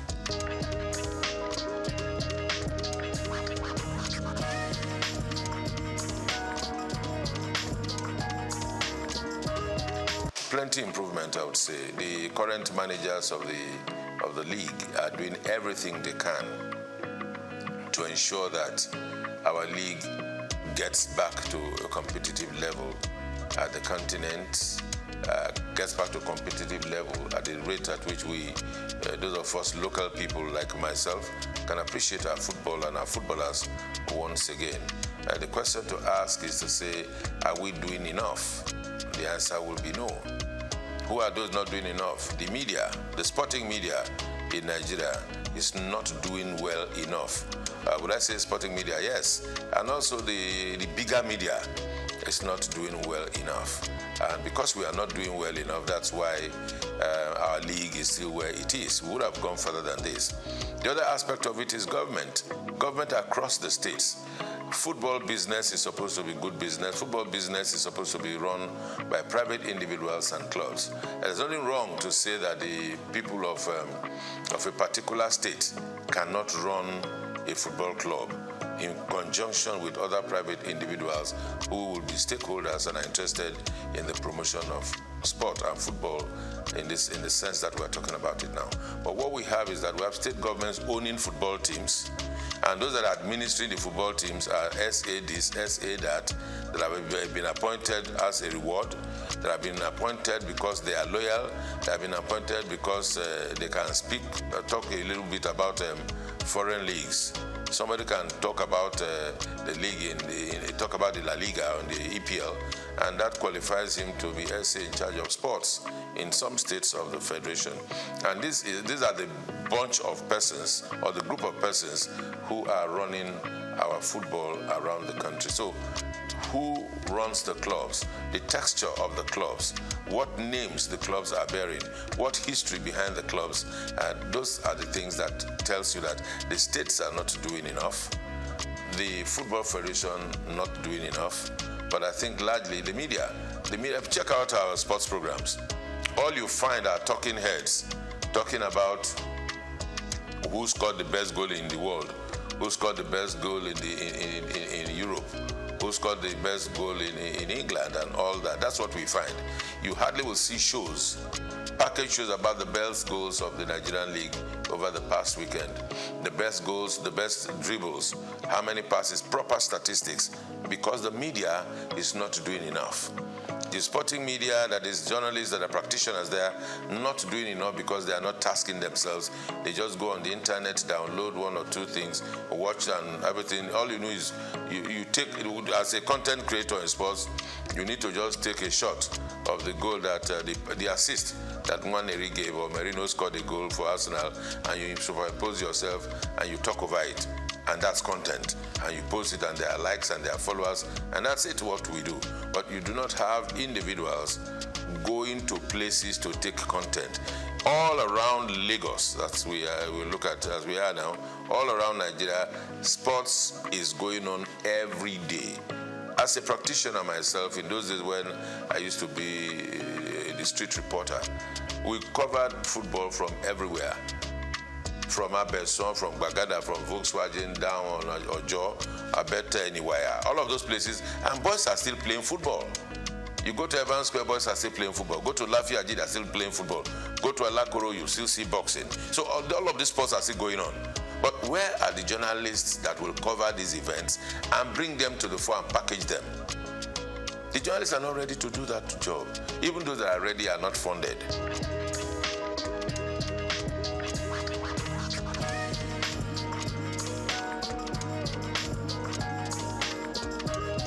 Even those that work are not paid salaries. So everybody is just finding the easy way out, cutting corners and doing their best. Now, for our league and our sports to grow, there has to be heavy investment in the media. Because everything you see about the EPL, the La Liga, you take the EPL and analyze it, you see a variety of shows all about the weekend games, the weekend wrap, the best goals, the best flops, the referee angle, even the advertising and marketing. Because when all of this are put in a fray, then people can relate to it. People can leverage on it. Brands can come and give sponsorship. But we are not able to attract sponsorship because there's nothing for the brands to take away. Because if you give brands value, they will attach to it. And it never used to be so. Before 2006, the La Liga was not popular. The EPL was not popular. The Champions League was not popular. What were Nigerians watching? Because the media itself sold out. By investing, Nigerian media organizations came together, put money together, and went to buy rights of the EPL and started broadcasting it on Nigerian television for the consumption of Nigerians, so they can make cheap money from telcos and from the brewing industry. They made more money for themselves. I mean, the media houses, rather than invest in the local league. Then they will tell them, who will watch Nigerian league? I mean, those are the questions they asked at the time.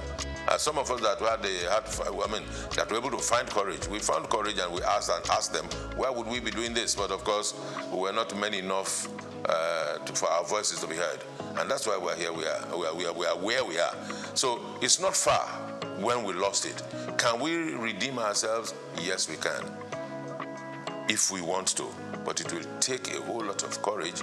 It will take a whole lot of work. It will take a whole lot of commitment. God help us.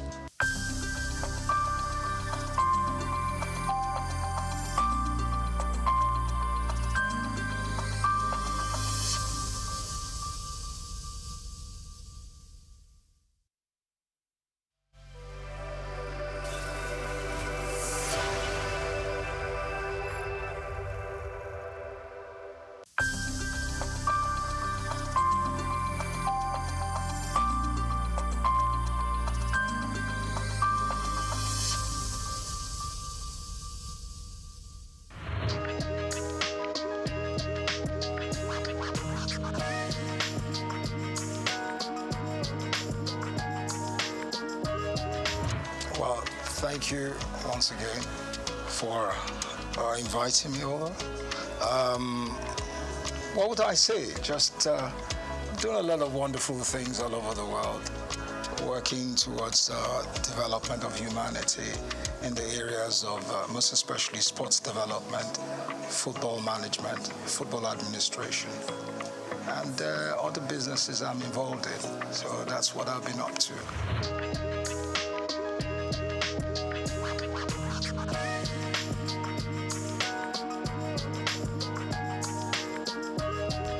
Well, basically, the National Sports Commission is there to ensure that sports development is put in the proper perspective. There are a lot of papers, a lot of policy papers, a lot of things that have been put in place. So they need to go into it, look at it, and structure something positive out for the development of sports in the country. I'm sure they have all what it takes to do it, and the zeal and the power to go ahead and put those things in place. So that's basically what they need to do. How the implementation is key. And I know, well, one way or the other, they should have the wherewithal to do it. So I wish them all the best.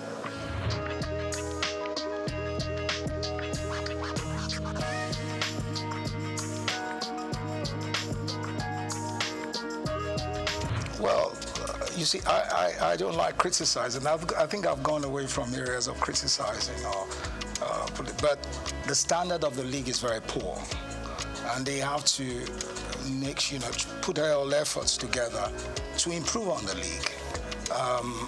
Also, the technicalities of the game, the manpower. We have to, we're still doing what we practiced 15 to 10 years ago. So it's not changed. So all those things have to change. We have to go away from the mediocre ways of running the game and put in more investment in development of the game itself. Clubs have to be, it's so sad that we in Nigeria prefer to watch the Premier League compared to the Nigerian Premier League. It's a sad story. I remember 40 years ago, you could go to the stadium and watch our local, amateur league, and there were standards. So there's no reason why we can't bring that back. It's the wherewithal, the willpower to do it, and the stem from, having to go away from the area of mediocrity, where we bring in professionalism. We have the people that can do it, without any doubt. But for the system to allow them come in and do those things is another question. How that is going to be done, we've talked about it for many years, but nothing has been done about it. I pray and I hope someday they'll put up the proper perspective and the willpower to do those things.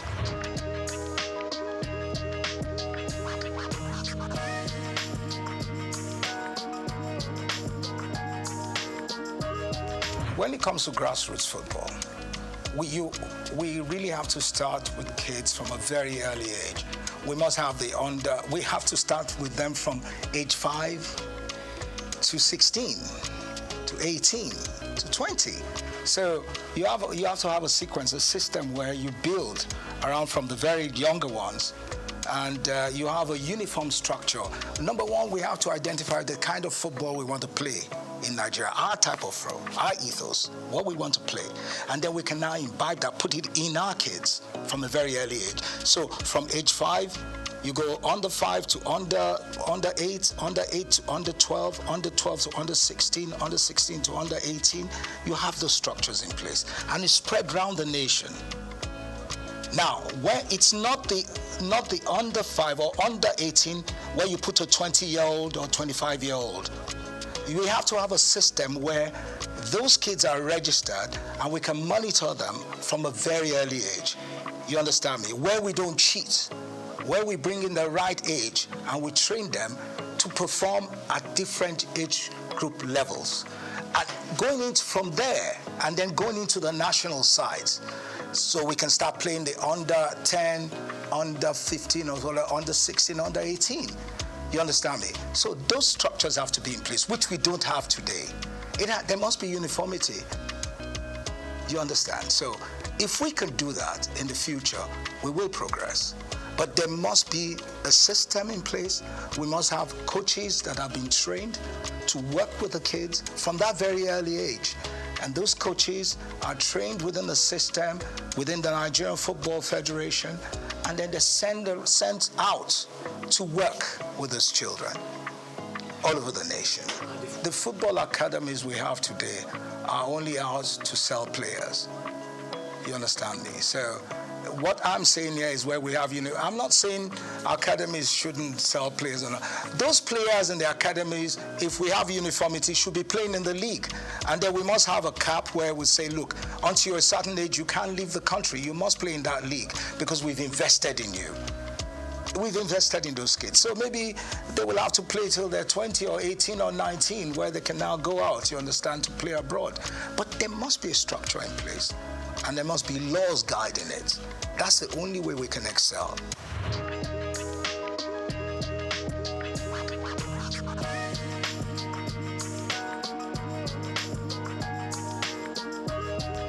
It also goes to it also goes back to what I've been saying.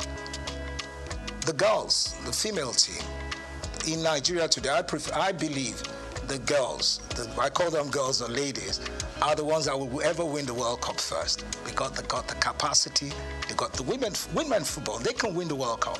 They've got what it takes. But then it now goes back to our attitude and the corruption in the system. You understand me? If you allow the other girls from a very early age develop, and you have the same system I'm talking about, that cap of under 5, under 8, under 10, and you structure and you do it continuously in uniformity, we will be world beaters. We will win the World Cup at any given time because the women have got the grit. They pick up very faster than our army. They tap the balls. They are more technically better, within that range. So, but it's for us to develop those things and to take away corruption.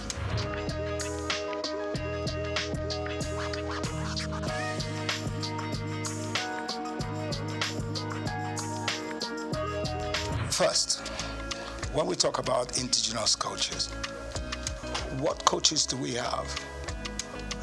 You see, if you don't have a competitive league, a highly professional league, how do you want to get good coaches? You can't get good coaches. The coaches, it's not that we don't have the capacity to build good coaches. We have a lot of talents in this country that can be world beaters, that could be top coaches. I talk to young stars. Young stars will talk to you about the technicality of the game. They're very bright. Even my son, when he talks to me about football, I think he knows the game better than I do today. The technicalities of the game, you understand me? The formations, how players play back and forth. It's because you've given them the exposure. And we need to give our young stars that exposure. We need to develop them. That's what we're not doing. We have to invest in them. But for now, we have not done that. And what we're doing today is those bunch of coaches we have are not good enough to run the national team at that level of competition. I have one or two of them in America that are sound, they're there. But how many of them can you bring into the system? You understand me? Our local coaches, we need National Institute of Sports. Now, please, let's forget about the National Institute of Sports. That I use a word, it's been alamalized. That's a very poor system. It has nothing. We have nothing there. I'm serious. I'm not running anything. Our National Sports Institute is a disgrace. So we shouldn't be talking about that. Yeah. If you want to talk about a National Sports Institute, then you go to Australia and other countries and you see what it is. You see the standards. We don't have those things. Ours is archaic. Is it beyond redemption? There's nothing beyond redemption. It can be, we can work on it. We can develop it. We'll just have a time frame, work around it. See, there's nothing we cannot do in this country. We got everything possible to do it. It's the wherewithal. Do we have that mindset to do it? Are we ready for it? Those are the things we have to look at. Or do we want to continue with our mediocrity? But really, sincerely speaking, there's nothing impossible. We can do anything here. We've got great youngsters. We have to remove all this old, archaic way of thinking and then bring in a more modern, professional approach to things. So that's it.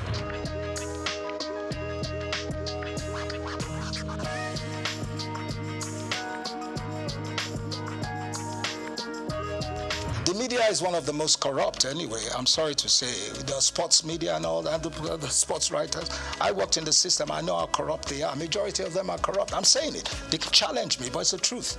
Until we get rid of all those things, where our boys go and collect envelopes to write or favor people, we're not going to get anywhere. I'm not saying the press, but the sports writers are a disgrace.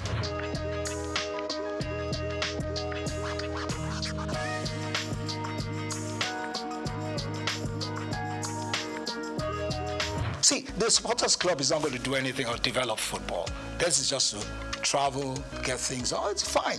It's good to have fans. But what has that got to do with football development? Nothing. Supporters club is not going to do anything. They're playing their own politics. You understand me? They want to travel. That's it. Travel around the world, do things. But is that part of football development? That is not football development. So let's leave that aside. We're talking about the professional, the technicalities, what it takes to develop national sides or a proper league. Then the supporters club has nothing to do with it. Do you see, how many people do you see at stadiums in Nigeria instead of watching football? Scanty, there's nothing. It's not like in the days where in the 70s or even in the 60s, if we are going to play a game at 4:45 in the afternoon, the stadium is full to capacity at 11 in the morning. You don't have that anymore. So what are we talking about supporters club? Is there a way we can bring that back, that passion? Yeah, if you build a league that has the quality, the professionalism, and all the standards are put in place, then you can bring them back. Then you can bring the crowd back.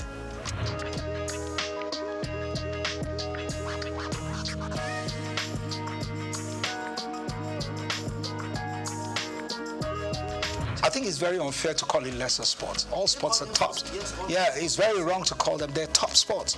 Basketball is tops. Athletics is tops. It's very wrong. I think it's very unfair to call them lesser sports.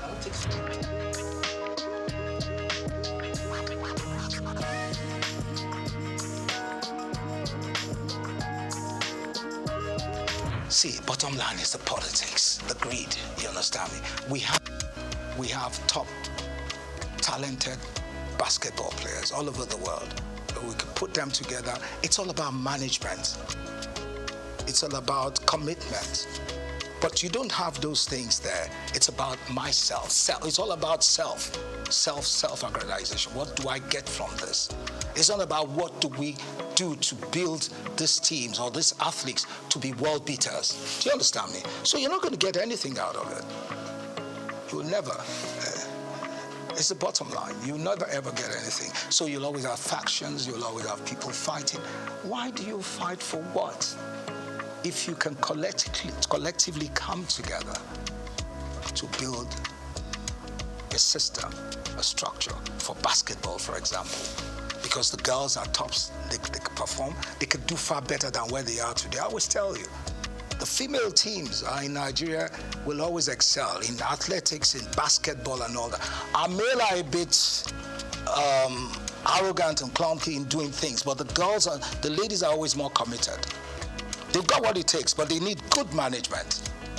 It's not that the men can't do it too, the men can do it, but it all also evolves with good management. Taking away politics, taking away greed, not a situation where a coach is collecting money from a player to put a player in the team, or a member of the football association fighting for their children or family to play in the national team, or a member of government is asking someone to put their kids in the team.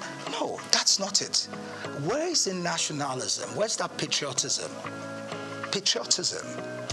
I don't care where you come from. If you're good, you're good. If you're better than my own people, then my own people have to sit down and you let them, the others that can perform. Where would you have quota system in football? Where's that done? Do you understand me? So we have a lot of issues we need to resolve.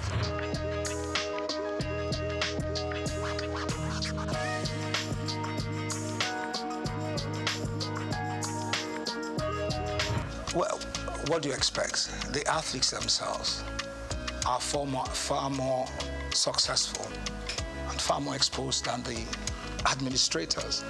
So the administrators obviously are always envious of those ones, and they make life difficult for them. Do you understand me?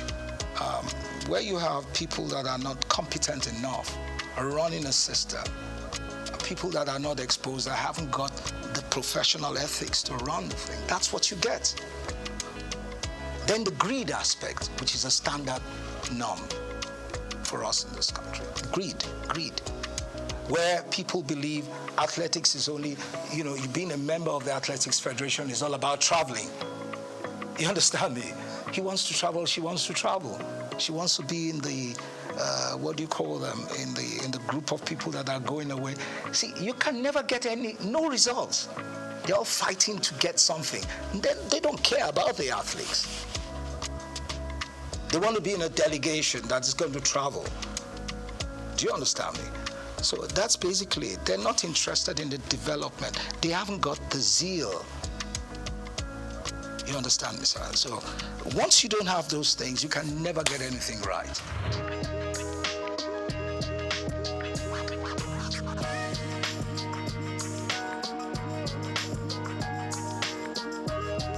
Yeah, the private sector is one. The cricket has more because, government involvement is not as, I think you have more of the private people, interested private people that have gone to schools, top schools, that played cricket in those days. Those are the ones that are promoting cricket. So you're going to get results, you understand me? Because they're far more exposed, they understand what it takes. So the commitment is there. They're using their own funds to push, to develop the game. You understand sports. So that's why cricket is picking up.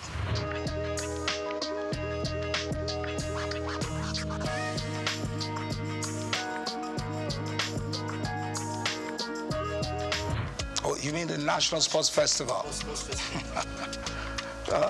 I think for now we don't really need that. We need to do more with the private sector. I think the new chairman of the National Sports Commission, it seems he's an exposed person. I think he's got to sit right and see how he can profile solutions to these things and change the course of. He's got what it takes to do it. He just has to come out of that shell, come out of that darkness. I'll call it darkness, come into real light. I think he has it. But National Sports Festival, I don't think we're ready. We really need that now. We need to do more with youth development programs. You see, a National Sports Festival in those days was more interesting because you had more schools, inter-school sports. And that is where the best athletes came from. We don't have that anymore. So first we need to build the school sports, schools, athletics and all that, build it to a standard and then go into national sports festivals. For now, we don't have that. And I think the National Sports Commission has to look into that, how they can work with the Ministry of Education and see how they can build that again. School sports. That's where you get the best. In those days, the best athletes. We knew those that will run, that will actually participate and run for Nigeria. We knew the ones that will do high jump, long jump, triple jump. We knew them, both female and females, from secondary school. You don't have that anymore. So where do they come from? Nowhere. So you have, like in those days where some schools will go and get mercenaries, pay for them to come and run. That's what you get today. So it's corrupt. Now, the Sports Commission has to work on that. It has to change it. I know they can do it. They just need to sit back and look at how they will change the course of things.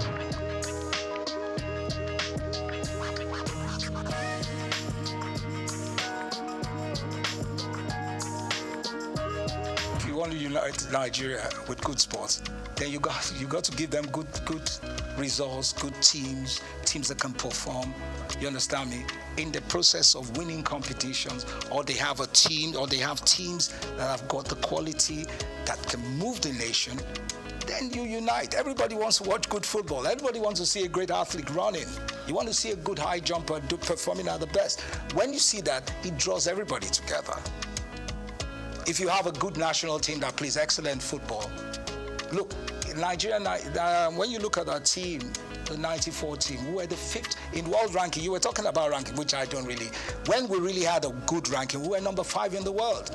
The 94 team was number 5. The World Cup 94, we were rated as the 5th best team in the world. And you look at the style of football we played. We developed our own style of football, took it to the world, and we were respected. We don't do that anymore. We have to have an identity. You understand me? We're not Our footballers are not the best. We're good, we're very athletic, we're strong, we're physical.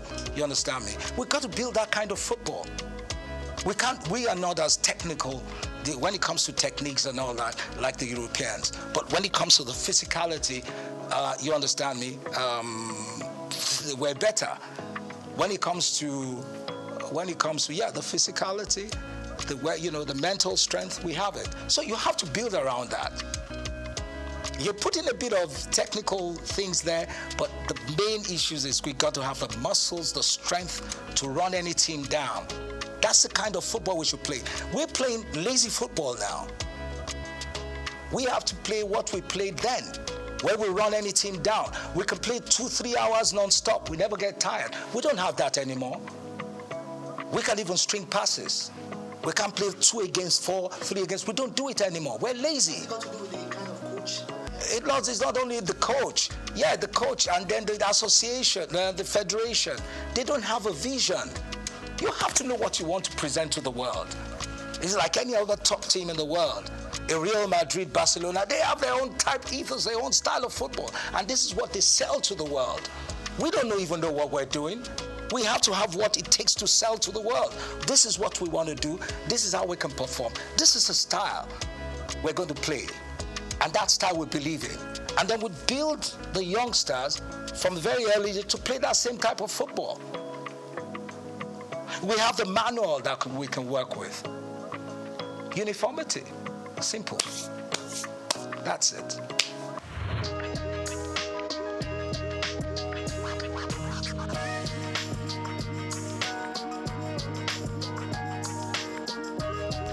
No, it's individual and the corporate organizations. They're not doing enough. Everything can't just be government. Today, you don't even have Nigerians pumping money into sports like they used to do that. I'm sorry, I don't want to digress, and I don't want to say what my father did. I'm not promoting my family, but I knew how he invested millions of dollars building the national teams. Yeah, his personal funds. You don't get those things anymore. Do you understand me? You have to see the '94 team was done outside the outside government. It was done by individuals. That was why we were successful. But you don't have those things anymore. You just have a bunch of greedy leaders and greedy individuals or corporate bodies. It's all about them and their family. They're not giving it. So how do you want the kids to perform? How? All the kids are out there wasting away. We've got great talents in this country, but they're wasting away because we're not helping out. We're not encouraging them. We're not building structures, institutions where you can build those, you can develop those kids. Yeah. So they're on the street doing yahoo, doing all sorts of stupid things. Yeah. Because there's no competition. There's nothing to draw their attention. You understand me? Until we do those things, we can never ever change. We can't get it right.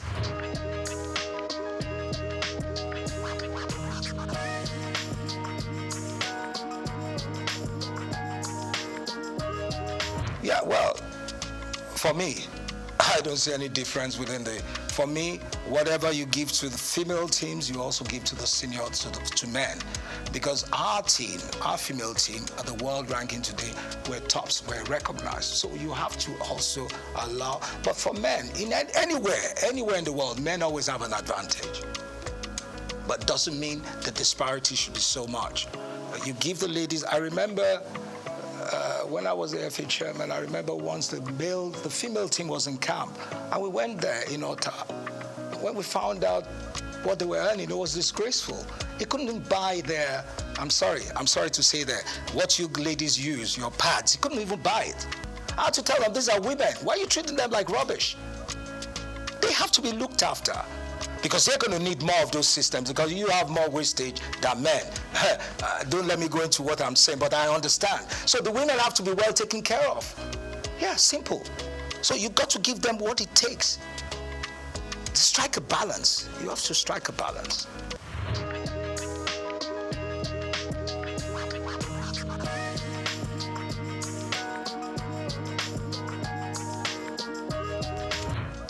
Solutions I'm going to give you, I can't give you a straight off head, right? But realism says first, we have to get rid of greed. We have to go away from all this religiosity in the system, because religion has destroyed the fabrics of a nation.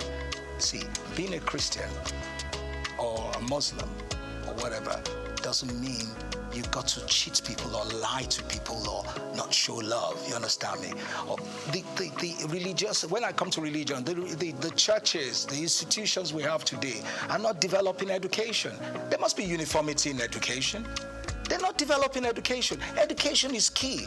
But you know what we have today? Half-baked educated youths. Half-baked. And that's the worst you can ever have. And that is key in anything we do. First, to have good leaders, well-structured. In Germany, in Europe, and now, the kids that go to the best universities, some kids are developed, they're built up to be top civil servants. So they go to Oxford, they go to Cambridge, they become top politicians. Then you have the ones that will become big and top engineers, and they go to certain universities. All those things are structured. We had it before in the past. It's gone. We've got to find the way. It's not about just giving licenses to universities. But for me, the foundation, education, is very key. When you have half-baked youths and you have half-baked leaders that haven't got that structure in place, that proper education, they can never excel. What are you going to tell them? They will never get it right. So that's very key. Now, when you talk about policies, who are the ones that are going to put the policy papers together if they're half-baked? Because you need policy papers, you need to have a better understanding of your environment, of the society. You have to have a better understanding of how the society will grow. So if you don't have that in mind, you can never develop. So you need those things to make the nation change. I'm just giving it in a nutshell.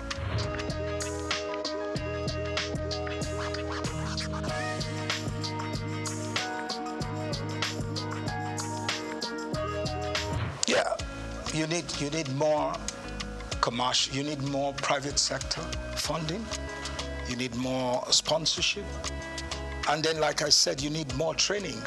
You need to train your coaches. Our referees are the most Nigerian referees. You don't see. Do you see any referee participating in any African Nations Cup? No. Because, and you're telling me it's the best league. That's the most corrupt league in the world. Because our coaches are not even, our referees are not even allowed. They never invite them for any Nations Cup. So what are we talking about? What does that tell you? What does that tell you? Every match in the MPFL, most times, most of the games, all home teams win. You don't see away teams coming to win. So are you telling me that's a balanced league? It's not a balanced league. It's a corrupt league. So that has to change first. When that changes, you understand me? And also, then other things will follow.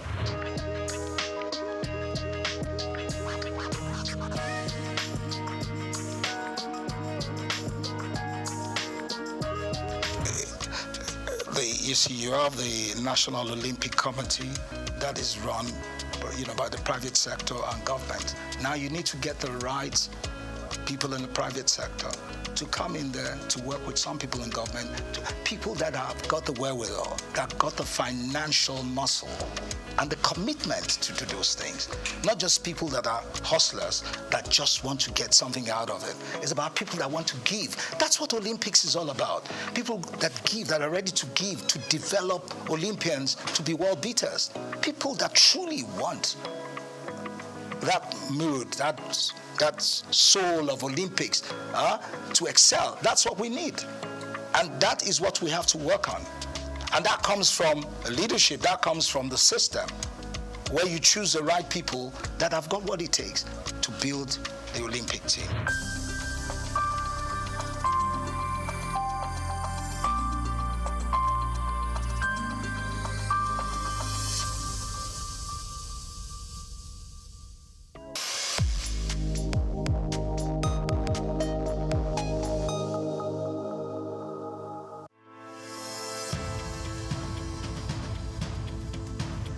Plastic waste is a mounting crisis, but it also presents an opportunity for business and government to lead the vanguard for systemic change. While regulations, corporate initiatives, and citizens' engagement have made progress, much more is needed in how businesses shape consumer behavior, how governments enforce environmental policies beyond rhetoric, and how public perception is managed through strategic communication. For decades, Nigeria's reliance on single-use plastic sachets, bags, and food packaging has grown, driven by affordability and convenience. However, this has come with a cost. The country generates an estimated 2.5 million tons of plastic wastes annually, with only about 12% recycled. In urban centers like Lagos, Abuja, Ibadan, Port Harcourt, waste is a leading contributor to clogged drainage systems, flooding, and environmental degradation. In this special report, Bayo Olaoye examines the challenges facing efforts to tackle the menace of plastic wastes in the country. Despite past government efforts to curb indiscriminate plastic use, such as Lagos environmental sanitation laws under former Governor Babatunde Fashola, enforcement has been inconsistent. The challenge now is moving beyond periodic government crackdowns and isolated corporate initiatives to a coordinated long-term shift towards a responsible plastic use, recycling, and waste management. Leading Nigerian manufacturing companies are taking active steps to integrate recycling and responsible disposal into their operations. Key initiatives include investing in recycling hubs, with Coca-Cola of Nigeria, Nestle, and Guinness setting up plastic recovery and recycling hubs, creating an ecosystem where post-consumer waste is collected, processed, and refused. Retailers and distributors are being encouraged and in some cases incentivized to set up collection points where consumers can return used packaging for responsible disposal. There is also brand-driven consumer education. Organizations have introduced citizen advocacy campaigns to influence individual waste disposal behavior. This kind of messaging, when amplified by large brands, can have a ripple effect in shifting cultural habits. Beyond environmental responsibility, investing in circular economy models enhances long-term profitability, strengthens brand equity, and aligns with global environmental, social, and governance standards. To effectively shape consumer behavior and stakeholders' engagement, businesses must leverage communication strategies that go beyond compliance reports. Employees should be active participants in sustainability efforts. Companies can integrate sustainability training, incentivize waste reduction, and implement office-wide plastic reduction policies, engaging suppliers, investors, and partners in sustainability commitments such as reducing excessive packaging or co-investing in recycling solutions to create an ecosystem-wide impact. Mass communication campaigns, social influencers, partnerships, and media collaborations can help educate consumers on practical steps for responsible plastic use and disposal. While Nigeria has